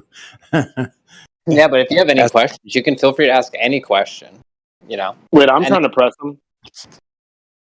Hello, I have a question. Yes, you may ask your question. First of all, I want to say that you guys are really educated. That's a really nice thing to have here. Though don't become angry and be really educated in the sense that everyone is here is to it's a good welcome to newcomers, which is a good thing. Sorry for my bad English and Portuguese. I haven't talked English in a long time. My first question is about theory of relativity. About the eclipse that was supposedly they proved theory of relativity with the eclipse. What was your guys' counter argument to that? Well, what is the argument to begin with? That sounds like a claim. No, as far as I know, sorry for interrupting you. As far as I know, the argument is that when there's a full eclipse, the light curves there's an angle where the light curves from the limits of the circle that the moon covers the sun. So there is an angle that light curves. It's about, I don't remember, it's like 0.27 degrees, something like that. That light curve. You're talking about gravitational lensing, right? I don't remember it's about lensing. I think it's more like about the curve itself. Like supposedly the light when you get light. Referred to as gravitational lensing, where the mass of an object distorting space-time, the light traveling through that distorted space-time, affected, right, by geodesically through the curvature of space-time, so that it can bend around massive objects. Has to be a significant amount of mass. I mean, like talking a lot, incredible amount of mass. Able to distort space-time to the degree that path of light will change when it goes through it. Yeah, but supposedly the moon is enough to see the gravitational lensing. Supposedly, and I want to know what was your guys' argument about that. That's all I want to know about the eclipse that was done like 100 years ago. Well, I would say generally, I think I can speak for most of us that I would say generally, we don't make a claim about objects in the sky. Basically, the main topic here is the surface of Earth, how it's practically used, how it's measured, and how it's observed. So we generally try to stick to that because looking up at the sky doesn't tell you anything about the condition of the surface, the shape, or the surface, or anything like that. View it as trying to identify what type of brand or company made a light bulb and like a ceiling light. You're not going to know what it is or what the object is until you get your hands on it and are up close and seeing it. And we can't do that with objects in the sky, so we can't lay claims to that. Shout out to Scare Bear. Does that mean like What is the reason Glovers go to the sky to try to prove the ground? Because they can't go to the ground. Because they cannot go to the ground. Because if they were to go to the ground, what do you think they would find? Flat. They didn't want you seeing their shaky foundation. Globers go to the ground every time they come in here because that's what we do. Flat smoking.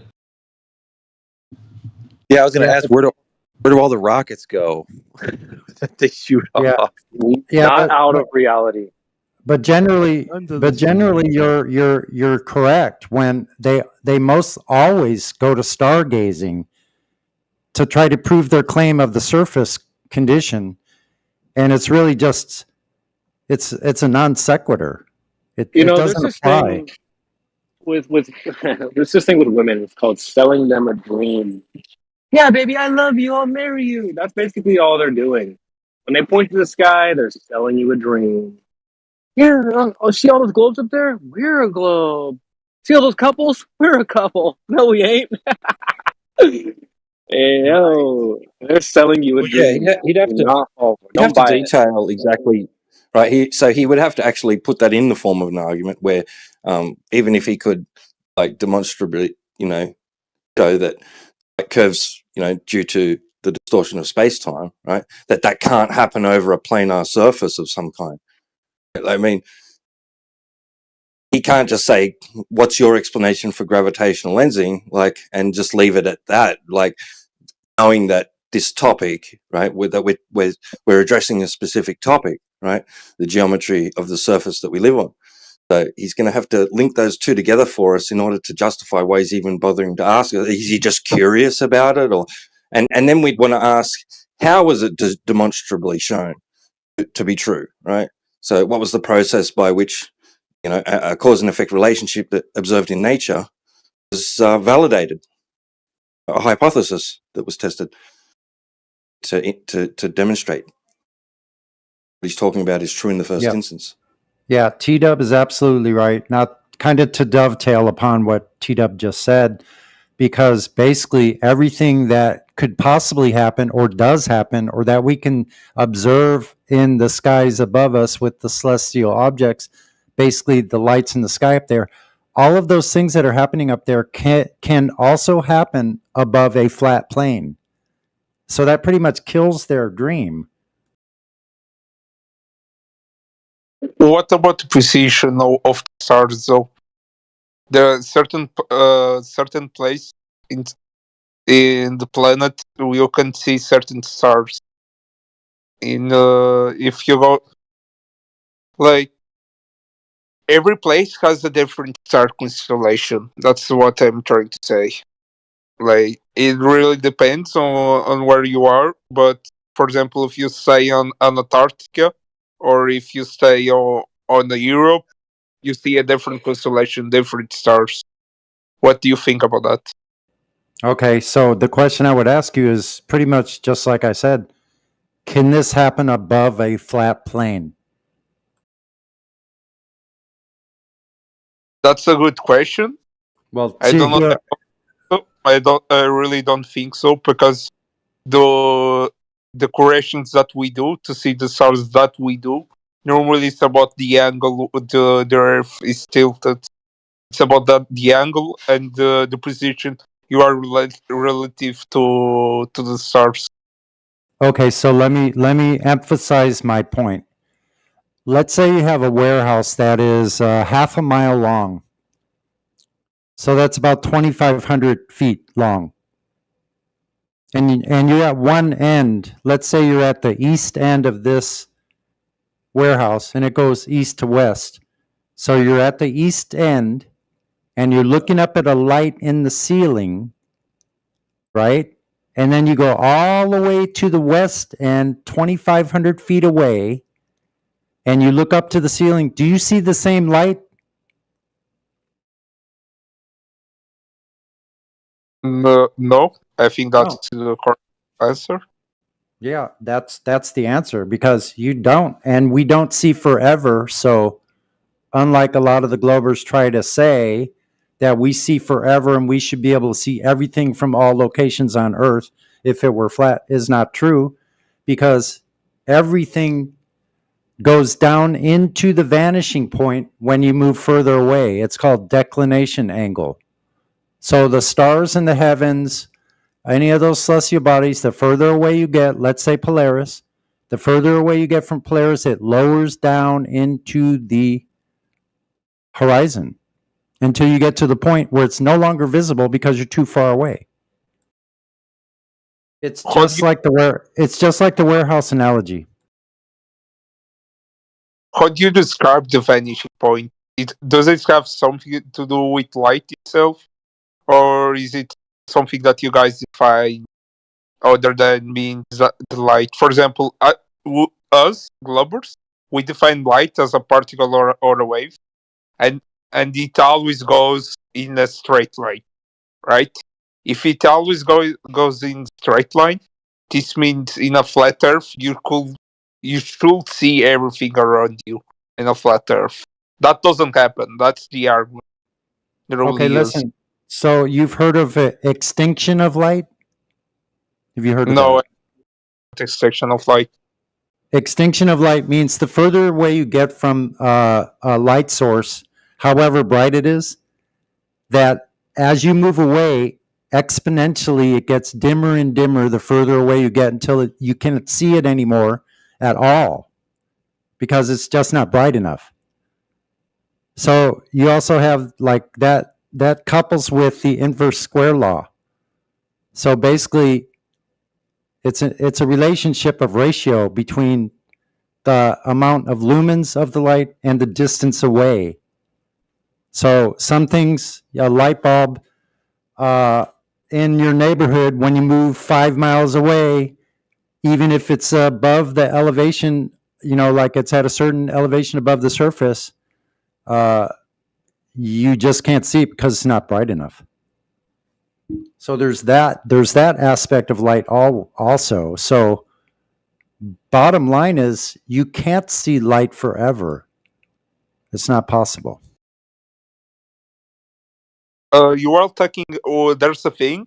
I have studied astrophysics, so I know a little bit of this stuff. It's not my main area, but I have studied it.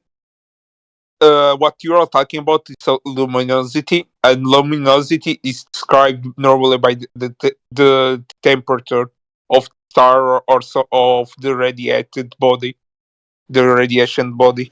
For example, the further the star is, due to its temperature and the Doppler effect, the light diminishes in radiation. Like you cannot feel the full radiation. For example, if you are close to the sun, normally you will experience a really amount of radiation, right? A really composed radiation, like in a nuclear reactor where there's a lot of radiation. The same thing will apply to a star. You will feel all that radiation. If you don't get melted, you will feel the radiation itself, and you will have consequence about that. For the further you are, the less prominent that radiation, and the less effects you feel it. In Earth you should actually feel some, but due to the electromagnetic field that there's on Earth, you don't feel the full consequence of that radiation. The luminosity that you are talking about is normally defined by the temperature. I don't remember the exact formula. I don't have my book here to help me on this, so I'm just talking what I have studied, and to explain this before I permit you to talk. There's another thing. The Doppler effect that I was talking about.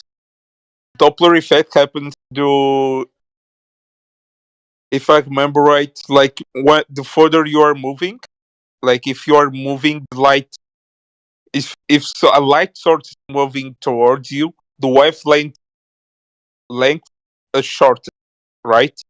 If an object is moving further away from you, the live wavelength increases. So you can see what simply happens is that the radiation of the light diminishes. Okay, so you're talking about the red-blue shift, but once again, I'd like to actually direct you to something closer to the surface of Earth, because at this point, we're still talking about up in the sky. I want to dispel one fallacy first, though, and maybe somebody else wants to talk about the red-blue shift. Maybe AI wants to chime in on the red-blue shift, which I'm sure he has some very good information. But the other thing that I'd like to dispel is a fallacy that we can see forever when we look up into the sky. So if the stars, the sun, the moon, the planets are all much closer than what they told us, then these things do not apply. So it is a fallacy to think that we can see millions or billions or trillions of light years away is a fallacy.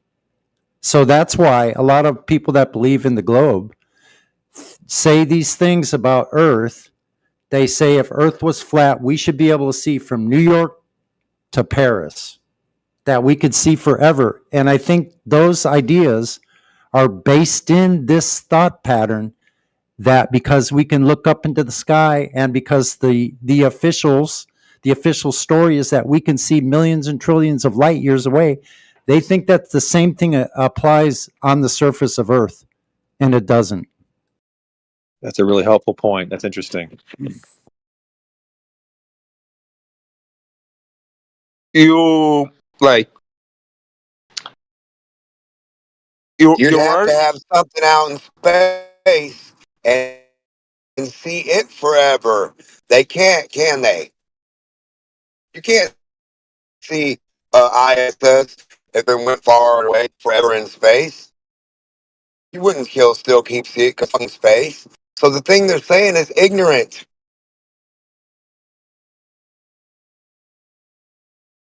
Sorry, we were having connection issues. It was really hard to hear. I couldn't hear much of what you said. I'm sorry. Yeah, he broke up a little bit for me too, but I think he's pretty much saying that that idea is pure imagination. Like they've captivated our and I want to make this clear that everybody in here used to be a glober. We didn't just wake up. We didn't wake up or come out of the womb and all of a sudden, oh, the Earth is flat. No, we all grew up with the same thing you did, the same education, the same knowledge. As a matter of fact, I would venture to say that most of us in here were space nerds. Like me, for instance, I knew everything about space. How big all the planets were, how far they were from each other, what their masses were, like all of this information about the solar system. Like I used to love that information. So like that, I like to kind of just throw that out there that all of us were globers before.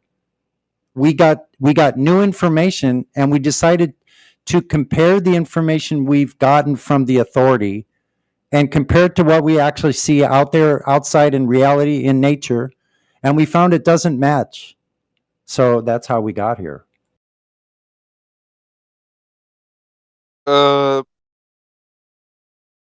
Thinking like that, I think that's a fallacy.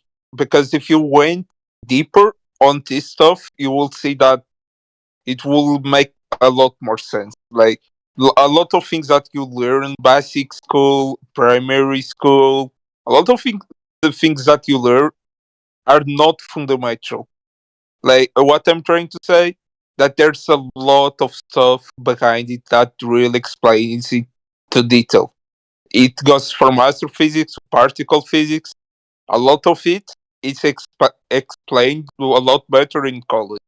And normally that is only a handful of students that go to that category.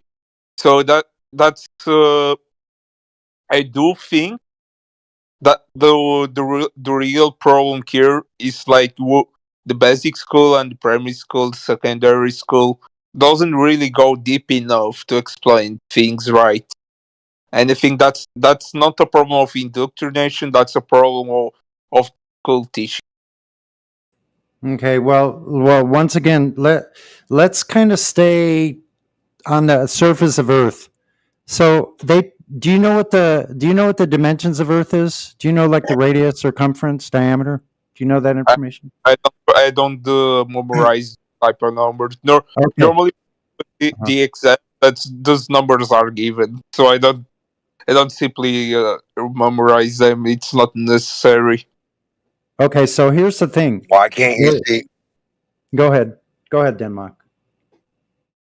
I was gonna say, why can't you put a big object up in the sky and send it like towards the moon and still see it? Why can't you see the stuff on the moon, the stuff they supposedly left, the path of the rover, the footprints, the flag, all the shit? Like, if you can see forever, bro, wouldn't you be able to see? Like, wouldn't everybody be able to see, like in space? Like, so there's no way.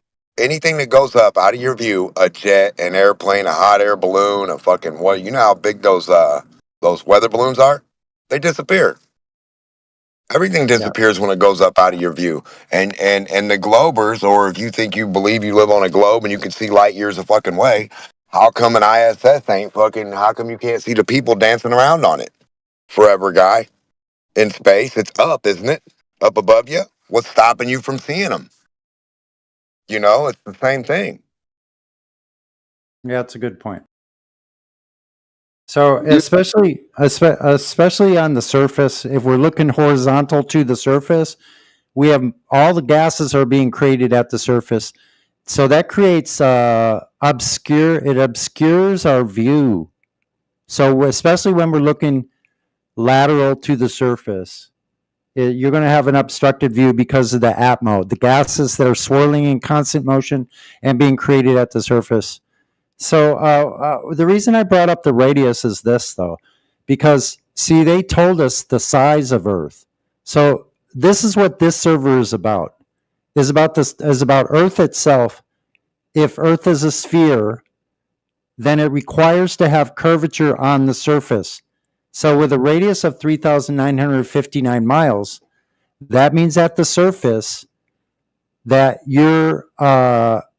it should have a geometric horizon or curve edge at 1.225 times the square root of the observer's height in feet. That means as a 6-foot observer at the seashore, looking over water, your geometric horizon should be at about 3 miles, 3.5 miles, and that's it. So that also applies to the 8 inches per mile square of vertical drop. That is elevation change. As you're looking over the ocean, there should be 8 inches per mile square of drop. What that means on the surface is this. I'll break it down really quickly, nuts and bolts. So at 3 miles, that's 6 foot of vertical drop, 72 inches. At 5 miles, it's 16 feet of vertical drop. At 10 miles, it's 66.67 feet of vertical drop there should be.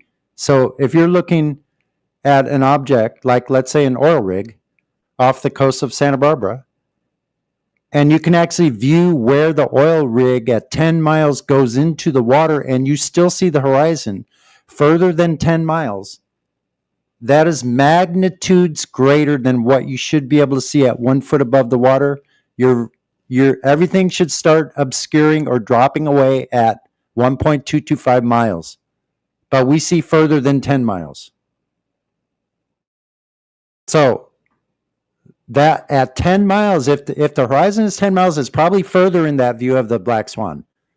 That would make your Earth. So I have to ask you, how much error are you willing to accept on the size of this ball Earth? Because at 10 miles, that would make the radius of Earth over 250,000 miles large. That's a 500,000 mile diameter. So that's a 500,000 miles in diameter. And it's supposed to be 8,000 miles in diameter. So do the math between a 500,000, 500,000 mile diameter at seeing views of 10 miles or more versus 8,000 that it's supposed to be. So what is your tolerance for error that you're willing to accept?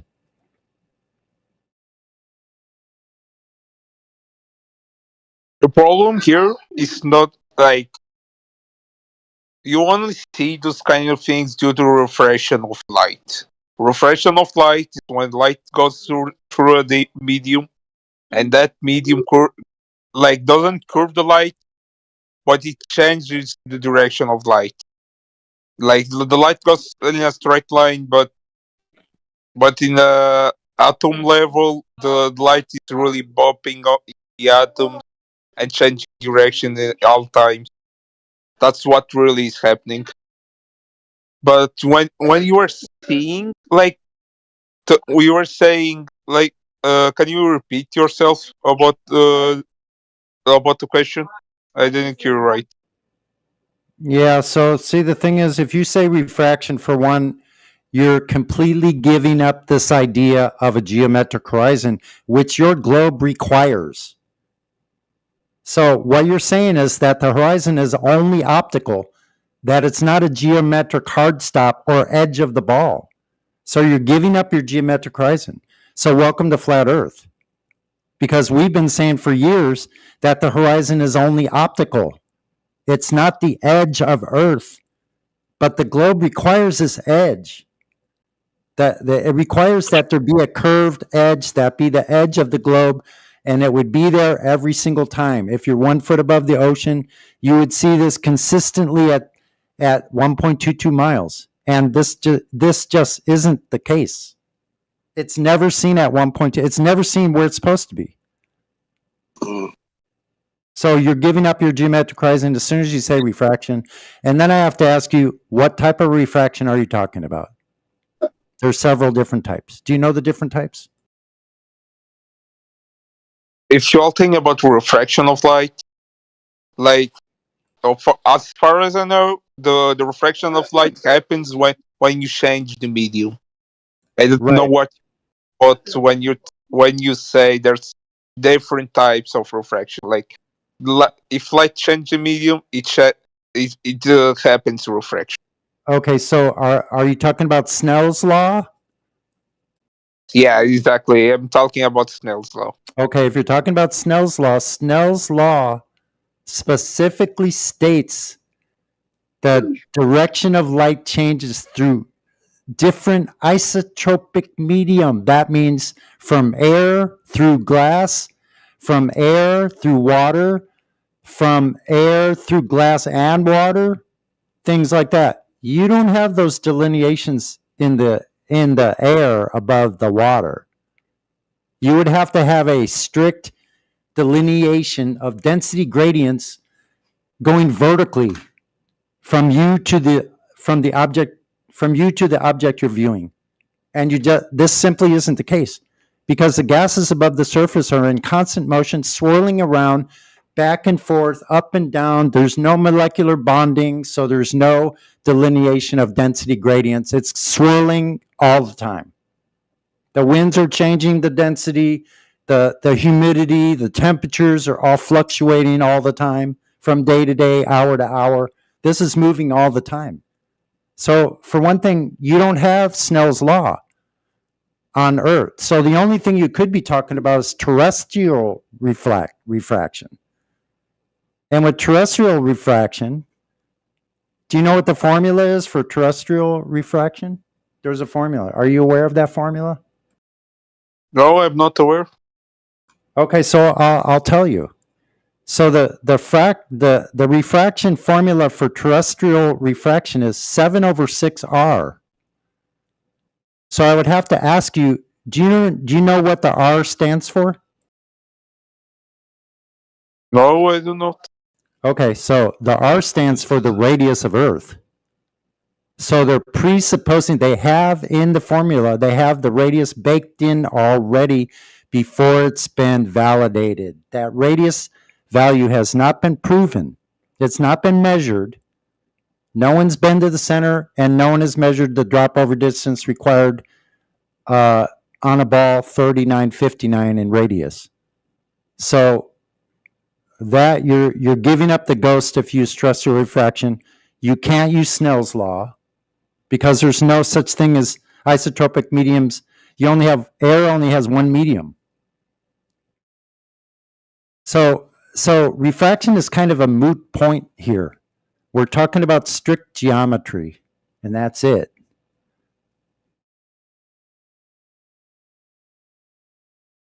About the formula that you said, there's a deduction that is.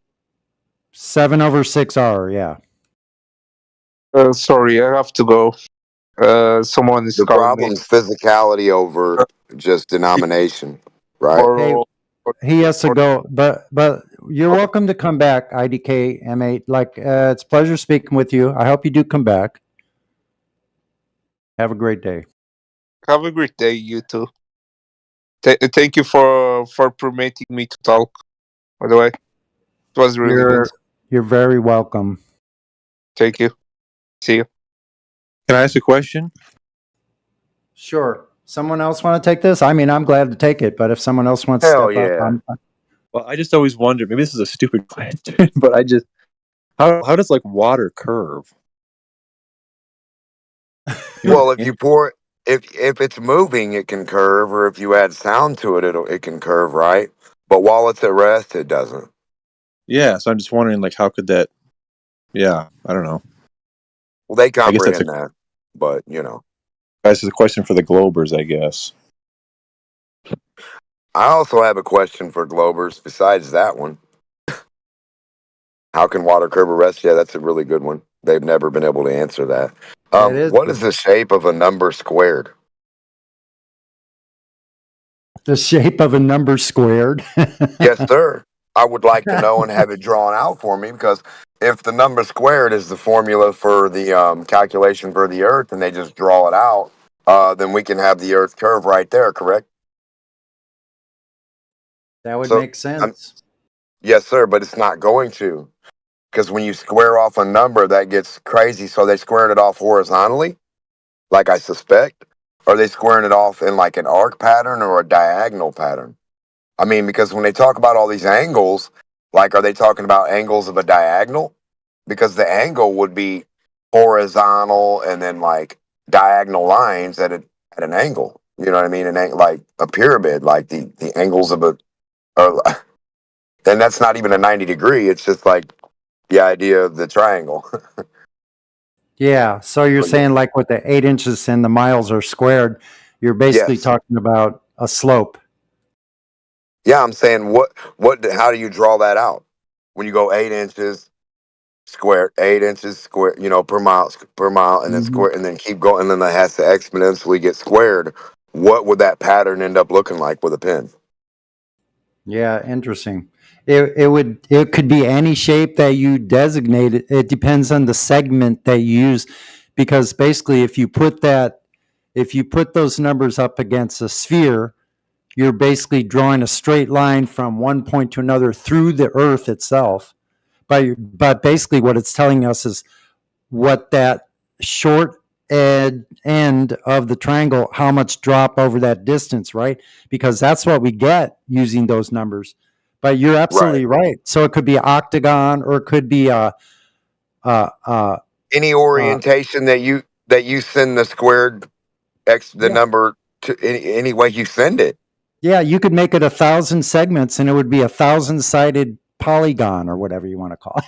Well, it could be a fucking leaf pattern eventually if you wanted it to. You could get crazy and go 8 inches per mile squared, down, over, out, up. What's the, I think that's how they get the oblate spheroid in the WGS84 model. I think that's how they get the oblateness of it, right? Because they disallow anything that would conclude that like your elevation change is going up. they have the elevation changes going up and down. They just take that and they go, okay, this is part of a ball. Okay. But the ones that go down and then up that are like concave, they just disallow those. How high and up and down in elevation do they go? Check this out. Yeah, I don't know.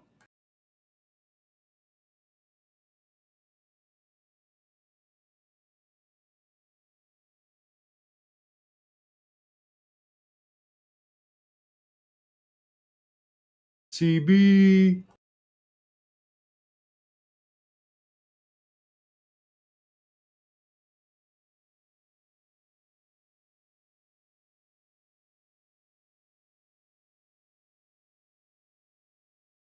Yeah, I don't know. I don't know if Denmark, if you cut out or if it was just a purposeful pause. But Thomas, you have a very good question because we know oceans don't behave the way they say they're supposed to. I mean, they're supposed to be curving. So we can look out, we could see they're not curving. And if you look at infrared photography, long distance photography, for instance, there's a website called Beyond Horizons. They have the longest, they have the world's record for long distance photography. And they have views of mountains that are 270 miles, I think, or 255 miles, something like that, for the longest distance. And they have these in infrared, so you can't use refraction as an excuse as to why all the water leading up to the mountain is flat. And you can see every bit of the mountain, including the harbor, the foothills, all the way up to the top. Right. When you're on a sphere anyway, like if I go down the other side of a hill and I look back at you, I'm going to see the hill. I'm going to see the dirt hill I just dropped down below. Yeah. Like if I drop down in an elevator, I'm not going to see you that were standing on floor 3. I'm going to see floor 2. Yeah. Right. So what they beg to differ is to have the guy on the boat look backwards. Just look backwards right at that hump of water. Your boat is actually going down over. You're going down. Your boat, you, the guy on the boat, are the one going down on that hill of water. Yeah. So when you look backwards, why isn't there like a little tool on your boat to where you have a floaty out in the water that raises the tool up so high to show you that the water is behind you is higher than the water in front of you? Right. That's a really good point because there should be a hill of water behind you. Absolutely. You should, yes, sir. You should have to turn around and look at the fucking hill of water. And not the guy looking, and the guy looking at you should only see that portion of your boat, right? But yeah, not a hill of water, and not so like the angle is off too. Not a hill of water. Not a hill of water. It's not supposed to look like an elevator. Like a person in an elevator can look you eye to eye until they go down, and then you'll see the top of their head. Like you'll see, like they'll still be standing forward perfectly. They can stand right exactly where they are and go straight exactly vertically down. Now that's what the globe is trying to persuade you is their claim. That's impossible. It has to be a spherical thing moving back like on a treadmill going away, and you going down and you'll go down away. And then the same thing, they wouldn't see the exact, you would be looking up at the ceiling now, and then they would see you looking, away from them. They wouldn't see you. Yeah. Yeah, and I've done a lot of sailing. So I've done a lot of sailing off the coast of California. So I've been to from Santa Monica Bay to Catalina Island is 26 miles. And if you look at how much drop there should be over 26 miles. Now, I've sailed to Catalina, and on a clear day, you can leave the harbor and you can use your binoculars. You can actually see the freaking shoreline 26 miles away with a good binocular. So this is not possible on the globe. I've done this time and time again. And I've seen things even further than that, like when I was off the coast of Mexico or off the coast of Nicaragua, El Salvador, or Costa Rica or Panama. I mean, this is like 40 years ago for me, 45 years ago. But I recall seeing the coastline of El Salvador 90 miles offshore. And the shore, and let me tell you this part. The shoreline is low to the water. It's marshland. Like there's like mangroves and shit. Like there's a few palm trees on the beaches and stuff, but it's not very high elevation land. And I could still see it at 90 miles offshore. That's just really simply impossible on the globe.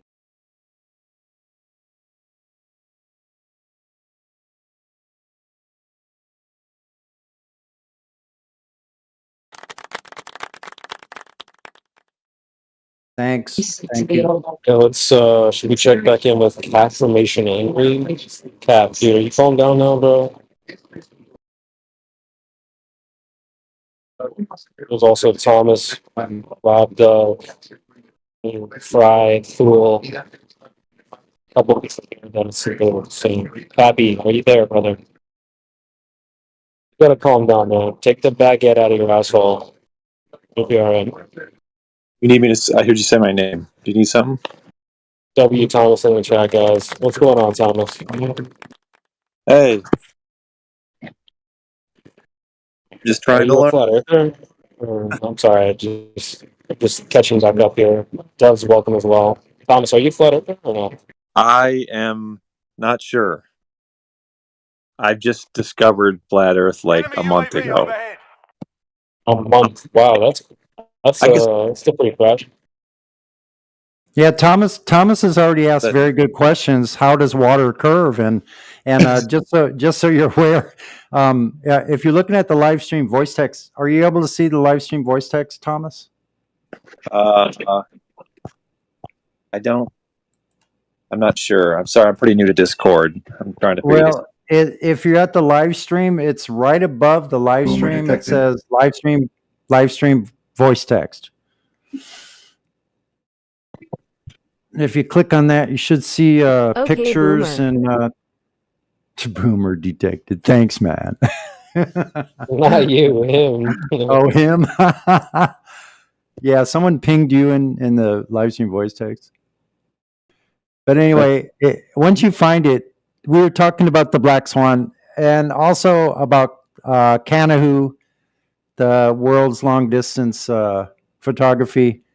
Northern Rebellion posted at 58 minutes after the hour. There's the observation of the mountain, 273 miles. But right below that is basically an image of the oil rigs I spoke of in the Black Swan. This is just contrast darker, so you can really see where that horizon is beyond that second oil rig.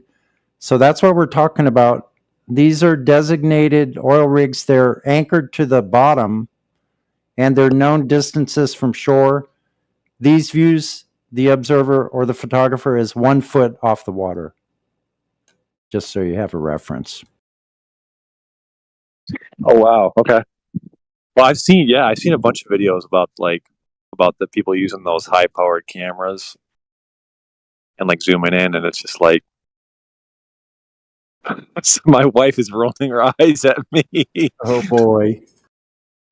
Well, we don't want to cause any marital distress here. So No. she belongs to the streets. Yeah, I've seen a number of videos like that. It's really fascinating. I just don't. It seems like it's kind of obvious. I don't know why more people. I don't know. I don't know why I've never. It's like, why have I never like discovered this before? Kind of a thing. I don't know. Hey, you know what? Don't blame yourself. Look, because it hits us all the same way. We all think we should have figured this out, but the problem is we were never really given the information to check it out until we actually started looking at it. And people about 10 years ago started looking at this and going, wait a minute, what was the size of Earth they gave us? Oh, 359 miles. What does that mean at the surface? Until I had those numbers in hand and went outside and looked for myself, I didn't get it either. So don't blame yourself. I was 58 years old before I discovered flat Earth, and that was 7 years ago. More than 7 years ago. I'm old. I'm really old. Yeah, I have this like I don't mean this is an insult, like a hippie kind of uncle that lives in Colorado. He lives like off the grid, and he's been a flat earther for a long time, and I've just always kind of laughed at him. But now I'm just like, yeah, I kind of got to talk to that guy. Yeah, maybe you see, maybe you'll be able to talk to him with different eyes now, and yeah. So that's awesome stuff, man. We're glad you're here. Like, you're the type of person we like talking with. We enjoy talking with the Globers too, because what we found throughout the years being here on Discord, for I think this server has been on here for about 6 years, that the Globers don't have any actual verifiable information or evidence that the Earth is a globe. Testing 1 2 1 2. Yep, you're coming through. And we also have E Golder. Welcome E Golder and welcome Elijah. Also, my How loud? Damn. How loud is how clear can you guys hear me? Clear. Yep. Very Better than clear. ever.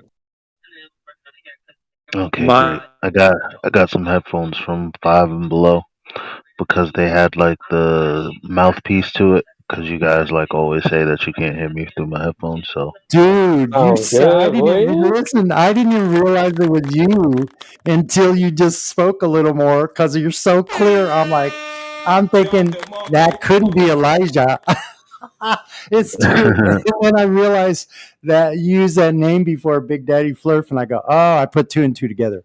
Sometimes I could be a little slow, but yeah. What's up, Sonny? Yep.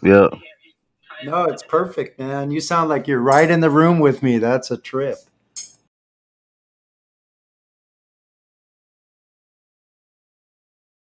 Also, can I say another thing? Sure. I've pretty much been my whole life, and all of that is kind of like I kind of like made this flat Earth thing kind of come alive for me. I guess it's like, wait, is the Bible kind of describes it this way? Like, I mean, that's kind of cool if it's like right about. I don't know, like, I don't know if that's like a unique thing, like a common experience for people. I don't know. Yeah, I mean, yeah. But I don't it's know. almost upsetting how simple it is because lots of people, look to quotes, or explanations in the scripture, like, oh look, see what they're saying, like this obviously means XYZ.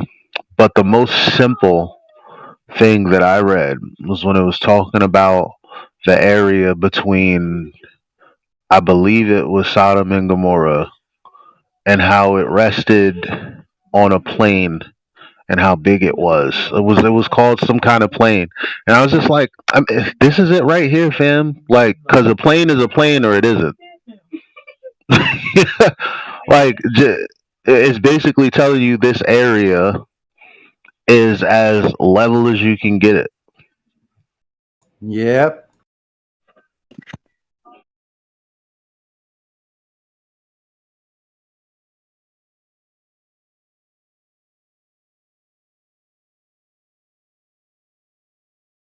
Yep, it's quite astounding. So did you say you were in Hawaii and you were looking out at the horizon? Is that what you basically said? Did I mishear you? Are you talking to me? Yeah. Oh no, I've never been to Hawaii. I said I've seen a bunch of videos online. Oh, okay, online. Okay. Experiments with those high-powered cameras, and then putting in like curvature equation, and like we shouldn't see these things. Yeah. So I'm gonna drop a few images into the live stream, and this is kind of my own black swan that I did at a known location and known distances to the island off the coast of California called Catalina that I spoke of before. So let me drop a couple images. The first one here is. Sorry for my tech. I'm still not finding this live. I'm so sorry. Live stream voice text. Yeah, you should be able to see it now. You're VC verified. I'm on my. Does that make a difference?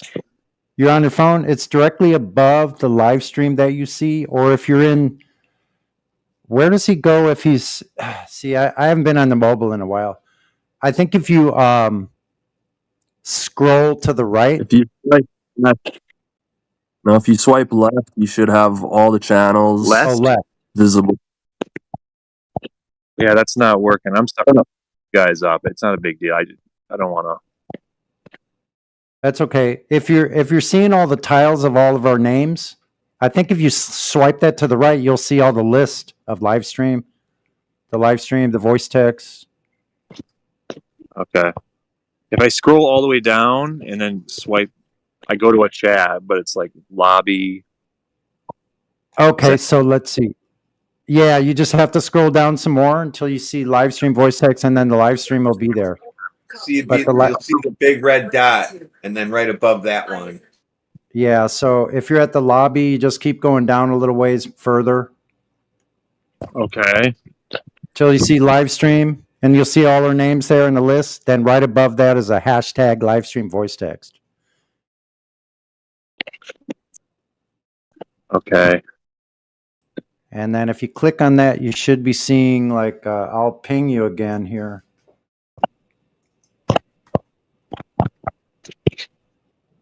I think I got the right Thomas. Oh, okay. I've got it now because you pinged me. I'm sorry. Appreciate it. Yeah, no problem, man. Takes a little while. Let's see here. I'm going to drop a couple things in here. This is my own Black Swan. And if everybody kind of hold from posting so I can get these in here. I want to try to do them separately so they're easier to see. 1 second. Whoop. Backspace. Let's go. Fuck. What happened? There's the first one. Now this is the distance from my observation point and the island. The next one is kind of the same thing. And then I'm going to have an actual picture I took with my cell phone of this area. So there's the distance. 30 miles? Wow. Yep, 30 miles. And here's the... Can you open the... Here's the actual picture right there. So if you put this on your screen and zoom in, you can actually see lights right near the shoreline on that island at 30 miles away. And so... Can someone open the chat for me so I can see it? Hold on a second. Sorry if you can hear me talk. I'm talking to my son. I'm showing my son. You hear me mumbling. That's fascinating. Who was asking us to see the chat? Who was that? Yeah, me. Because Cap Formation. Okay, let me see. You should be voice verified already. Are you on a mobile or a PC? On PC, the chat is on the side, the live stream, or you put in some other place? It's right above the live stream. You'll see the hashtag live stream voice text.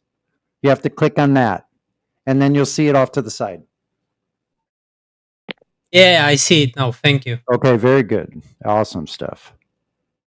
So there's my observation, 30 miles away. And if I do just a quick search on the Earth Curve calculator, let's take a look at how much vertical drop there should be in 30 miles. 1 second.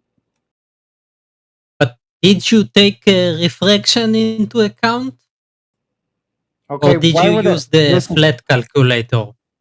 No, it's only geometry. It's just strictly going by the distance and the observation itself, which is the picture. Oh, he said you're not taking fraction into account. But this is I'm sorry. It's not a big deal. Because I'm you sorry. cannot Listen, I know you can hear me, so I'm going to mute you. I'm warning you now. Relax. Yeah. So it's not a big deal. They have...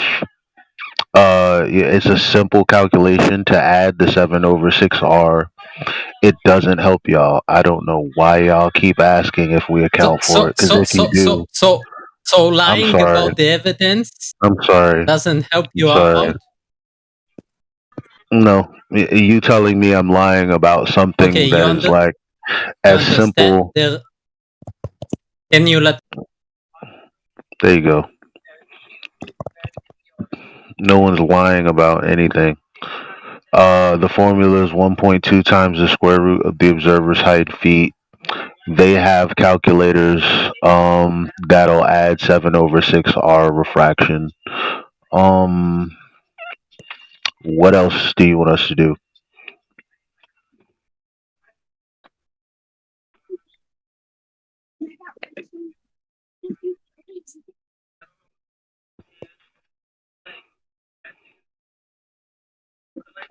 Yeah, and since the Globers are always asking, we're always asking Globers to show their work. So I'm showing my work. So the Earth Curve calculator shows how much at 8 feet above the water, which is actually giving you a little bit because I don't think I was that far above the water, but I'll just say 8 feet. There's 467 feet of missing. So there should be 469 feet of drop over 30 miles. And I can see the shoreline from 30 miles away with my cell phone camera. I think that pretty much states it. And also, if you look at that Earth Curve calculator chart that I posted from my screenshot, it tells you what the actual horizon distance should be at that height. The horizon distance should only be at 3.46 miles. State what? What do you see? I don't see. What you see the whole island, yeah, and the shoreline and lights along the shore, right at the shoreline. If you zoom into that picture, you can see lights right near the shoreline. You can actually see lights shining on the water at the shoreline if you zoom into that. So where is this horizon that's supposed to be at 3.46 miles at 8 feet above the water? It's not there. I can see 30 miles. That's crazy. Do you know how big your Earth would have to be at 30 miles? That's magnitudes of like what shoreline? Times, you have the bottom part. That's magnitudes missing, like 30 times magnitudes bigger than your Earth is supposed to be. That means your Earth would be millions of miles in diameter at that distance. I'm sorry, your calculations is confused. Sorry. It's not my calculations. It's the Earth. It's the globe calculations. I don't know. Go to a normal curvature calculator and make the calculations. Show me the work. Show me how you tested the refraction at that day, and you didn't take in the picture in sunset or something. Like Big Daddy Flurf just told you, we could put refraction in there. It's not going to help your case at all. It's actually going to be worth. It's actually going to be worth. Saying is not showing the work and showing the proof and the calculation and making.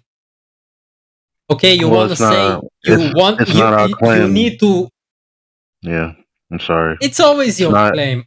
Every. You're on mute, just in case you didn't know. Look, it's not our claim that the distance. Wait. Let me back up. It's not our claim that the horizon is physical Earth curve and that it's 1.2 times the square root of the observer's height in feet. That's not our claim. So you telling us to validate that it is that and then add refraction to the first of all, no, fam. No, it's not a geographic location. There's no geometric to it. Unless you actually have supporting evidence for that. We're just pointing out, hey, look at the geometry, look at the numbers. If you're dumb, use a calculator.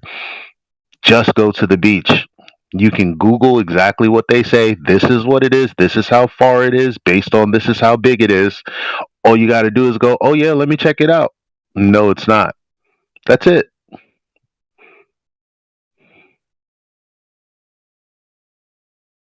I mean, I don't know what's so hard about finding out that something like what's the big deal?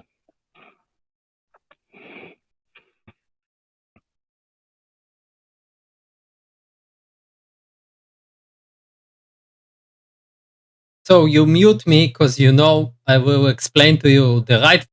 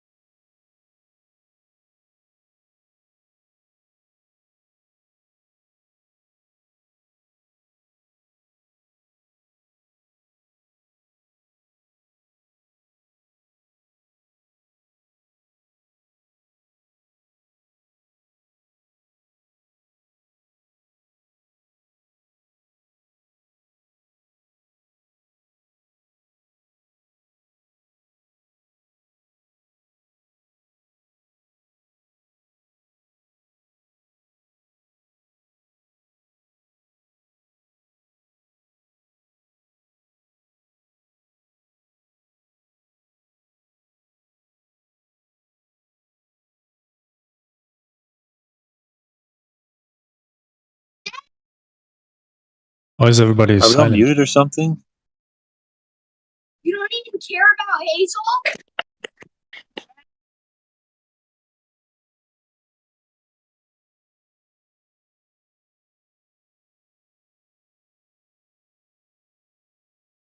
It's all right. We're just kind of pausing because Cap had to be muted again because he can't control himself. But that's okay. It happens a lot here, actually. He wanted me to put refraction, so I put Walter Business with the refraction. And just as Big Daddy Flurf said, doesn't do anything for them.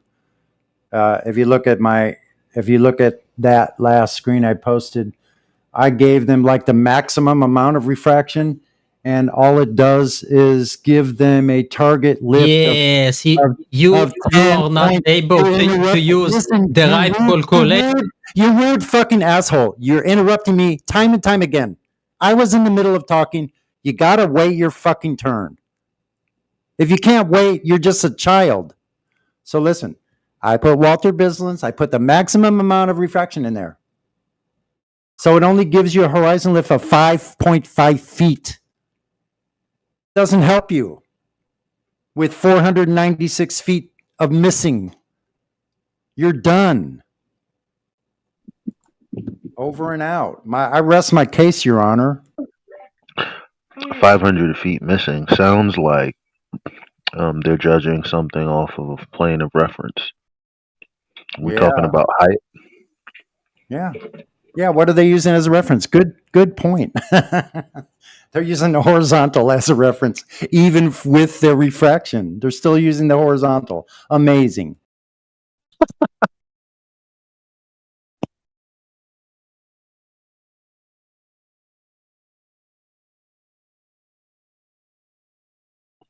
I'll be back. No worries. I'm gonna unmute him though. So yeah, good to hear from you.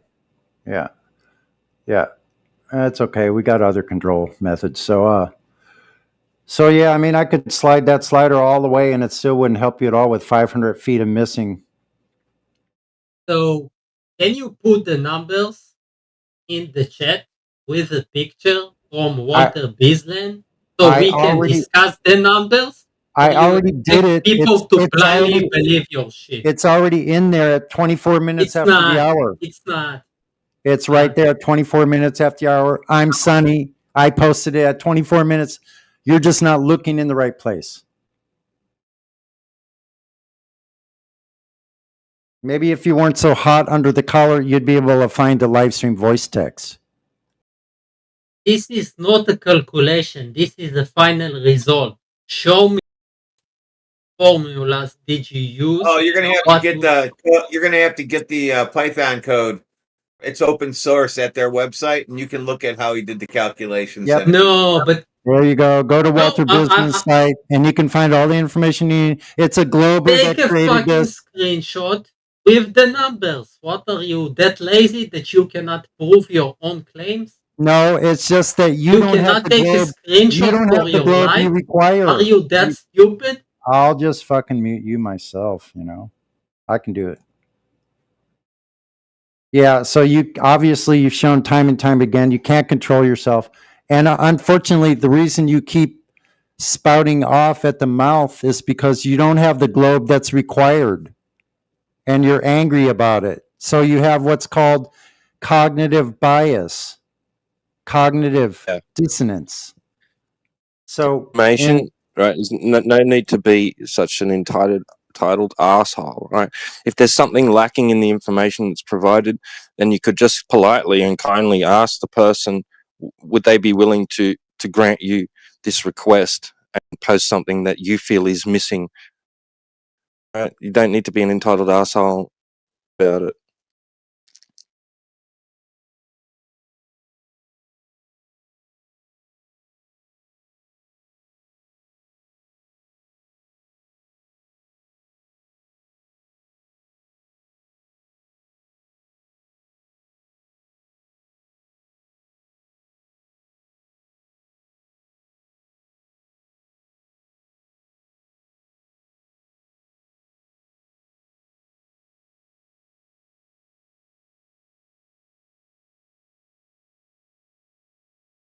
I mean, I could put more of the information down there in the live stream voice text. You look it over yourself. Does that satisfy your globe? Because I see the shoreline at 30 miles away. Doesn't make any sense on your globe. Damn, he got muted already. Yep.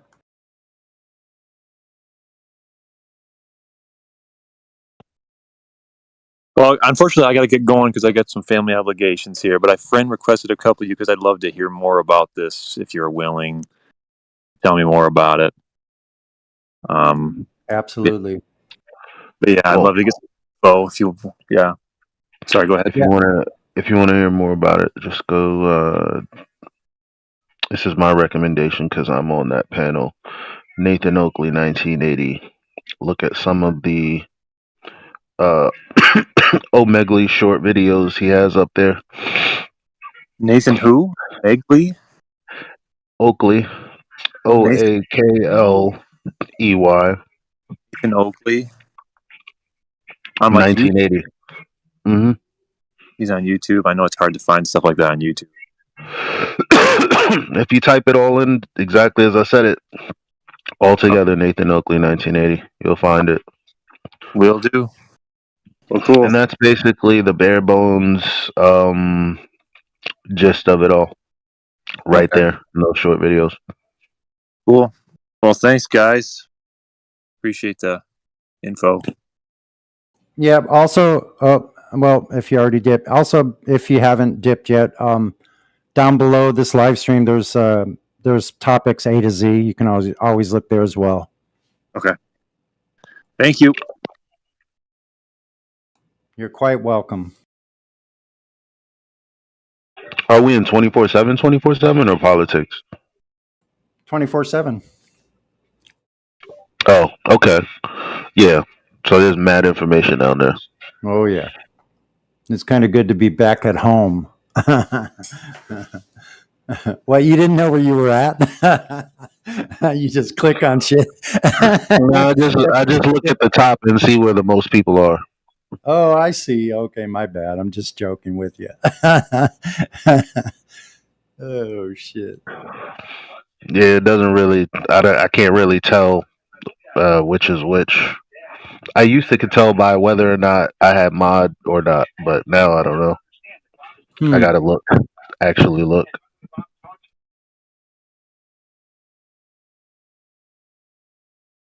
It's not till I get in that I can see like the banner, like where I'm at, and I'm like, oh, okay. I see. I wonder why that is. Is that because your phone? No, I'm just not going through the side. Like when you look up, when you're in your messages, like at the top, like it shows Right. like different rooms and who's like active. Ah, So I just go to where it's active. I see.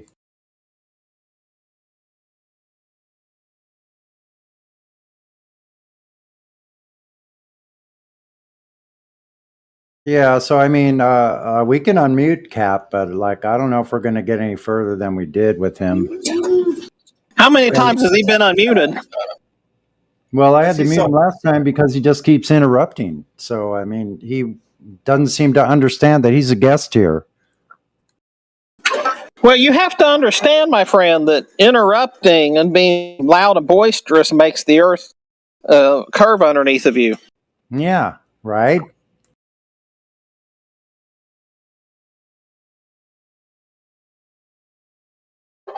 Sorry, I'm back. By the way, I have a question. What is the? Do you guys believe in the electromagnetic field of Earth?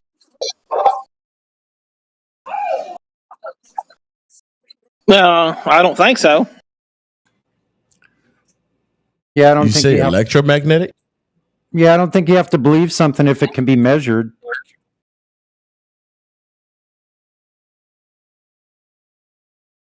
Like the electromagnetic field of Earth can be measured. So that's why I'm asking if you guys. So what does belief have to do with that? Yeah, so it's not a belief then, right? Well, it's actually not a belief, I guess. But I was just wondering if you guys knew something about that. What does it have to do with the surface condition? Well, it's due to symmetry. The electromagnetic field is a symmetry to the electromagnetic field of Earth needs a type of symmetry to exist. Okay, but if you measure the electromagnetic field, can you tell if the Earth is curving or not? Yeah, you actually can. Because the electromagnetic field of Earth is very specific. And you can actually get the tilt from it as well. Okay, why don't you walk us through logically how you do that with the measurement of the electromagnetic field on Earth, and how does that logically connect and determine the surface condition?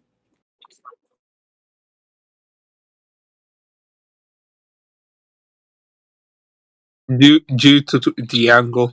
Like if there you can measure the magnetic field of the electromagnetic field of Earth, and there's a certain angle that you Okay, can measure it.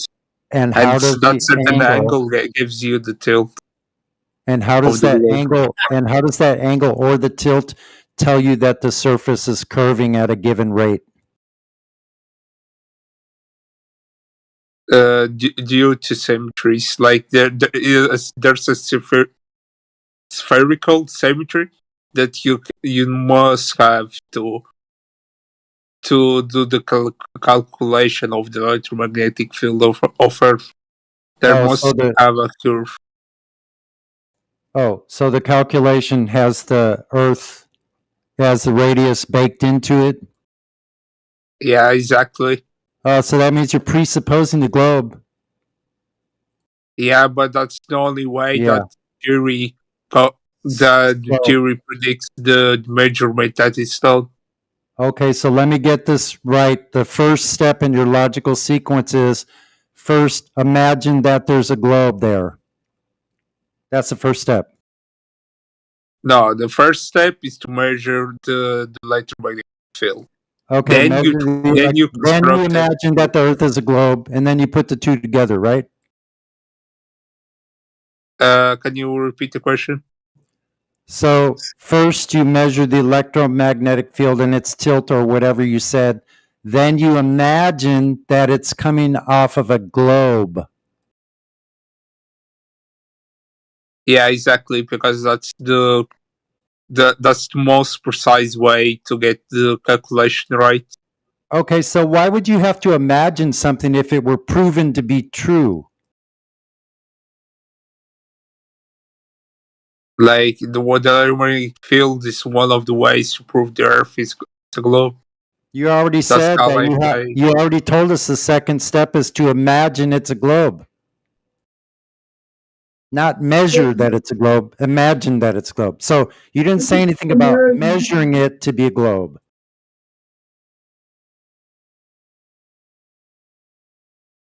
I think you are right. Ladies and gentlemen, we got him. Yeah, so you imagined it's a globe. Thanks. Welcome to Flat Earth. What's up, y'all? What's up, Sonny? Hey, Alpha, how you doing, man? Doing all right. I see you in the kitchen cooking, man. Yeah, I've been cooking for a couple hours here. You're making Glober gumbo. What's going on? Yeah. It's like shooting hippos in a pool, in a barrel, like whatever. Yeah, hippos in a fishbowl. Yeah. Yeah, there you go.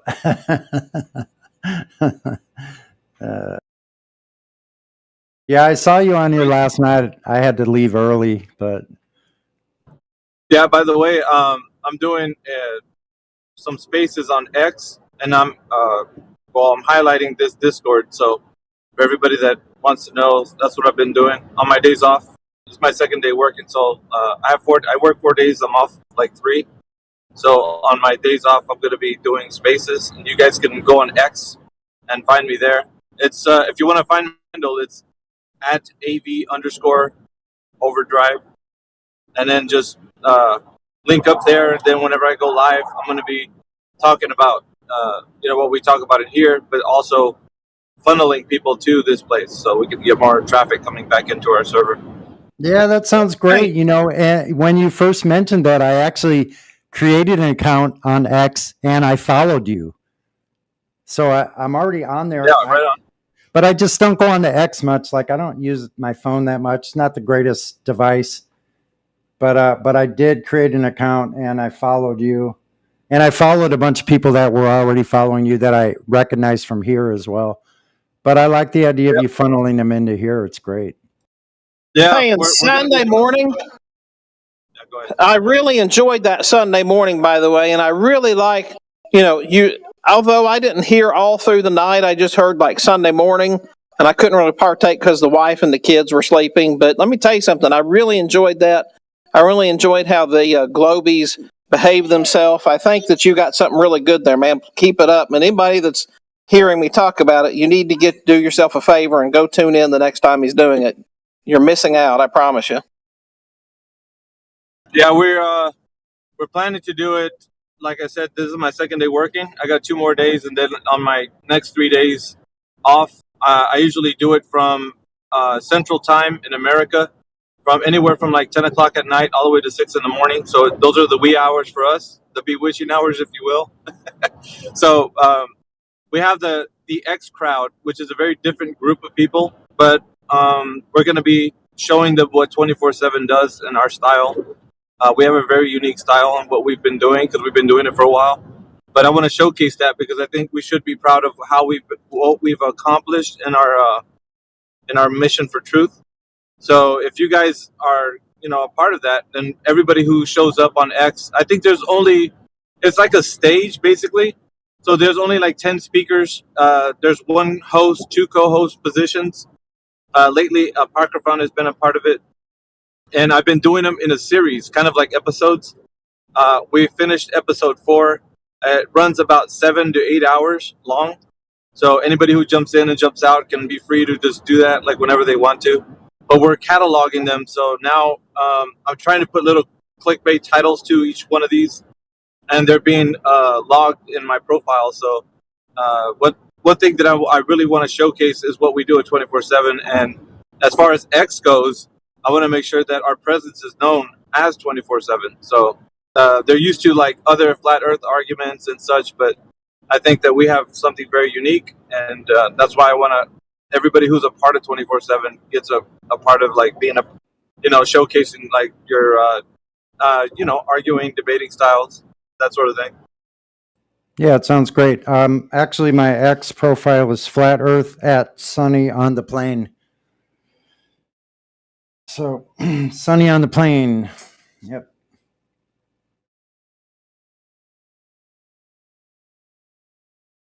Yeah, we have 4 episodes so far. On the last one, I had a mock trial with Peter, and it was me, APOC, Peter, and another Glober that he brought in. And I don't want to spoil it for you guys, but it was really good. I think you guys would enjoy listening to it. So it's the 4th episode. We had 4 so far. So, but the panel grows to like 50 people. Like it fluctuates. Starts off with a little bit and it fluctuates. But the more activity we get from more listeners, and people that repost or retweet the space, the more activity that we'll draw attention to, because the algorithm kind of favors that. The more people like interact with the space, dropping heart emojis and stuff like while the space is going, then it shows activity, and then the algorithm starts to like promote it more. So that's my intention, anyways. I want this place to get jumping like the way it used to get. So I think it's already starting to be honest with you. Yeah, it seems to be ramping up, and yeah, that's kind of what I'm hoping for. Yeah, we've had a lot of people come in. But I see your recordings now on X, and I'll be sure to listen. I know one's 5 hours and one's 4 hours. 58 Yeah, minutes. you can skim through them. You can skim through them, and I would say like the first hour or so is just us trying to get more people in. But then, as the time progresses, as you skim through the audio, you'll hear like activity, and then you can just check it out. Yeah, the end result on the first one is 375 people tuned in. Yeah, That's look at the second substantial, one. man. It's like 2,000 impressions. Like that means that people actually looked at the topic. Some actually heard what's going on. So yeah, the algorithm, because Elon Musk, when he took over, he's got like this mission to break the woke mind virus. So it really helps like platforms like ours kind of flourish. So it changed from the way Twitter used to be when it was shadow banned and they would be all a part of like this other agenda, now to like where Right. it's actually tipping in our favor. Like we have a lot of room to go in that space. So we got to take advantage of that. Like take advantage of Rumble, X, and so that's why I'm saying we got to make our presence known on X and That's get great, man. 24/7 like established. Don't forget 24/7 is Discord is also on X. So follow that account as well.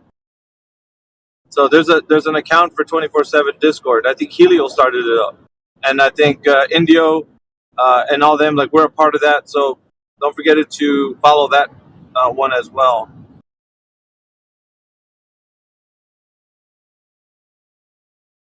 Cool beans.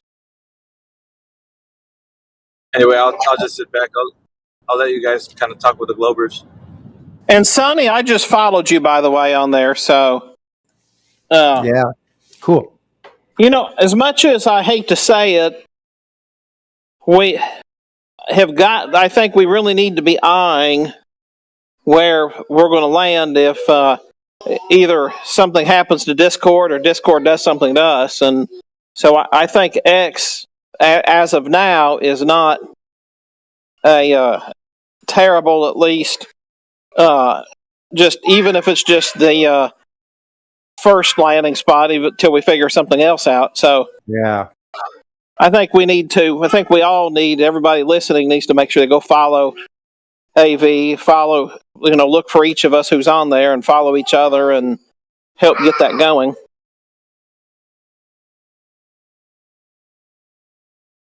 Yeah, just like Barrington said, it's a concerted effort. The more of us contribute, the better it is. Everybody helps. Any one follow helps. So, and that's how we get more eyes on our content. If we want to have a bigger platform, then we have to do something about it. We can't just sit back and just say, "Well, I have these ideas." It's time to really get moving on these things, these ideas. Yeah, like for instance, I have a YouTube channel that's Flat Earth Consciousness 2017. I hardly ever use it, and they keep taking content out. Like every so often, they just keep removing like videos. Like every couple of months, they remove another one. But I still have 272 videos, or I don't know. I think about 100. I have 572 subscribers, and they've held steady. But think about that. Anything on YouTube that's been on there for 7 years and only has 570, like even if you don't use it, that's ridiculous. So it was obviously was throttled.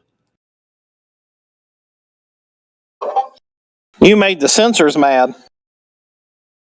Yeah, man. I'm surprised that my YouTube channel is still up at all. Actually, like it's pretty amazing. Yeah, and also we need to make a Telegram channel. I think we need to make a 24/7 channel on every service that we can think of. So if one or two or three of them go down, we have other backups already in place, and we're not scrambling trying to figure out this person who knows that person who might know somebody else. That we have some backup places to go. Yeah, Barrington's correct. You can't put all your eggs in one basket, so we need to kind of spread out with the platforms that are available. Use what we have, at our disposal, and just kind of like make sure we have a presence. So we have right now. There's a group of people. Indio's been doing the hard work, man. He's actually established already on X, and everybody, like most of these other Flat Earth groups that know him, they respect him. They know he's like a kind of like a guru to them. Was what I heard. There was a guy that came to the space where I was at. Or like, oh man, you guys know Indio? That guy is awesome. He's like, yeah, if you guys know Indio, then we'll get along just fine. Like basically, because we know Indio, that they were respecting that we were in the space as well. So, do you know what exactly like Helio's X channel is called? Is it 24/7 No spaces, no dashes, flat Earth. I'll drop it in the. Give me just a second. I'll drop it in the live stream chat. All right, that Thanks, way I can Barrington. follow.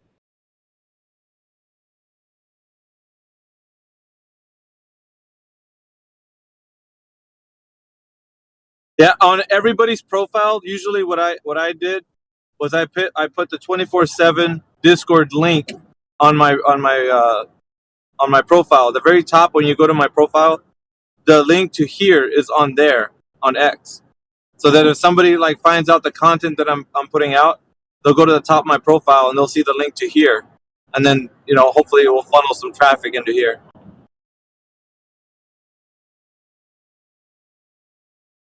And I mean, for the times that I'm not on X, then we'd have, more traffic coming in here for everybody else. And you know what I mean? To make 24/7 Discord a lot more active.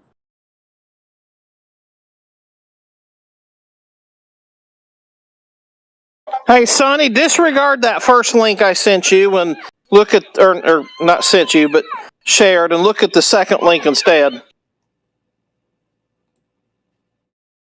Okay. Will do.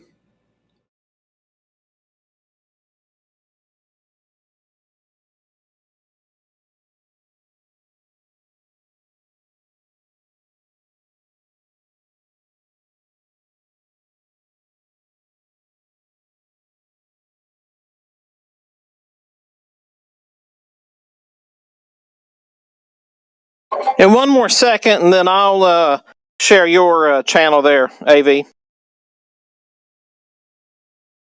Yeah, appreciate it, Barrington.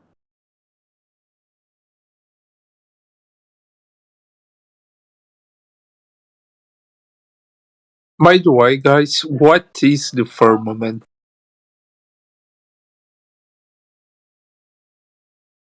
The firmament was taken from scriptural context and the biblical narrative. So it's a word used to describe the heavens above, and it could be taken as the heavens above or a solid firmament ceiling. So if you look at the root word rakia, if you go to the etymology of the word, I think it's denoting something, a hard surface. So it's in the biblical context, though. That's where that word comes from the Bible.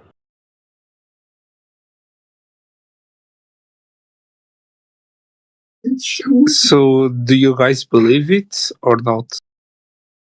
Well, so we would say that the earth that we live right now and the realm that we exist, there is a container that contains the gas pressure that you and I breathe.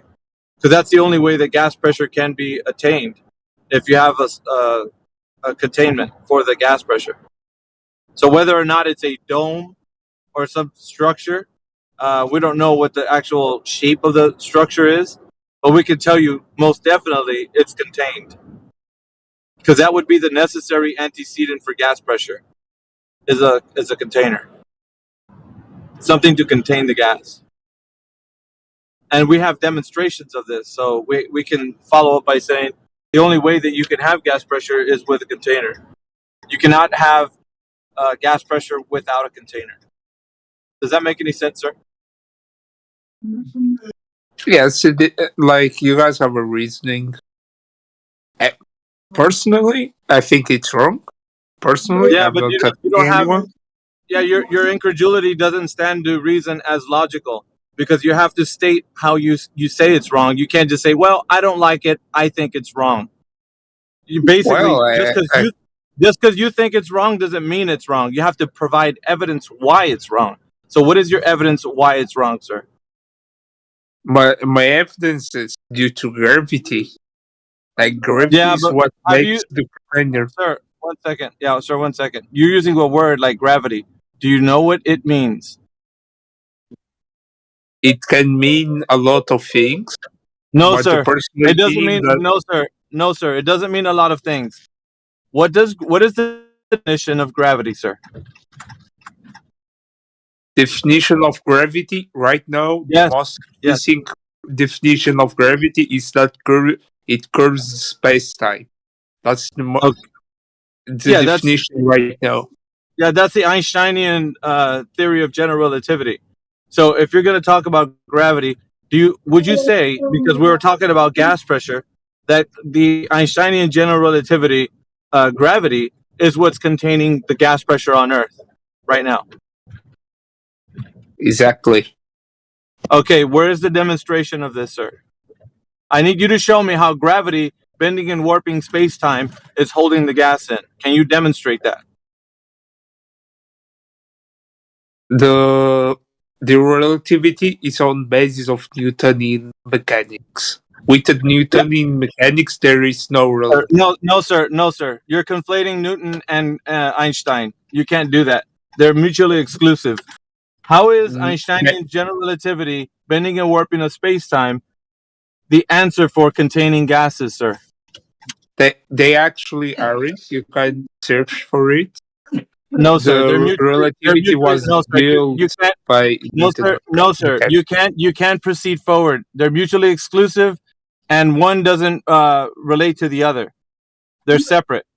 Hold on, sir. One supersedes the other. So Einsteinian general relativity supersedes Newton's theory of gravity.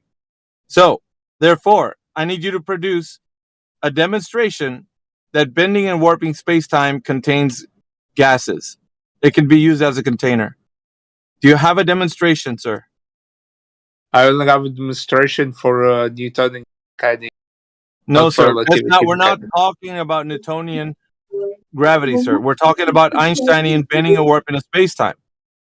If you have a demonstration, then you can say that what I was saying was incorrect. But you don't have a demonstration, do you? This is the third time I'm asking, and you're not providing. There is no demonstration. Thank you, sir. Therefore, thank you, sir. Therefore, for that exact question, there is a demonstration. That's the proof. Right. That's only demonstration for Newtonian mechanics. So, because there is not a demonstration, then you cannot say what I said about gas pressure needing a container can be superseded by your idea that bending and warping of space-time can be a container. You don't have a demonstration. I do. I can show you a container containing gases, and that's the only way that you can have gas pressure. Now, you don't have that. I do. Therefore, I'm right and you're wrong. Unless you can provide an evidence of a demonstration, then you don't have nothing more, but you're sitting there with the wrong idea, sir. That's it. Well, let me rephrase what I was saying. Like, if I really can't show you with relativity, but I really can show you with Newtonian mechanics. No, you are saying that they were mutually exclusive. That's actually not true. Yes, it is. Relativity was built from Newtonian mechanics. No, it's not. No, it wasn't. They're mutually exclusive. They do not agree with each other. They are mutually exclusive. Yes, they do not agree with each other. That's a really misunderstanding from relativity. Listen, sir. Okay, you're not going to stop. One's mass attracting mass. The other is a bending and warping of space-time. They are not the same. One's a pulling force. The other one's pushing you down.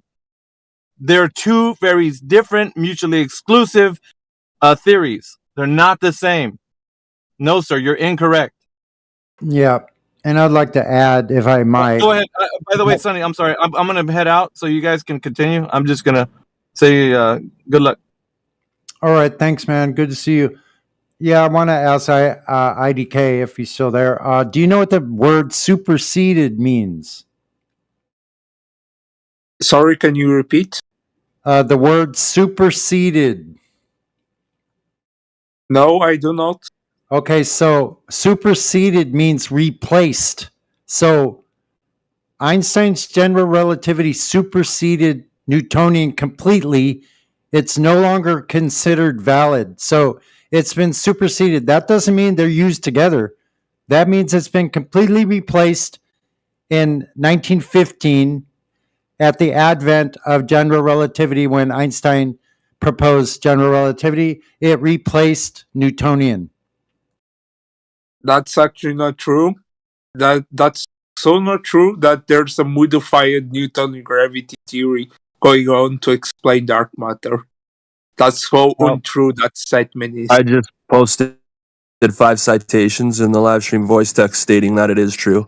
thank you for the citation. I was about to look them up. So the citation is in the live stream. That says exactly what I said, that it's been replaced. Newtonian is no longer valid. So you have to choose. You're either going to use the current or you're going to use the 109-year-old replaced Newtonian. Can I ask him now a question? IDQ. Go Hello. ahead. Sorry? Can I ask a question? Yeah, yes, you can.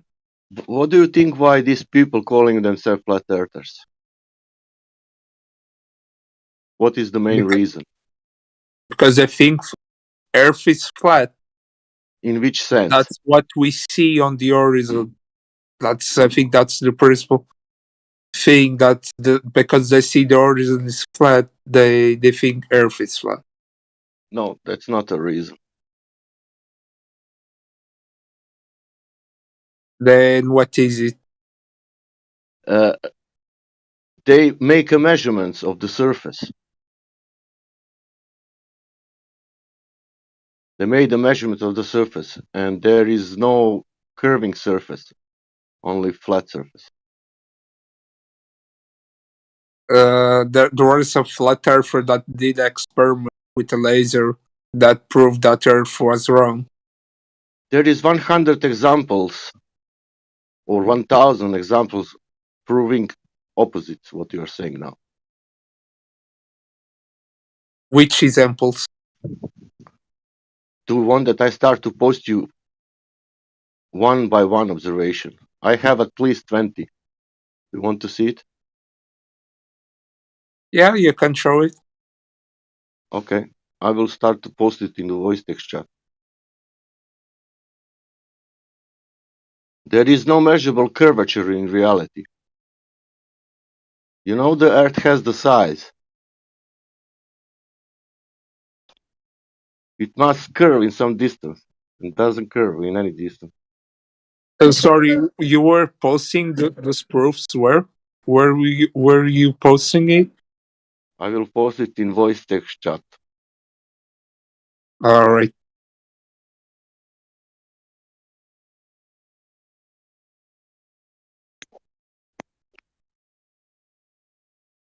By the way, no flat earther used a laser to prove the Earth is a globe.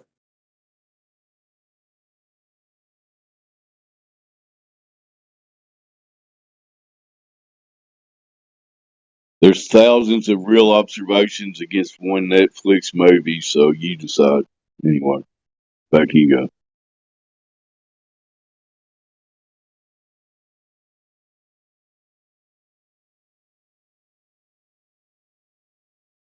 Dave Hinkle from the land of the Mammoth Caves. Good to hear you, brother. First, I will post you one from Aeroplane. It's showing you all river Mississippi and almost half of USA, you know. It's a 1/20 of all Earth. 1/20, do you understand? 1 of 20 part of the all Earth. Not posting it anywhere. Oh, Jesus. It's coming. 1. Okay, that's Jay Tolan. You have his channel. You can watch it. He has at least 20 observation with infrared, you know, and he's getting 200, 300, 500 miles. But let's go on the ground.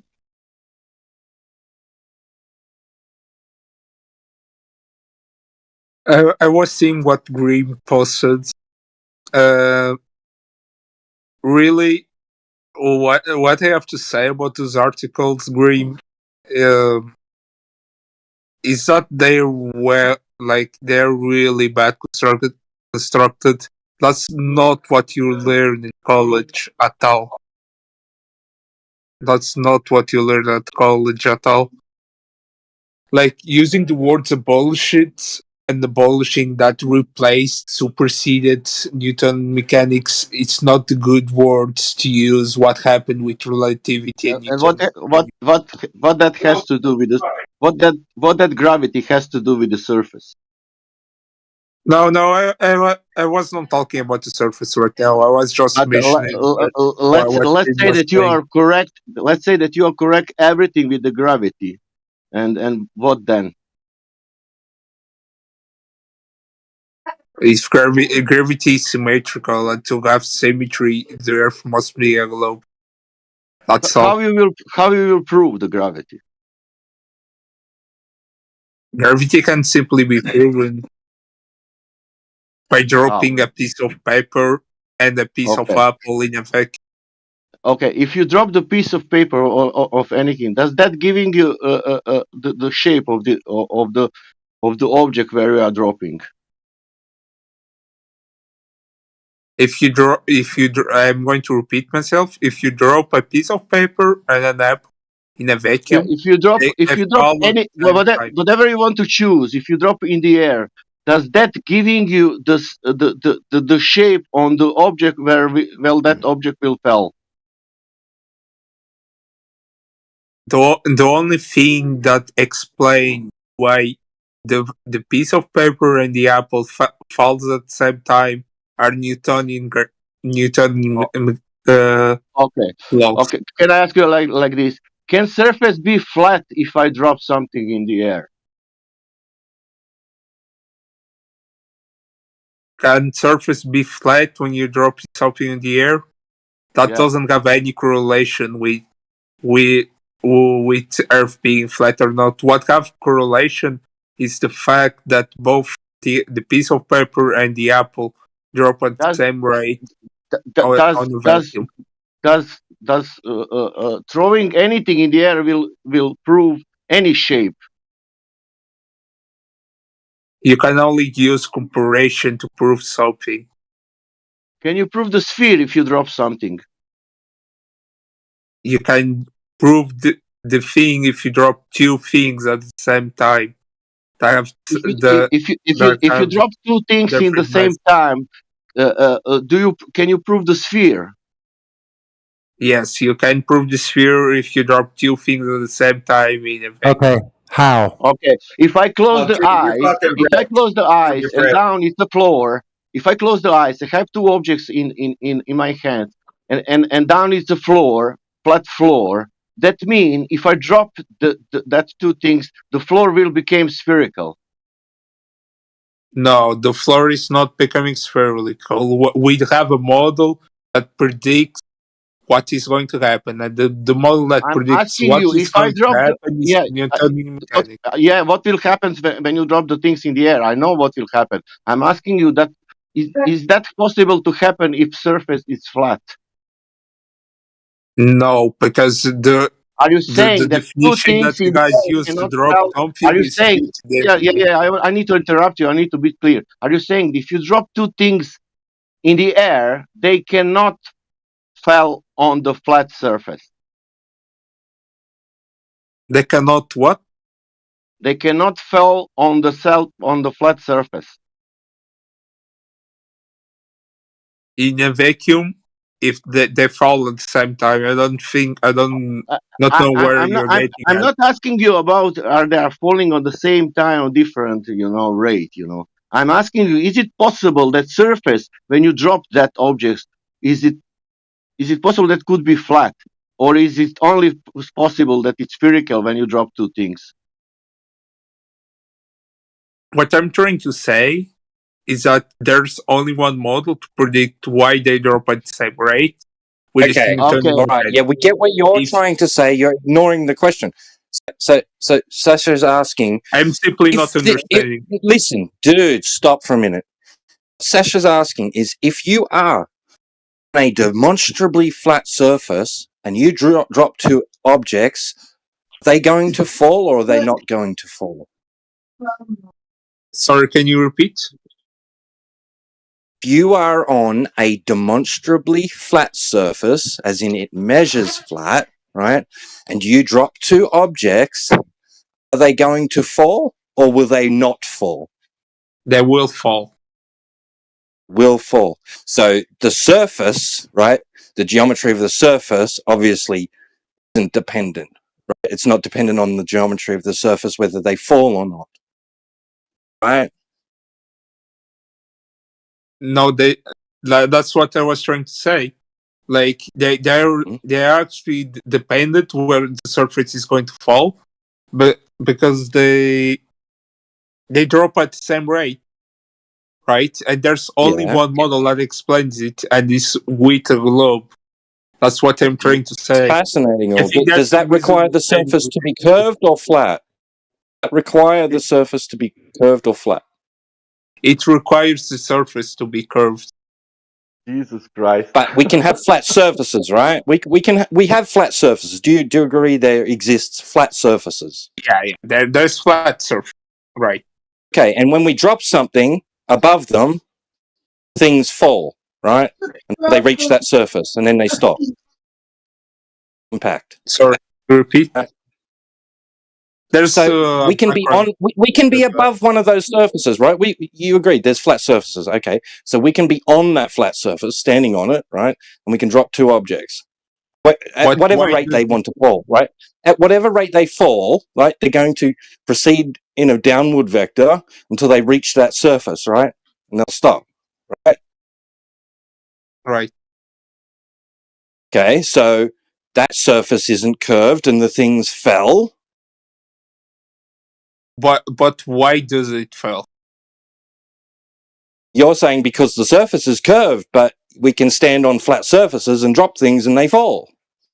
Yeah, but I'm trying to explain that gravity is what makes it fall. That's what makes it fall. Gravity on a flat surface. The end. Well, right. There you go. I think let's put it like this. What is falling in reality? What is in reality? What is falling in reality? Falling in reality is being pushed by gravity. Yeah, but what is falling, man? For example, I see nothing is moving. For example, nothing on my table is moving. Nothing is falling. You are not falling, but if you jump, you are technically falling from the jump. If I jump where? In which medium? If you jump, for example, no. If you jump now, if I jump, you are if I jump in, fall. are you saying if I jump in the air? Are you saying? Yeah, exactly. If you jump in whatever medium you are going to fall. Okay. Am I more dense than air? You actually are more dense than air. What will happen with me if I'm in some medium what is less dense than me? If you are less dense than the medium you go up. And if he's medium less dense, if he's medium less dense than me, what then will happen? But for example, if air is me, I'm me. If I jump from the building, what will happen with me? If you jump from the building, you are going to fall. Why? Because of gravity. Where I am jumping? You are jumping in the air, but let me into my argument. What is the air? Is it the air less dense than me? The air is less dense, less dense than you. Yes. What will happen? That's not the reason why you are falling. What will happen if you drop the more dense things in less dense medium? If you drop something more dense than the medium and the other thing has less density but are still denser than air, they are going to fall at the same time. Yeah, it will fall down.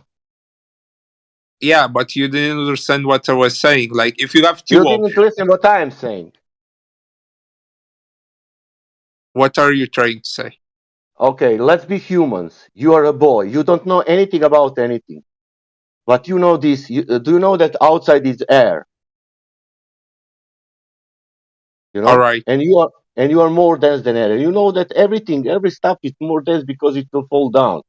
because it's more dense than air, and that's all. There is no more stories about that. Okay, I'm going to ask you a question. What happens if you have two objects, one denser than the other, but both are denser than the air? If you drop them at the same time, are they going to drop at? Are they going to reach the ground at the I same don't time? know. I don't know. I never tried that It's experiment. on their shape.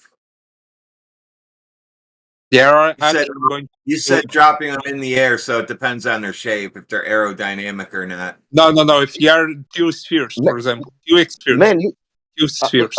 I only wanted to tell you that we are not disagreeing. That things falling down, that you're correct. You know, not because of, doesn't matter which word you will use, gravity or density, whatever. You know, but has nothing to do with the surface. That I wanted to point it out, because you said it would happen on the curved surface, but then you said, really? Oh, I can drop also on the flat surface. That means it has nothing to do. That means gravity.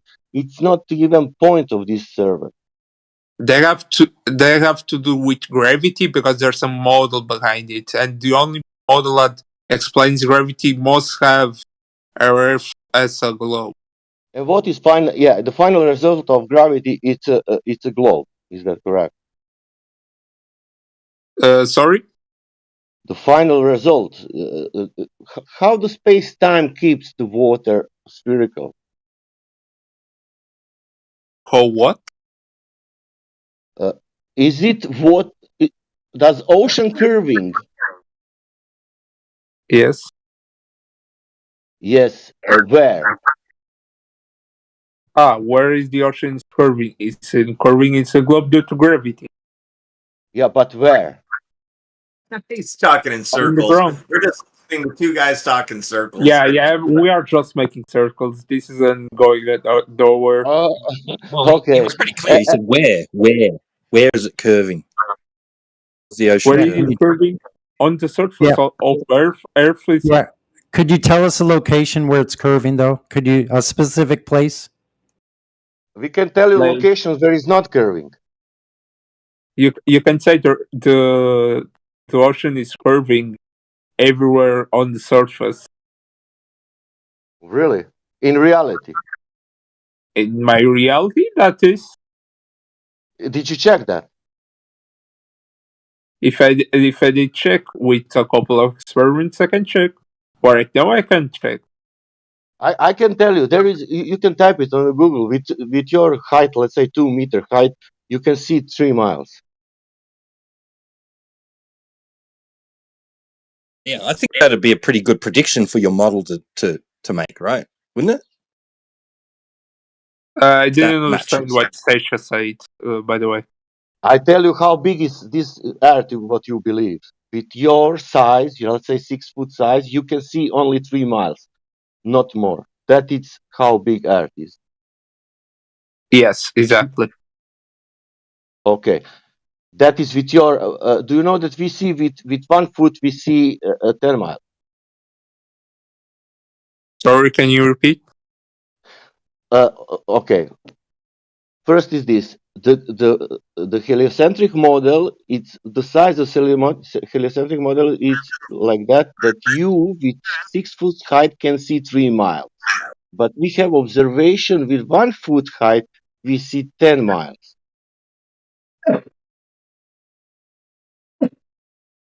Like, Did you understand that?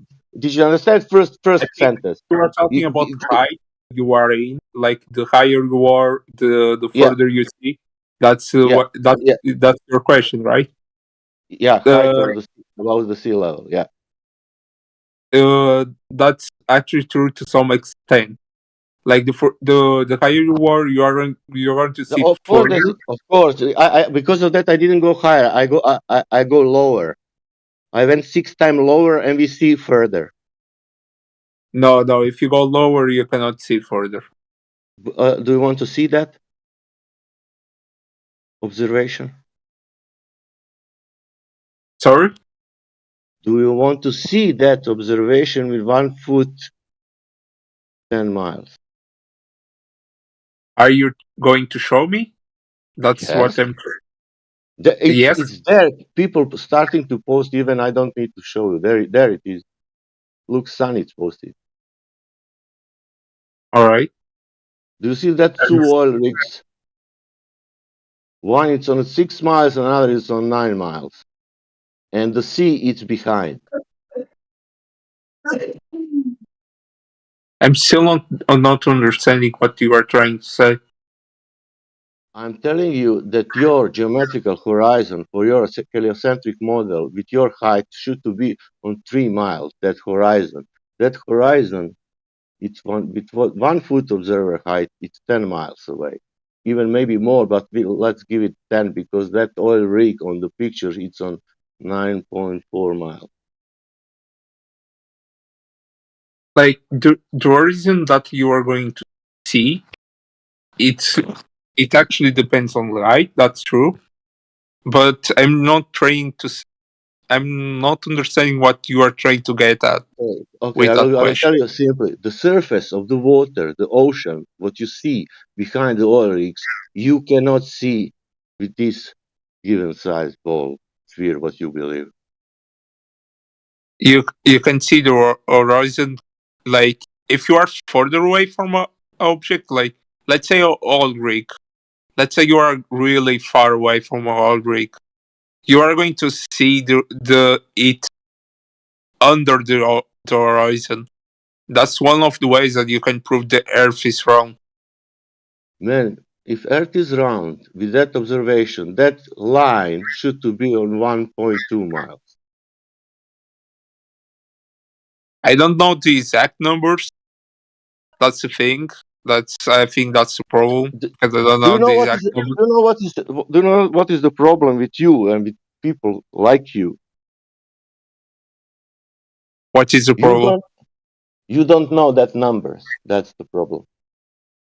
No, like you don't memorize. Do you know why is that problem? I know that numbers. I know the numbers. What you believe, but you don't know them. I don't need to memorize numbers to get a good. But I know them. But I know them. You don't know them. Do you understand that? I know the numbers. What you believe, but you don't know them. Yeah. What Sasha's trying to say to you is that you have a claim on the table of this globe Earth, but you don't even know the dimensions, but we do. Yes. Don't you see a problem in that? Like you don't need to memorize numbers to know that you know you live in a globe. And how I need to know the logical thing. Okay, great. Now question: how I measurable will explaining to you why I'm not believing in a globe if you don't know the numbers. You don't need to know the numbers. That's the thing. Well, you kind of do, right? If you want to actually know what they're telling you is true, right? You need to do the calculation. That's right. You need to do the calculation, but you don't need to memorize the numbers itself. No, that's fine. You don't have to memorize it. Well, we all know it because we always talk about it here, and because actually I didn't know it until I started looking into this information. And when I started looking into this information, then I started noticing stuff, and people were pointing out stuff that doesn't make sense on a globe model. All right, that's a fine statement. Do you want to go on? Right, what Sasha's pointing out right now that from a 1 foot observer, you're supposed to only see 1.2 miles or so, 1.24 or something. Now, where the observation that you see that Sunny posted, it's 10 times that of what the Earth predicts, or what the globe model predicts. How do you do the calculation? That's I think that's the proper question. Right. So according to this, that observation, if we were to take that it does have it is a bigger globe, then the radius will be 256,000 miles, practically from here to the moon. Yeah. So is the globe breathing in and out or something? No. Like I only want to know how did you guys do the calculation? What forms did you guys use? We used. They tell us the calculations. They give you the information how to calculate the the distance to the horizon. Do you use the geometry of the sphere? That this sphere, what you believe, what I believe also. Don't think that we didn't believe in a globe. We are all globers, excellent. All right. And we I mean, and let's help you learn how to look up stuff, man. Let's look up Google. What is the distance to the horizon? Right now, I cannot look stuff. Like if I look stuff, I am going to be distracted from the conversation. I'm on the phone right now. If I was in the computer, I will be looking up stuff and having more meaningful conversations right now and debates. So, all right. So let me tell you this. So the distance to the horizon is 1.22 times the square root of the observable height above sea level. All right. So if it's 5 feet, you multiply the square root of 5 feet times 1.22, and that gives you roughly around 3 miles. If you do 1 feet, and that's what the picture was taken at 1 feet height, so 1 times 1.22 will be what? 1.22. Exactly. That's the distance to the horizon. But we see the horizon past the oil rigs, and we know the oil rigs. It's about a little over 9 miles, and it's further than that. I think the formula that you guys are using is wrong. That's what I No, think. it's actually that's why I asked you to look it up for yourself, because that's why you can't tell us, oh, we're wrong. Well, you haven't looked this up. We've looked this up, and I could actually give you a paper that tells you how to get it. Okay. Since I came to this unprepared, I'm going to head out, prepared for the next time, because I'm having I don't have time to talk anymore. So next time I'm going to prepare my questions and do the argument, so we can have a more meaningful conversation and debate about this. That's fine. And I actually posted the link to the I put it in the wrong place. Give me 1 second. Here you go. My stream. Here's a paper from Washington.edu that tells you how to get the formula to the horizon. All right, I'm going to see that. Then next time I'm going to be more prepared to this type of conversation and for this type of debate. But I just want to say thank you guys for letting me talk in the first of all, and have the meaningful debate to understand what is going on around us. So thank you guys. See you. Have a good one, man. Good night.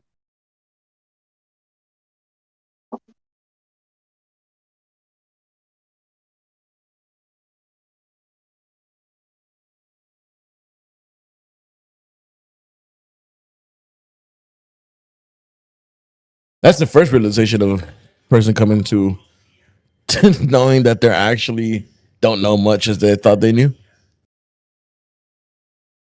But why this? I will come next time with preparation. It's not like I will come next time to ask you guys more questions, to ask you to understand more what you think about, why you think of this, blah blah. No, he will go prepared. He will come prepared. Hey, many props to him for at least acknowledging that. Yeah.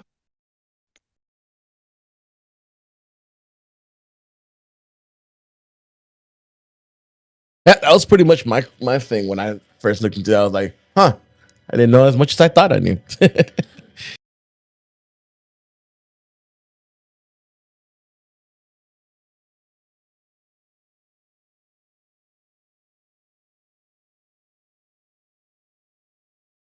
It will be now how to debunk flat Earth on YouTube.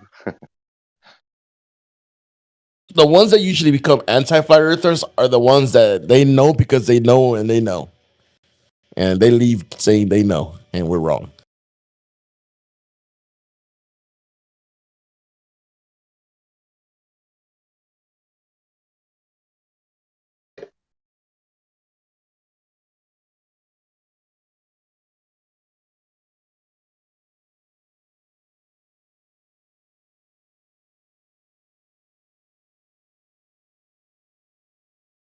I think they are not listening about it because I think that they think whatever these flat earthers are saying, better don't listen to them.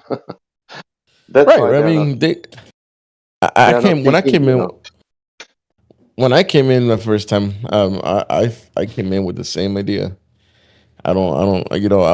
I thought flat Earth was dumb, and there's no way that they believe that the Earth is flat, because, dude, we've been out there. We have pictures, and we know that it is. We got NASA. But then when we start actually getting to the nitty gritty, you like start realizing, okay, I don't know as much as I thought I did, and I can't validate whatever they're telling me. So many years ago, a good friend of mine was a car salesman, long before I was ever into selling cars, which I sold for 5 years. But long before I was in there, I'll never forget what a friend of mine said, that he worked at a really high pressure Toyota dealership. And he said that the manager would routinely tell them, when the customer's speaking, you need to be thinking like you're watching an episode of the Peanuts. Whatever they're saying is coming into your brain. You're hearing womp womp, womp womp, womp womp, and then you are formulating what you're going to say next to get them to drive that car home that day. And frankly, that's the exact behavior that we see in the GTs as they come in here. No matter what we say to them, it sounds just like the adults on the Peanuts to them. Sounds like crappy salesman advice too. Well, he actually had done some prison time for the company. He was a fall guy. And then he went back on his own. He was a fraudster and whatever else. I mean, it was absolutely the most horrible advice. And my friend didn't work there much longer than that. But I just, every now and then when I'm talking to somebody, I'm wondering, like, gee, are they actually hearing what I'm saying, or are they taking that guy's advice? They're probably emotionally typing into Google how to defeat flat earthers. You know, they come back at us with Professor Dave. Yeah, or with one word, let's say, like gravity, or sunset, or eclipses, refraction. It's only Hi, one I'm word. Dave, professor of Gnosticism. Got a PhD Well, actually, intellectually. Because it's not simply just how to defeat a flat earther, right? Because you could replace that with anything, right? You could how do I defeat this baker that's challenging my worldview? How do I defeat this policeman that's challenging my world? It's just a challenge of their belief system that's being placed before, and it's irrelevant who's doing that, why they're doing that. So once your belief system's challenged, it doesn't need a justification why it's being challenged. It's just being challenged, right? So what I would make sure that I say about fake Professor Dave is he has at least a BS, a degree in bullshitology. I think their thought process begins with, everyone knows flat earthers are dumb and everything they're saying is wrong. I don't really know how to respond to this, so let me see what other people are saying about it. There's this guy that jumped in the politics 24/7, and he was like, "Well, I'm gonna send you some videos so you can learn up on things." And he sent me like 10 Professor Dave videos, and I didn't even click on any of them. And I just replied, "Dude, I'm not gonna watch any of those, man. That guy is an idiot." And he's all, "Just watch the videos," and then he blocked me. And I'm like, "Dude, but this is what we're dealing with. Like, people that watch Professor Dave. Oh, and then some of the things that he was saying in the messages to me, I even said, like, dude, you're just repeating what he says. He's like, 5 million people died a day 500 years ago. We only made airplanes a century ago. Like, he's saying all the dumb shit that Professor Dave has, like, that he spews.